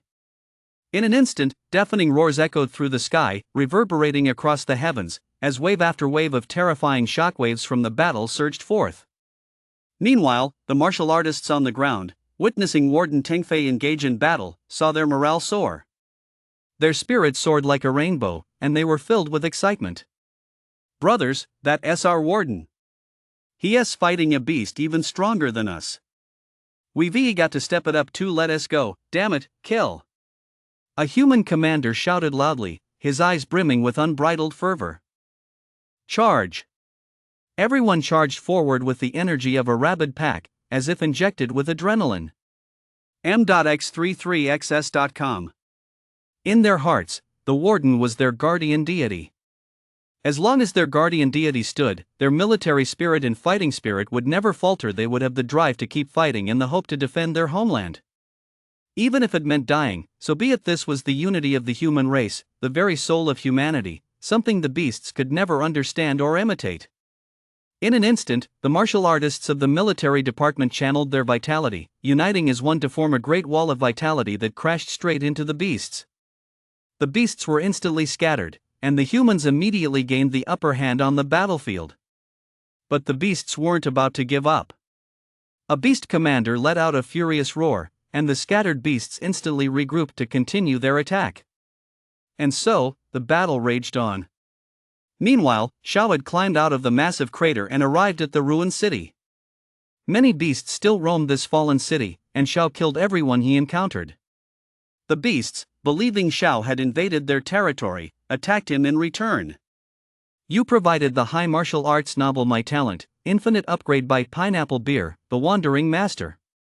When Xiao arrived in the city, what met his eyes was a scene of utter devastation, ruined buildings and structures with crumbling walls and shattered facades. As Xiao walked along, he saw many walls blackened by artillery fire, and human bones scattered everywhere, a truly horrifying sight. Seeing this, a surge of rage instantly welled up within him. He killed every beast he encountered without the slightest mercy. Faced with such brutal scenes, Xiao's hatred for the beasts grew even deeper. At one point, he even spotted a tiny human skull. What did this mean? It meant that even children had fallen victim to their cruelty, reduced to nothing more than prey. The further Xiao walked, the heavier his heart grew. His gaze darkened as he resolved to wipe out every last beast. And so, Xiao continued slaughtering the beasts that had taken up residence in this city. The beasts here were relatively weak, as the powerful ones had likely already gone to attack Nanjiang. The highest ranked beast Xiao encountered was at most a grandmaster, so he cut through them one by one, with ruthless efficiency. At that moment, Xiao was like the Grim Reaper in this city, reaping the lives of the beasts. Phew! These damned beasts, I'd love to wipe them all out. Xiao's face was grim as he uttered this demonic whisper. Xiao had already wiped out every last beast in this area, but he couldn't continue now because he had more important business to attend to, returning to Nanjiang to slay the beasts and defend the city. All Xiao needed now was a map showing the city's location, and he would be able to find Nanjiang quickly. He moved with great efficiency, searching through houses, buildings, and military barracks where humans had once lived. Meanwhile, at the Nanjiang Command Center. Reporting, General. The situation on the battlefield is critical. The number of beasts has suddenly surged. Our defenses are on the verge of collapse, and our warriors are suffering heavy casualties. We request reinforcements. Just then, a phone call brought the devastating news. Lei Yu was the one who answered it. His eyes dimmed, and his hand trembled slightly as he held the receiver. The situation on the battlefield had finally begun to improve, only to be struck by this new disaster. Tell the soldiers that reinforcements are on their way immediately, Lei Yu said, his voice catching slightly. In truth, he was lying to them. His assistant, standing nearby, understood everything. He lowered his head, his eyes equally dim. Pack up these things and gather my garrison unit. I'm heading to the battlefield to stand with the soldiers until the very end. Lei Yu's gaze was resolute as he ordered his assistant. You mustn't, General. We still need to command the battlefield, the assistant said, speaking with reason. We are warriors. Even in death, we must stand or fall with our positions. If we lose our positions, what use am I as a commander? How could I ever face the tens of millions of people behind me? Lei Yu's resounding words echoed throughout the command center. Left speechless by his words, the assistant obeyed Lei Yu's order and went to make the arrangements. However, not long after the assistant left, he returned to the command center, his eyes brimming with excitement and enthusiasm. Upon seeing him, Lei Yu immediately snapped, Didn't I tell you to go make preparations? Why are you back? General, reinforcements have arrived from our Nanjiang martial arts schools, the Martial Alliance, and other factions, the assistant explained immediately, feeling that being scolded was well worth it. Upon hearing this, Lei Yu immediately rushed out of the command center. He saw a large group of martial artists heading toward the front lines. His face lit up with excitement, and he saluted them. Go and continue as I instructed. I'm heading to the battlefield myself. Lei Yu commanded loudly. Seeing Lei Yu's determination, the assistant had no choice but to obey the order and immediately set about making preparations. On the battlefield, a voice rang out. Brothers, hold on, a martial artist shouted at the top of his lungs, his voice breaking with emotion. Just then, another voice rang out. Brothers, look. What's that? The martial artists, already physically and mentally exhausted, had no energy to look, but seeing that martial artist's excitement, they too became curious about what could have stirred him so. They shifted their gaze, and as soon as they saw it, they immediately shared his excitement. That's our backup. Our reinforcements have arrived. Our reinforcements have arrived. Everyone shouted with excitement. Those are martial arts school disciples. Instructor Wu from Tengfei Dojo. Yuntian Martial Arts School, Yingshan Martial Arts School. All the martial arts schools from Nanjiang have arrived. And there are people from the Martial Alliance. Hey, isn't that Inspector Shi? That's great. I've heard senior Shi is incredibly powerful. And those are advanced students from Nanjiang Academy. A gasp went through the crowd as everyone's gaze turned toward that figure. It's Yi Yunzhou. He is the strongest senior student at Nanjiang Academy. I never expected him to be here. And there's Lin Fuwen from the Lin family, Dan from the Liu family, and they're all great grandmaster level powerhouses. I never thought they'd all show up. This is great, we're saved now. In the direction they were looking, a group of youthful-looking martial artists was striding toward them. Among them, a strikingly handsome young martial artist stood out. It was Yi Yunzhou. Two others were also very conspicuous. One had a heroic, commanding appearance, exuding unbridled arrogance, while the other was massive and portly. These were Lin Fuwen and Dan. Seeing their reinforcements arrive, the martial artists from the military department shouted with excitement. Even young, powerful martial artists had come. How could they not be thrilled? In an instant, they joined the fray. Yi Yunzhou wielded a sword. As he channeled his vitality, he stomped his foot and thrust his blade forward, instantly impaling more than a dozen beasts. But he didn't stop there. He unleashed several more streaks of sword energy before calmly turning back, looking incredibly cool. Meanwhile, Lin Fuwen, his body glowing gold, wielded a massive halberd, slashing wildly in all directions with an all-encompassing, relentless assault. Dan wasn't about to be outdone either. Clad in white armor and wielding two giant hammers, he struck down every enemy in his path, causing Beast's head to explode. Meanwhile, she led Jiwei and the others in a relentless advance, sweeping through the enemy ranks like a tidal wave. Her strength was clearly superior to theirs. www.x33xs.com. She's methods for killing the beasts were extremely brutal. She refused to spare a single one. Wu from the Tengfei dojo, too, harbored a deep-seated hatred for the beasts and was killing them with frenzied intensity, his eyes bloodshot with rage. Just like that, the tide of battle turned in an instant. Meanwhile, Golden-Horned Leopard and Tengfei, who were battling in the air, kept a close eye on the battlefield as they thought their strength was evenly matched. A smile had now appeared on Tengfei's lips, while Golden-Horned Leopard's expression had grown grim. It was deeply frustrated. Why was there still no sign of activity in Nanjiang?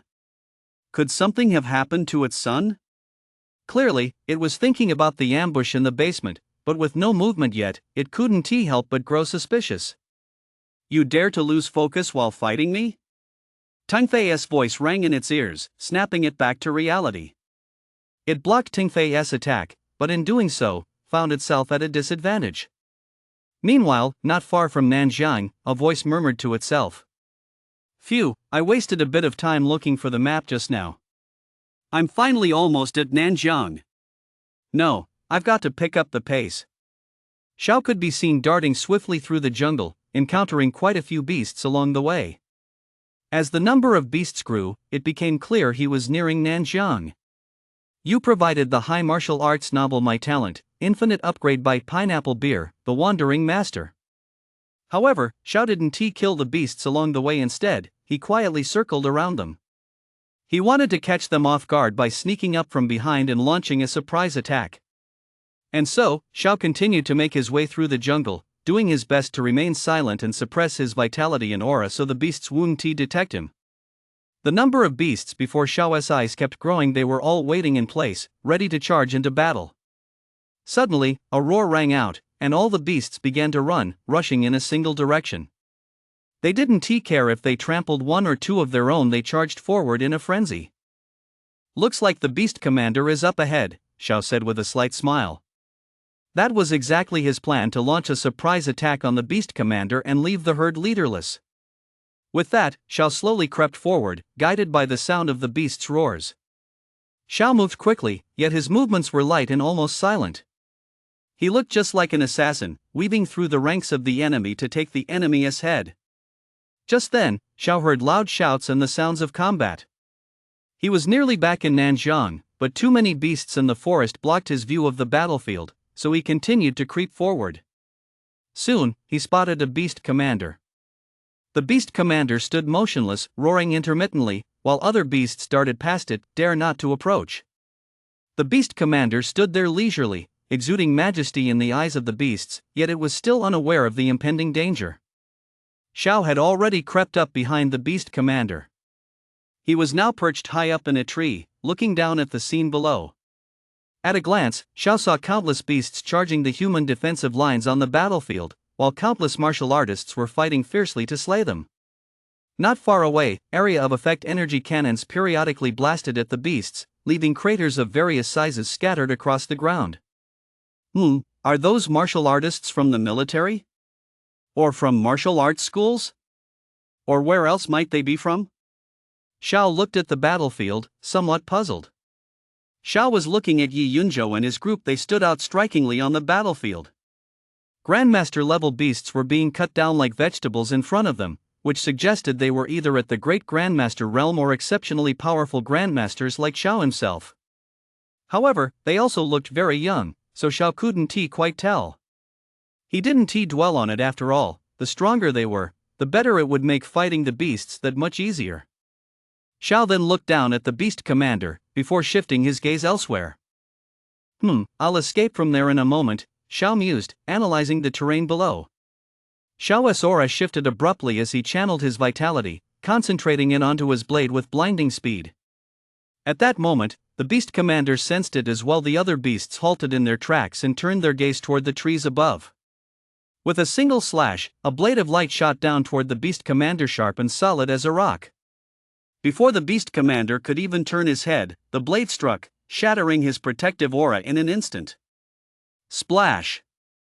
The great Grandmaster-level beast commander was beheaded by Xiao in the blink of an eye. At that moment, all the other beasts snapped out of their daze and charged toward the tree where Xiao was perched.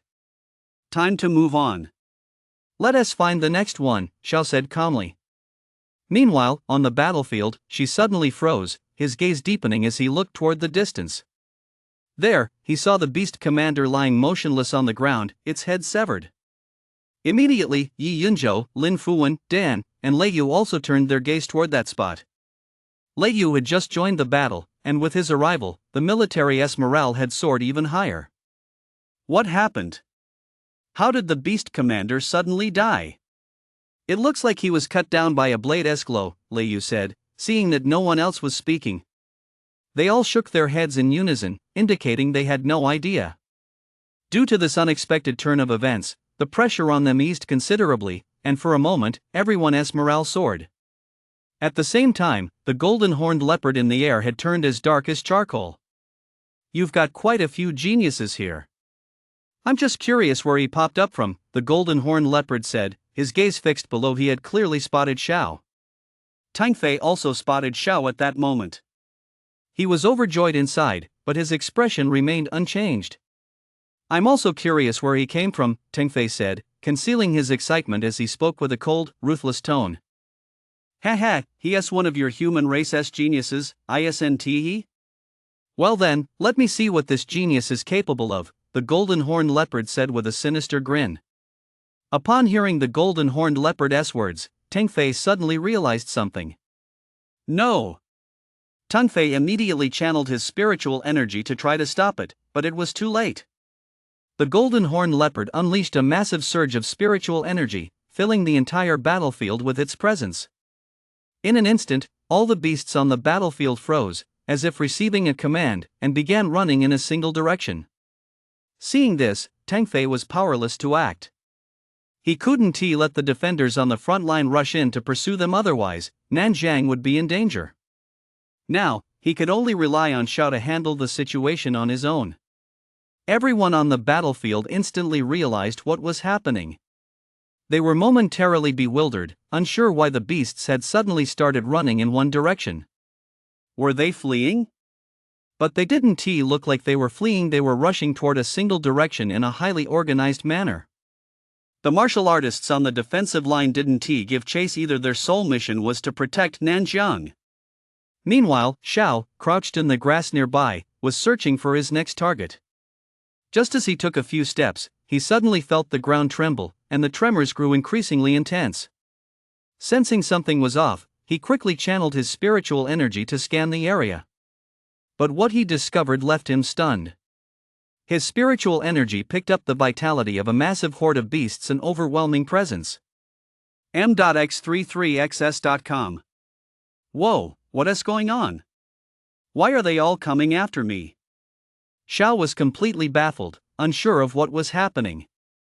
Just then, an ethereal voice echoed in his mind, Xiao, you're in grave danger right now. Hurry and run toward our city. Xiao knew this was Tang Fei's voice. Without a second thought, he immediately began to flee. He had to make his way back to Nanjiang. According to Tingfei, those beasts were clearly coming after him. But Xiao was a bit puzzled. Why were they chasing him? Hadn't he just taken a detour to steal a beast commander? Was it really worth all this? Now they've even stopped attacking the city and are instead going after Xiao, a nobody. What on earth was the point of that? The more Xiao thought about it, the angrier he got. What had he ever done to deserve this? The beasts were fast. The first to close in on Xiao were the great grandmaster level beast commanders. They moved incredibly quickly, and Xiao certainly couldn't let them hit him, so he began dodging while fighting back. You provided the high martial arts novel my talent, infinite upgrade by wandering pineapple beer. In an instant, a chase scene unfolded between the beasts and a single human. Xiao darted back and forth through the jungle, trying to shake off the beasts behind him, but they seemed to be equipped with radar. No matter where he went, they always knew his whereabouts. Hot on Xiao's heels were several great grandmaster level beasts, followed by a massive horde of beasts. It was as if, the moment the great grandmaster level beasts in front caught Xiao, the ones behind would swarm like a swarm of bees to tear him to pieces. The ones behind were closing in fast. If it weren't for Xiao's agile footwork and his attacks to slow them down, he would likely have been caught already. Xiao was only at the grandmaster level right now. His speed was still far inferior to that of the great grandmasters. Blood burst frenzy slash. Slash, Xiao shouted loudly. Every now and then, he'd turn around and unleash a few slashes of blade energy, but they were all blocked by his pursuers. Damn it! This cursed human, how can he be so cunning? Why did our Lord order us to hunt down this little insect? Wouldn't it be better to storm the city and crush these damned humans? Roared one of the pursuing beast commanders in anger. We shouldn't speculate on our Lord's intentions, but there must be a reason he ordered us to hunt him down, explained a beast commander standing beside him. You're right. We just need to follow the Lord's orders. If you keep talking nonsense here, I'll make sure to report you to the Lord, another beast commander nodded in agreement. Xiao had been darting back and forth ahead of them the whole time. Although he was on the run, he could still clearly hear the beasts' conversation. Lord? So it was his order after all. I knew it. That's why all these beasts are out to hunt me down. But why would he do this? Xiao wondered. Just then, he suddenly remembered something. I recall that the beast I killed in the basement, its father was the Lord.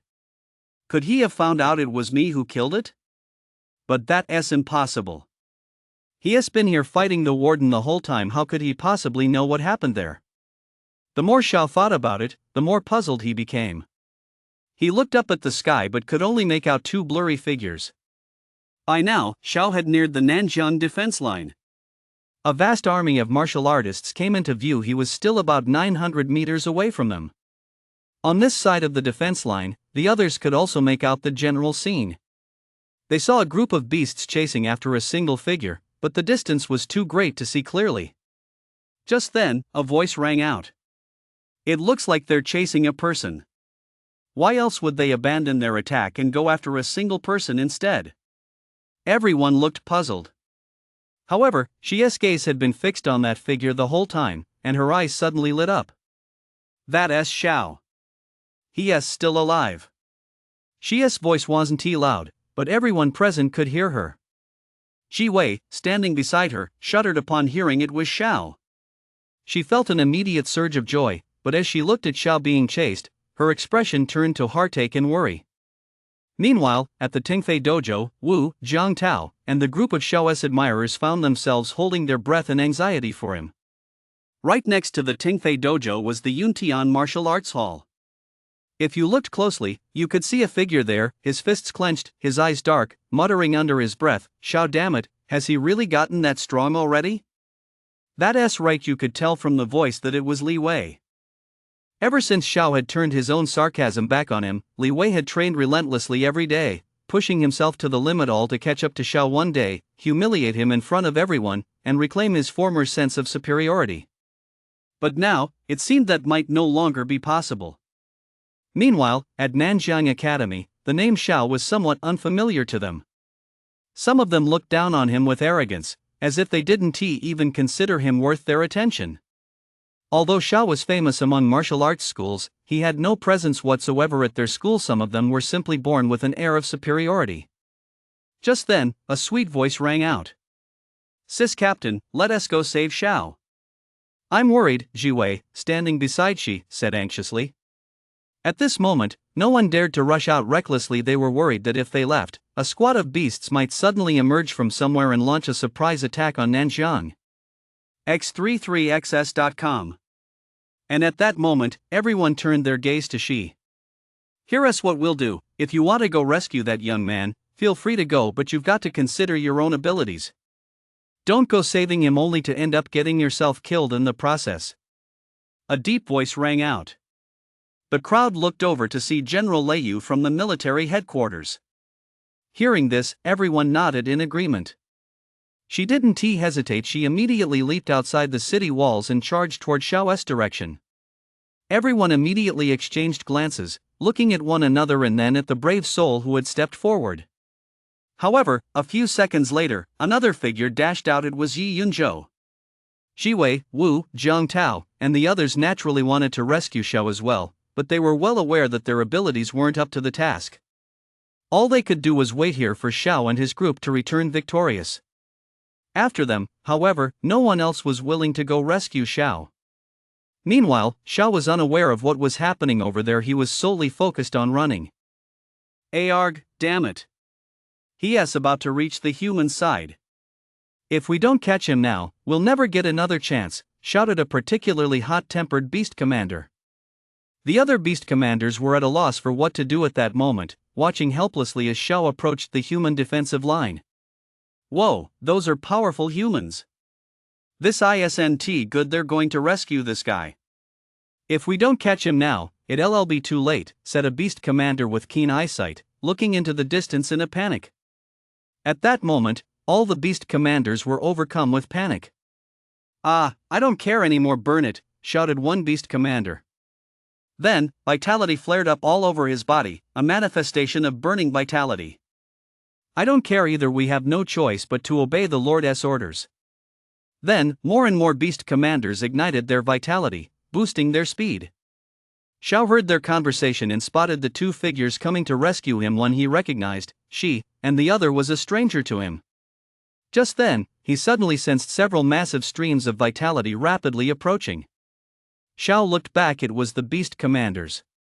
By burning their vitality, they had caught up to him at an incredible speed. It would likely take only a few seconds before they could catch Xiao. Meanwhile, the beast facing off against them in the sky saw this scene and was instantly elated.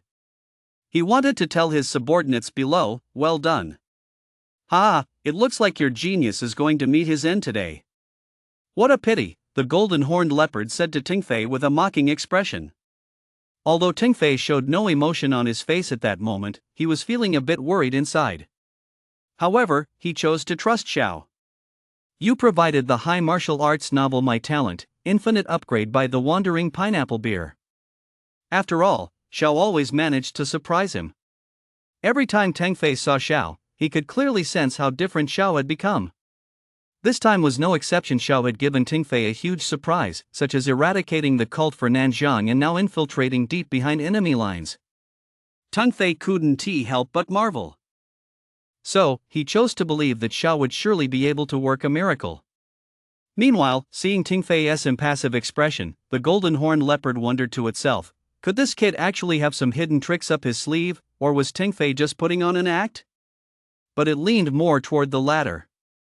"Ha ha ha, stop pretending. I think he is as good as dead this time," the golden-horned leopard continued to taunt Tingfei. But Tingfei remained unmoved. He desperately wanted to rush down and help Xiao, but he couldn't do that because if he acted rashly, the golden-horned leopard would attack the Nanjiang defenses, and by then, they wouldn't stand a chance against a sentinel-level powerhouse. Tingfei knew this was the golden-horned leopard's trick. He couldn't fall for it. Now, all he could do was watch Xiao.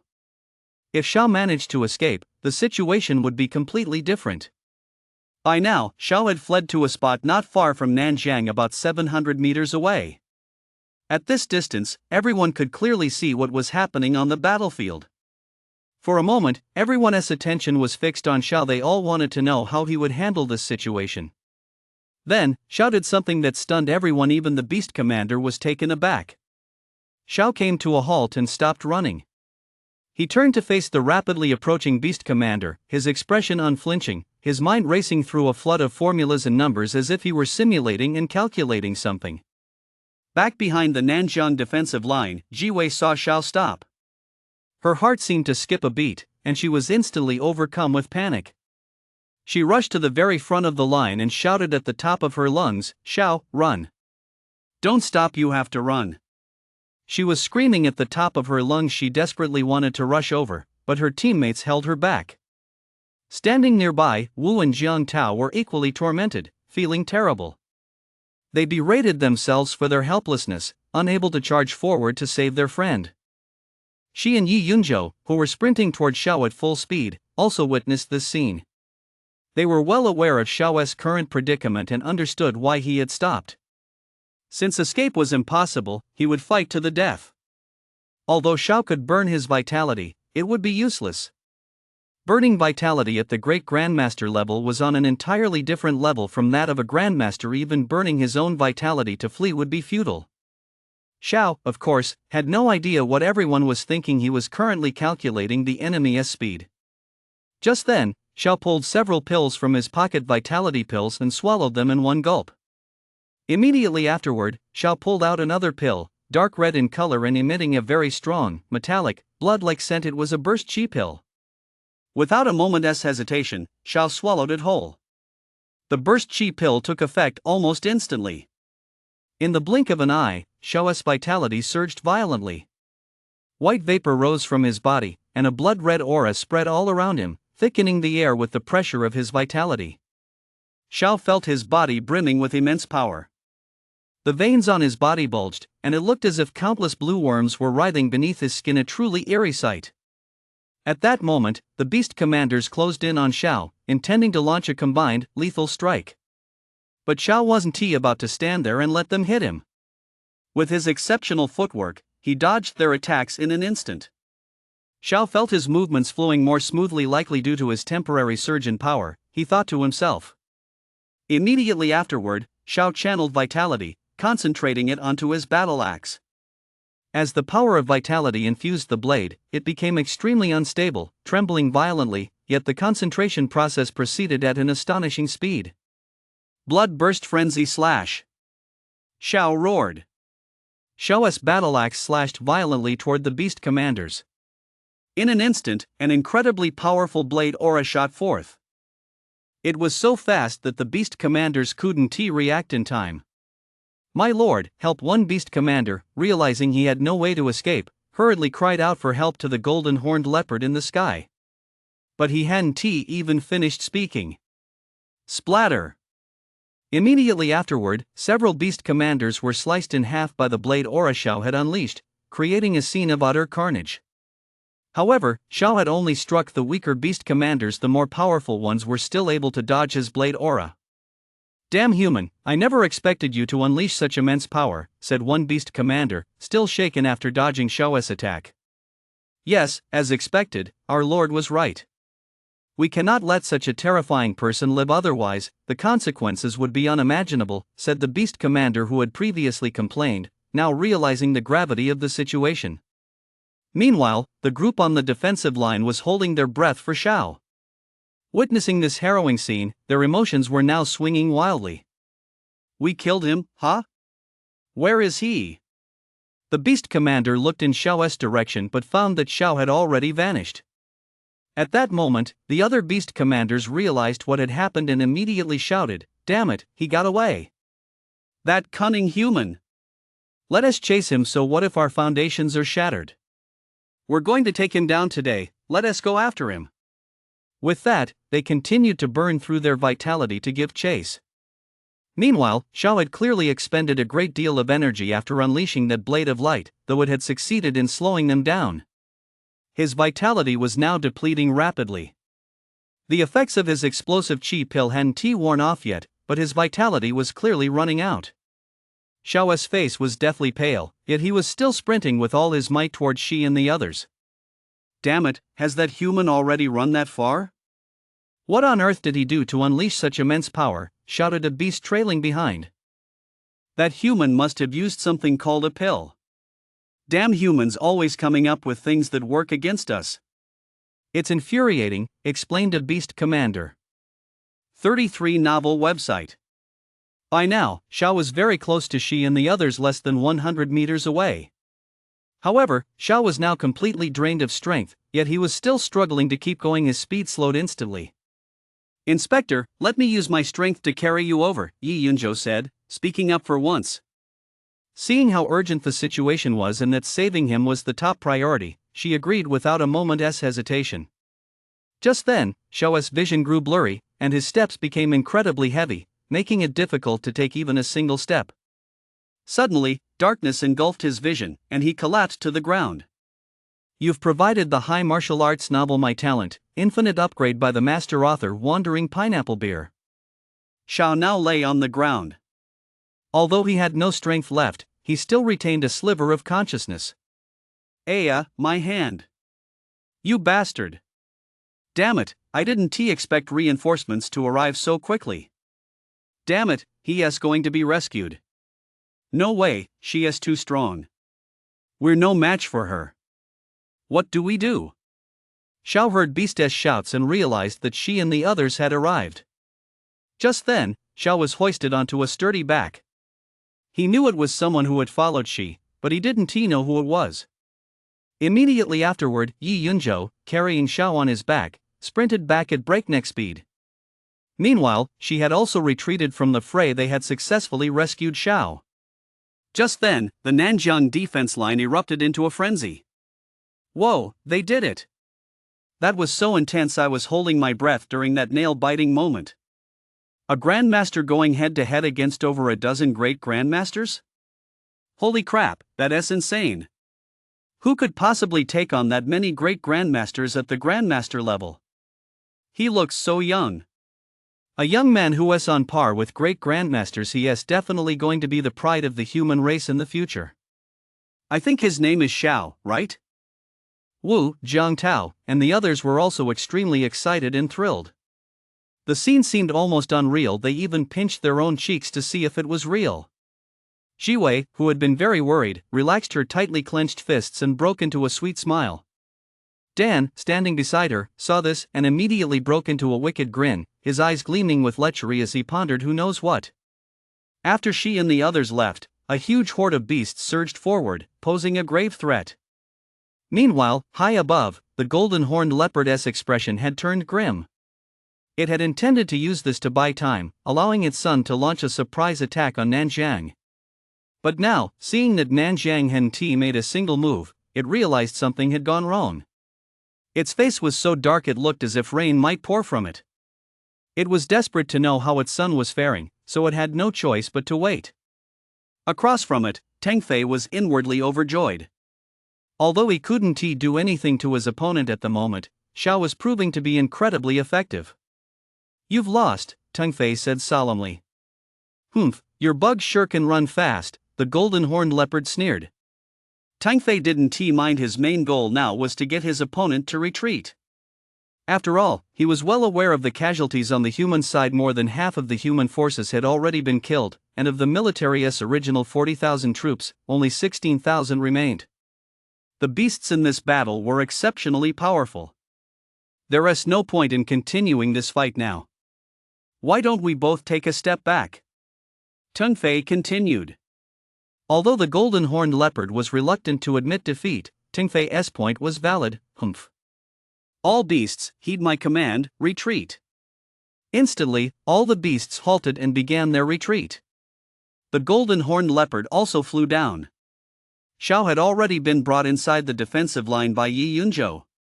Since Yi Yunzhou had fed him a vitality pill while he was unconscious, his consciousness had gradually returned, and he was now barely able to make out the people in front of him. Immediately, everyone walked over to Xiao and showered him with praise. Seeing that Xiao had regained consciousness, Yi Yunzhou immediately set him down. Xiao, being one to repay kindness, said, "Thank you, brother, for saving my life." Yi Yunzhou was a man of few words, but he still explained, "If you must thank anyone, thank the inspector. She's the one who blocked the beast for you. I just carried you back." Then he pointed at she. Even so, Xiao was still very grateful to him, and he went on to thank she as well. "It's nothing. You're part of our squad, so of course I had to bring you back safely." She smiled gently.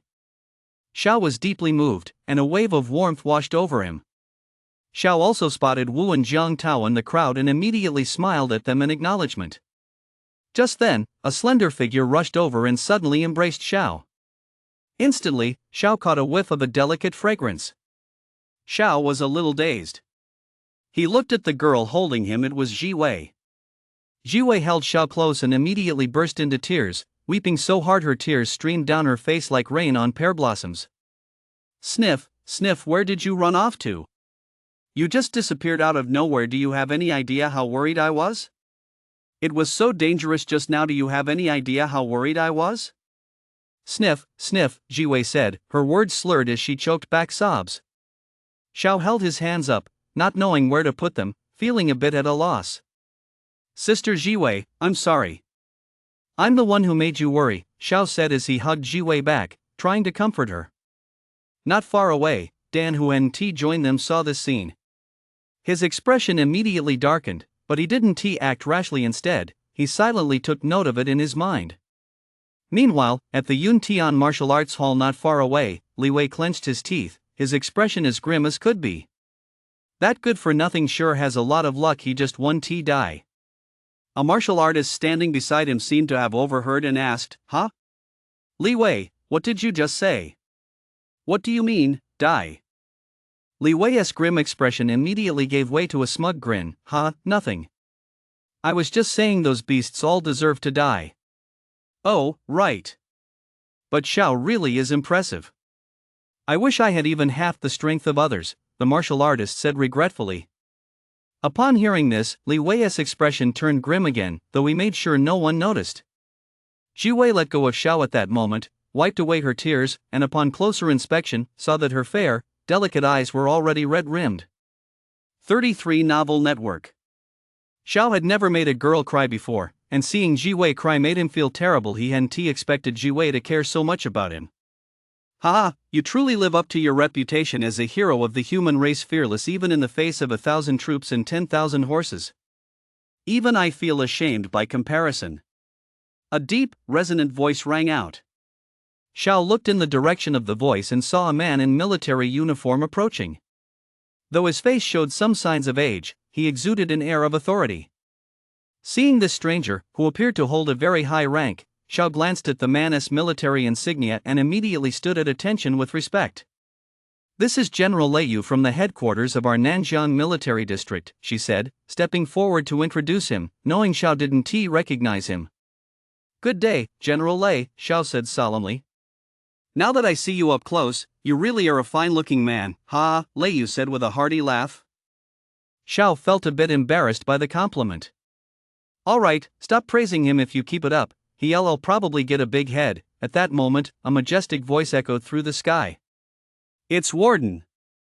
A martial artist was the first to spot Ting Fei and shouted loudly.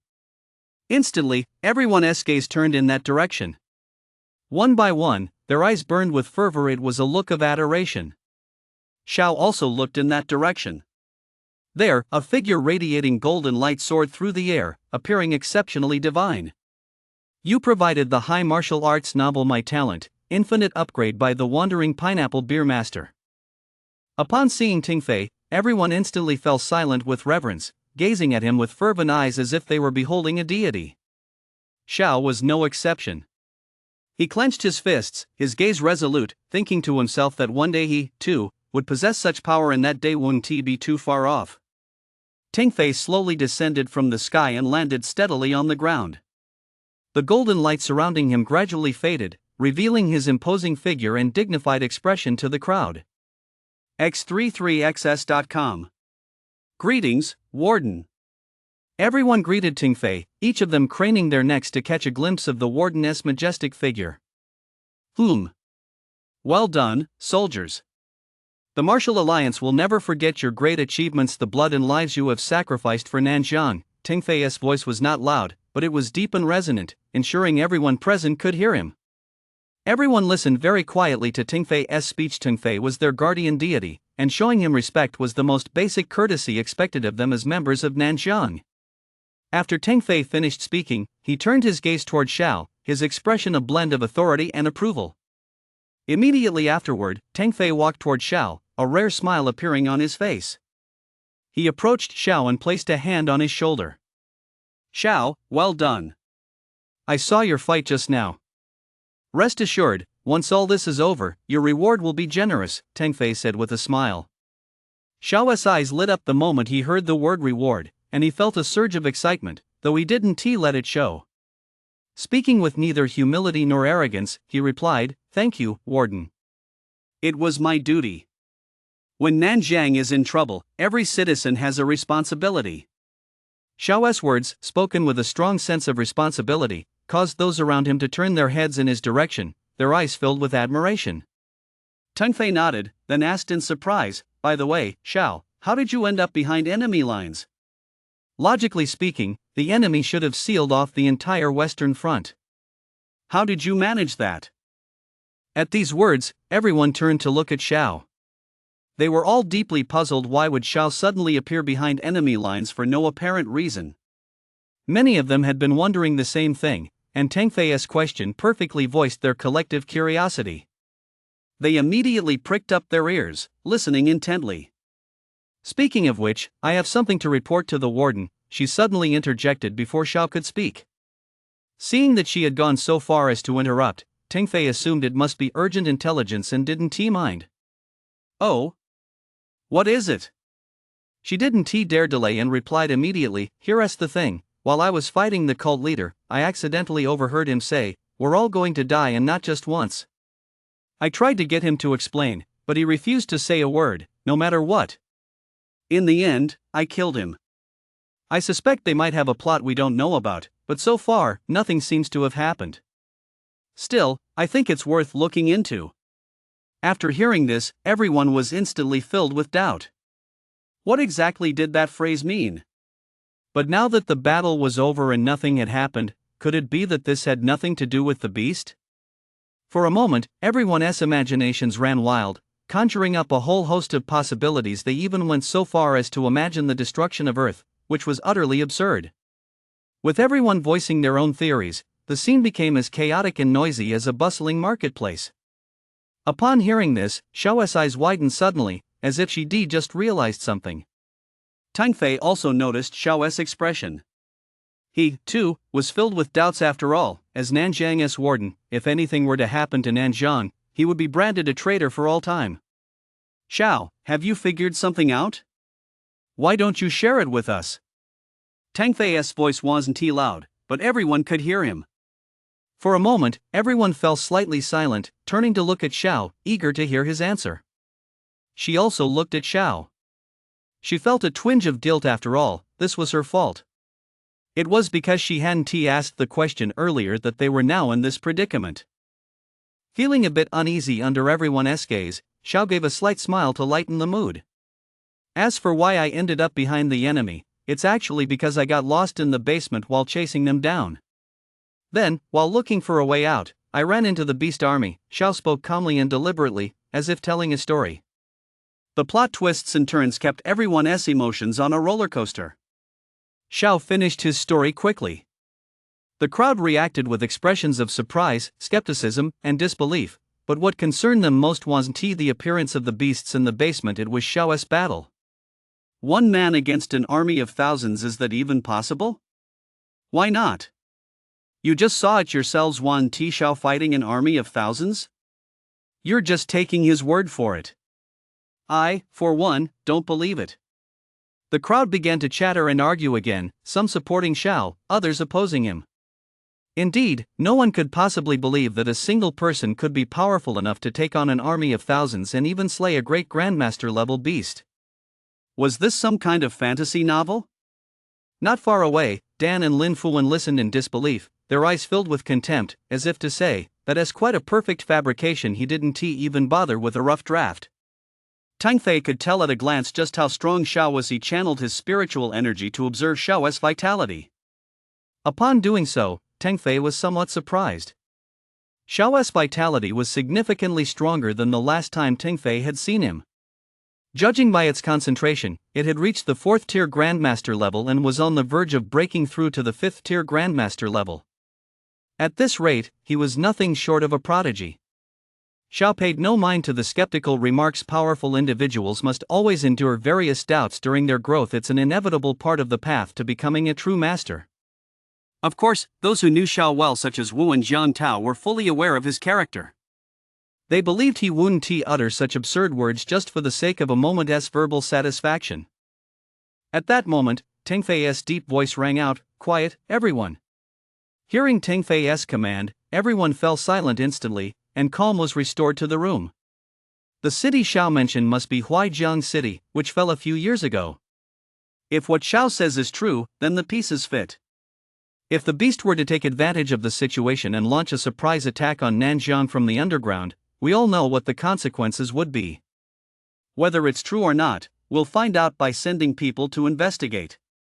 For now, our top priority is to clean up the battlefield. We still have a lot to handle, Tang Fei continued. Tang Fei then dispatched a team to investigate. You provided the high martial arts novel My Talent, Infinite Upgrade by the author Wandering Pineapple Beer. After hearing Tang Fei's words, everyone fell silent. They all agreed with his assessment. Only an investigation would reveal the truth. If what Xiao said was true, they would certainly admire him immensely. If it was false, they would hurl insults at him, such as the true nature of humanity. Tang Fei, of course, believed what Xiao had said. After all, Xiao's vitality and rate of growth were undeniable. He simply wanted to put everyone's minds at ease.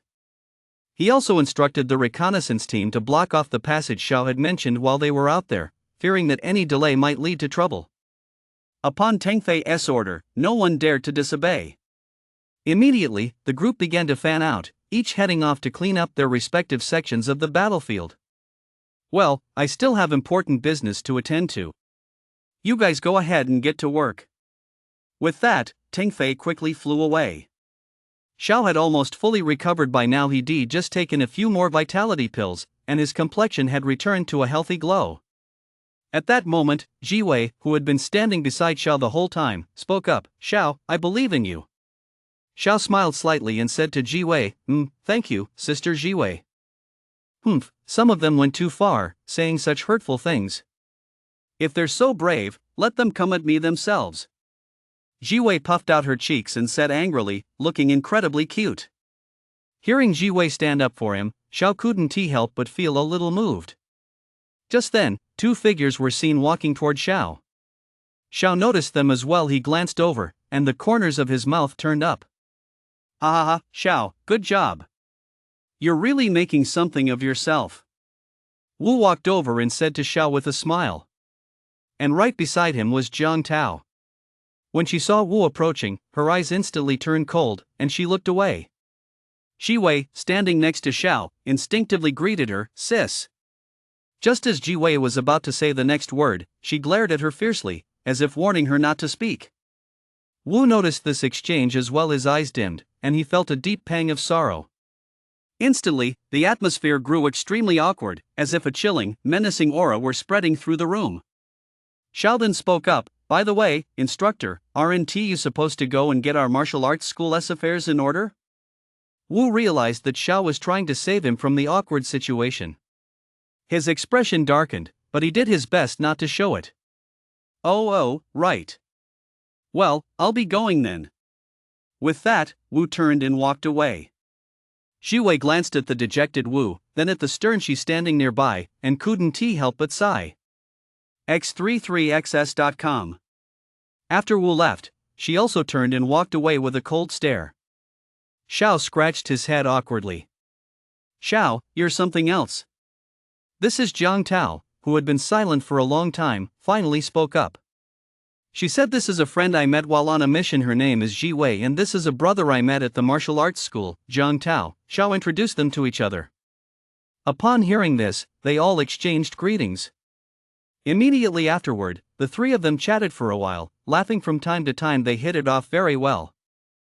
Alright, I won't bother you guys anymore. I'm going to clean up the mess here, Jiang Tao said as he bid them farewell. Now only Xiao and Ji Wei were left, standing there in silence.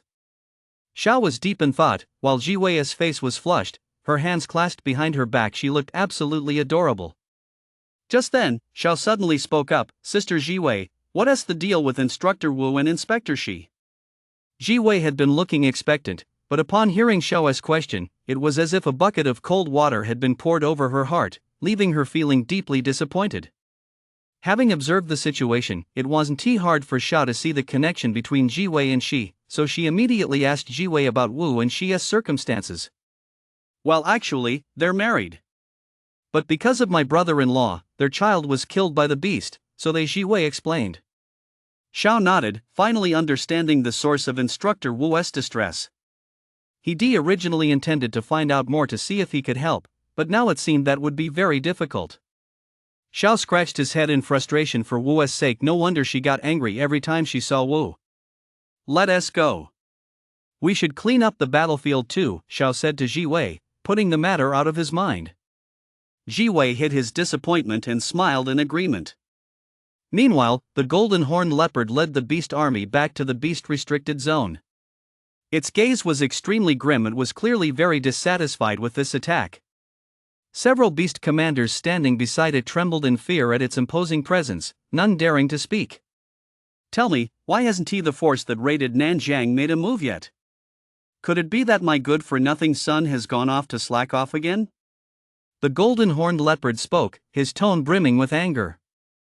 At that moment, the beast commanders were all cowering on the ground, trembling. Hearing the golden horned leopard's tone only made them even more anxious. Just then, one of the beast commanders plucked up his courage and stepped forward to say, My lord, I saw the young master lead the troops out with my own eyes. Upon hearing this, the golden horned leopard seemed to have guessed something, and his expression turned grim. Report. Just then, a voice rang out from the distance. A relatively powerful grandmaster-level beast could be seen running toward them from afar, accompanied by a group of beasts. They all looked utterly bedraggled. That beast stepped forward. Our report, my lord, as something terrible has happened, the beast stammered frantically. The golden horned leopard's expression darkened even further, as if he had already guessed what had transpired. Speak, the golden horned leopard commanded in an extremely authoritative tone. The young master is dead, the beast stammered, trembling all over from sheer terror. Upon hearing this, the golden horned leopard clenched its fists tightly. The hairs on its body stood on end, making it look utterly terrifying. How did he die? Golden horned leopard forced himself to suppress his rage, his teeth clenched as he spoke. The beast dared not disobey and immediately recounted everything that had happened at that time in full detail. After listening, golden horned leopard mentally pieced together the image of the person described by the beast. At that moment, his body shook violently. It's him, it's him. Damn it. I knew there was a reason he suddenly appeared behind us, so that's how it was. I should killed him right then. The golden horned leopard roared furiously toward the sky, its rage so intense that the entire area trembled. All the beasts present were knocked to the ground by the shockwave, unable to resist this overwhelming power. Provided by pineapple beer from the Wandering Master High Martial Arts, my talent upgrades endlessly. The golden horned leopard's roar continued for several minutes before it stopped. Immediately afterward, its entire body turned a startling shade of red. Even its golden stripes were dyed red, and its gaze grew incredibly ferocious, as if it would kill anyone who so much as glanced at it. During those few minutes, it's impossible to know what kind of torment the beasts present endured. They were shaken to the point where life felt worse than death, their entire bodies contorting. My son is dead. Why are you still alive? Die too. The golden horned leopard's ferocious gaze suddenly fixed on the beast that had fled back, and it roared out the command to the death god token. Then, standing motionless where it was, the golden horned leopard suddenly thrust its paw forward and clenched it with all its might. Immediately afterward, a bizarre scene unfolded. The beast's entire body was suddenly crushed to pieces. It was as if it had been crushed by a giant, invisible hand, a truly horrifying sight. Witnessing this bloody, brutal scene coupled with that godlike display of power terrified everyone present. Their faces turned ashen, they crouched on the ground, trembling uncontrollably, with their heads bowed, not daring to look the golden-horned leopard in the eye.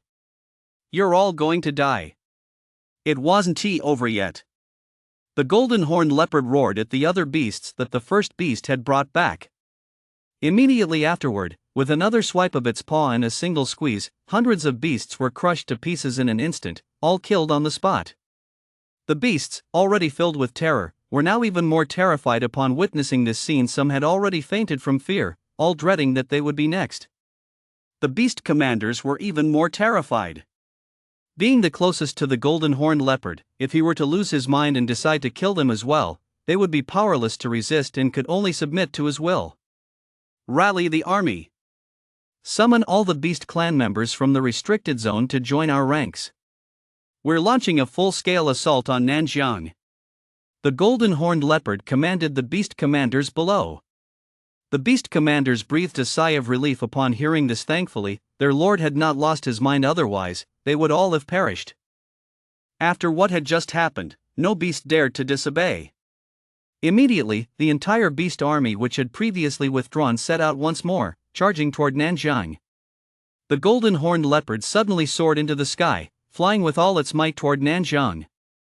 It was furious. Though its son had been a good-for-nothing, he was still its only heir, and now that he was gone, its rage knew no bounds. Now, the moment it laid eyes on Xiao, it wanted to tear him to pieces to avenge its son. Over in Nanjiang, Teng Fei was sitting cross-legged in midair, restoring his vitality. The martial artists below him were methodically clearing the battlefield. Piles of beast corpses were being transported to Nanjiang for processing, while the bodies of the fallen martial artists were all wrapped up, awaiting a proper burial. Just then, Teng Fei, sitting in the air, suddenly widened his eyes. His expression was panicked, and his brows were tightly furrowed. Teng Fei roared at the martial artists below, "Everyone, return to the defensive line. The beasts are attacking." Instantly, Teng Fei's voice echoed across the entire battlefield. Everyone could hear his booming command. The crowd's expressions shifted from bewilderment to panic. They scrambled back to the defensive line in disarray, wondering what was happening. Hadn't the beasts just left? Why were they back already? They couldn't make heads or tails of it. Soon, they set aside their tasks and rushed back to the defensive line, preparing themselves to face the beasts. Xiao was no exception. He, too, felt a bit bewildered, but a sense of foreboding welled up inside him. Boom! At that moment, a terrifying roar echoed through the sky, like thunder, but there wasn't a single dark cloud in sight, so how could there be thunder? Teng Fei assumed a combat stance, his gaze fixed warily ahead. Just then, an immense surge of vitality power appeared before his eyes and slammed toward him, as if it were about to swallow him whole. Half the sky was filled with this colossal force, its might overwhelming. As Teng Fei watched the massive attack hurtling toward him, a look of determination, not sweat, appeared on his face. The attack before him was extremely formidable. Suddenly, Teng Fei's vitality surged, and his entire body radiated a golden glow. Immediately afterward, he thrust out his palm and struck the attack with all his might. Boom! A thunderous roar echoed across the sky once more. At the same time, an earthquake-like tremor shook the ground. Everyone on the defensive line looked toward the distance and saw a massive horde of beasts charging toward them like a raging flood. The number of beasts is even greater than before, a martial artist from the military department said, his voice trembling with fear. Instantly, fear filled everyone's hearts. Although their mental resilience had greatly improved after the previous battle, if even a military department martial artist, someone accustomed to the battlefield, felt fear, then the rest of them certainly did as well. Xiao watched the scene unfold before him, feeling as insignificant as ever, a sense of helplessness welling up inside him. M.X33XS.com. What should we do? If this continues, the entire city of Nanjiang will truly be wiped out, Xiao thought to himself, feeling utterly distressed. Images of Nanjiang's beauty flashed through his mind, all about to be crushed in an instant. He felt a pang of heartache, powerless to do anything about it. Just then, he suddenly thought of something. In the sky, Teng Fei was struggling to neutralize that surge of vitality energy. Beads of cold sweat had already broken out on his forehead. That attack alone had nearly been the end of him. Immediately afterward, the figure of the golden horned leopard appeared in the sky. Its entire body was blood red, and its gaze was ferocious. Even Teng Fei was startled by its appearance. He had clashed with the golden horned leopard so many times, yet he had never seen it like this before. Golden horned leopard, must you really go all out against us Nanjiang people until the bitter end? Teng Fei shouted. Upon hearing this, the golden horned leopard burst into loud laughter, looking up at the sky. Ha ha ha, go all out? I want all of Nanjiang to be buried with my son. Teng Fei was a bit dumbfounded. Son? He thought to himself. Wait, maybe there has been some kind of misunderstanding, Teng Fei said, trying to defuse the situation as best he could. Misunderstanding? The people of Nanjiang killed my son, and you call that a misunderstanding? The golden horned leopard grew even angrier. Then it suddenly channeled its vitality and lunged at Teng Fei with blinding speed. Teng Fei's reaction was equally swift, and he quickly counterattacked. But Teng Fei was clearly struggling. The opponent seemed to have no fear of death, furiously attacking him. It paid no heed to Teng Fei's attacks, blocking them head-on with reckless abandon. Meanwhile, on the ground, the beasts were moving at an incredible pace. It wouldn't be long before they reached the defensive line. At this rate, it wouldn't take long for them to overrun the entire line. You provided the high martial arts novel My Talent, Infinite Upgrade by the master author Wandering Pineapple Beer. Everyone's hearts were in their throats as they watched the suffocating scene unfold before them. Their instincts told them to flee, but behind them stood tens of millions of civilians, their loved ones and friends, and they bore a heavy responsibility on their shoulders. Powerhouses like Shi and Yi Yunzhou stood at the front of the defensive line, their eyes filled with gravity. Wu and the martial artists from the military headquarters, on the other hand, were not as deeply affected after all. They were battle-hardened veterans, but the scene before them still sent shivers down their spines. Jiang Tao and his group, however, were a different story. They had never witnessed anything like this before, and in an instant, a sense of mortal danger filled their hearts. The students from Nanjiang Academy, however, were not as terrified. Instead, they displayed a resolve in the face of crisis. Their mental resilience had clearly been put to the test. But in that direction, the figures of Lin Fuwen and Dan stood out strikingly. They were whispering to each other. We couldn't make out what they were saying, glancing around from time to time and occasionally looking behind them, lost in their own thoughts. Xiao took one glance and immediately saw the expressions on everyone's faces. Those martial artists with weaker mental resilience had collapsed onto the ground, limp as a pile of mud, their eyes vacant, as if all hope had vanished from their gaze. Xiao withdrew his gaze, reached into his pocket, and pulled out a worn, folded piece of paper. Xiao unfolded it, revealing a string of numbers that looked like a phone number. It was indeed a phone number. Xiao took out his cell phone and dialed the number. After a few minutes, the call was answered, but there was no response on the other end. It seemed the person was waiting for Xiao to speak first. Xiao spoke up immediately. Hello, is this Jean? It's Xiao. There was a few seconds of silence on the other end, then a voice Xiao recognized very well came through. What do you want, kid? Didn't I tell you I'm busy today? Jean's voice came through the phone. What's up? Are you in trouble, kid? Jean continued. Xiao rubbed his nose and said, slightly embarrassed, I'm actually having a bit of a problem. It's not really a big deal, actually. I just ran into over 100,000 beasts on the western front line in Nanjiang, and we don't have enough forces to fight them off, Xiao continued. There was a brief pause on the other end of the line. I know, Teng Fei already told me. Don't worry, I'll step in, Jean said with an air of absolute confidence. Xiao scratched his head awkwardly. He hadn't expected Teng Fei to have already figured all this out, but since Teng Fei and Jean knew each other as Xiao had surmised, it was a deal between powerful figures. In that case, his call had been somewhat unnecessary.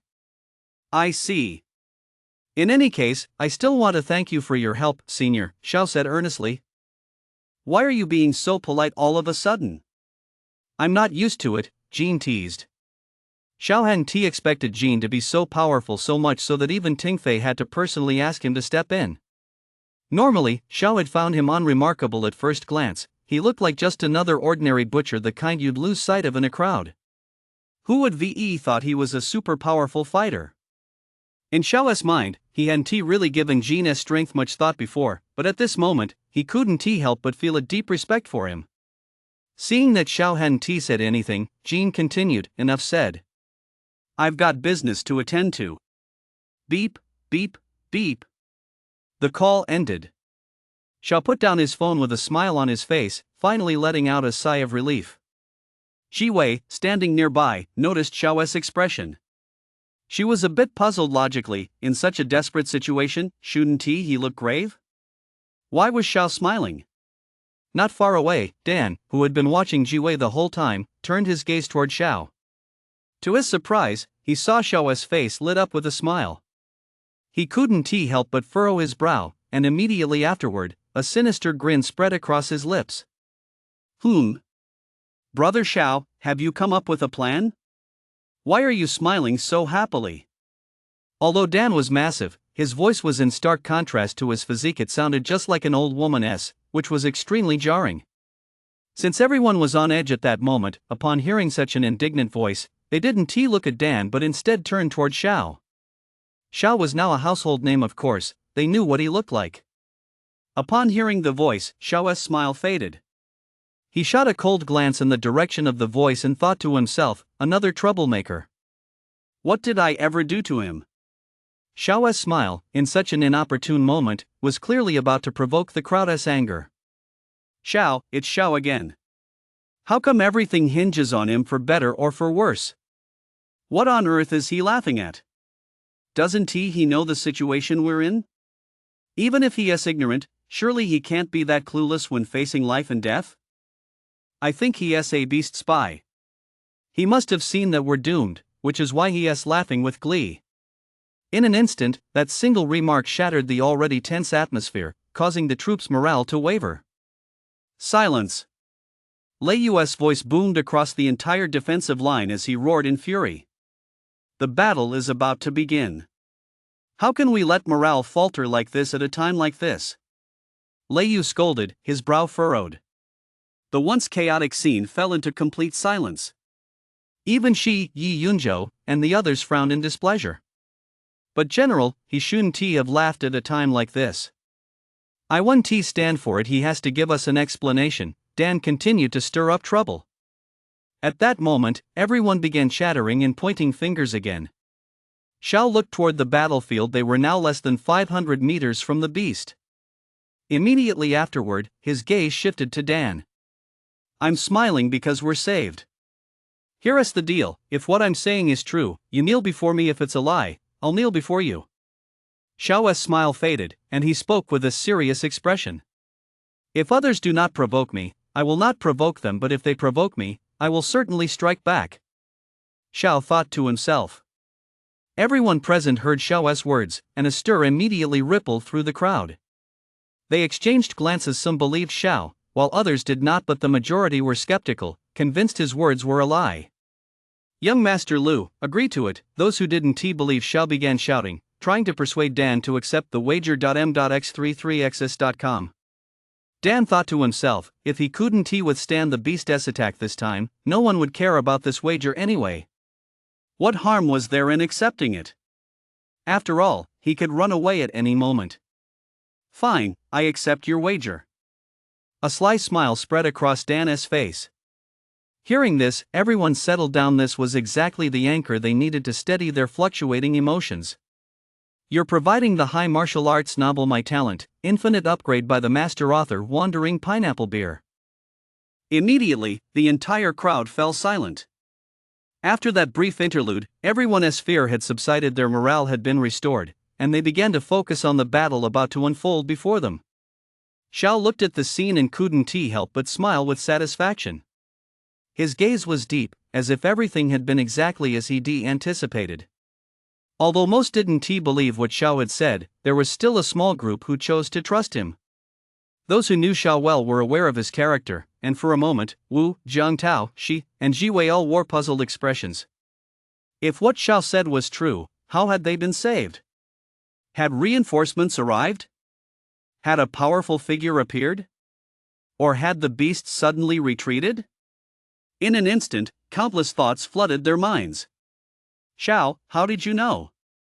Jiwei couldn't help but ask. Xiao smiled faintly and said mysteriously, "You'll find out soon enough."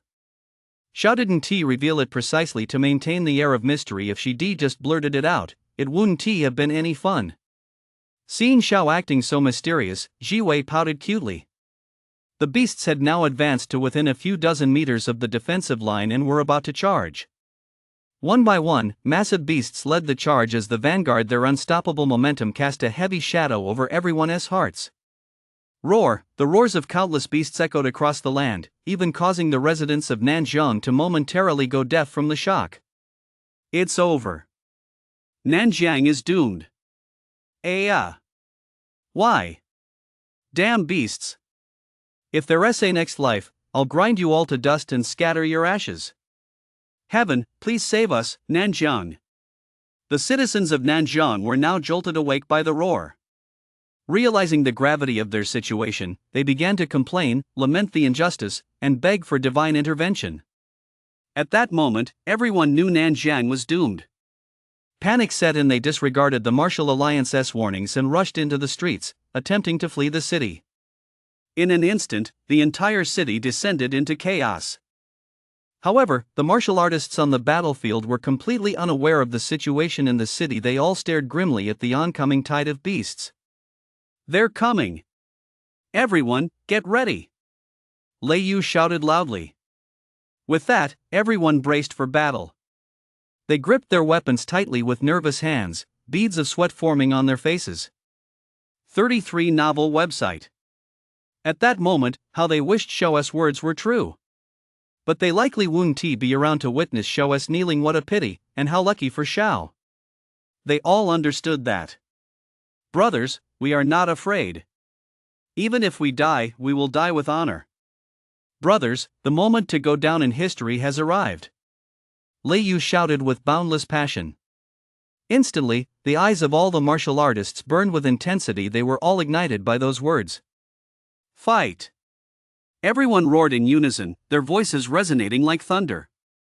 Instantly, a great wall of vitality surged up along the defensive line. The beasts were closing in on the line at that very moment. They slammed into the great wall of vitality at full speed, their momentum so great that they were instantly shattered into pieces and killed on the spot.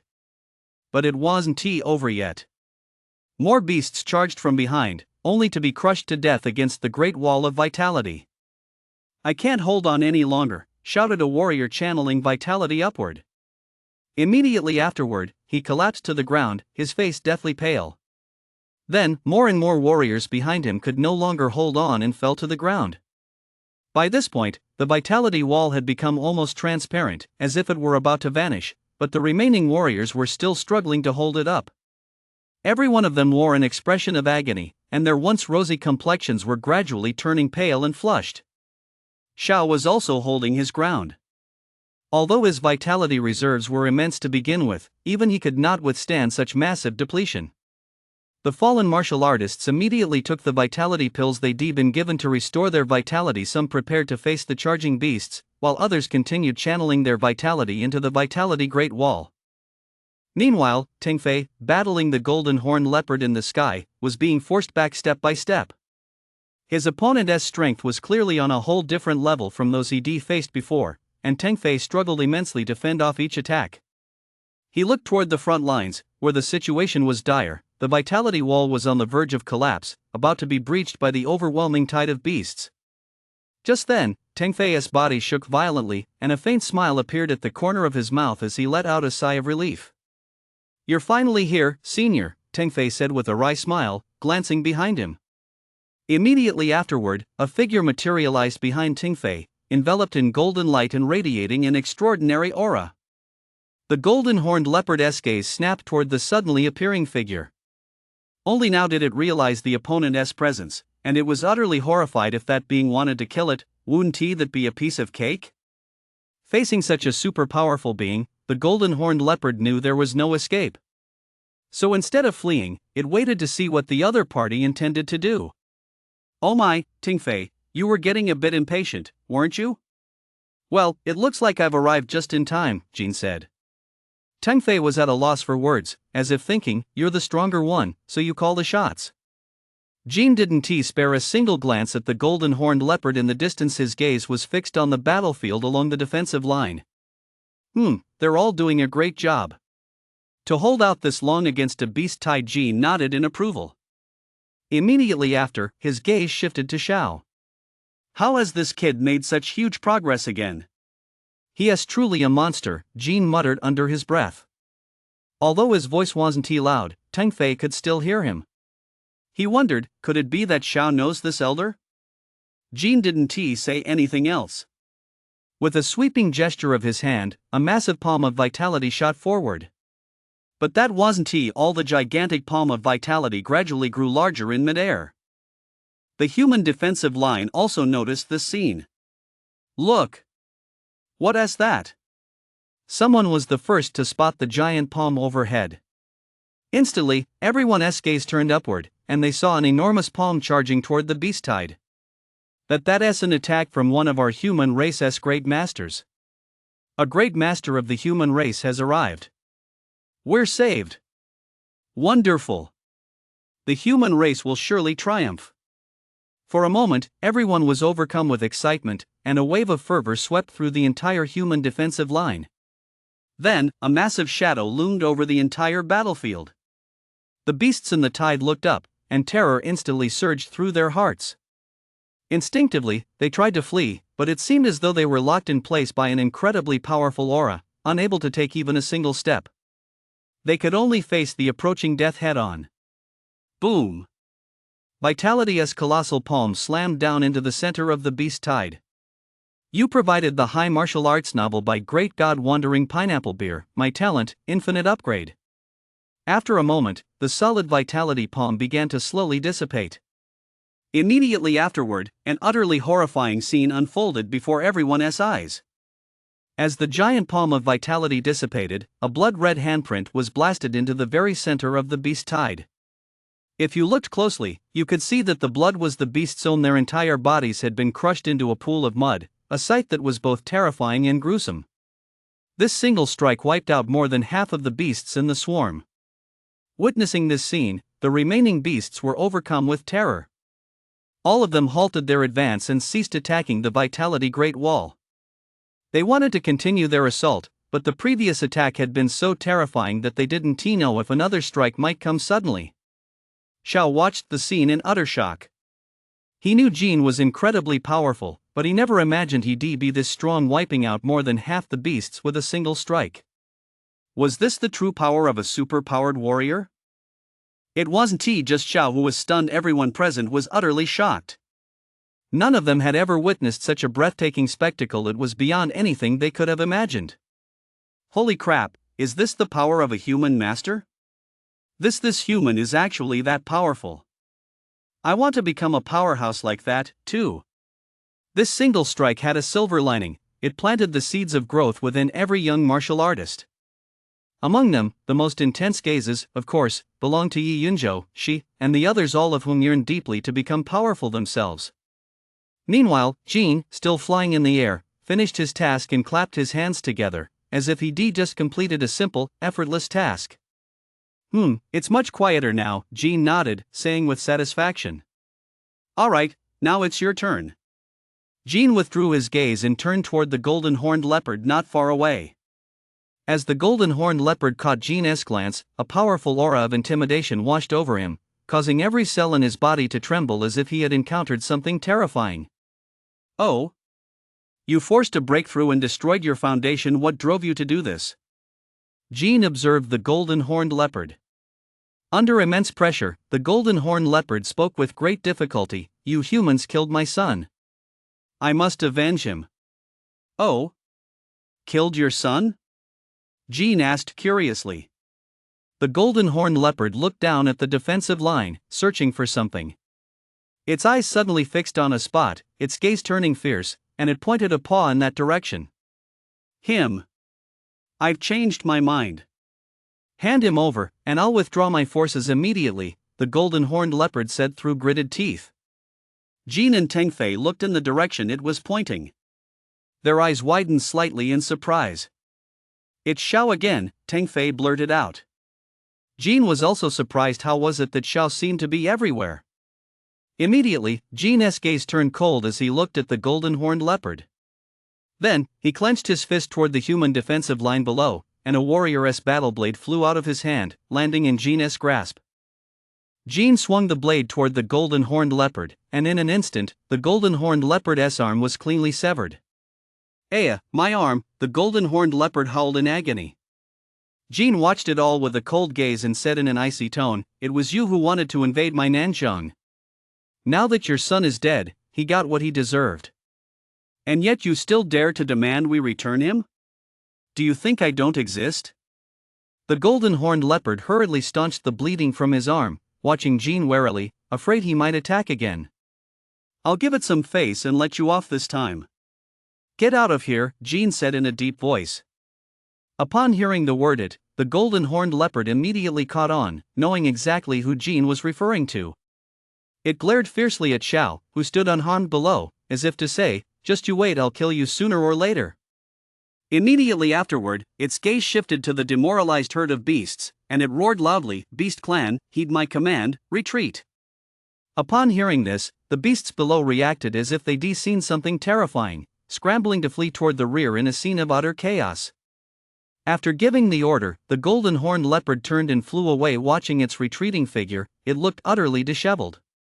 Meanwhile, the human defensive line erupted in deafening cheers upon seeing the beast horde retreat. "We VE won. The human race will prevail." Everyone's excitement was instantly ignited. Some embraced each other in joy, seemingly having forgotten all the pain and suffering of the battle, reveling in the fruits of victory. Their cheers were so loud that even the city's residents could hear them clearly. Those who had been preparing to pack up and flee stopped in their tracks and soon joined in the celebration. Instantly, the entire city was cheering for victory. Xiao was no exception, he was cheering along with everyone else. However, at this incredibly exhilarating moment, there was one person in the crowd with a grim expression. Yes, it was Dan. He never in a million years would have imagined that Xiao could summon such a powerful warrior from the human race. His face darkened, and he immediately prepared to leave. Xiao, of course, wasn't he about to let him get away. He had been keeping a close eye on Dan the whole time. "Ha! That brother over there isn't trying to back out of the wager, is he?" Xiao's voice was loud enough for most people to hear. Instantly, everyone's excited thoughts were snapped back to reality, and their gazes turned to Dan, who was about to make a run for it. At that moment, Dan also heard Xiao's voice and stopped in his tracks. "Ha, he is not really going to back out of the wager, is he? If he does, I'm afraid not even the noble clan behind him will be able to save him." 33 novel website.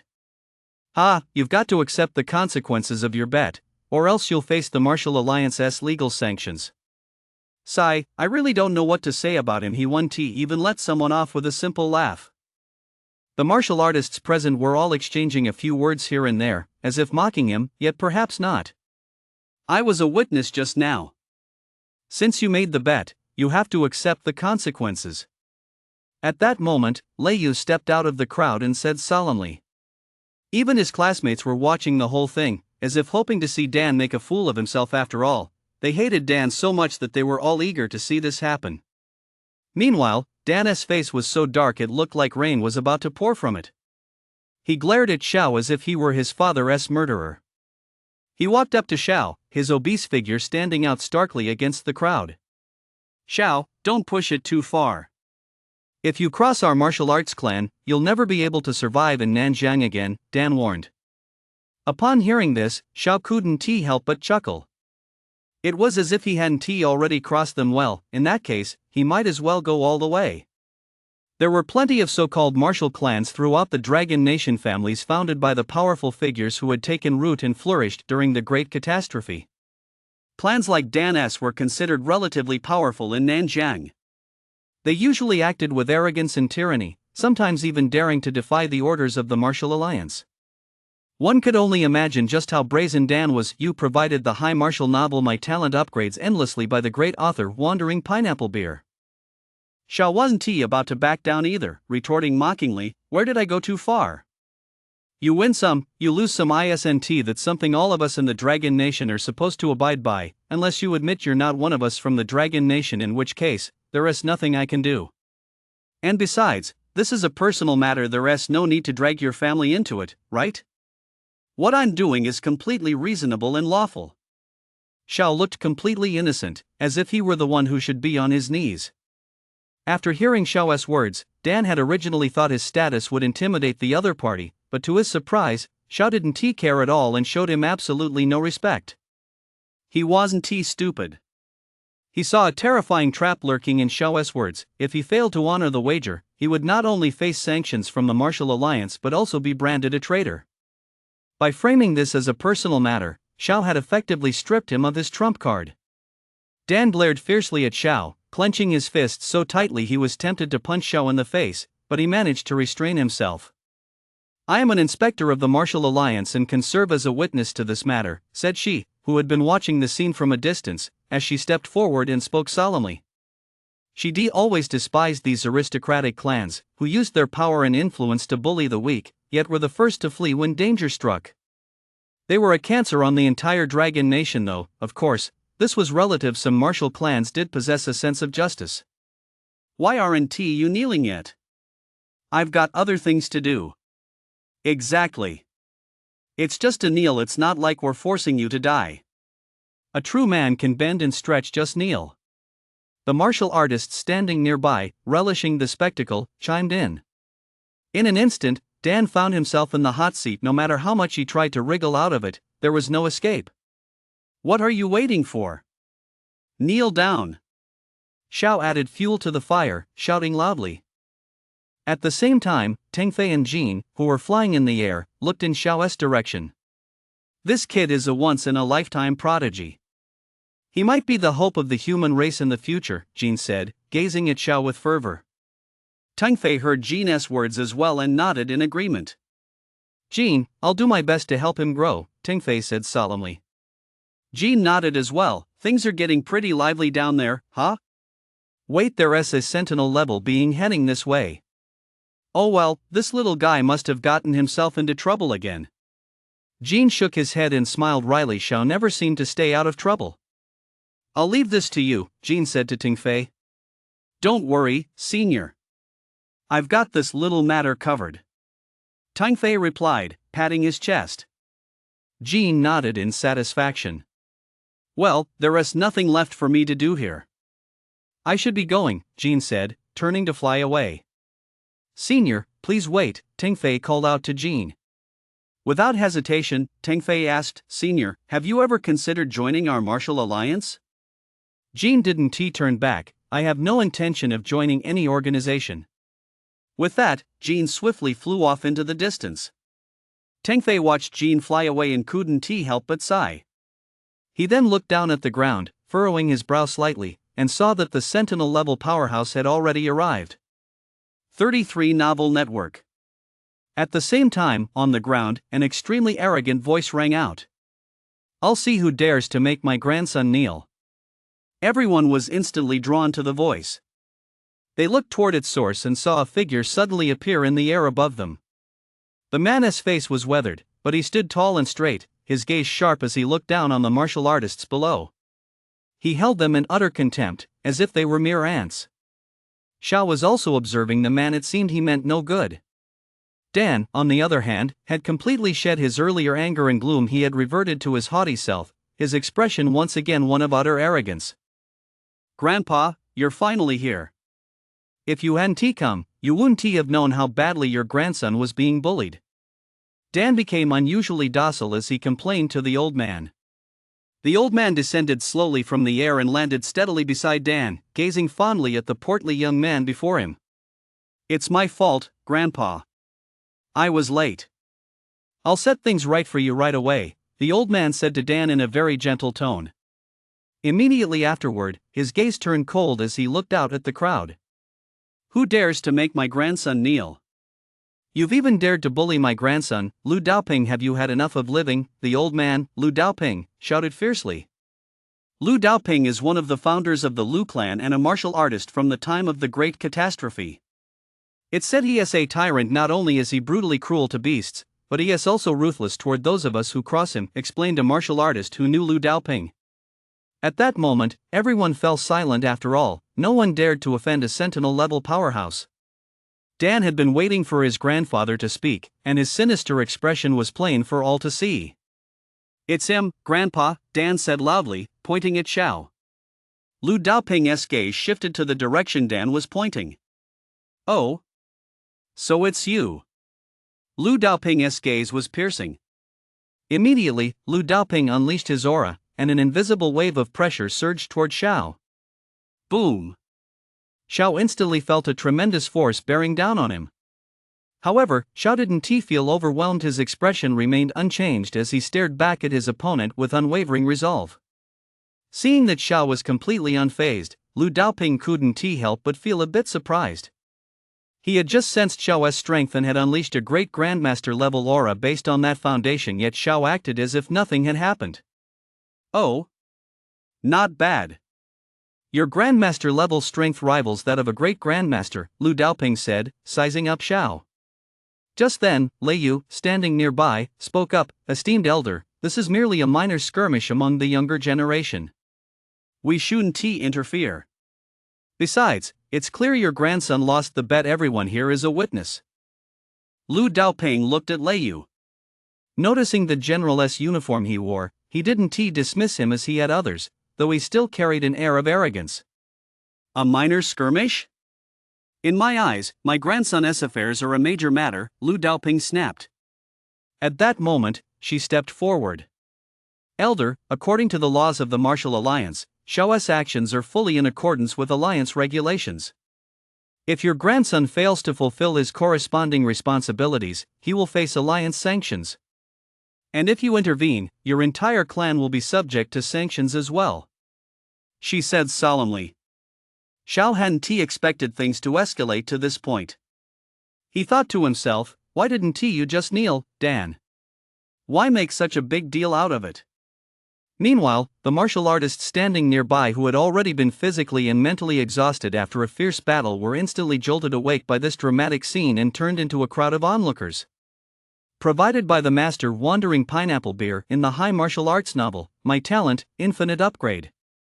Lu Daoping heard Xia's words and was clearly somewhat intimidated, though it was, of course, impossible to make him back down.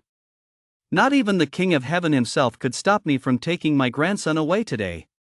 If you want my grandson to kneel, you'd better ask me first if I agree." As Lu Daoping unleashed his aura, the entire defensive line was cowed by his presence. His eyes blazing with fury, he roared. Lu Daoping had clearly unleashed his full aura instantly. Everyone felt an excruciating, tearing sensation. Some weaker martial artists were directly crushed to the ground, unable to move. However, just then, an extremely authoritative voice echoed throughout the entire human defensive line. "Oh? Does that mean I can't spare you either?" Immediately afterward, Teng Fei's figure suddenly appeared above the defensive line, his entire body bathed in golden light. Upon closer inspection, it was clear that the golden light surrounding Teng Fei was even more dazzling and denser than that of Lu Daoping. The moment they heard it, everyone knew it was Teng Fei. They looked up at him with delight. With a sweeping gesture of his hand, Teng Fei dispelled the oppressive aura Lu Daoping had unleashed, leaving not a trace of pressure behind. The martial artists who had been pinned to the ground finally breathed a sigh of relief. They glared fiercely at Lu Daoping. They'd been caught in the crossfire just for watching the spectacle. Did they have it easy? Lu Daoping stared at Teng Fei in bewilderment. He hadn't expected Teng Fei to be here. He'd been in seclusion when he suddenly received a call from his grandson and rushed over immediately. He had no idea what was happening outside. Warden, what are you doing here?" Lu Daoping asked, utterly terrified. Teng Fei descended from the air. Instead of rushing over to Lu Daoping, he first offered words of encouragement to all the martial artists present, then walked straight toward Xiao. He walked over to Xiao, then turned to the martial artists and shouted, "Regarding your earlier doubts about the battle in Xiao's basement, I can tell you unequivocally that it was real. My investigators discovered a large number of beast corpses in the basement leading out of the city, and that passageway leads directly to Huaijiang City. Instantly, everyone's pupils contracted in utter shock. Even Shi, Yi Yunzhou, and the others were deeply stunned. If it were them, they couldn't guarantee they could take on 10,000 enemies alone, especially with an extremely powerful Great Grandmaster level beast among them. Who among the Great Grandmasters could possibly achieve such a feat?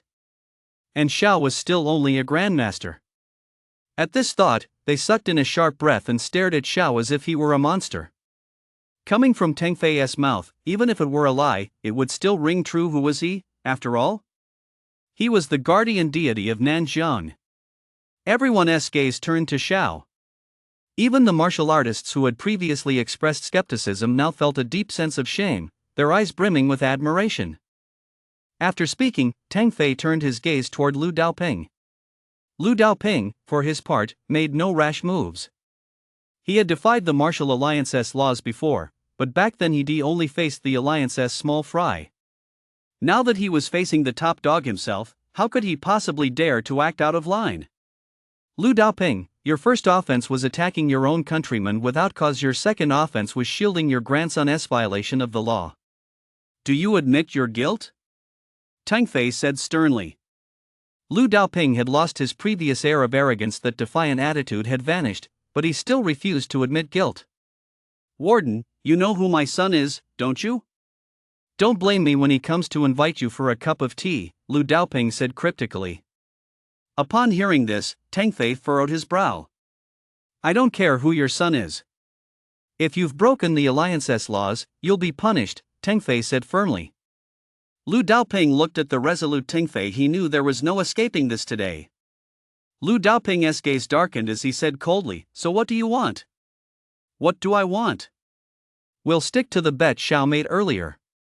Since you've harmed your own people, you'll kneel before them. Teng Fei said without mercy. Upon hearing this, Lu Daoping flew into a rage. You want me to kneel before these good-for-nothings? I can't do that. Meanwhile, Dan, standing behind him, was already trembling uncontrollably. He hadn't expected things to escalate to this point. If he'd known, he never would have accepted that wager in the first place. Dan was now filled with deep regret. That's not up to you. Teng Fei barked loudly. Immediately, Teng Fei raised his arm, palm open, and an incredibly powerful force surged forth as he slammed his hand down with all his might. Boom! The immense force crashed down upon Lu Daoping. www.x33xs.com. In an instant, the floor beneath Lu Daoping's feet caved in, clearly demonstrating just how powerful Teng Fei's force was. Even a sentinel-level powerhouse like Lu Daoping couldn't withstand it. Lu Daoping was in excruciating pain from the pressure, but he refused to kneel, struggling to hold his ground. Xiao kept his gaze fixed on the scene, his mind racing as if calculating something. To his surprise, he realized that the pressure Teng Fei was exerting was 4 times greater than what he had experienced on the top floor of the gravity chamber.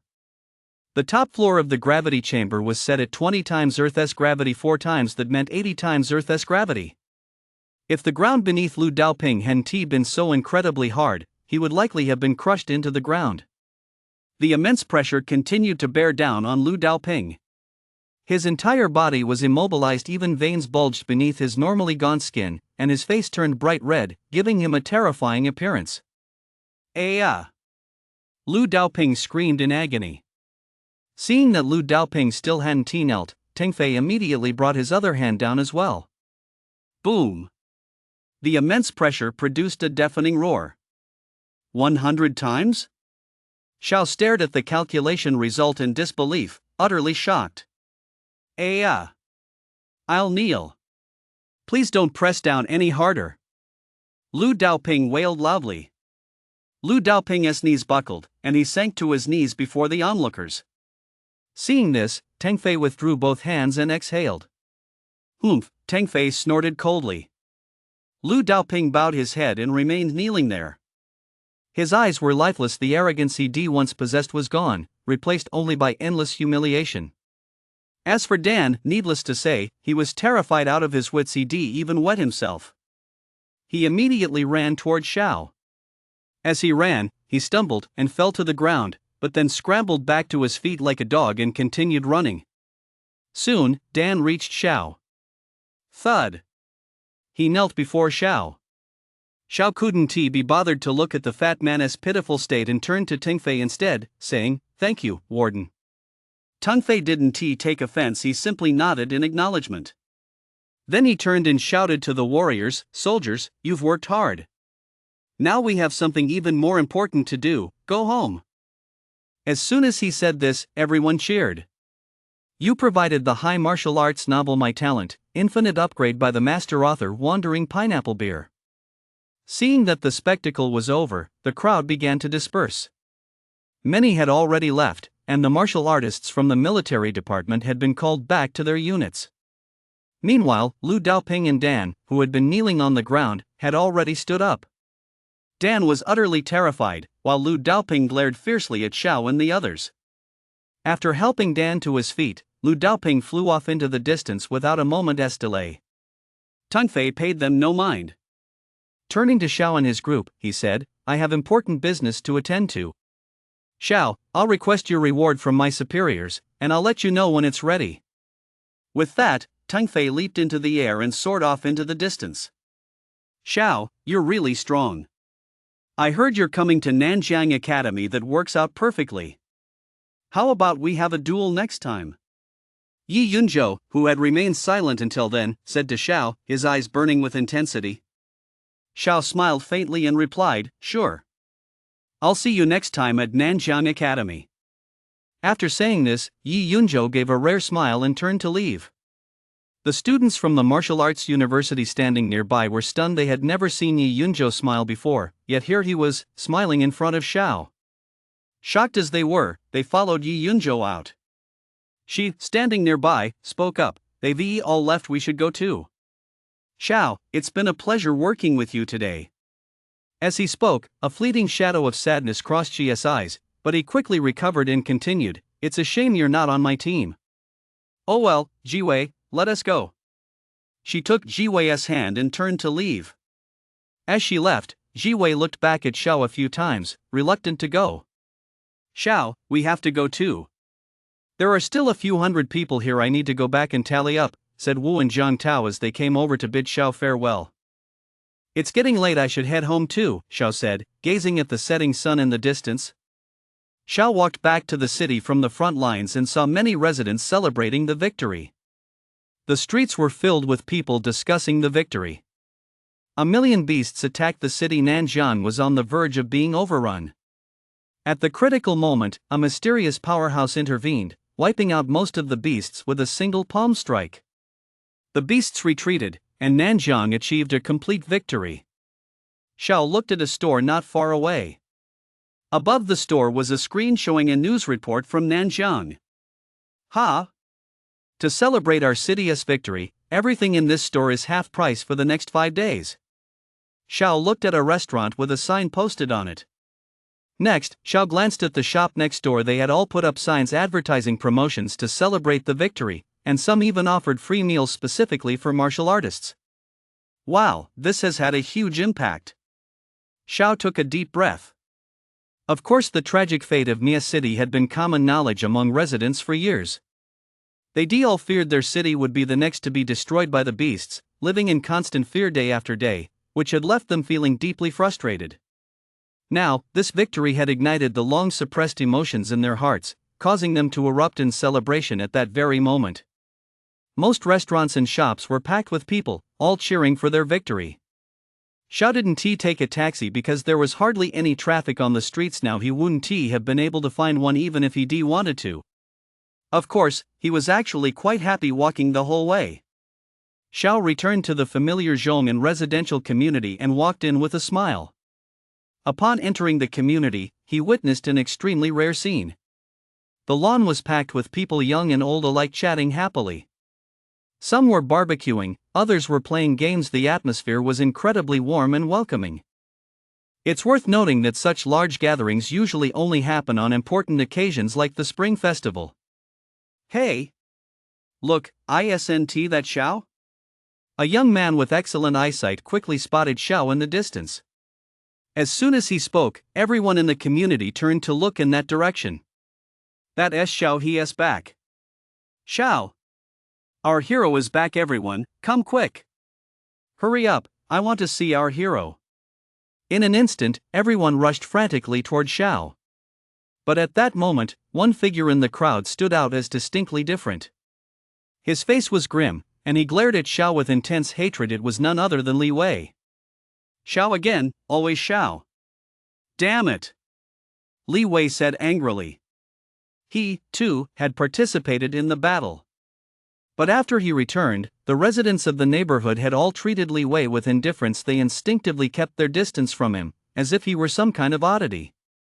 Now, the moment Xiao returned, everyone was in an uproar. Li Wei watched the scene with intense jealousy. Why wasn't he the one receiving such adulation? Li Wei clenched his fists and walked away, filled with anger and resentment. Meanwhile, Xiao was already swamped with people. Xiao, have you eaten yet? If not, come over to my place. I've got everything here. Brother Xiao, could you sign an autograph for me? Brother Xiao, it's been ages. I never imagined you'd become so powerful. I'll treat you to a drink sometime. Everyone in the neighborhood greeted Xiao very politely. Xiao could only respond to each person in turn. Although it was a bit tiring, he was more than happy to do so. 33 Novel Network.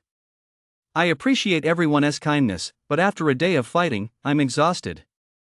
I won't keep you any longer, Xiao said to the enthusiastic crowd. With that, Xiao walked toward the house in the distance. The crowd didn't continue to bother Xiao after all. He'd been fighting all day and was already exhausted enough. They all quietly made their way back to continue their celebration. Seeing that they weren't following him, Xiao couldn't help but breathe a sigh of relief. In truth, he'd just made up an excuse to slip away. Without giving it much thought, he headed upstairs. Soon, he returned to his cozy little room. He was indeed a bit tired today, but not so much that he'd fall asleep the moment he hit the bed. Xiao plopped down on a stool. I've been through many battles today, and I've gained a lot of insights along the way. I feel ready to delve into the third layer of the origin scripture, Xiao said thoughtfully. Rather than rushing into the derivation right away, Xiao closed his eyes and carefully sensed his surging vitality. The concentration of my vitality has increased significantly again, this time even more than last time, Xiao muttered to himself. Xiao opened his eyes, a glint flashing in them. He felt no pride, only confidence. He sat cross-legged, closed his eyes once more, and with his mind racing, began his deduction. This time, he didn't use paper or pen, for with his current talent, he could deduce everything entirely from memory. His mind was now working so swiftly that paper and pen simply couldn't keep up with the speed of his thoughts. He gradually worked through the insights he had accumulated during battle, using them as the cornerstone for the third layer of the origin scripture. You provided the high martial arts novel My Talent, Infinite Upgrade by Pineapple Beer from The Wandering Master. It was late at night. A silvery moon dotted the deep blue night sky, and the residents of the surrounding neighborhoods were gradually becoming few and far between. They didn't usually stay out this late, but today was very special. Many residents had already turned off their lights. They were sure to sleep soundly tonight, drifting off into sweet dreams filled with the joy of the day. All the lights in the neighborhood had gone out, yet one house remained brightly lit. If you looked closely from the street below, you would surely recognize it as Xiao's home. That's right, Xiao was still engaged in his calculations. He was now fully immersed in the high-speed mental calculations taking place in his mind. If he wanted to integrate his insights into the origin scripture, he had to align them with the scripture's formulas, a step that had already drained most of Xiao's energy. Xiao had anticipated that the difficulty of the third layer would increase, but he hadn't expected it to be this complex. It exceeded even his own expectations. At this level, it was no longer just a matter of mental calculation. He had to take into account his body's adaptability and changes, refine the formulaic calculations, and only then could he apply those insights to the origin scripture. In his mind, Xiao combined various formulas and ran endless simulations to achieve the desired result. In this way, Xiao ran thousands upon thousands of simulations. Time flew by, and it was now late at night. Even so, lights were still glowing in some parts of Nanjiang, where people were still drinking and reveling to their heart's content. In Xiao's room, he suddenly opened his eyes, a sharp gleam flashing in them. This is way too complicated. It doesn't even reach a third of what I had anticipated, Xiao said, sounding a bit incredulous. He looked out the window and was startled to discover that it was already late at night. I'll call it a day. I need a good night's sleep tonight, Xiao said, stretching his body, which hadn't moved in a long time. Immediately afterward, he walked over to the bed, flopped down, and within minutes, Xiao was snoring. Somewhere in beast territory. At that moment, on a magnificent throne, a burly humanoid beast with the face of a mighty lion sat slumped lazily. Beside him, two stunning female beasts attended to him. Your Majesty, let me pour you a drink, he, one of the female beasts teased in a magnetic voice. Ha, okay, good girl. I'll drink any wine you give me, the great king said through a mouth as wide as a plate. Immediately afterward, he suddenly pulled the female beast toward him, about to kiss her. Seeing this, the other female beast, not to be outdone, said, Great king, look, I have some delicious fruit right here. The great king turned his head, looked at the other female beast with a very tender gaze, and smiled, all right. I love yours too. Come here. With that, he scooped up the other female beast as well. With one in each arm, the sight of the great king surrounded by beasts was quite a sight to behold. Just as he was about to kiss the other female beast, a voice interrupted his moment of pleasure. M.X33XS.com. Report, Your Majesty the Beast King, the Lord of the Nanjing Territory requests an audience. A beast-formed soldier entered to report. Seeing his moment of pleasure interrupted, the Beast King was instantly filled with rage. Can't you see I'm busy right now? The Beast King stood up and roared furiously. His furious expression resembled that of a roaring lion, exuding immense majesty and regal dominance. The soldier was immediately startled by the roar. He threw himself face down on the ground, trembling uncontrollably, on the verge of wetting himself. As the Beast King roared, the two female beasts beside him also wore expressions of fear, intimidated by his regal presence. After letting out his roar, the Beast King calmed down slightly and thought things over carefully. Then, regaining his usual composure, he said to the soldier below, Very well, let it in. I'll see for myself whether it brings me good or bad news. The Beast King then sat back on his throne, surrounded by his harem, and resumed his leisurely pastimes. The soldier staggered out, thoroughly terrified. A short while later, a humanoid beast entered the Beast King's hall. Its blood-red stripes were strikingly conspicuous. Yes, it was none other than the golden-horned leopard. The Beast King was in the midst of intimate moments with the female beasts when he sensed the golden-horned leopard's presence. He paused and turned his gaze toward it. Oh? Why do you look so bedraggled? The Beast King looked at the golden-horned leopard's severed arm. The wound wasn't bleeding, but it looked gruesome. The golden-horned leopard knelt respectfully, bowed its head, and said in a deep voice, Your Majesty, the Beast King, I have failed. Upon hearing this, the Beast King furrowed his brow, suppressing the rage welling up inside him. Oh? Failed? Why? The Beast King's voice reached the golden-horned leopard's ears. It could already sense the Beast King's anger, but failure was failure. All our plans were originally executed perfectly, but many unforeseen variables arose along the way, the golden-horned leopard replied, still keeping its head bowed. The Beast King's gaze held a hint of confusion. Unforeseen variables? Our beast god cult operatives in the city had been lying low very discreetly, but because one person was exposed, our entire beast god cult branch was wiped out by humans. Upon hearing this, the Beast King showed some interest. Who was that person? Xiao. Golden-horned leopard said, clenching his teeth in fury. But he didn't show it in front of the Beast King after all, that would be disrespectful. However, he had underestimated the Beast King. The latter had clearly caught the anger in his expression. He was also responsible for exposing our secret passage to Nanjing. He even wiped out nearly all of the Beast Clan soldiers we destationed there, the golden-horned leopard said, clenching his fists tightly in fury. Upon hearing this, a flash of ruthlessness crossed the Beast King's eyes. Xiao, is he that human prodigy? The Beast King asked. Yes. He is only 25 years old, yet he has already reached a level on par with a great grandmaster, the golden horned leopard replied. At the mention of Shao, he suddenly raised his head, his gaze burning with intensity as he looked at the Beast King. Very well. Give the order. The moment Shao sets foot in our territory, issue a hunt-down order. Let this human prodigy be utterly annihilated.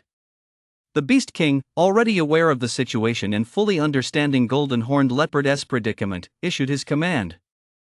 Yes, Your Majesty, Golden Horned Leopard exclaimed excitedly upon hearing the hunt-down order. Also, Your Majesty, a cultivator at the Boundless Realm has appeared in Nanjiang. It was because of him that I was unable to breach Nanjiang's defenses in the end, the Golden Horned Leopard said in a deep voice, glancing at his severed arm. You provided the high martial arts novel My Talent, Infinite Upgrade by Pineapple Beer, the Wandering Master. Upon hearing this, the Beast King abruptly stood up from his throne, his eyes filled with astonishment. How could a Wuji realm expert appear in tiny Nanjiang? The Beast King roared. After all, as the Beast King, he himself was a Wuji realm expert. However, as the ruler of numerous territories, he typically delegated the management of his domains to sentinel-level beasts, and Wuji realm experts rarely appeared there. If one had appeared, wouldn't he have known about it? In the regions administered by the Martial Alliance, guards are typically assigned based on the strength of the beasts. In other words, if the beast side has a Boundless Realm expert, the Martial Alliance would also dispatch a Boundless Realm expert to guard the area. But now that another Boundless Realm expert had suddenly appeared, how could the Beast King not be alarmed? Zhejiang level experts stationed in a territory generally do not mobilize lightly. If they did, beast territories in other regions would seize the opportunity to invade. Yet so far, there has been no word whatsoever that the human side's Zhejiang level expert has been deployed. Are you certain that was a Zhejiang level expert? The Beast King asked, somewhat puzzled. Golden Horned Leopard thought back on the incident, his gaze immediately hardening as he replied, I've had the honor of witnessing Your Majesty the Beast King in action. Comparing the two, I'm absolutely certain that person is at the Wuji realm. At that moment, Golden Horned Leopard thought of something else. Oh, right, that human martial artist deliberately spared my life, saying it was to save face for you. Oh? To save face for me? It seems he knows this king. The Beast King's expression shifted slightly, and he immediately said, Tell me what he looks like. The Beast King paused to think for a moment before continuing. Upon hearing this, the Golden Horned Leopard immediately recounted every detail about Jean, without omitting a single thing. Upon hearing this, a hint of surprise flashed across the Beast King's eyes as he realized something. So it was him. The last time I encountered him on the battlefield, he was just a lowly sentinel. I almost killed him back then. What a pity. It seems he has broken through to the Boundless Realm. I see, the Beast King said, his gaze deepening as he nodded. Golden Horned Leopard was a bit bewildered by this, but he didn't ask any further questions. After all, this was the Beast King's business. The fact that he spared you proves he wants to maintain peace with us for a while and avoid conflict. I shall grant him his wish. After all, the humans now have another formidable foe, and we must prepare ourselves thoroughly. The Beast King gazed outward, his eyes deep and contemplative. Go and tend to your injuries. There is no need to provoke the humans for the time being. Upon hearing the Beast King's order, the Golden Horned Leopard immediately replied, Yes, Your Majesty. Immediately afterward, the Golden Horned Leopard withdrew, while the Beast King returned to his bedchamber. The next day. Zhongnan Residential Complex. After last night's celebratory gathering, life in the complex had returned to normal, but the memory of yesterday's victory still lingered in everyone's hearts. Now, on TV, on the radio, and in the newspapers, reports were covering yesterday's major event, and today, the Martial Alliance had released footage of the battles from the martial arena. To inspire and hone the people, the Martial Alliance would publicly release videos of martial artists' victorious battles for everyone to watch. Don't underestimate these videos. They can sometimes teach people a great deal and inspire them to embrace martial arts, aspire to become martial artists themselves, and fight for their country. Meanwhile, the residents of Zhongnan community gathered once again. They all took out their devices and sat facing the same direction. Their eyes were fixed on a screen displaying the footage of the martial artist's battle. "Oh my, that kid had it so rough he was bitten to death by a beast right before our eyes. Look at that martial artist, he is so impressive. He has already killed so many beasts. Wow, wow, wow. Those monsters are so scary, Mom." The residents' emotions ran high as they watched the footage. They cheered when the warriors killed beasts, yet mourned when one fell. It was likely not just the residents of Zhong and community people throughout Nanjiang, and perhaps even the entire Dragon Nation, were watching this video. Meanwhile, Xiao, who had been fast asleep, was suddenly awakened by several bursts of cheering. Xiao snapped his eyes open, grabbed his phone, and checked the time. It was already past 9 o'clock. "Did I sleep that long? I guess I really was exhausted," Xiao muttered to himself. He usually got up around 6 or 7 in the morning, before dawn, and sometimes could even go without sleep, but after yesterday's battle and his strategic analysis, his body and mind were utterly exhausted. "Yay! That martial artist is so awesome. Ah, I think I'm in love with him." An extremely excited soprano voice rang out. Xiao was a bit confused.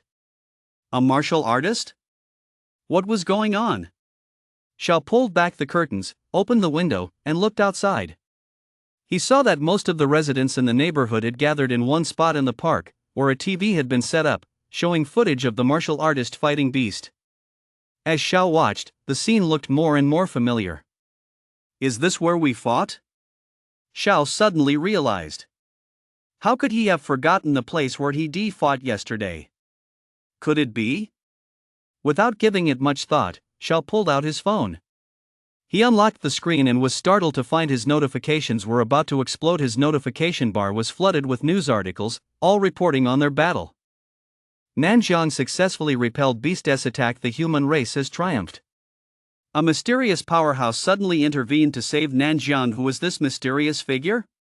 A teenager appeared behind enemy lines, fighting 10,000 alone. The reports were all over the place, with exaggerated claims flooding Xiao's screen, leaving him dazzled. Ha! A teenager taking on 10,000 alone? Xiao's attention was immediately drawn to one particular news item. It piqued his interest. It seemed vaguely familiar, he thought to himself. Xiao tapped on it right away. Instantly, a short video appeared before his eyes. Xiao clicked play. There, Xiao's figure appeared in the video. It was the moment he had secretly ambushed the great Grandmaster-level beast commander. This was actually caught on camera? Xiao couldn't believe it. After all, at that time, not even the martial artists within the human defense lines had detected Xiao's presence. Yet this had been recorded. What kind of high-tech was this? Xiao kept watching. The video suddenly jumped to the moment he was exposed, showing him being hunted down by hundreds of thousands of beasts. Next, Xiao was first pursued by the great Grandmaster-level beast commander. Then he managed to kill a few of them in return. Finally, he collapsed to the ground and lost consciousness. At this point, the video ended. From this perspective, Xiao's fate remained unknown, leaving viewers eager to know whether he had lived or died. Xiao dragged the video's progress bar and rewatched the footage of his battle. 33 Novel Network. He suddenly realized that by constantly reviewing his own battle scenes, he could deepen his understanding of how to create martial arts techniques. You provided high martial arts, my talent's infinite upgrade by the master Wandering Pineapple Beer. Xiao scrolled through the video, watching it over and over again. So that's how it works, Xiao muttered to himself. After watching it many times, he could no longer gain any new insights, so he gave up. Just then, that soprano voice rang out again. Ah, that's Brother Xiao. He is actually taking on 10,000 enemies all by himself. Ah, Brother Xiao, I love you. Others in the neighborhood were watching too, and they all grew excited as well. Little Xiao? Is that really little Xiao? May heaven bless little Xiao, said an elderly man leaning on a cane, his eyesight failing. He walked up to the TV to get a better look and spoke excitedly. Several young people nearby immediately stepped forward to support him. They, too, were filled with excitement and pride. The elderly man knew Xiao well. In the past, Xiao would get up at 5 or 6 o'clock every morning without fail to train. Back then, the man would pass by the neighborhood park daily and see Xiao training hard. Every time, he would greet Xiao. He knew Xiao had very little natural talent, and it pained him to see Xiao working so hard. Now that he saw Xiao had become so powerful, how could he not be moved? Instantly, everyone's admiration for Xiao rose to a whole new level. Although they didn't practice martial arts themselves, they still had a basic understanding of martial artist rankings. Xiao, however, had no idea what the cheering below was about.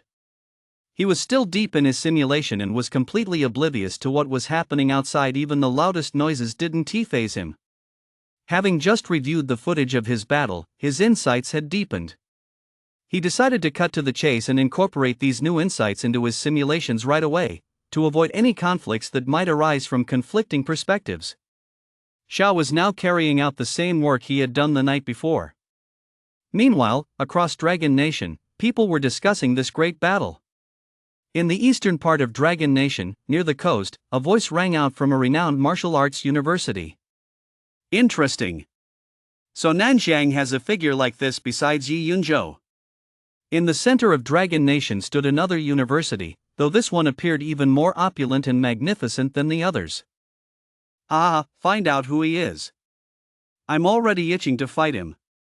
In the western part of Dragon Nation, inside a temple filled with Buddhist statues, many monks were practicing their martial arts. It's been a long time since I've been out. Is the outside world really that exciting? Many other prodigies were watching videos of Xiao's battles. Their eyes burned with intensity, eager to fight this prodigy who had burst onto the scene and prove themselves. However, there were also many powerful figures watching videos of Jin in action, all speculating about the identities of these various masters. Some high-ranking officials even called Tengfei's office personally. But Tengfei consistently refused to reveal Jin's identity, citing the reason that he himself does not wish to be disturbed, but he will certainly intervene if humans are in danger. Tengfei had promised Jin he wouldn't expose him, so he had no choice. Tengfei didn't know why Jin was doing this either. Meanwhile, Xiao, who had been simulating a battle, also opened his eyes. Phew, this third layer is really complicated. I've only made it through a third of the simulation, Xiao muttered, exhaling a breath of stale air. Xiao didn't continue the simulation. He wasn't in a hurry. This sort of thing had to be done slowly after all. He was creating a cultivation technique unlike anything seen before, and even the slightest mistake could undo all his hard work. What should I do today? Xiao pondered carefully. Come to think of it, when will I finally be able to enroll at Nanjiang Academy? Xiao suddenly remembered this matter. He recalled that Tengfei had said to wait for notification, but he still hadn't heard anything. It's probably been delayed by this war, Xiao consoled himself. Xiao didn't dwell on it after all. He still had the recommendation letter in his possession. Could it possibly go anywhere? I'll go find my senior first. I still haven't thanked him for what he did on the battlefield last time, Xiao muttered to himself. No sooner had the words left his mouth than Xiao bolted out the door. As Xiao walked downstairs, he was startled to find a crowd of residents from the neighborhood waiting for him. He was a bit baffled. He was sure he hadn't seen anyone downstairs before leaving.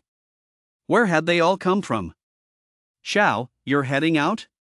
It's been getting cooler lately. Take care of yourself. Brother Xiao, want to grab a drink with me? It's on me. Xiao, are you free? Let us go hang out. As soon as they saw Xiao come out, the crowd immediately swarmed around him, asking after his well-being. But Xiao didn't have time for that. He quickly said, "Everyone, I've got important things to do. Maybe next time. Xiao politely turned them down. The crowd was understanding. They knew Xiao was a very busy person, so they immediately cleared a path for him. Xiao set off, bidding them a quick farewell as he went. As Xiao stepped out of the complex, he couldn't help but breathe a sigh of relief. He'd already become a well-known figure in his neighborhood, and he knew he'd have his hands full from now on. The moment he stepped out, he spotted a taxi waiting by the roadside. It seemed as if it had been there specifically to pick him up.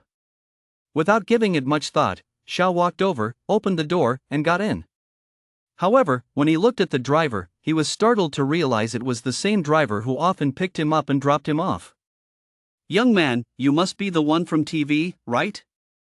I never imagined that among the passengers I drive every day, there would be such a powerful martial artist, the driver exclaimed as soon as he saw Xiao. He drove passengers every day, so he naturally knew Xiao was a martial artist. That's why he usually treated him with respect. But he never imagined he was driving such a powerful martial artist every day. It was truly an honor for him. Driver, that was just luck. It wasn't as exaggerated as it looked on TV, Xiao said modestly. The driver smiled slightly upon hearing this, then fell silent. The driver wasn't stupid.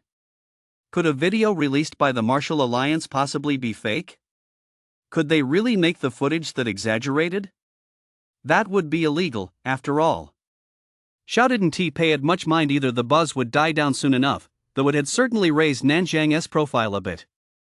The taxi started up and headed for the meat market. Sitting in the car, Xiao didn't just sit idly by. He used the free time to begin cultivating his spiritual energy. Soon, the taxi arrived at the meat market. As usual, Xiao said goodbye to the driver, got out, and walked toward the meat market. His destination was clear, Jean's butcher shop. Xiao arrived at the meat market. It was bustling today, with everyone buying fresh beast meat that had just come in from the battlefield. Xiao spotted Jean's butcher shop from a distance. Unlike usual, Jean wasn't lying idly on a chair, sound asleep. Today, he was swamped with work. You provided the high martial arts novel My Talent, Infinite Upgrade by Pineapple Beer, the Wandering Master. Seeing this scene, Xiao couldn't help but chuckle. The mysterious powerhouse who saved Nanjiang was actually selling meat at the meat market. Can you believe it? And yet, the scene didn't feel out of place at all. It was as if Jean were a natural-born butcher. He took out a large slab of beast flesh, chopped it into small pieces with a series of swift cuts, and quickly packaged them to sell to various customers. At a glance, the entire process flowed like water, smooth and seamless, with not a single unnecessary step. The force behind each of his cuts was perfectly controlled and exquisitely precise. Most people wouldn't be able to discern such masterful knife skills. But when Xiao witnessed it, he saw something entirely different. This is a level of knife mastery approaching the realm of perfection. Xiao watched the scene before him in astonishment. As a micro-level blade master, he could certainly recognize the power of Jean's technique. Subconsciously, he sensed a suffocating force in the artistic essence of Jean's blade work, a force that completely overwhelmed Xiao's own artistic essence and overshadowed his sharpness. Xiao observed closely and was surprised to discover that Jean was making a subtle, almost imperceptible improvement with each stroke of his blade. This can actually elevate the artistic realm of swordsmanship? Xiao found it hard to believe. He had always thought that constant combat was necessary for improvement, never imagining that this method was also possible. As Xiao continued to observe, his own artistic realm of swordsmanship kept rising. Xiao was exceptionally talented without needing instruction from others. He was able to discern the essence of Jean's swordsmanship through his own observations and use that insight to improve himself. Xiao became more and more engrossed as he watched, and suddenly his sword art's artistic realm began to rise continuously. Immediately afterward, an invisible edge suddenly appeared around Xiao's body. Xiao hadn't even noticed it yet, but a passerby nearby was suddenly cut by it. Whoa, what is going on? What cut my hand? Ah! Why is my face bleeding? Ouch, my foot! Everyone passing by Xiao discovered cuts on various parts of their bodies. Though not very deep, they were all shaken, unsure where they'd been cut. Ordinary people couldn't sense the sharpness emanating from Xiao, so they were completely baffled, injured for no apparent reason. Xiao was suddenly jolted awake by these exclamations. He realized with a start that he'd been so engrossed earlier that he'd failed to rein in his sharp aura, accidentally injuring the passers-by around him. Meanwhile, Jean, who had been cutting meat, had already spotted Xiao. He glanced in Xiao's direction and was momentarily surprised, but quickly shrugged it off as if it were perfectly normal. This kid's talent is still insanely gifted. He is able to grasp the essence of my sword technique just by watching with the naked eye. It looks like his mastery is almost on par with mine. Jean stared at Xiao, lost in thought. Hey, boss, what are you spacing out for? I'm in a hurry. A customer noticed Jean zoning out and complained. Jean snapped back to reality and hurriedly apologized. Meanwhile, Xiao was apologizing to the group for his earlier mistake. The people looked completely baffled upon hearing his apology, but they didn't make a big deal out of it and simply turned to leave.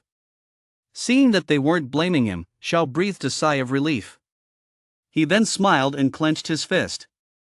My sword technique's essence has improved significantly. I'm not far from the transcendence level.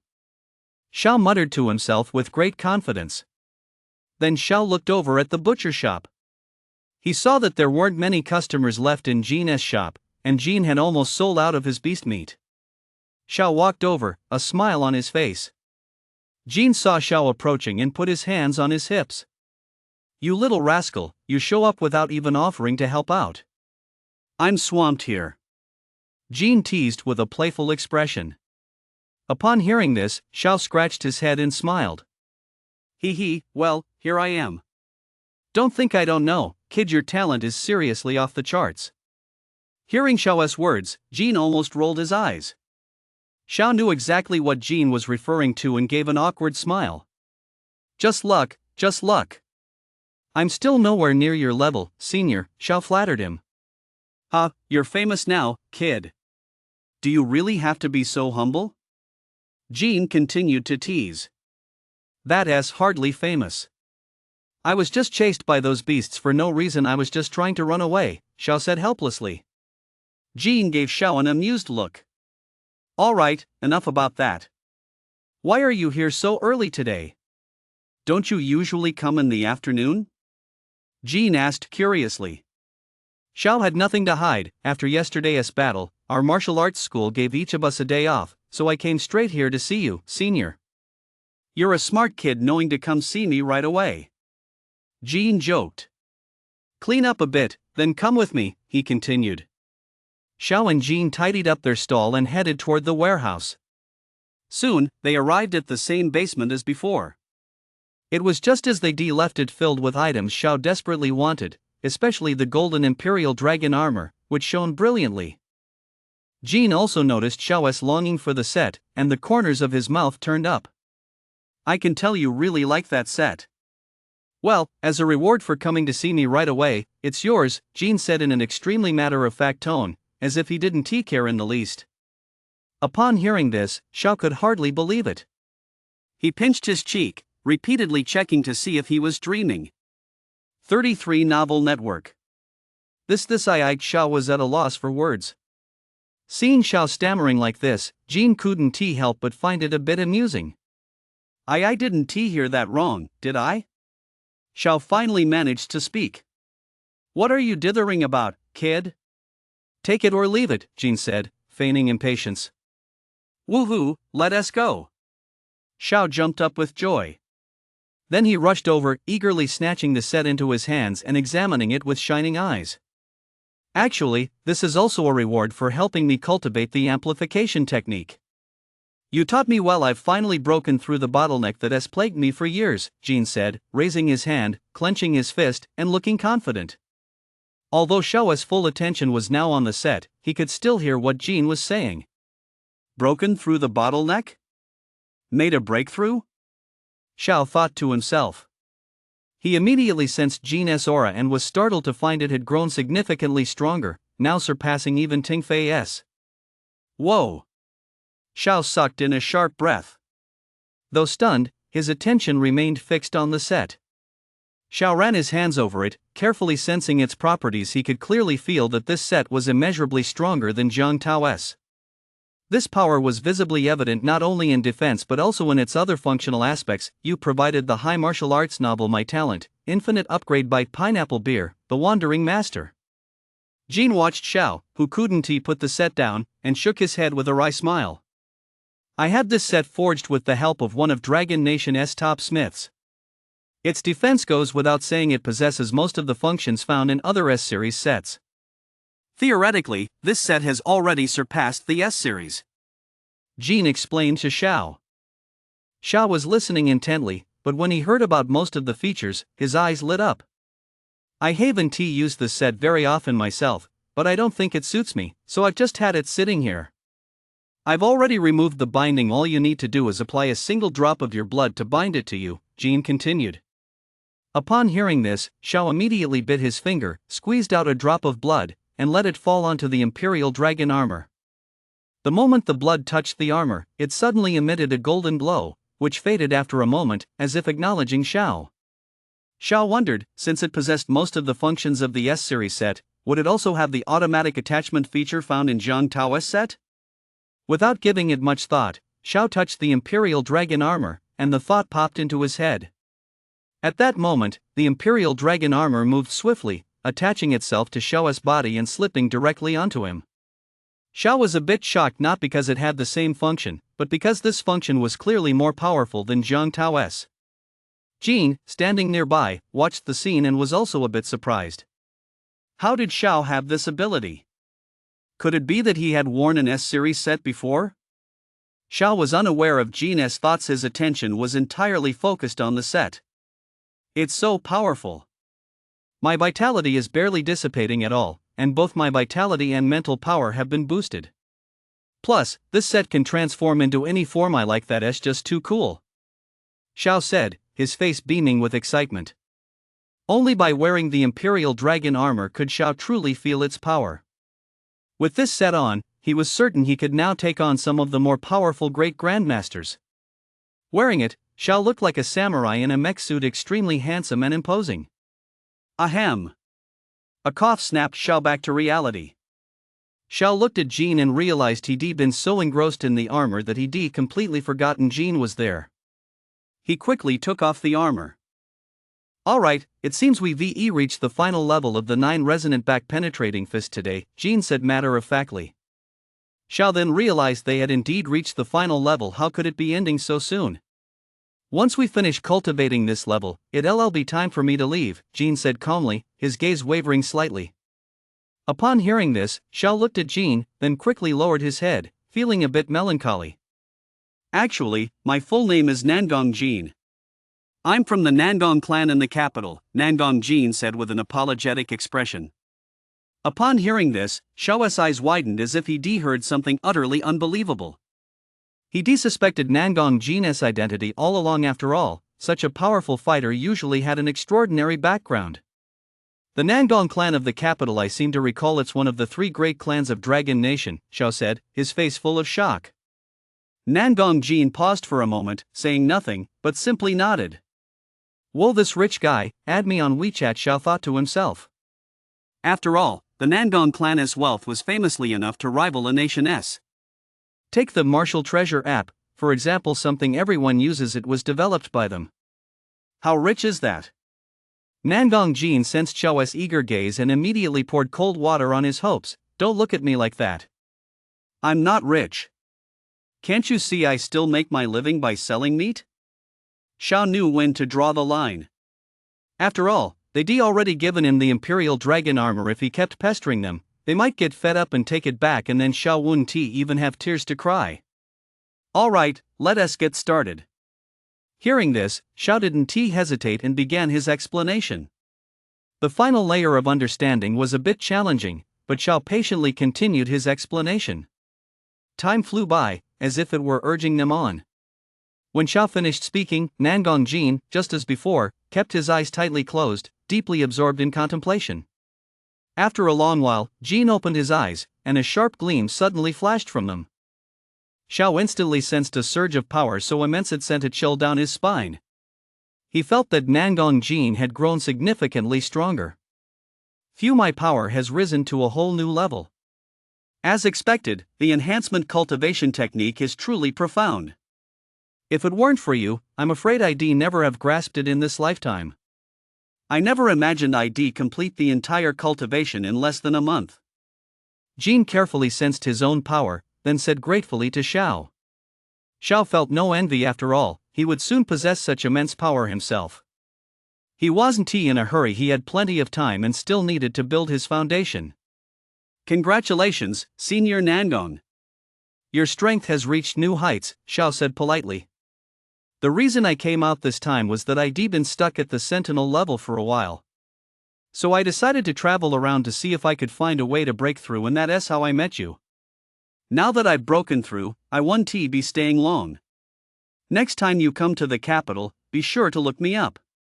I'll show you just how magnificent our Dragon Nation's capital is, the part that hasn't been destroyed by the beasts, Nangong Jin said with pride. Xiao listened intently to Nangong Jin, nodding as he spoke. If you ever need anything, the phone number I gave you is still valid, just give me a call, Nangong Jin said, sounding like a caring father. Thank you, senior. Xiao had intended to chat with Nangong Jin a bit longer, but unexpectedly, his phone rang. Xiao checked it and saw it was Wu calling. Nangong Jin noticed this and took the hint. All right, you can go now, kid. Remember what I said. You've probably got things to do, so I won't see you off. And you don't need to come back here anymore. Xiao didn't make a big deal out of it. He turned and walked away without looking back.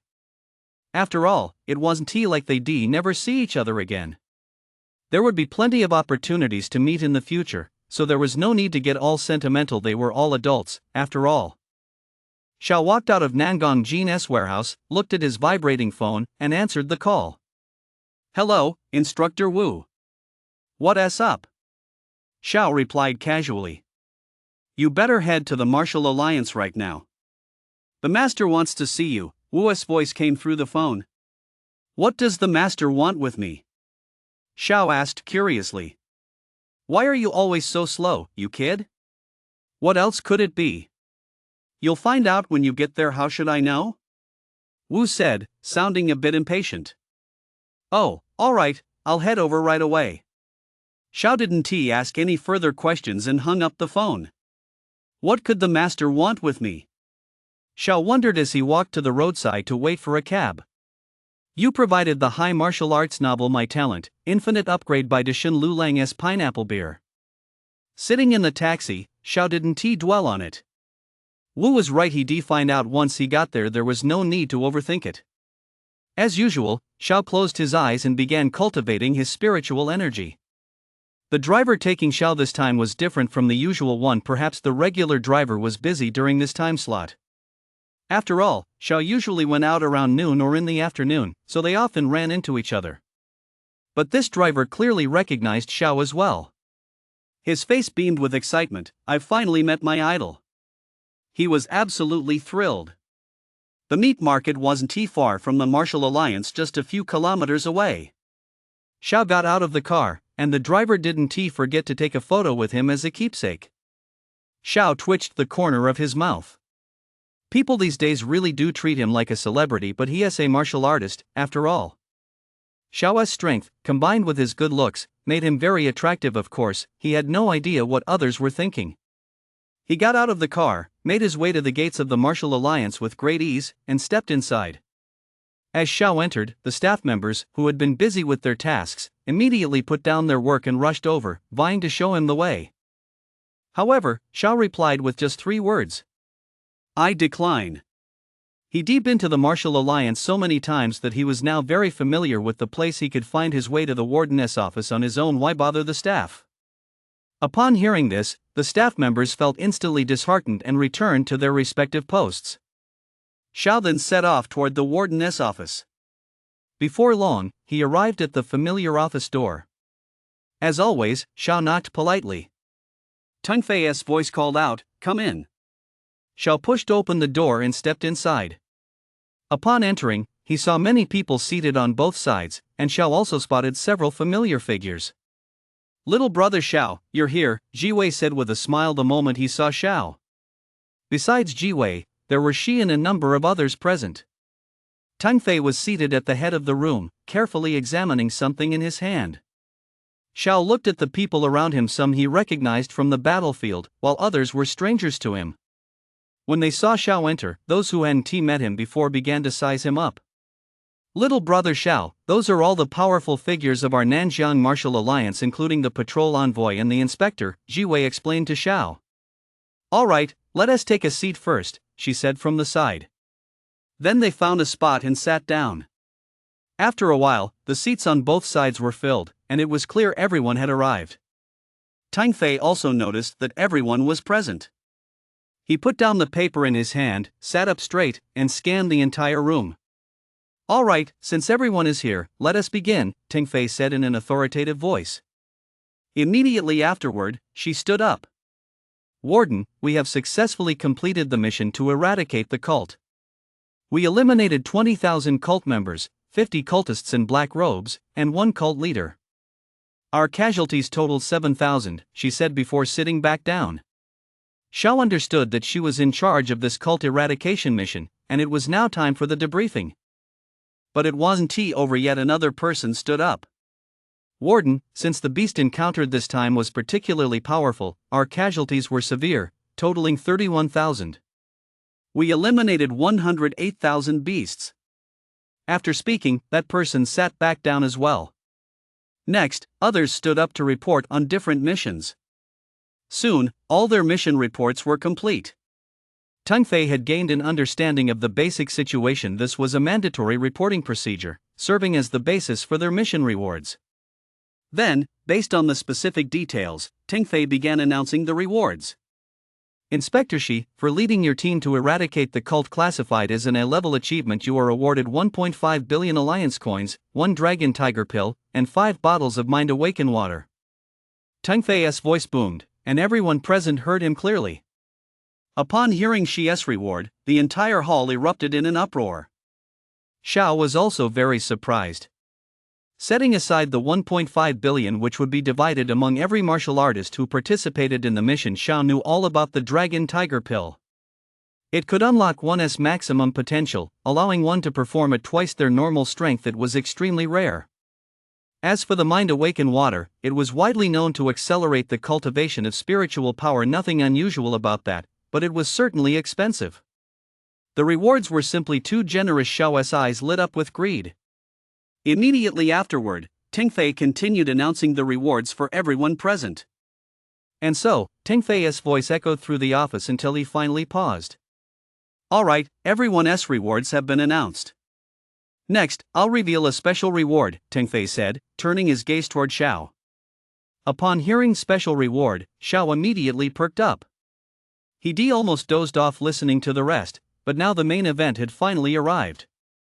A special reward? I've never heard of that before. I know it's a reward for people who made special contributions.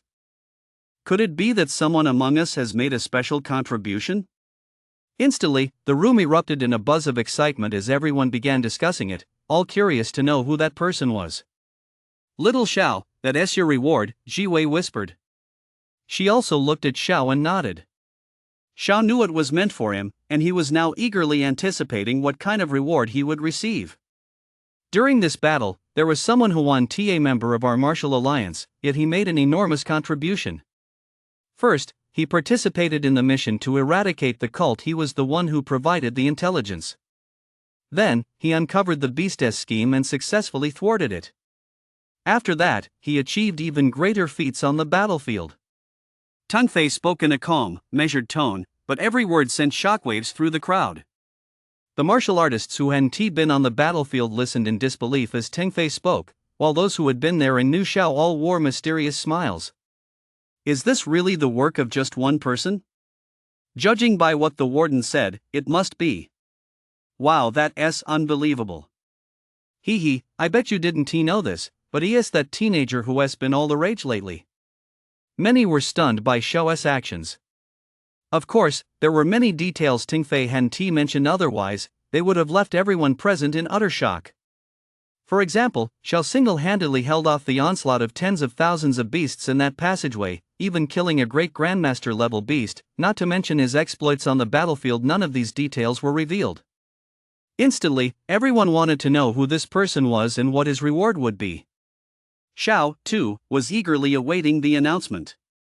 You provided high martial arts, my talent's infinite upgrade by the great author Wandering Pineapple Beer. At this point, many people also noticed Xiao, the new face in the room. Seeing this handsome young man, they all had the same thought: could it be him? Although they were speculating, they still wanted to hear it from Tingfei's own mouth before they would believe it. Quiet. Hearing this command, the people in the room stopped their discussions. Seeing that the room had quieted down, Tingfei paused for a moment before continuing. Although he is not a member of our martial alliance, he stepped forward when Nanjiang was in trouble and made a tremendous contribution to saving our city. I submitted a request to our superiors, and by their unanimous decision, he is to be rewarded with 1 bone-washing pill, 1 vial of dragon blood from the imperial dragon beast of the Wuji realm, and the legendary dragon tooth sword.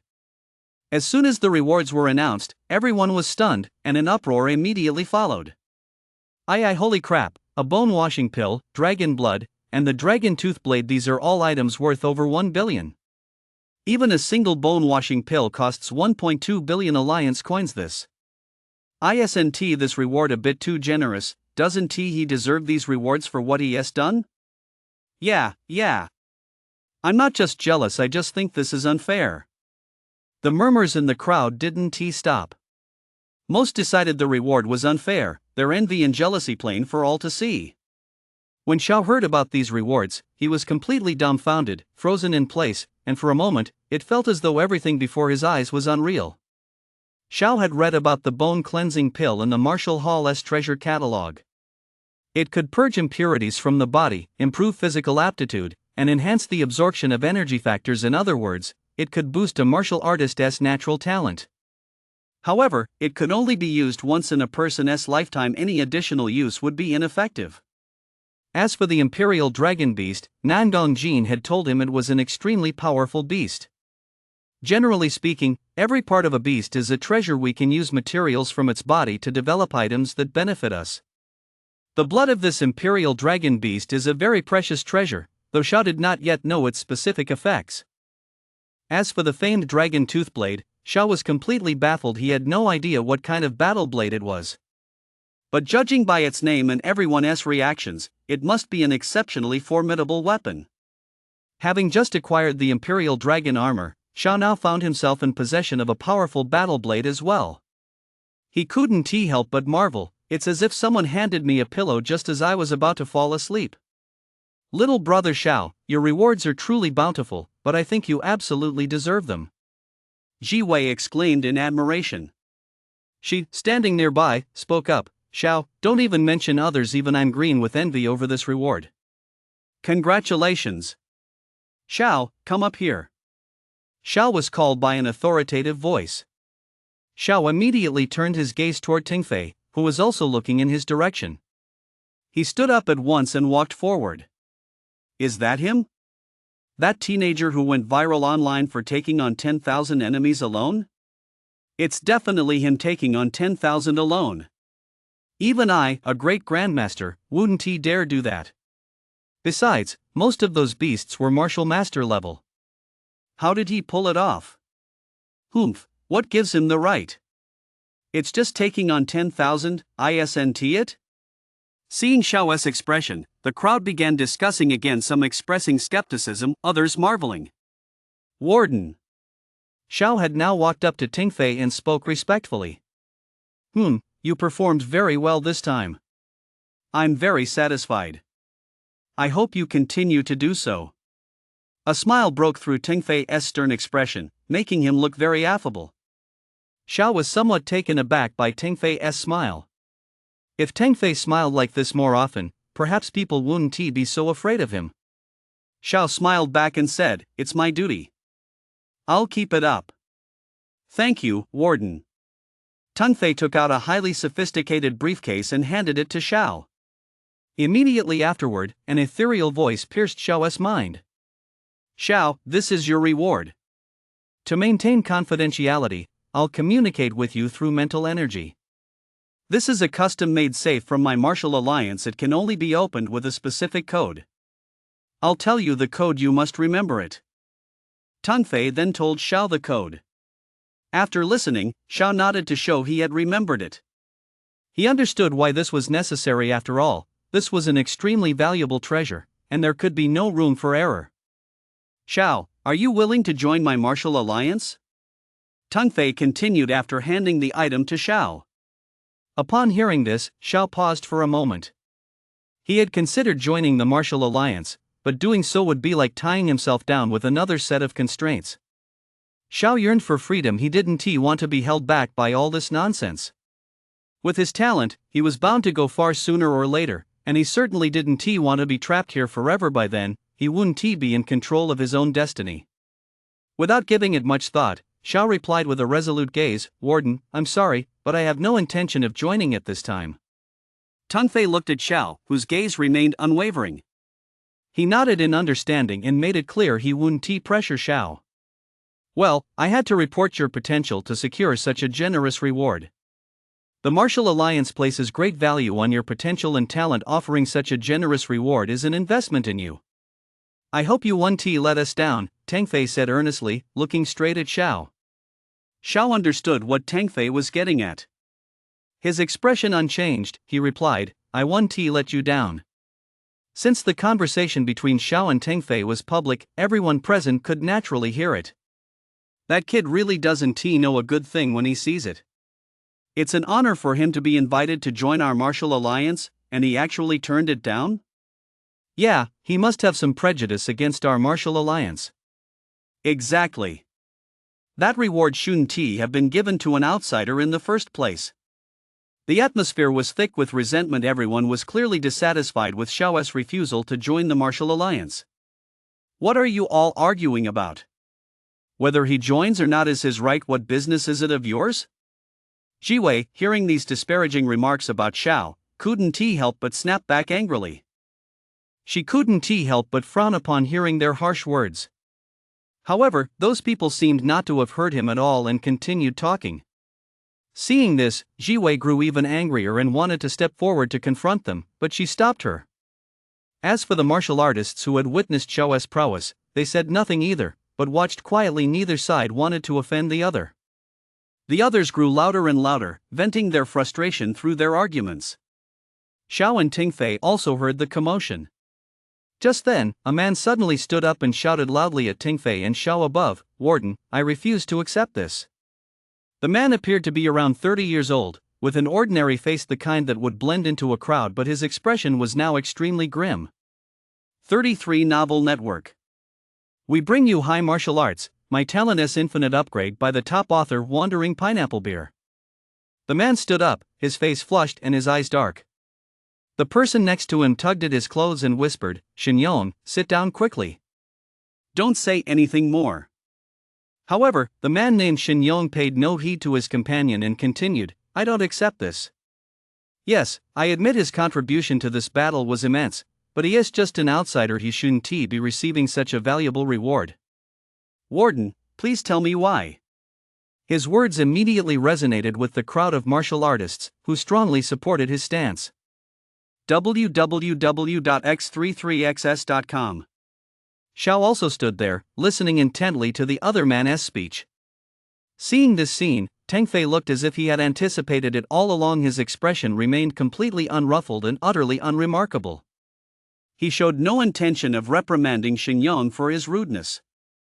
"This is a unanimous decision made by our superiors. We recognized Xiao's potential, so this is essentially an investment by the Martial Alliance in him. That means he'll have to repay it in due time." "How?"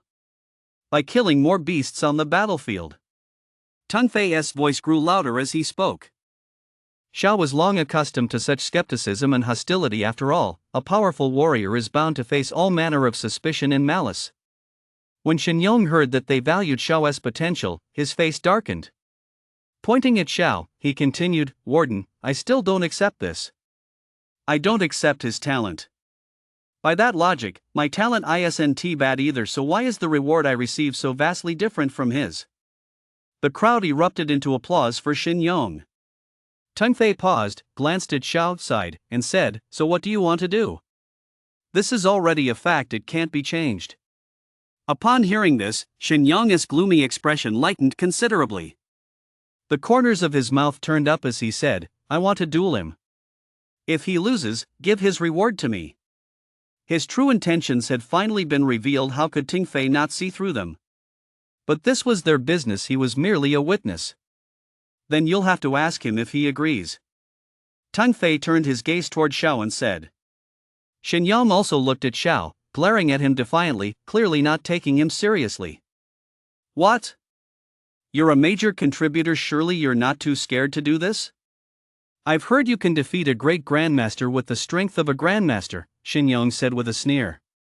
Xiao's expression remained unchanged as he replied, "What if you lose?" Xiao wasn't the type to be taken advantage of, so he immediately pressed the issue. Xinyang replied with absolute confidence, "If I lose, I'll voluntarily withdraw from the martial alliance and never rejoin it for the rest of my life." As soon as these words were spoken, everyone was stunned, staring at Xinyang in disbelief. After all, while joining the martial alliance was easy, leaving it was difficult. To prevent its secrets from being leaked, the martial alliance required martial artists wishing to leave to sign a confidentiality agreement. Even the slightest contact with other factions would be treated as a breach of confidentiality, effectively turning them into outcasts unwanted by any organization. Xinyang was staking his own future and Xiao as the stakes that was a hell of a gamble. Xiao also had some understanding of the martial alliance's rules and realized this could indeed be considered a gamble. Just as Xiao was about to speak, Jiwei shouted, "Xiao, don't agree to this. He is a 5th-rank Great Grandmaster." As Jiwei's voice rang out, Xiao looked at her, smiled slightly, and said, "Sister Jiwei, trust me." Then she gave her a determined look. Seeing that Xiao was resolute, Jiwei chose to trust him, though worry still clouded her expression. Xinyang, seeing Jiwei step in to disrupt things, immediately grew concerned. He feared she might persuade Xiao not to accept his challenge, leaving him with no recourse. However, upon hearing Xiao's words, his worries vanished instantly. Xiao turned his gaze toward Xinyang and said calmly, "All right, I accept your challenge." Hearing Xiao's acceptance, Xinyang flashed a sinister smile, looking smug. He thought to himself, the fish has finally taken the bait. This is going to be a good show. Who do you guys think is stronger? It's definitely Xinyang. He has already a 5th-tier Great Grandmaster. Strength is everything. But I've heard that even though Xiao is only at the Grandmaster level, he is capable of killing Great Grandmasters, so it's hard to say. What is there to say? The Great Grandmaster beasts Xiao has killed were all relatively low-level Great Grandmasters, but this is Xinyang we're talking about. You can't beat him either, can you? The crowd began arguing back and forth, creating a lively commotion. Seeing this, Tengfei furrowed his brow and bellowed, "Quiet." Upon hearing Tengfei's voice, everyone present immediately fell silent, not daring to make a single sound. Seeing that the crowd had quieted down, Tengfei continued, "All right. Since that is the case, I'll serve as your witness. This battle is on." Immediately afterward, everyone headed toward the Martial Alliance's designated combat arena. "Bro, what is going on? I haven't seen a scene like this in ages." A martial artist who had just joined the group asked curiously. "Bro, you just got here? Let me fill you in. You recognize that guy, right? I won't go into it, but take a look at the other one. Doesn't he look familiar?" Hearing this, he immediately looked over. "Is that handsome guy the one from that video?" "Yeah, that is him." "What are they up to?" "Oh, they're about to fight." "Whoa, this is going to be awesome. I can't miss this." "I just came here out of boredom, and I never expected to stumble upon such a thrilling scene." On the combat arena, it wasn't just these two who were discussing it. Other martial artists were chatting among themselves as well. Xiao and Xinyang had also made their way to the arena by then. It wasn't just similar to the martial arts hall's arena, it was practically identical. Xiao and Xinyang stood facing each other, both fully prepared, clad in their outfits and wielding battle blades. Seeing this scene, Xiao felt a sense of familiarity. He thought of Su Fang. It had been just like this back then, but the outcome had ultimately been a good one. Xiao wasn't wearing the Imperial Dragon armor. Instead, he wore his old outfit. Using the Imperial Dragon armor against opponents like these would be a complete waste. Just then, a familiar electronic voice rang out. "Ding dong, please get ready, fighters." Ding, both sides have reached their designated positions. Ding, please confirm the life or death agreement. Hearing this, they both confirmed without hesitation. They already agreed to this battle. There was no need to hesitate. Once confirmed, both sides immediately entered combat mode. Meanwhile, Tengfei was watching everything from a short distance away. Everyone present instantly felt an invisible pressure. They dared not speak out of turn, watching quietly as the battle about to begin unfolded before their eyes. Jiwei and she were also watching from the stands. She didn't seem particularly worried, his face completely expressionless, whereas Jiwei was visibly nervous, watching Xiao on the field with a look of concern. You provided high martial arts, my talent S infinite upgrade by Pineapple Beer, the Wandering Master. On the battlefield, Shenyang stood with his arms crossed over his chest, a smirk on his lips, gazing at Xiao with contempt in his eyes, as if to say, fighting this waste of space is a piece of cake. Seeing Shenyang's expression, Xiao didn't get angry instead, he found it somewhat amusing. What kind of lopsided mouthed war god was this? He didn't underestimate Shenyang, though. This great grandmaster was no pushover unlike those beasts, who were all relatively weak great grandmasters. Xiao, on the other hand, watched his opponent with a look of caution. Shenyang extended one palm and held it out in front of Xiao. You'll be defeated within 5 moves, Shenyang said with utter arrogance. Hearing these boastful words, Xiao remained completely unmoved. This guy was nothing but an arm. Ha ha, is my brother Shen really that magnanimous? Giving me 5 moves? I'll take it 3 moves should be enough. 3 moves? I think 1 move will be enough. Isn't that a bit disrespectful? You should at least show some respect for your opponent. That is a bit over the top. Shenyang's words immediately sparked a stir among the crowd below. The last person who said something like that is now 6 feet under, Xiao retorted. Shenyang's face instantly darkened, he was clearly furious. Oof. Well then, let us see if you can actually dodge my 5 moves. With that, Shenyang charged forward suddenly, raising his battle axe above his head in a ready-to-strike stance. Xiao stood his ground, showing not a trace of panic. If anything, he seemed slightly excited. Die! Shenyang had already closed in on Xiao and swung his blade toward him. Xiao watched the oncoming attack and, without haste, shifted his stance slightly. He dodged it. Seeing Xiao dodge, Shenyang swung again in his direction. He dodged it again. Unwilling to accept defeat, Shenyang kept attacking Xiao, each strike incredibly powerful, as if he intended to kill him. Xiao also sensed the sheer power of these attacks, and his gaze instantly turned fierce. Since his opponent wanted to kill him, he couldn't hold back either. And so, Shenyang kept attacking Xiao, while Xiao kept dodging. Meanwhile, Tengfei, who was watching the battle, saw Xiao dodging. A sudden flash crossed his eyes, as if he had discovered something. That kid has got entry-level agility. You coward! If you've got the guts, stop dodging and fight me head-on. Shenyang roared furiously. Xiao wasn't about to listen to him. He just wouldn't he was just toying with him, just to drive him crazy. Shenyang couldn't even touch Xiao, let alone break through his protective aura. Just then, after dodging one of Shenyang's attacks, Xiao's aura suddenly shifted. He gripped his battle axe tightly and slashed toward his opponent's waist. Clang! A crisp sound rang out. Shenyang reacted quickly, immediately blocking the blow with his battle axe. Immediately afterward, his vitality surged violently, and the battle axe in his hand moved swiftly, slashing toward Xiao. Relying on his natural talent, Xiao calculated the trajectory of his enemy's vitality and reacted instantly, blocking the blow with his battle axe. Clang! Another crisp sound rang out. Xiao blocked with all his might. The attack had been so fast that he hadn't even had time to shift his stance before Shenyang's blade struck.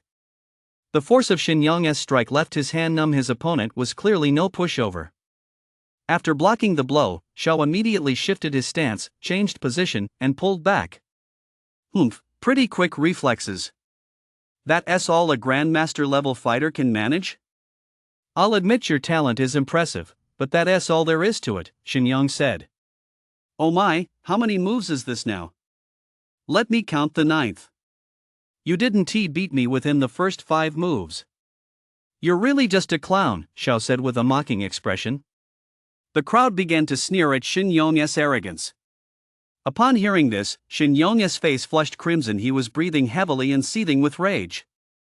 Shut up, he snapped furiously. Ha ha, looks like the clowness getting flustered. Don't get so worked up just yet, Xiao said in a highly mocking tone. Shin Yong's rage boiled over instantly. He clenched his fists, his gaze terrifying. Aya, you're asking for it. Shin Yong roared. He had a hot temper to begin with. He was a powder keg, ready to explode at the slightest spark. Immediately, vitality surged through Shin Yong's body, and his battle blade became imbued with it. Die! Azure Dragon Slash! A massive blade aura shot out at blinding speed, its power overwhelming. Xiao, relying on his agility, simply didn't have time to dodge. Since he couldn't dodge it, he would meet it head-on. Xiao likewise channeled his vitality. His movements were lightning fast, executed in a single fluid motion, completed in the blink of an eye. He, too, unleashed a blade aura. Boom! A deafening roar echoed across the battlefield. No one could make out what was happening on the battlefield except for Tingfei. Tungfei stared at the scene in utter shock. This kid actually possesses subtle level sword technique? He has been hiding his true abilities well. And his subtle level technique is on the verge of a breakthrough. Tungfei's eyes widened as he observed everything unfolding on the battlefield. Tungfei had originally been somewhat puzzled as to why Xiao could fight 10,000 enemies alone, but now it seemed he truly possessed that kind of strength with his power. Killing a great grandmaster level beast was clearly within his capabilities. By then, the scene had cleared up. The figures of Xiao and Shin Yong also came into view. Neither of them seemed seriously injured, but Shin Yong's expression was extremely grave. The protective aura in front of him had suddenly shattered into nothingness. Xiao, on the other hand, showed no signs of trouble. What is going on? Did their attacks cancel each other out? Xiao is actually that powerful? I watched his videos and thought they were fake, but it turns out he really does have the skills. Why does Shin Yong look like he is in such bad shape? Shin Yong hadn't expected his powerful attack to be effortlessly neutralized by Xiao, and now, Xiao's own attack was hurtling toward him at breakneck speed. Damn it, how can he be so strong? Is this Grandmaster level power? Shin Yong began to feel apprehensive. He had clearly lost his earlier arrogance. Immediately afterward, his gaze suddenly hardened, as if he made a decision. Since that's the case. Shin Yong took a jet black pill from his pocket and, without hesitation, swallowed it in one gulp. Ha! That's the Dragon Tiger pill. Tungfei observed it very clearly. After Shin Yong swallowed it, he suddenly felt a massive surge of vitality rush through his entire body. Immediately afterward, his vitality began to boil, and his whole body turned bright red, as if he were being roasted.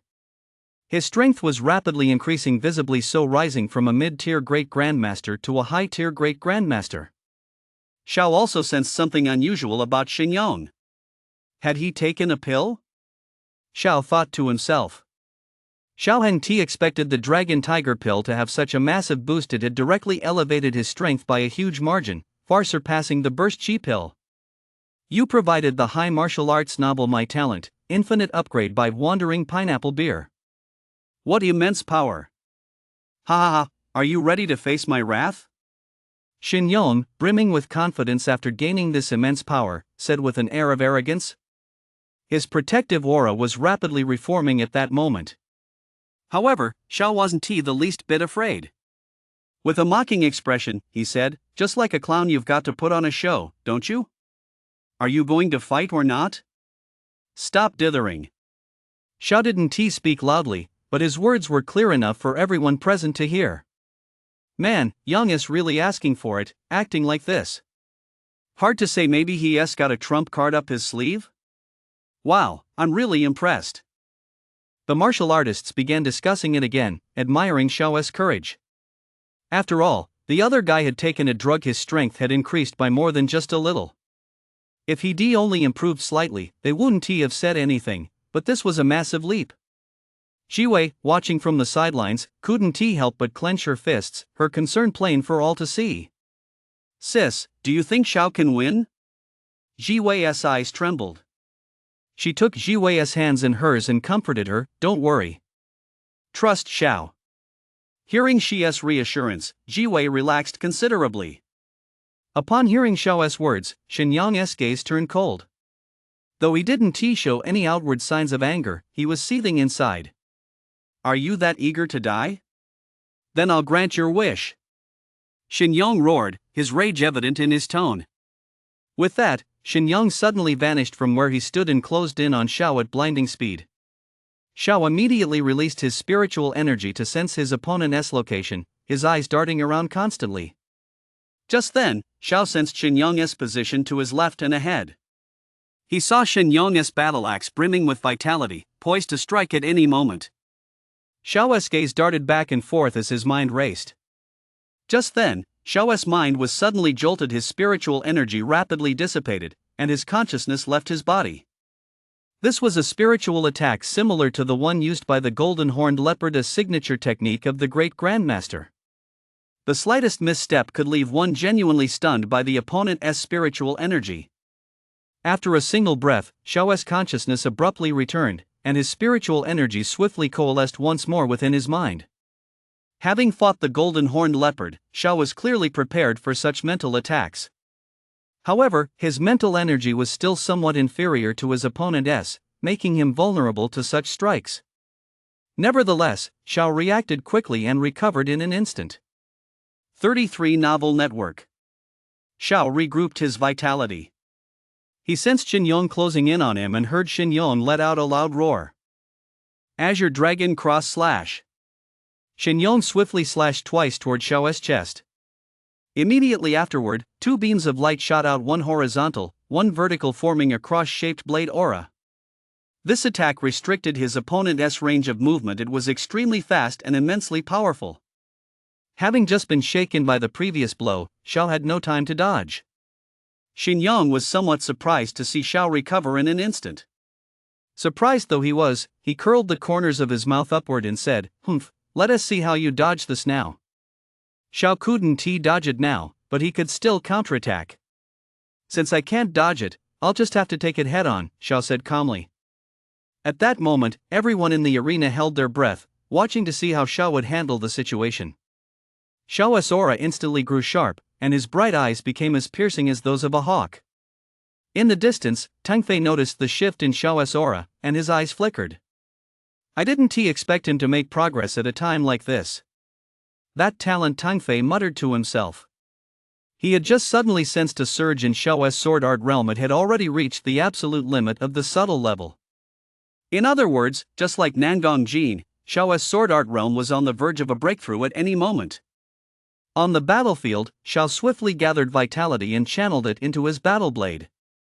Immediately afterward, he swung it at a speed too fast for the naked eye to follow, delivering two strikes in a single motion, the entire process taking no more than 2 breaths. The blade aura Xiao had channeled from his vitality surged forth, forming a cross slash of its own. If you looked closely, you'd notice that Xiao's blade aura was noticeably more solid than Shinyong's. Boom! The two blade auras collided, unleashing tremendous force, and the deafening roar echoed exceptionally loudly throughout the arena. A powerful gust of wind swirled, ruffling the hair of the martial artists below, but the wind stung their skin as it swept past. They suddenly noticed wounds appearing on their bodies. "Whoa, why is there blood on my face? Ouch, my arm feels a little sore. Ah, my face. What am I going to do? I'm going to have a scar, I don't want that." Tang Fei also sensed something was amiss at that moment. He stood up, his power surging, and with a sweeping gesture of his hand, the air current came to an abrupt halt. This was because Xiao's vitality power had been imbued with his sword art essence, causing it to become incredibly sharp. Thanks to Tang Fei's intervention, the situation on the field had returned to normal. Xiao and Shinyong were both standing there unharmed.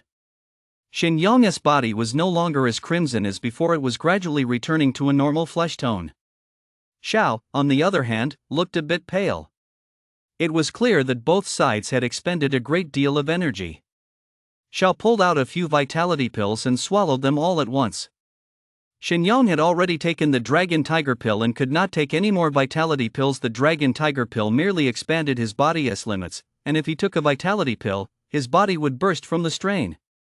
It's like a container. If you suddenly expand its volume while it's filled with water, it can recover as the water slowly flows out and the container gradually returns to its original state. But if you suddenly add more water at that moment, it will burst. This is one of the taboos of the dragon tiger pill. Shen Yong eyed Xiao warily. A twinge of regret welled up inside him. He hadn't expected Xiao to be so powerful. A grandmaster, he thought. Who would believe that now? No one dares underestimate Xiao anymore. Shen Yong was in a real pickle. Even on drugs, I can't beat him, he thought. What kind of monster is this? He felt utterly dejected. The effects of the dragon tiger pill would wear off soon, and by then, he'd have no chance at all. Without giving it much thought, Shen Yong banished all his negative emotions and threw himself wholeheartedly into the battle. He still had a few tricks up his sleeve. Shadow hiding step, Shen Yong murmured. No sooner had the words left his mouth than his figure vanished from where he stood. Xiao's reaction was swift. Upon noticing Shen Yong's disappearance, he sensed his presence. Ha! Is this an advanced footwork technique? Xiao exclaimed in surprise. He had encountered opponents who used footwork techniques before Su Feng, for example, but back then, Xiao was so powerful that his mental energy had instantly detected them, so he hadn't paid them much attention.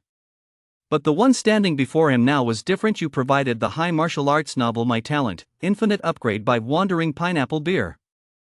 Xiao couldn't perceive Shen Yong's exact form through his spiritual power. Shen Yong was faintly visible, and Xiao's spiritual power wasn't strong enough to pinpoint his exact location. Xiao hadn't bothered to purchase many footwork techniques in the past. Now that his footwork had reached a high level of mastery, it was sufficient for dodging, though his transitions between steps weren't quite as agile. Looks like I need to find a footwork technique too, but I'll try to see if I can learn the one right in front of me. Xiao muttered to himself, his gaze quickly following Shen Yong's moving silhouette. Xiao didn't dwell on it. He decided to deal with the battle at hand first. Shen Yong approached Xiao's side, raised his battle axe, and was about to strike at Xiao. Xiao sensed the trajectory of vitality with lightning speed and immediately swung his blade at Shen Yong. However, just as Xiao swung his blade, Shen Yong's figure vanished once more, only to reappear behind Xiao a split second later. Xiao swung violently toward his back. As you might expect, Xiao's blow missed again. Ah, just as I thought. You haven't trained in footwork, Shen Yong's voice echoed ghost-like in Xiao's ears. Footwork and body movement are essentially the same. One involves controlling your steps, the other controlling your body. Both aim to evade attacks. Just then, Shen Yong suddenly attacked from Xiao's left rear at an extremely tricky angle. Xiao couldn't counter in time and had no choice but to dodge. As the battle axe swung toward him, Xiao's body suddenly leaned to the side, dodging the blow. Xiao immediately swung his blade at Shen Yong, then shifted his position. Shen Yong dodged it with ease. Xiao's eyes lit up at that moment, as if he discovered something. But he still wasn't entirely sure. He needed to verify it one more time. Oh, so what if you have footwork? You still can't hit me, Xiao said, trying to goad him. Humph, don't get too cocky just yet. I don't believe you can keep dodging forever. Shen Yong said, his face still dark with anger. He has taken the bait, Xiao thought to himself, and a smirk tugged at the corner of his mouth, though he made sure Shen Yong didn't notice. Shen Yong's temper was as fiery as ever. He quickened his pace, his figure shifting constantly. Xiao stood rooted to the spot, making no move at all. The tide of the battle ebbed and flowed. At one moment Xiao had the upper hand, and now it was Shen Yong who was pressuring Xiao. What is going on? Why hasn't Xiao trained his footwork? Not having trained his footwork shouldn't be a problem, right? It's just that the other guy's footwork is too fast. Exactly. The other guy's footwork is moving too fast. Xiao's mental power can't keep up, which is why he is at a disadvantage. At the end of the day, it's a gap in strength. Many people were analyzing the situation. Most of them were fairly level-headed and had identified Xiao's weaknesses. Jiwei watched the shift in the battle's momentum. Her expression darkened, and she was dying to rush in and help him. She remained calm. She didn't share Jiwei's panic. Her mental resilience was stronger. She simply couldn't believe that the man who had been so full of vigor during the campaign to eradicate the cult would be defeated here. Deep down, she remained very optimistic. Tengfei, too, sensed that this battle was taking an unpredictable turn unless Xiao had some hidden ace up his sleeve or could break out of this defensive stalemate. Back on the battlefield, Xiao was desperately dodging while simultaneously swinging his battle axe to counterattack. During the fray, he unleashed several blindingly fast axe strikes, though they only grazed Shen Yong's side. Shen Yong could clearly feel his vitality waning. The effects of the dragon tiger pill were about to wear off. Instantly, his gaze grew fierce, and the blade in his hand struck with increased speed. Just then, the corner of Xiao's mouth turned up. "I've finally found the weakness in his footwork," Xiao murmured under his breath. Shen Yong also noticed Xiao's smile, and a chill instantly ran down his spine. But Shen Yong had no way out now. He had no choice but to press forward with his attack. Sensing the fluctuations of vitality behind him, Xiao suddenly swung his battle blade, slashing backward. As expected, just as Xiao swung, Shen Yong's figure vanished once more, and Xiao immediately turned to scan his surroundings. At that moment, Xiao quickly spotted a shadow on the ground. The swift shadow flickered and soon took on Shen Yong's form. Xiao spun his battle axe abruptly, channeling vitality and rapidly concentrating it on the blade. Immediately afterward, Xiao swung with all his might, and a blade of light swiftly formed and shot forth. Just then, Shen Yong reappeared. Suddenly, an extremely powerful surge of vitality appeared within his senses, hurtling rapidly toward him. Shen Yong looked in that direction, and his pupils suddenly contracted, narrowing to the size of a needle. By the time he realized what was happening, the blade's glow had already reached his face. Splatter! The blade's glow was incredibly sharp. Shen Yong's protective aura shattered in an instant, and the blow struck him squarely. Instantly, blood spurted out, tracing an arc through the air. The moment the blade's glow struck Shen Yong, it was violently crushed by a powerful force. Xiao looked up abruptly and saw Teng Fei's figure appear above them. "All right, that's enough. Today is your award ceremony. There's no need to make things so unpleasant." Teng Fei stood in midair, his voice commanding. Everyone turned to look at Shen Yong, who lay on the ground in agony. A gruesome gash had appeared on his chest, oozing blood. Immediately, several medical personnel rushed onto the battlefield and carried Shen Yong away. "Holy crap, Xiao is so badass. That just got me fired up. It was so intense. I've got to find someone to fight, too." If Warden Han Ti stepped in just now, Shen Yong would be probably already. The previously quiet scene began to erupt with excitement. Everyone was talking about Xiao, and they all acknowledged his strength. Jiwei breathed a sigh of relief upon seeing that Xiao was unharmed, and a sweet smile finally spread across her face. On the battlefield, Xiao exhaled. Shen Yong had been a formidable opponent. If Xiao Han Ti caught on to the pattern in Shen Yong's footwork just now, things would have gotten very tricky. In truth, Xiao Han Ti fully grasped his opponent's footwork. There was simply no way to do so, as Shen Yong moved too quickly for Xiao to track. However, through careful observation, Xiao had identified a weakness in his opponent's footwork. Immediately afterward, the electronic chime sounded once more. Ding dong, the battle is over. Teng Fei descended from the air and landed beside Xiao. "Xiao wins this battle," Teng Fei's voice echoed throughout the arena. Instantly, everyone erupted in cheers.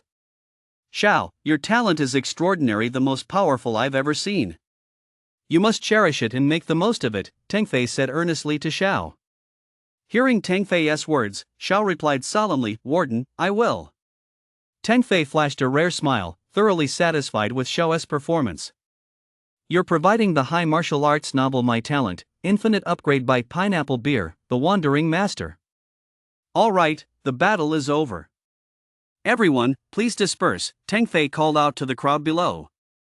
"I want to get in on the action too. This is so intense. Bro, why don't you spar with me? Let us have a friendly exchange." "Ha? Sure, I'd love to." After Teng Fei spoke, the crowd below was fired up by Xiao and Shen Yong's battle, and they couldn't wait to find someone to spar with. "Let us go back to the office first," Teng Fei said. Then, as if he'd just thought of something, he added, "Don't worry, I'll make sure Shen Yong resigns from the Martial Alliance." Xiao nodded. He had nothing to say. Teng Fei turned and walked away, heading down from the arena. Xiao followed closely behind. Soon, they returned to the office. Xiao walked in and saw that the martial artists had already gathered there. When they saw Xiao enter, they all looked at him with respect, without the contempt they'd shown earlier. At that moment, one of the martial artists suddenly stood up, a hint of apology in his eyes. "Brother Xiao, I was wrong to judge you. I'd like to apologize to you here. I'm sorry." As soon as he finished speaking, another stood up to apologize to Xiao as well. One after another, they stood up. Before long, all those who had once questioned and insulted Xiao stood up to apologize to him. Xiao's expression remained impassive, showing no emotion. If his strength hadn't been strong enough, today's outcome would have been different, and they wouldn't have apologized to him. Sure enough, it was strength that gave one the power to speak, and strength that could win people over. Xiao clenched his fists. Teng Fei saw Xiao's expression and nodded with satisfaction. He hadn't stopped Xin Yong from challenging Xiao without permission precisely to help Xiao understand this truth, and now it seemed his plan had been a complete success. "Alright, does anyone have any objections to Xiao's reward?" Teng Fei called out loudly. After he spoke, the room fell silent. No one dared to speak. Ji Wei sat in her seat, gazing at the triumphant Xiao. She stared at him, somewhat lost in thought, and let out a sweet smile. "Since no one has any objections, let us adjourn the meeting." "Xiao, you stay behind," Teng Fei shouted to the entire assembly, then turned to Xiao. Everyone gradually left the room, leaving only Xiao and Teng Fei behind. Once Teng Fei saw that everyone had exited, he turned his gaze toward Xiao. "Xiao, I asked you to stay because I want to discuss your admission to Nanjiang Academy." Upon hearing this, Xiao's eyes lit up. Is it finally happening? He thought. To join Nanjiang Academy, in addition to my letter of recommendation, there is one more requirement: you need to take a test. You can only officially enroll after passing it, Teng Fei said. Xiao nodded. He had already anticipated this. The test is tomorrow. With your skills, passing it shouldn't be a problem. Remember what I told you before, Teng Fei continued. Xiao's gaze was determined as he replied, "I won't let you down." Teng Fei nodded with satisfaction, then turned away and said, "All right, you can go now. I have a lot of official business to attend to." Xiao understood. After all, the battle had just ended yesterday, and there were still many matters waiting for Teng Fei to handle. He didn't say anything else and turned to rush out the door.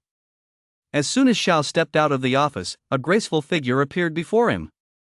"Xiao, you were so awesome just now. You took down that Xin Yong in just 2 swift moves." Standing before Xiao was none other than Ji Wei. She traced 2 lines in the air in front of him, looking incredibly cute. When Xiao saw Ji Wei, for some reason his heart felt strange. His usually resolute heart softened. I wasn't that great, it was just luck," Xiao said with a faint smile. "I don't care, you're just awesome," Ji Wei said with a touch of tsundere. Hearing Ji Wei's tsundere tone, Xiao didn't know what to say and looked helpless. "Ji Wei, we should go," she called from a distance. Upon hearing this, Ji Wei turned and replied, "Okay, I know. I'll be right there." Then she turned to Xiao and said, "I have to go now. See you next time." With that, Ji Wei left, looking reluctant to go. Watching Ji Wei walk away, Xiao felt a bit down for some reason. "Sigh, I guess I should go too," Xiao muttered to himself. Where to? Home, of course. Xiao had gained quite a few insights during the battle just now, and he couldn't wait to get home and open his rewards. Without further ado, he quickly walked out of the Martial Alliance building. By the time he emerged, Ji Wei and the others had obviously already left. He then walked out onto the street to wait for a taxi. However, a taxi pulled up right in front of Xiao almost immediately. When he looked at it, he was surprised to see it was the very same one that often picked him up. It seemed to have become his personal taxi. "Hey, what a coincidence, driver," Xiao greeted him politely. "Ha, it really is a coincidence. I was just about to finish my shift, so I'll give you one last ride, brother," the driver said with a smile. "By the way, where do you live, driver?" Xiao asked curiously. Actually, my place is really close to yours, right on Nanchao First Road," the driver replied. "I see.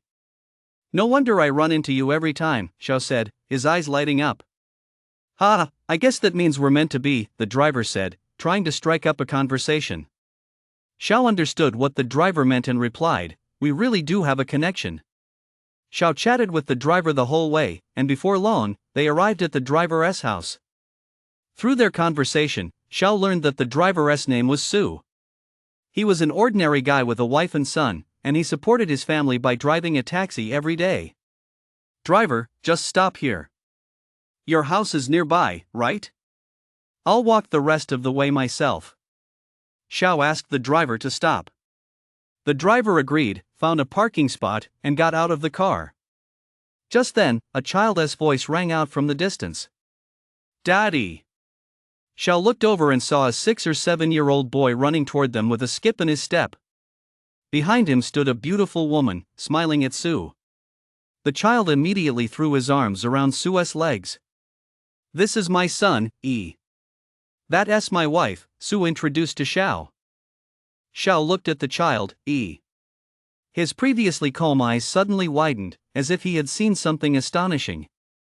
He suddenly realized that this child was brimming with vitality, so much so that the excess was radiating out and he was absorbing energy particles at an astonishingly fast rate. Is this a special constitution? Xiao wondered. He had heard of people born with unique constitutions. Generally speaking, an ordinary person's vitality wouldn't be this abundant without martial arts training, but this child was different. You provided the high martial arts noble my talent, infinite upgrade by the wandering goddess pineapple beer. This was the first time Xiao had encountered someone with such a special constitution, so he was a bit curious. Seeing that Xiao had frozen in place, Su tried to snap him out of it. Brother Xiao? Brother Xiao? Xiao snapped out of his thoughts and smiled slightly. Sorry, I was just thinking about something. By the way, I'd like to ask, has your son ever had any health issues?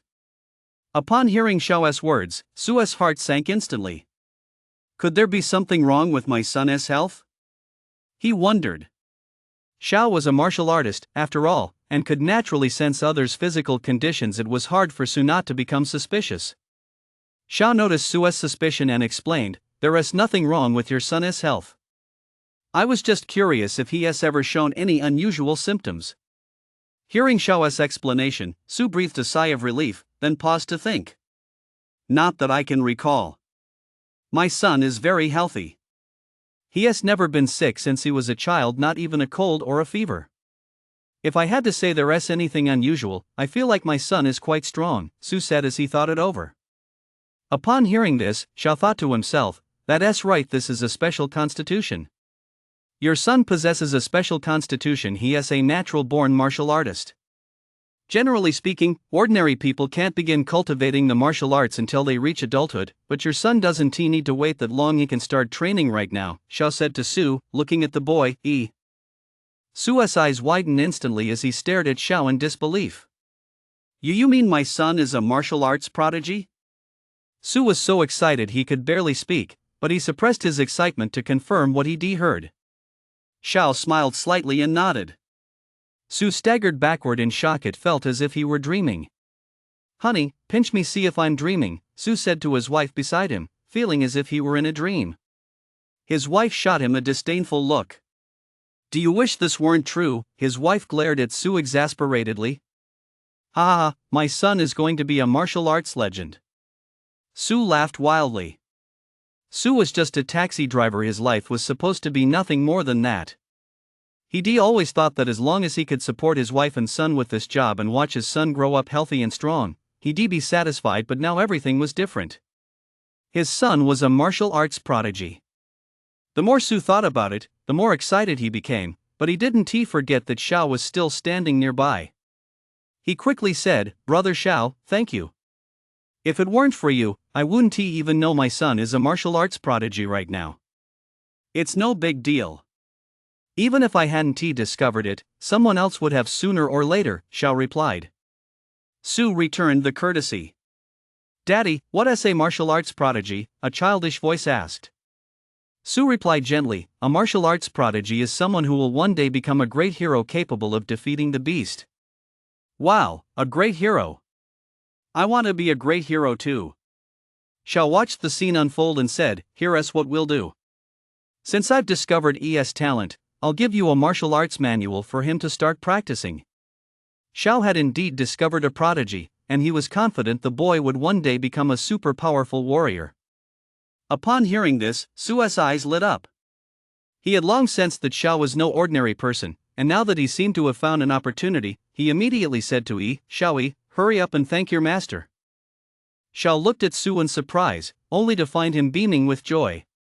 Thank you, my master, he said softly, a bit shy. Xiao could still hear him.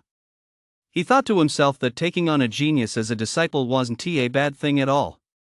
Since he accepted the boy as his disciple, he couldn't possibly give him such a meager cultivation technique. Xiao immediately took out the first layer of the origin scripture he previously derived and handed it to the young Yi. They didn't have an elaborate initiation ceremony. Xiao didn't want to go through such a complicated process, it was too much trouble. It was enough that everyone knew what had happened in their hearts. Urged on by Su, Yi carefully accepted the cultivation manual. This manual is a bit difficult. If there's anything you don't understand, feel free to come ask me anytime. I live in Zhong'an Residential Complex. Alright, I'll be heading out now, Xiao said. After saying goodbye to Su's family, Xiao turned and walked away, heading toward Zhong'an Residential Complex. The boy, Yi, kept watching the direction Xiao had gone until he disappeared from sight. Xiao felt a bit pleased to have taken on a disciple. He hadn't expected to be in a position to do so now, if only this had been back when his own talent was lacking. So much had happened recently, and Xiao had changed significantly. He had become confident and resolute. Soon, Xiao returned to Zhong'an Residential Complex. At this hour, only a few people remained in the complex. Most had gone home for dinner. However, a few recognized Xiao and came up to greet him. Xiao responded to them as he always did. He soon returned to his room. Xiao set down the combination lockbox, eager to open it. He entered the code Tengfei had given him. Beep. Correct code. An electronic beep sounded from the briefcase. Immediately afterward, Xiao opened the case. What caught his eye was a patterned porcelain bottle. This must be the marrow purifying pill, and a transparent vial containing a reddish golden liquid, the blood of the Imperial Dragon Beast. As Xiao surveyed the items in the case, his attention was suddenly drawn to a blood-red battle blade, the Dragon Tooth. The blade of the Dragon Tooth was slightly curved, tracing a perfect arc. Under the light, the edge glinted with a cold radiance. It was incredibly sharp. Holding it in his hand, Xiao sensed a dragoness might emanating from the Dragon Tooth, followed by a powerful sword intent that surged through him. Xiao was a bit surprised. This can actually enhance my sword art realm. But why does it seem like my sword art realm hasn't changed at all? Xiao found it a bit strange. Clearly, the Dragon Tooth should be able to boost his sword art realm, yet he felt no change within himself. Could it be that his sword art realm had already reached the extreme subtlety level and could no longer be improved? www.x33xs.com. Xiao shook his head. It certainly couldn't be that. He was a bit puzzled, but after thinking about it for a while, he decided not to dwell on it and would ask Tengfei next time. He carefully sensed this famous blade and was startled to find it completely different from any battle blade he had used before. It was incredibly light, and it gave him a feeling of perfect harmony, as if it were an extension of his own limbs, without the slightest sense of foreignness. Xiao's aura shifted, and his entire being became razor-sharp. Immediately afterward, he tossed a sheet of paper into the air and slashed down with the blade. The paper was cut cleanly in half, without a single flaw. Not bad. My strength has improved once again, Xiao nodded in satisfaction. He wondered, if he had this gear when fighting the golden-horned leopard, wouldn't he have wiped it out instantly? You provided the high martial arts novel My Talent, Infinite Upgrade by Pineapple Beer, the Wandering Master. Back then, Xiao stood no chance against the golden-horned leopard. If not for the divine artifact, the world-destroying bell, Xiao would likely be lying dead in the wilderness right now. Now that he had this gear, even facing 2 or 3 golden-horned leopards wouldn't be a problem. With the Imperial Dragon armor and Dragoness Tooth, he had both defensive and offensive gear. What was there to fear? Xiao's fiery gaze revealed his eagerness for battle. It wasn't that Xiao was warlike, it was just that, with such excellent gear, it would be a waste not to use it. www.x33xs.com. But Xiao remained level-headed. He was just daydreaming. He couldn't exactly rush out of the city to slay beasts right away, it was already dark outside. He didn't dwell on it after all, there would be plenty of battles in the future. Why rush things? After testing the dragon's tooth, Xiao turned his attention to the porcelain bottle. As he held it in his hand, a faint coolness washed over him. Xiao opened the wooden lid of the porcelain bottle, and a fresh, fragrant scent suddenly filled the air. Xiao leaned in to take a whiff. He took a deep breath, and the intense fragrance shot straight to his brain. He suddenly felt refreshed and invigorated. Is this the bone-washing pill? Such a rich aroma, it truly lives up to its reputation as a pill worth over $1 billion, Xiao murmured. The quality of an elixir is largely determined by its fragrance. Generally speaking, the stronger the scent, the higher the quality. The bone-washing pill in Xiao's hand was indeed a high-quality elixir. Xiao sat cross-legged, picked up the ornate porcelain jar, opened his mouth, and poured the contents in. A green pill fell into Xiao's mouth. As he held it in his mouth, a chill spread throughout his oral cavity. Gulp! He swallowed it. That cool sensation continued down his esophagus into his stomach. Xiao immediately began circulating his cultivation technique, dispersing the marrow-cleansing pill's potency and channeling it throughout his entire body. This process didn't take long. A few minutes later, the pill's potency had completely dispersed. Xiao felt a cool, soothing sensation wash over his entire body, traveling through every blood vessel and meridian. A few minutes later, Xiao began to feel a tingling sensation all over his body, partly pleasant, partly uncomfortable, as if countless ants were crawling inside him. This sensation didn't last long either. Suddenly, Xiao felt a sharp pain surge through his entire body. The pain grew increasingly intense, spreading from his skin to his internal organs. Every cell in his body was in agony. This excruciating, gut-wrenching pain left Xiao utterly tormented. Xiao screamed in agony. It was unbearable. This was simply more than any human could bear. It was worse than death itself. The pain continued to torment Xiao. At that moment, a black, sticky fluid began oozing from the pores all over Xiao's body, looking utterly repulsive. As the black fluid kept oozing out, Xiao's agony only intensified. This was the bone marrow purification pill transforming Xiao's body, expelling all the impurities from within him. This process of refining his constitution was excruciatingly painful.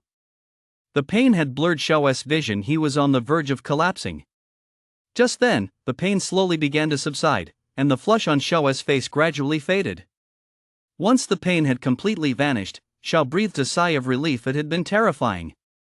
Immediately afterward, a wave of comfort washed over his entire body. Xiao savored the sensation, relishing it as if he were soaking in a hot spring. It felt incredibly pleasant. This sensation lasted for a few minutes before fading away. Xiao's body returned to normal. Slowly standing up, Xiao felt refreshed and invigorated, as if he were a different person than before. Xiao looked down at his body and was startled to discover that the black mucus was still clinging to him. Those disgusting impurities again. I'm going to go wash them off. With that, Xiao rushed into the bathroom and began washing himself. Whoosh, whoosh, whoosh. Soon, Xiao emerged from the bathroom naked and walked over to the mirror. Xiao looked at his body and discovered it had become incredibly translucent, with milky white skin. His physique appeared very muscular, with defined muscles. Xiao looked incredibly handsome, the kind of guy who would make everyone turn their heads. Xiao had felt his body become very light while walking just now, so he hopped up and down. His body really had become lighter. Xiao channeled his spiritual energy to sense his body carefully and was startled to discover that his body was absorbing energy particles from the air at a much faster rate. He immediately began practicing the origin scripture. My body's absorption rate of energy particles has actually increased that much. Xiao exclaimed in shock. A single small bone cleansing pill had brought about such a dramatic change in Xiao. Unfortunately, a person could only take one in a lifetime. Taking more would be ineffective and a waste. If it could be used multiple times, wouldn't that make him invincible? If this single bone cleansing pill can help me this much, what about this bottle of imperial dragon blood? Xiao's gaze fell on the bottle of reddish gold blood as he spoke. At that moment, Xiao suddenly realized he didn't even know the effects and benefits of the Imperial Dragon's blood. He quickly checked the box to see if there was any instruction sheet. After searching for a moment, Xiao indeed found a slip of paper tucked beneath the bottle of Imperial Dragon's blood. He pulled it out, unfolded the paper, and there, in plain sight, was a single line of text. Imperial Dragon blood can be ingested directly or applied to the body. It evolves a martial artist's vitality cells, enhancing both the concentration and quality of vitality. Can be ingested? Then I'll just drink it. Xiao now understood the Imperial Dragon blood's usage and effects. He opened the bottle cap, and a wave of scorching heat washed over him, though it quickly dissipated. Xiao looked at it, didn't think twice, and downed the entire contents in one gulp. Gulp, gulp. A burning sensation filled Xiao's throat.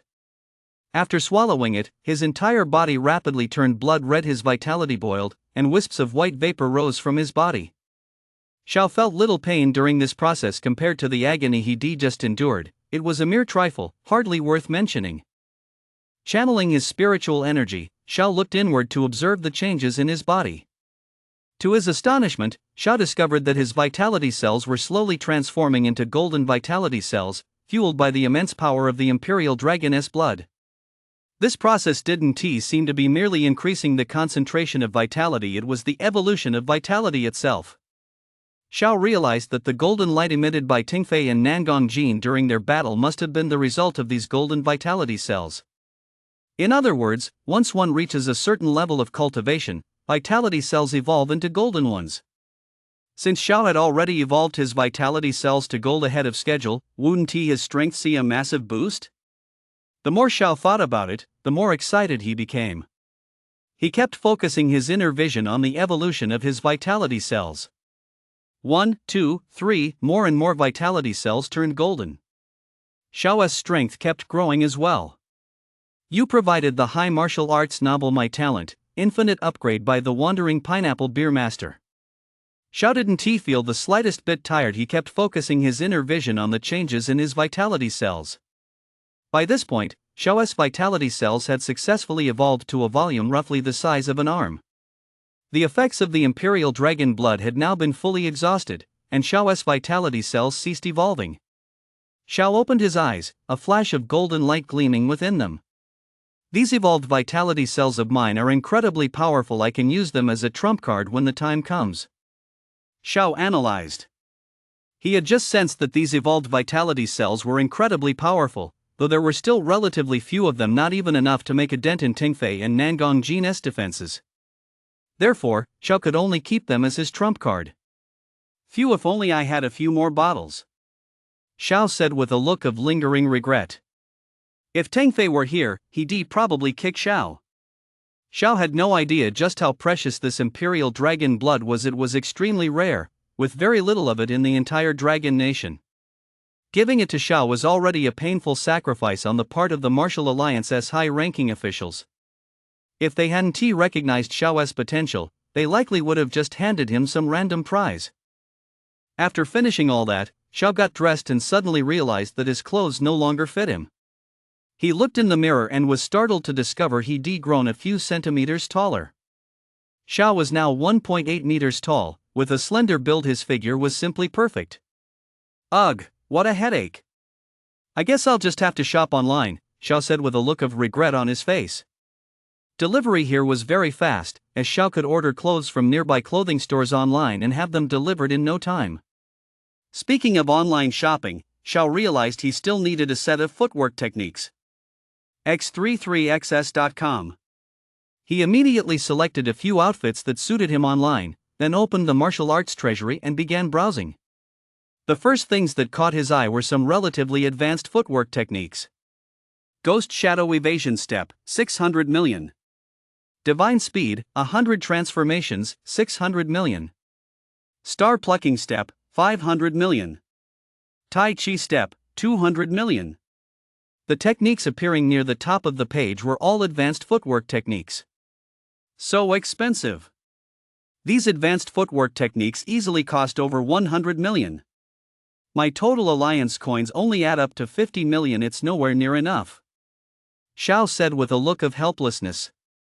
He never expected that even after becoming stronger, he'd still be that cash-strapped loser. Although he could buy some lower-level footwork techniques, they were no longer suitable for Xiao's current cultivation level and wouldn't be of much use to him.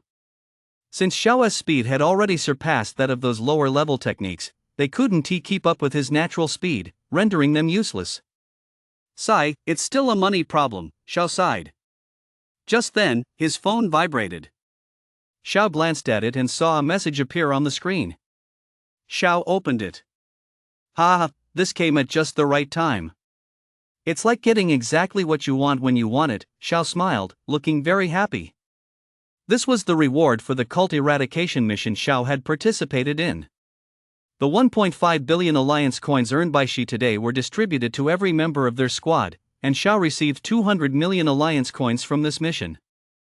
Xiao tapped back into the martial arts treasury and began browsing, looking for a footwork technique suitable for his price range. I've looked around, and the only one that suits me is the Tai Chi step, Xiao said as he scrolled through the options. He tapped on the Tai Chi footwork page.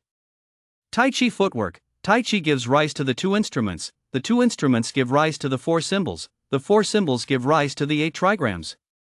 Below was an introduction to Tai Chi footwork. Much of it was incomprehensible to Xiao to truly grasp its essence. He would need to purchase the in-depth guide. For now, he couldn't make sense of most of it. Alright, I'll buy it, Xiao said firmly. Then he clicked buy. Purchase successful. E-book sent. Immediately afterward, Xiao downloaded the e-book and began reading it. This footwork technique had 5 levels in total. The higher the level, the more profound it became, and the more unpredictable the footwork variations were. Xiao opened the first level and began to study and practice it. The first level was very simple. Xiao had fully grasped it in just a few minutes, and then moved on to the second level. Before long, Xiao flipped to the third level. Xiao's talent was simply astonishing. It took him less than an hour to master the second level of this advanced footwork technique. This was something Xiao would never have dared to imagine before. For an average person, it would likely take a week just to complete the first level, yet Xiao had already reached the second. Xiao didn't stop there. He continued practicing the third level. He practiced tirelessly. Back before his transmigration, Xiao would have been a top student. With his extraordinary talent and unwavering dedication, it would have been nearly impossible for him to settle for anything less than second place. Another hour passed. The third level is complete, Xiao said with confidence. He was now completely absorbed in mastering this footwork technique and couldn't stop. He immediately dove into practicing the fourth level. Xiao practiced for several hours straight. If you looked out the window, you'd see that it was already late at night, yet the light in Xiao's room was still on, just as it always was. Phew, I've finally finished mastering the Tai Chi footwork. My footwork must have improved a lot. Let us give it a try, Xiao said as he stood up and stretched his arms and legs. He had completed all 5 levels of the Tai Chi footwork, and now he couldn't wait to test its effects. Then Xiao began to perform the Tai Chi footwork. In his mind's eye, a vast Tai Chi diagram unfolded, centered on his room and extending several kilometers in all directions. Within this diagram, Xiao could freely manipulate his movements, dodging, pursuing, and more. With a mere thought, Xiao shifted his stance, and in the next instant, he appeared right in front of the door. Whoa, that's amazing. I never expected the footwork to improve so much. Xiao looked stunned and incredulous. He had never considered footwork to be important before, but now he had a completely different perspective. Xiao continued to perform the Tai Chi steps. Soon, the entire Tai Chi diagram began to rotate, giving rise to the 2 polarities. Xiao's movement became even faster. Without pausing, he kept going. The Tai Chi diagram spun faster, and the 2 polarities gave rise to the 4 symbols. Xiao's footwork shifted at will with astonishing speed. It was truly breathtaking. The Tai Chi diagram continued to rotate at high speed, and the 4 images collectively formed the 8 trigrams. Xiao could instantly appear anywhere on the 8 trigrams diagram at will, though this also meant the consumption of vitality was terrifyingly high. This could be useful for escaping danger, Xiao analyzed. He had just realized that at this level, the Tai Chi footwork consumed an enormous amount of vitality. Even with his reserves, he could only sustain it for 2 or 3 minutes. If Xiao could perform this level of the Tai Chi step without consuming vitality and appear anywhere on the Bagua diagram, wouldn't he be invincible? You provided the high martial arts novel My Talent, Infinite Upgrade by Pineapple Beer, the Wandering Master. But that's impossible. High rewards require high sacrifices. With this, my footwork won't be a problem anymore, Xiao muttered. Xiao stopped performing the Tai Chi steps, and his consciousness returned to normal. He sat cross-legged, closed his eyes, and immediately began thinking at breakneck speed. Xiao was integrating all the insights he gained from today's battle with Shen Yong into the third layer of the origin scripture. Sure enough, insights gained from combat came quickly. Xiao now couldn't wait for more opponents like Shen Yong to face him. Fighting such formidable adversaries naturally yielded more profound insights. Time flew by, and in the blink of an eye, it was the next morning. Xiao opened his eyes. He had made tremendous progress that night. His physical constitution had strengthened, his agility had improved, and his vitality ability had advanced considerably. He was also nearly halfway through his study of the third layer of the origin scripture. Xiao looked out the window and saw that the sun was shining brightly outside, but he felt not a trace of fatigue. He had an important task to complete today, taking the entrance exam for Nanjiang Academy. Although his strength made passing a foregone conclusion, he still needed to prepare thoroughly. Xiao walked into the kitchen, took out a few gene of beast flesh and blood, placed them in a large pot, lit the fire, and began simmering them. No rush, I still have a few hours. Xiao walked back to his room. Tang Fei had given him the exact time. He would make the arrangements when the time came. There was still plenty of time, so there was no need to hurry. After returning to his room, Xiao took out the doomsday bell and slowly made it grow larger. It had been a long time since he last tempered the doomsday bell, and today Xiao wanted to use this free time to do so. After taking out the doomsday bell, Xiao's gaze toward it suddenly turned fierce. Immediately afterward, he clenched his fist tightly and slammed it into the bell. Boom!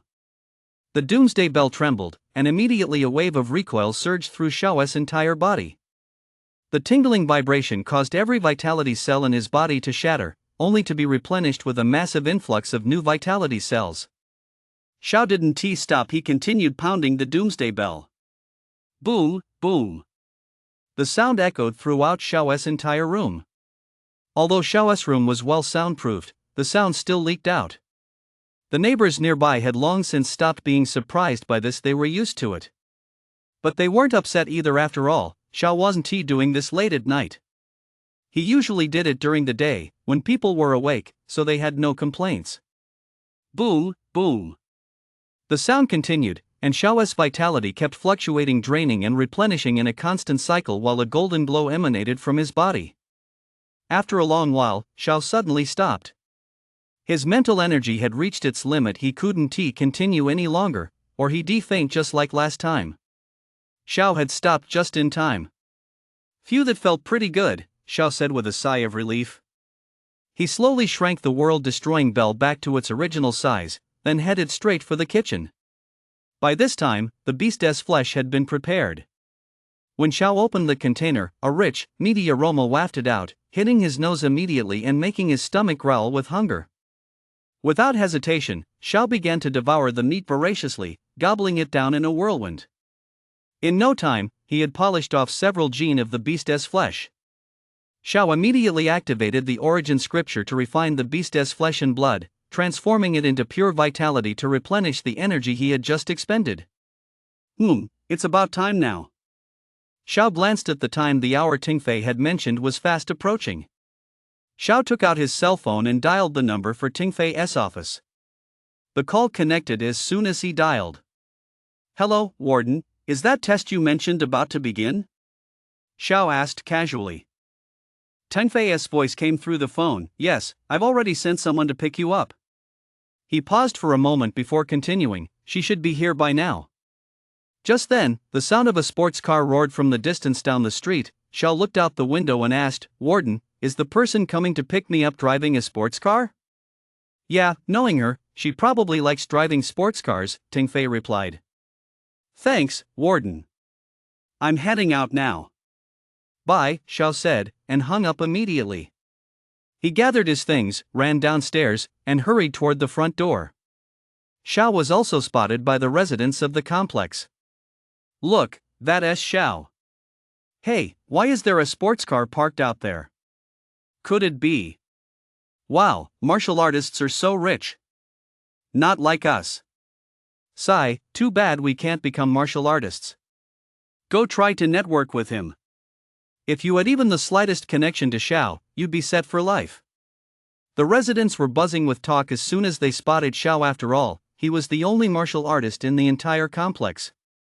Oh, wait, there was one more, Li Wei. Xiao walked up to the sports car and was stunned to discover it was a limited edition model, extremely expensive, something most martial artists couldn't afford, let alone ordinary people. Just then, the car door suddenly opened automatically. Watching this, Xiao couldn't help but feel a twinge of envy. Once the door opened, Xiao peered inside and saw a graceful figure appear before him. Xiao, we meet again. You didn't expect it, did you? It's me again. A sweet female voice rang out. Xiao looked at the figure and froze for a moment, staring blankly at the incredibly beautiful girl before him. His heart raced, pounding wildly in his chest. Ji Wei, Xiao stammered. Ji Wei looked absolutely stunning today in a long pink dress, and combined with her delicate features, Xiao couldn't take his eyes off her. Ji Wei looked at Xiao, who was still staring blankly, and giggled, "Stop spacing out, get in." Xiao snapped out of it, looking embarrassed. He gave his usual faint smile to hide his awkwardness. As Xiao sat down next to Ji Wei, a faint, pleasant scent wafted over him. He looked around at the car's interior and was surprised to see decorations that girls typically liked. It all looked very cozy. As soon as Xiao got in, the car pulled away. Xiao could feel it. True to its reputation as a limited edition sports car, it was incredibly fast. But Xiao also had a question: why was Ji Wei the one picking him up? Was this something Teng Fei had arranged on purpose, or? "Sister Ji Wei, are you going to the tryouts too?" Xiao asked, puzzled. Ji Wei flashed a mysterious smile and said as she drove, "Take a guess." Ji Wei looked mischievous and utterly adorable. Hearing Ji Wei's words, Xiao became even more certain of his hunch. "Sister Ji Wei, could it be that you also received a recommendation letter from Warden?" Xiao asked tentatively. Ji Wei shook her head. Xiao was now even more puzzled. Was she just here to drive Xiao around? At the thought of that, Xiao refused to believe it for a second. "You provided high martial arts, my talent's infinite upgrade by Dashin Lulang's pineapple beer." From what Xiao had observed, it was obvious that Ji Wei and she weren't ordinary people. Would Teng Fei really do something like this? Given Teng Fei's personality, it wasn't impossible, but this was just too far-fetched. Xiao was now deeply puzzled. He was desperate to find out more about Ji Wei, though he didn't know why he wasn't usually like this. Xiao looked as if he had a case of constipation as he stared at the cars ahead. Seeing the look on Xiao's face, Ji Wei found it a little amusing. She said, "Oh, just stop wondering about it, you'll find out once you get into Nanjiang Academy." Hearing this, Xiao began to wonder again: if he were to enter Nanjiang Academy, did that mean Ji Wei had some connection to the school? He shook his head, decided not to dwell on it, and soon struck up a casual conversation with Ji Wei. As they chatted, they exchanged smiles from time to time, enjoying themselves immensely. Nanjiang Academy. In a vast martial arts training ground, the scene was filled with gifted martial artists dressed in casual attire. Some had come from all over the country, some were locals from Nanjiang, and others were lower-level students at Nanjiang Academy. They were all chatting with one another, some with fiery eyes, searching for opponents, others striking up conversations here and there, flirting and mingling, and still others standing quietly in the corners, silent yet radiating youthful vigor. "Quiet!" A thunderous voice echoed throughout the entire training ground. Instantly, everyone in the arena fell silent, their eyes turning toward the source of the voice. A middle-aged man appeared before them. With a stern expression and his hands clasped behind his back, he stood on a raised platform, looking down at the crowd with an air of great authority. "Hello, everyone. My name is Winshan, and I am the chief supervisor for this assessment. First and foremost, we must understand that admission to Nanjiang Academy is not something to be taken lightly. In addition to a letter of recommendation, you must pass the tests we have set. We are not looking for second-rate candidates, we want only the very best talent. Please keep this in mind, Wenshan said in a deeply commanding tone. The young martial artists below listened intently. All right, next we'll take roll call. Anyone not present will be considered a no-show, Wenshan said, a sharp gleam flashing in his eyes. Immediately afterward, he began calling out the names. Meanwhile, Xiao and his companions had also arrived at the academy.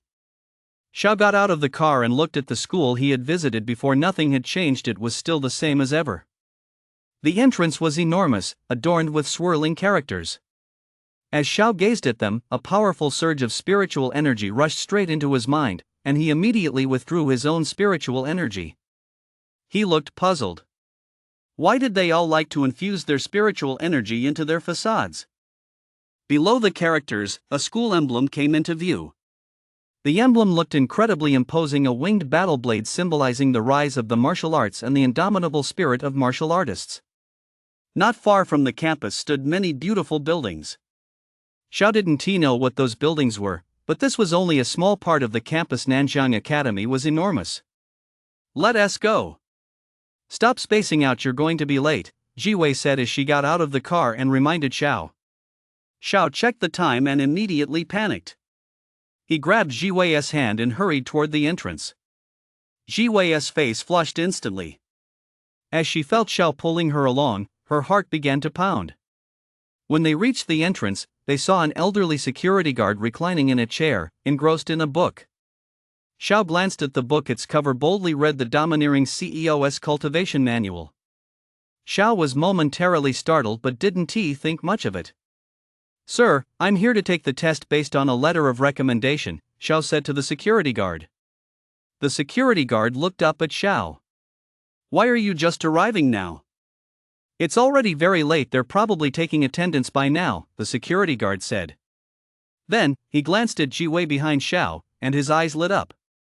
Grandpa Du, Jiwei said, stepping forward before the old man could speak. Xiao was baffled. Did Jiwei know this old man? Just as Xiao was about to ask Jiwei, the old man spoke again. Oh my, you're going to be late. Hurry up and get going. Xiao finally snapped out of it and immediately grabbed Jiwei's hand and started running. But he didn't know where to go, so he stopped again, intending to go back and ask the old man. It's at the martial arts training ground. I'll take you there, Jiwei said, leading the way and pulling Xiao along.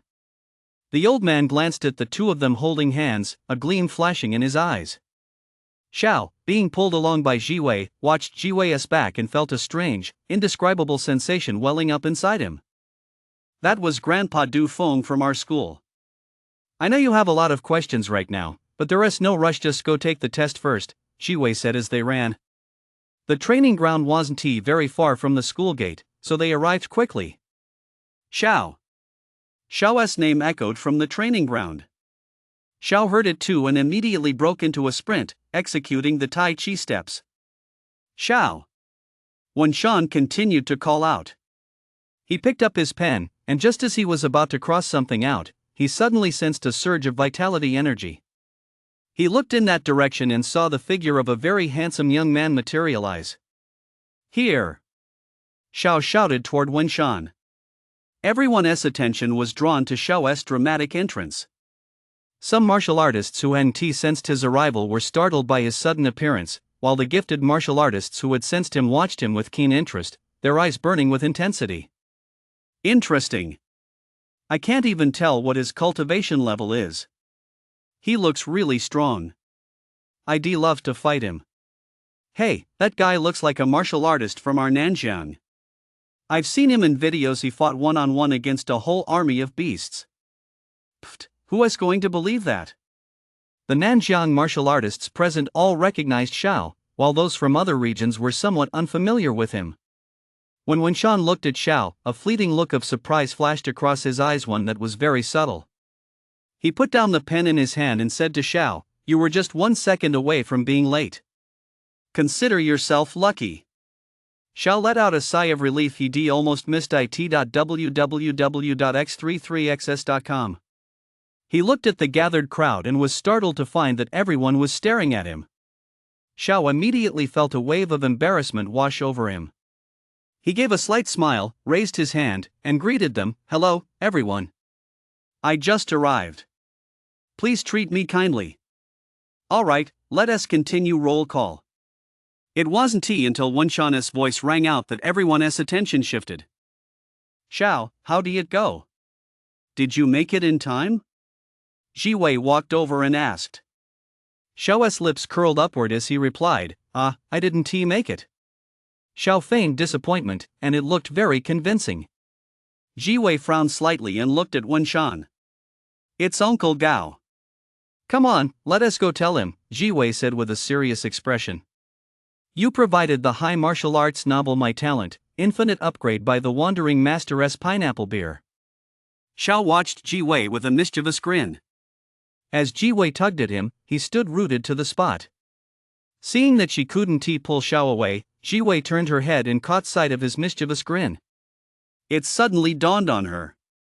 "Fine, so you dare to play tricks on me," Jiwei said, feigning anger.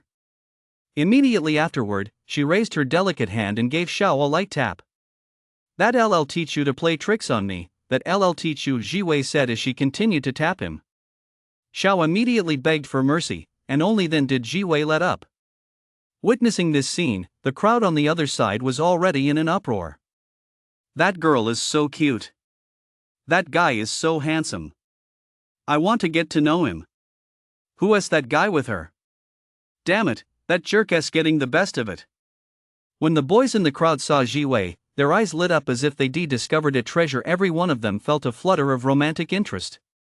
Wenshan also noticed Jiwei at that moment. His eyes suddenly widened, but the expression vanished just as quickly.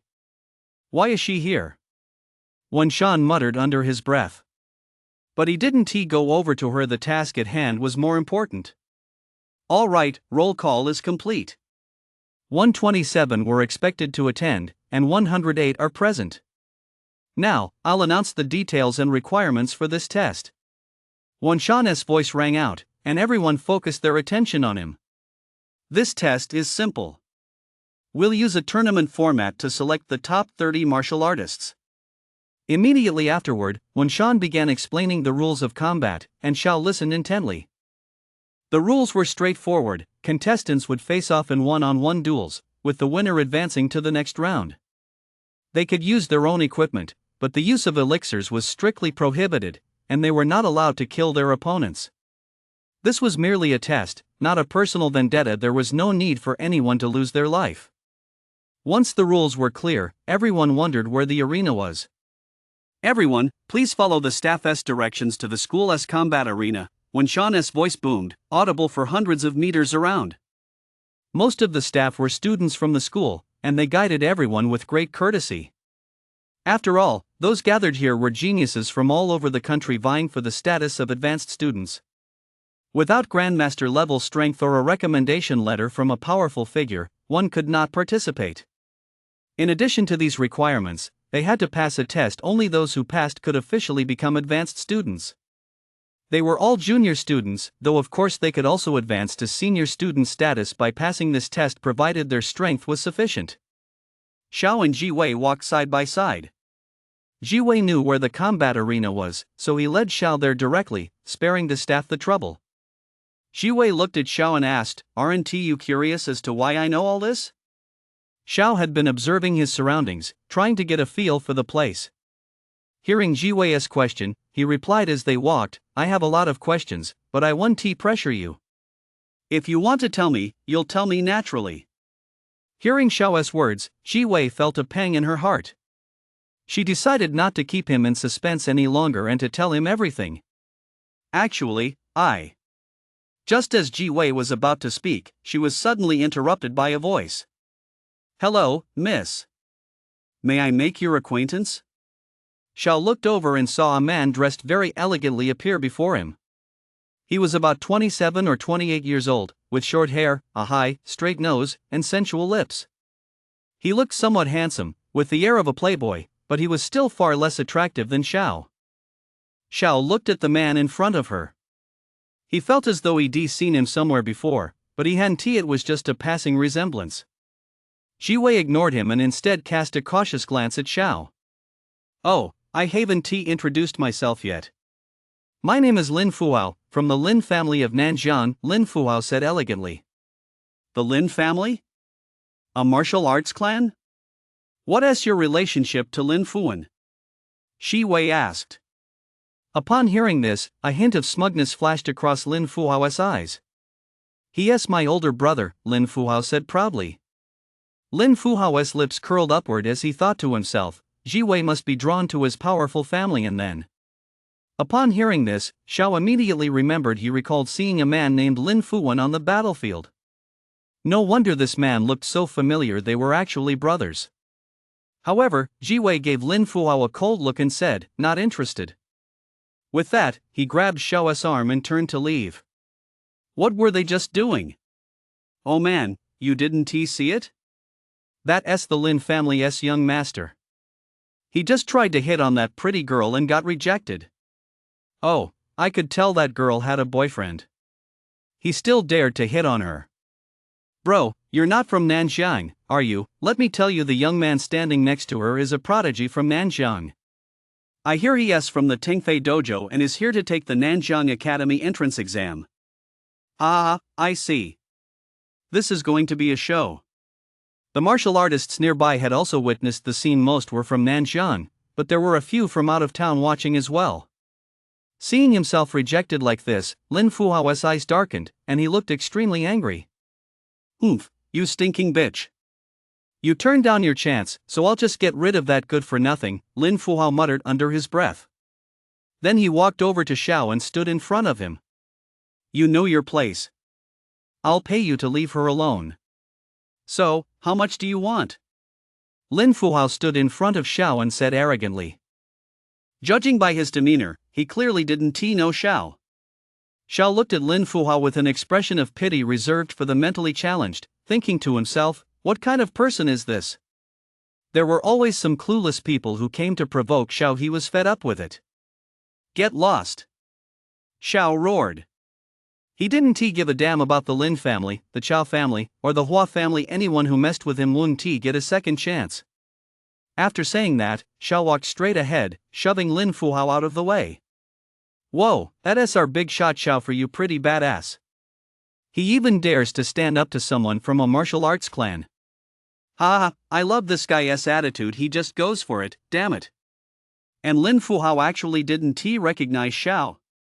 Sigh, he is clearly just a hothead. The onlookers watched this thrilling scene with great delight. Jiwei watched Xiao like this, and the more she watched him, the more satisfied she became.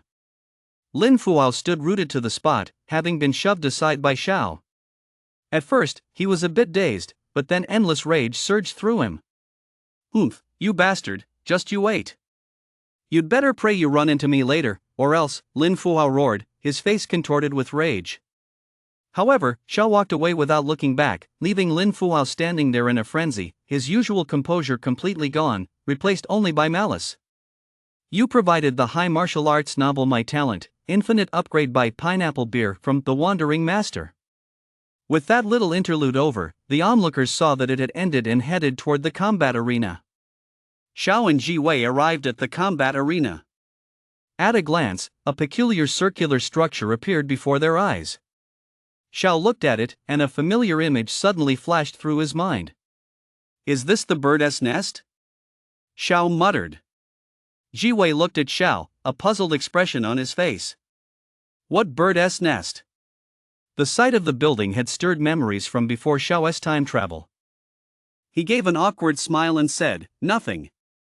I just think this combat arena looks like a bird's nest.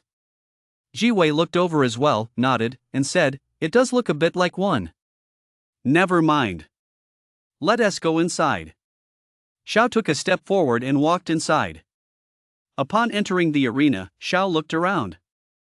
It was huge, with 3 massive fighting rings looming before him, flanked by spectator seats that encircled the entire combat area. Xiao, I'm not a contestant, so I'll head to the stands to cheer you on, Jiwei said. With that, Jiwei turned and walked away. Xiao also walked toward the ring. Wen Shan stood on the ring. Seeing that most of the attendees had arrived, he announced, "We have 3 rings today. Names will be drawn at random, and the fighters whose names are called will take the ring one by one to battle." As soon as he finished speaking, the crowd erupted in a commotion. "Ha ha ha, is it finally happening? I'm going to trample you all underfoot. No one can stop me from becoming an advanced student. I can't wait to face a powerful opponent." Seeing the commotion, Wen Shan bellowed, "Quiet." His overwhelming vitality sent a chill through the crowd, and everyone immediately fell silent. Fearing that if they spoke another word, Wen Shan might get upset and revoke their spots on the spot. "All right, let us begin," Wen Shan said once the crowd had quieted down. Immediately afterward, the names of each participant flashed across the giant screen on the stage as the draw began. Xiao was also watching the screen closely, ready at all times, just waiting for his name to be drawn. He wasn't the least bit nervous. On the contrary, he was extremely confident. Meanwhile, in a corner of the crowd, Lin Fuhao was also watching the screen, then turned his gaze to Xiao with a fierce look in his eyes. He'd been observing Xiao the whole time, but seeing Xiao's completely unflappable demeanor only infuriated him further. It was clear Xiao wasn't taking him seriously. Just then, the names flashing on the screen came to a halt. Lin Fuhao vs Kong Shuang. Xiao vs Sun Air. The crowd looked up at the names on the screen. Some breathed a sigh of relief, some looked disappointed, and others watched with keen interest. Xiao, I didn't expect him to be up first. Looks like we're in for another good show this time. Lin Fuhao and Xiao both showed up in the first round? Too bad they're not in the same bracket, otherwise, that would been a real treat. We'll get to see who's the stronger fighter. Seeing Xiao and Lin Fuhao appear, the crowd began discussing again. Lin Fuhao watched as Xiao's match was scheduled right before his own, a look of regret on his face. "Humph, you're lucky."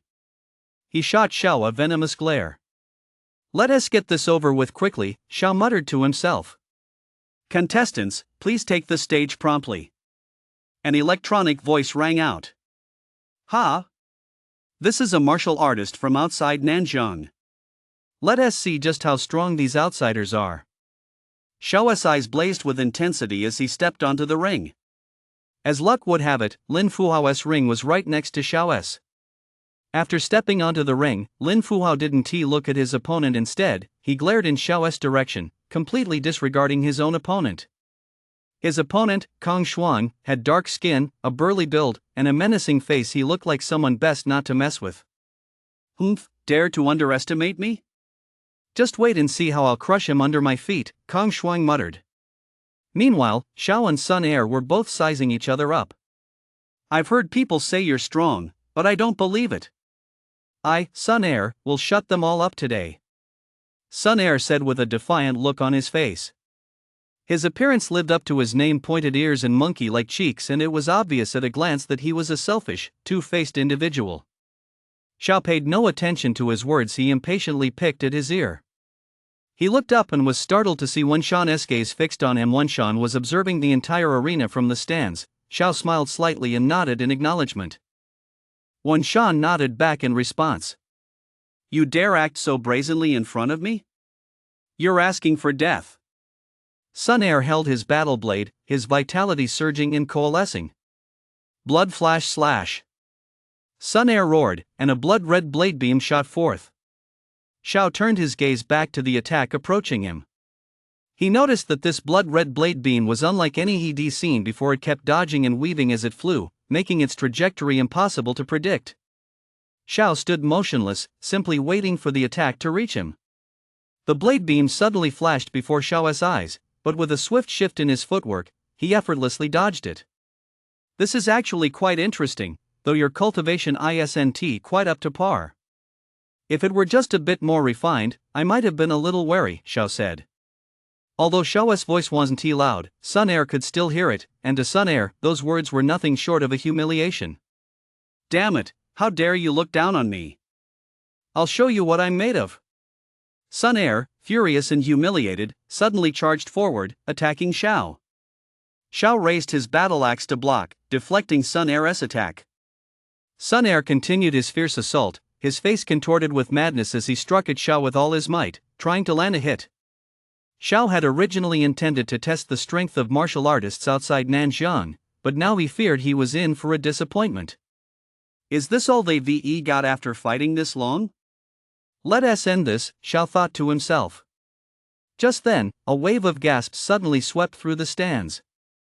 Whoa, Lin Fuhao is so badass he just took him out in a split second. Holy crap, that's just insane. Lin Fuwen is so handsome. Xiao and Sun Air also turned their gaze toward Lin Fuhao's ring. There, Lin Fuhao stood with a smug expression, standing on top of Kong Shuang, and said arrogantly, "Humph, you loser. You can't even block a single move from me, how dare you call yourself my opponent?" After speaking, he turned his gaze to Xiao, his eyes brimming with contempt, as if to say, "You took so long to beat a loser like that, you're a loser too." Ding dong, ring 2, Lin Fuhao wins. 33 Novel Network. An electronic chime rang out. Immediately afterward, another electronic chime sounded, signaling the end of the battle in Ring 1. It had concluded within just a few minutes of starting a very swift, almost overwhelmingly one-sided fight. Meanwhile, the battle on the third ring, where Xiao was fighting, was still ongoing. In an instant, everyone's gaze turned to the third ring. Xiao suddenly sensed a highly subtle yet incredibly powerful stream of vitality energy. You provided the high martial arts novel My Talent, infinite upgrade by the master author Wandering Pineapple Beer. Xiao's gaze shifted back from the second ring to Sun Air. Sun Air was grinning maliciously, looking utterly unsettling, as if some devious scheme had just succeeded. That powerful vitality energy grew stronger and stronger, making him instinctively want to flee. Xiao looked toward its source. His pupils immediately contracted.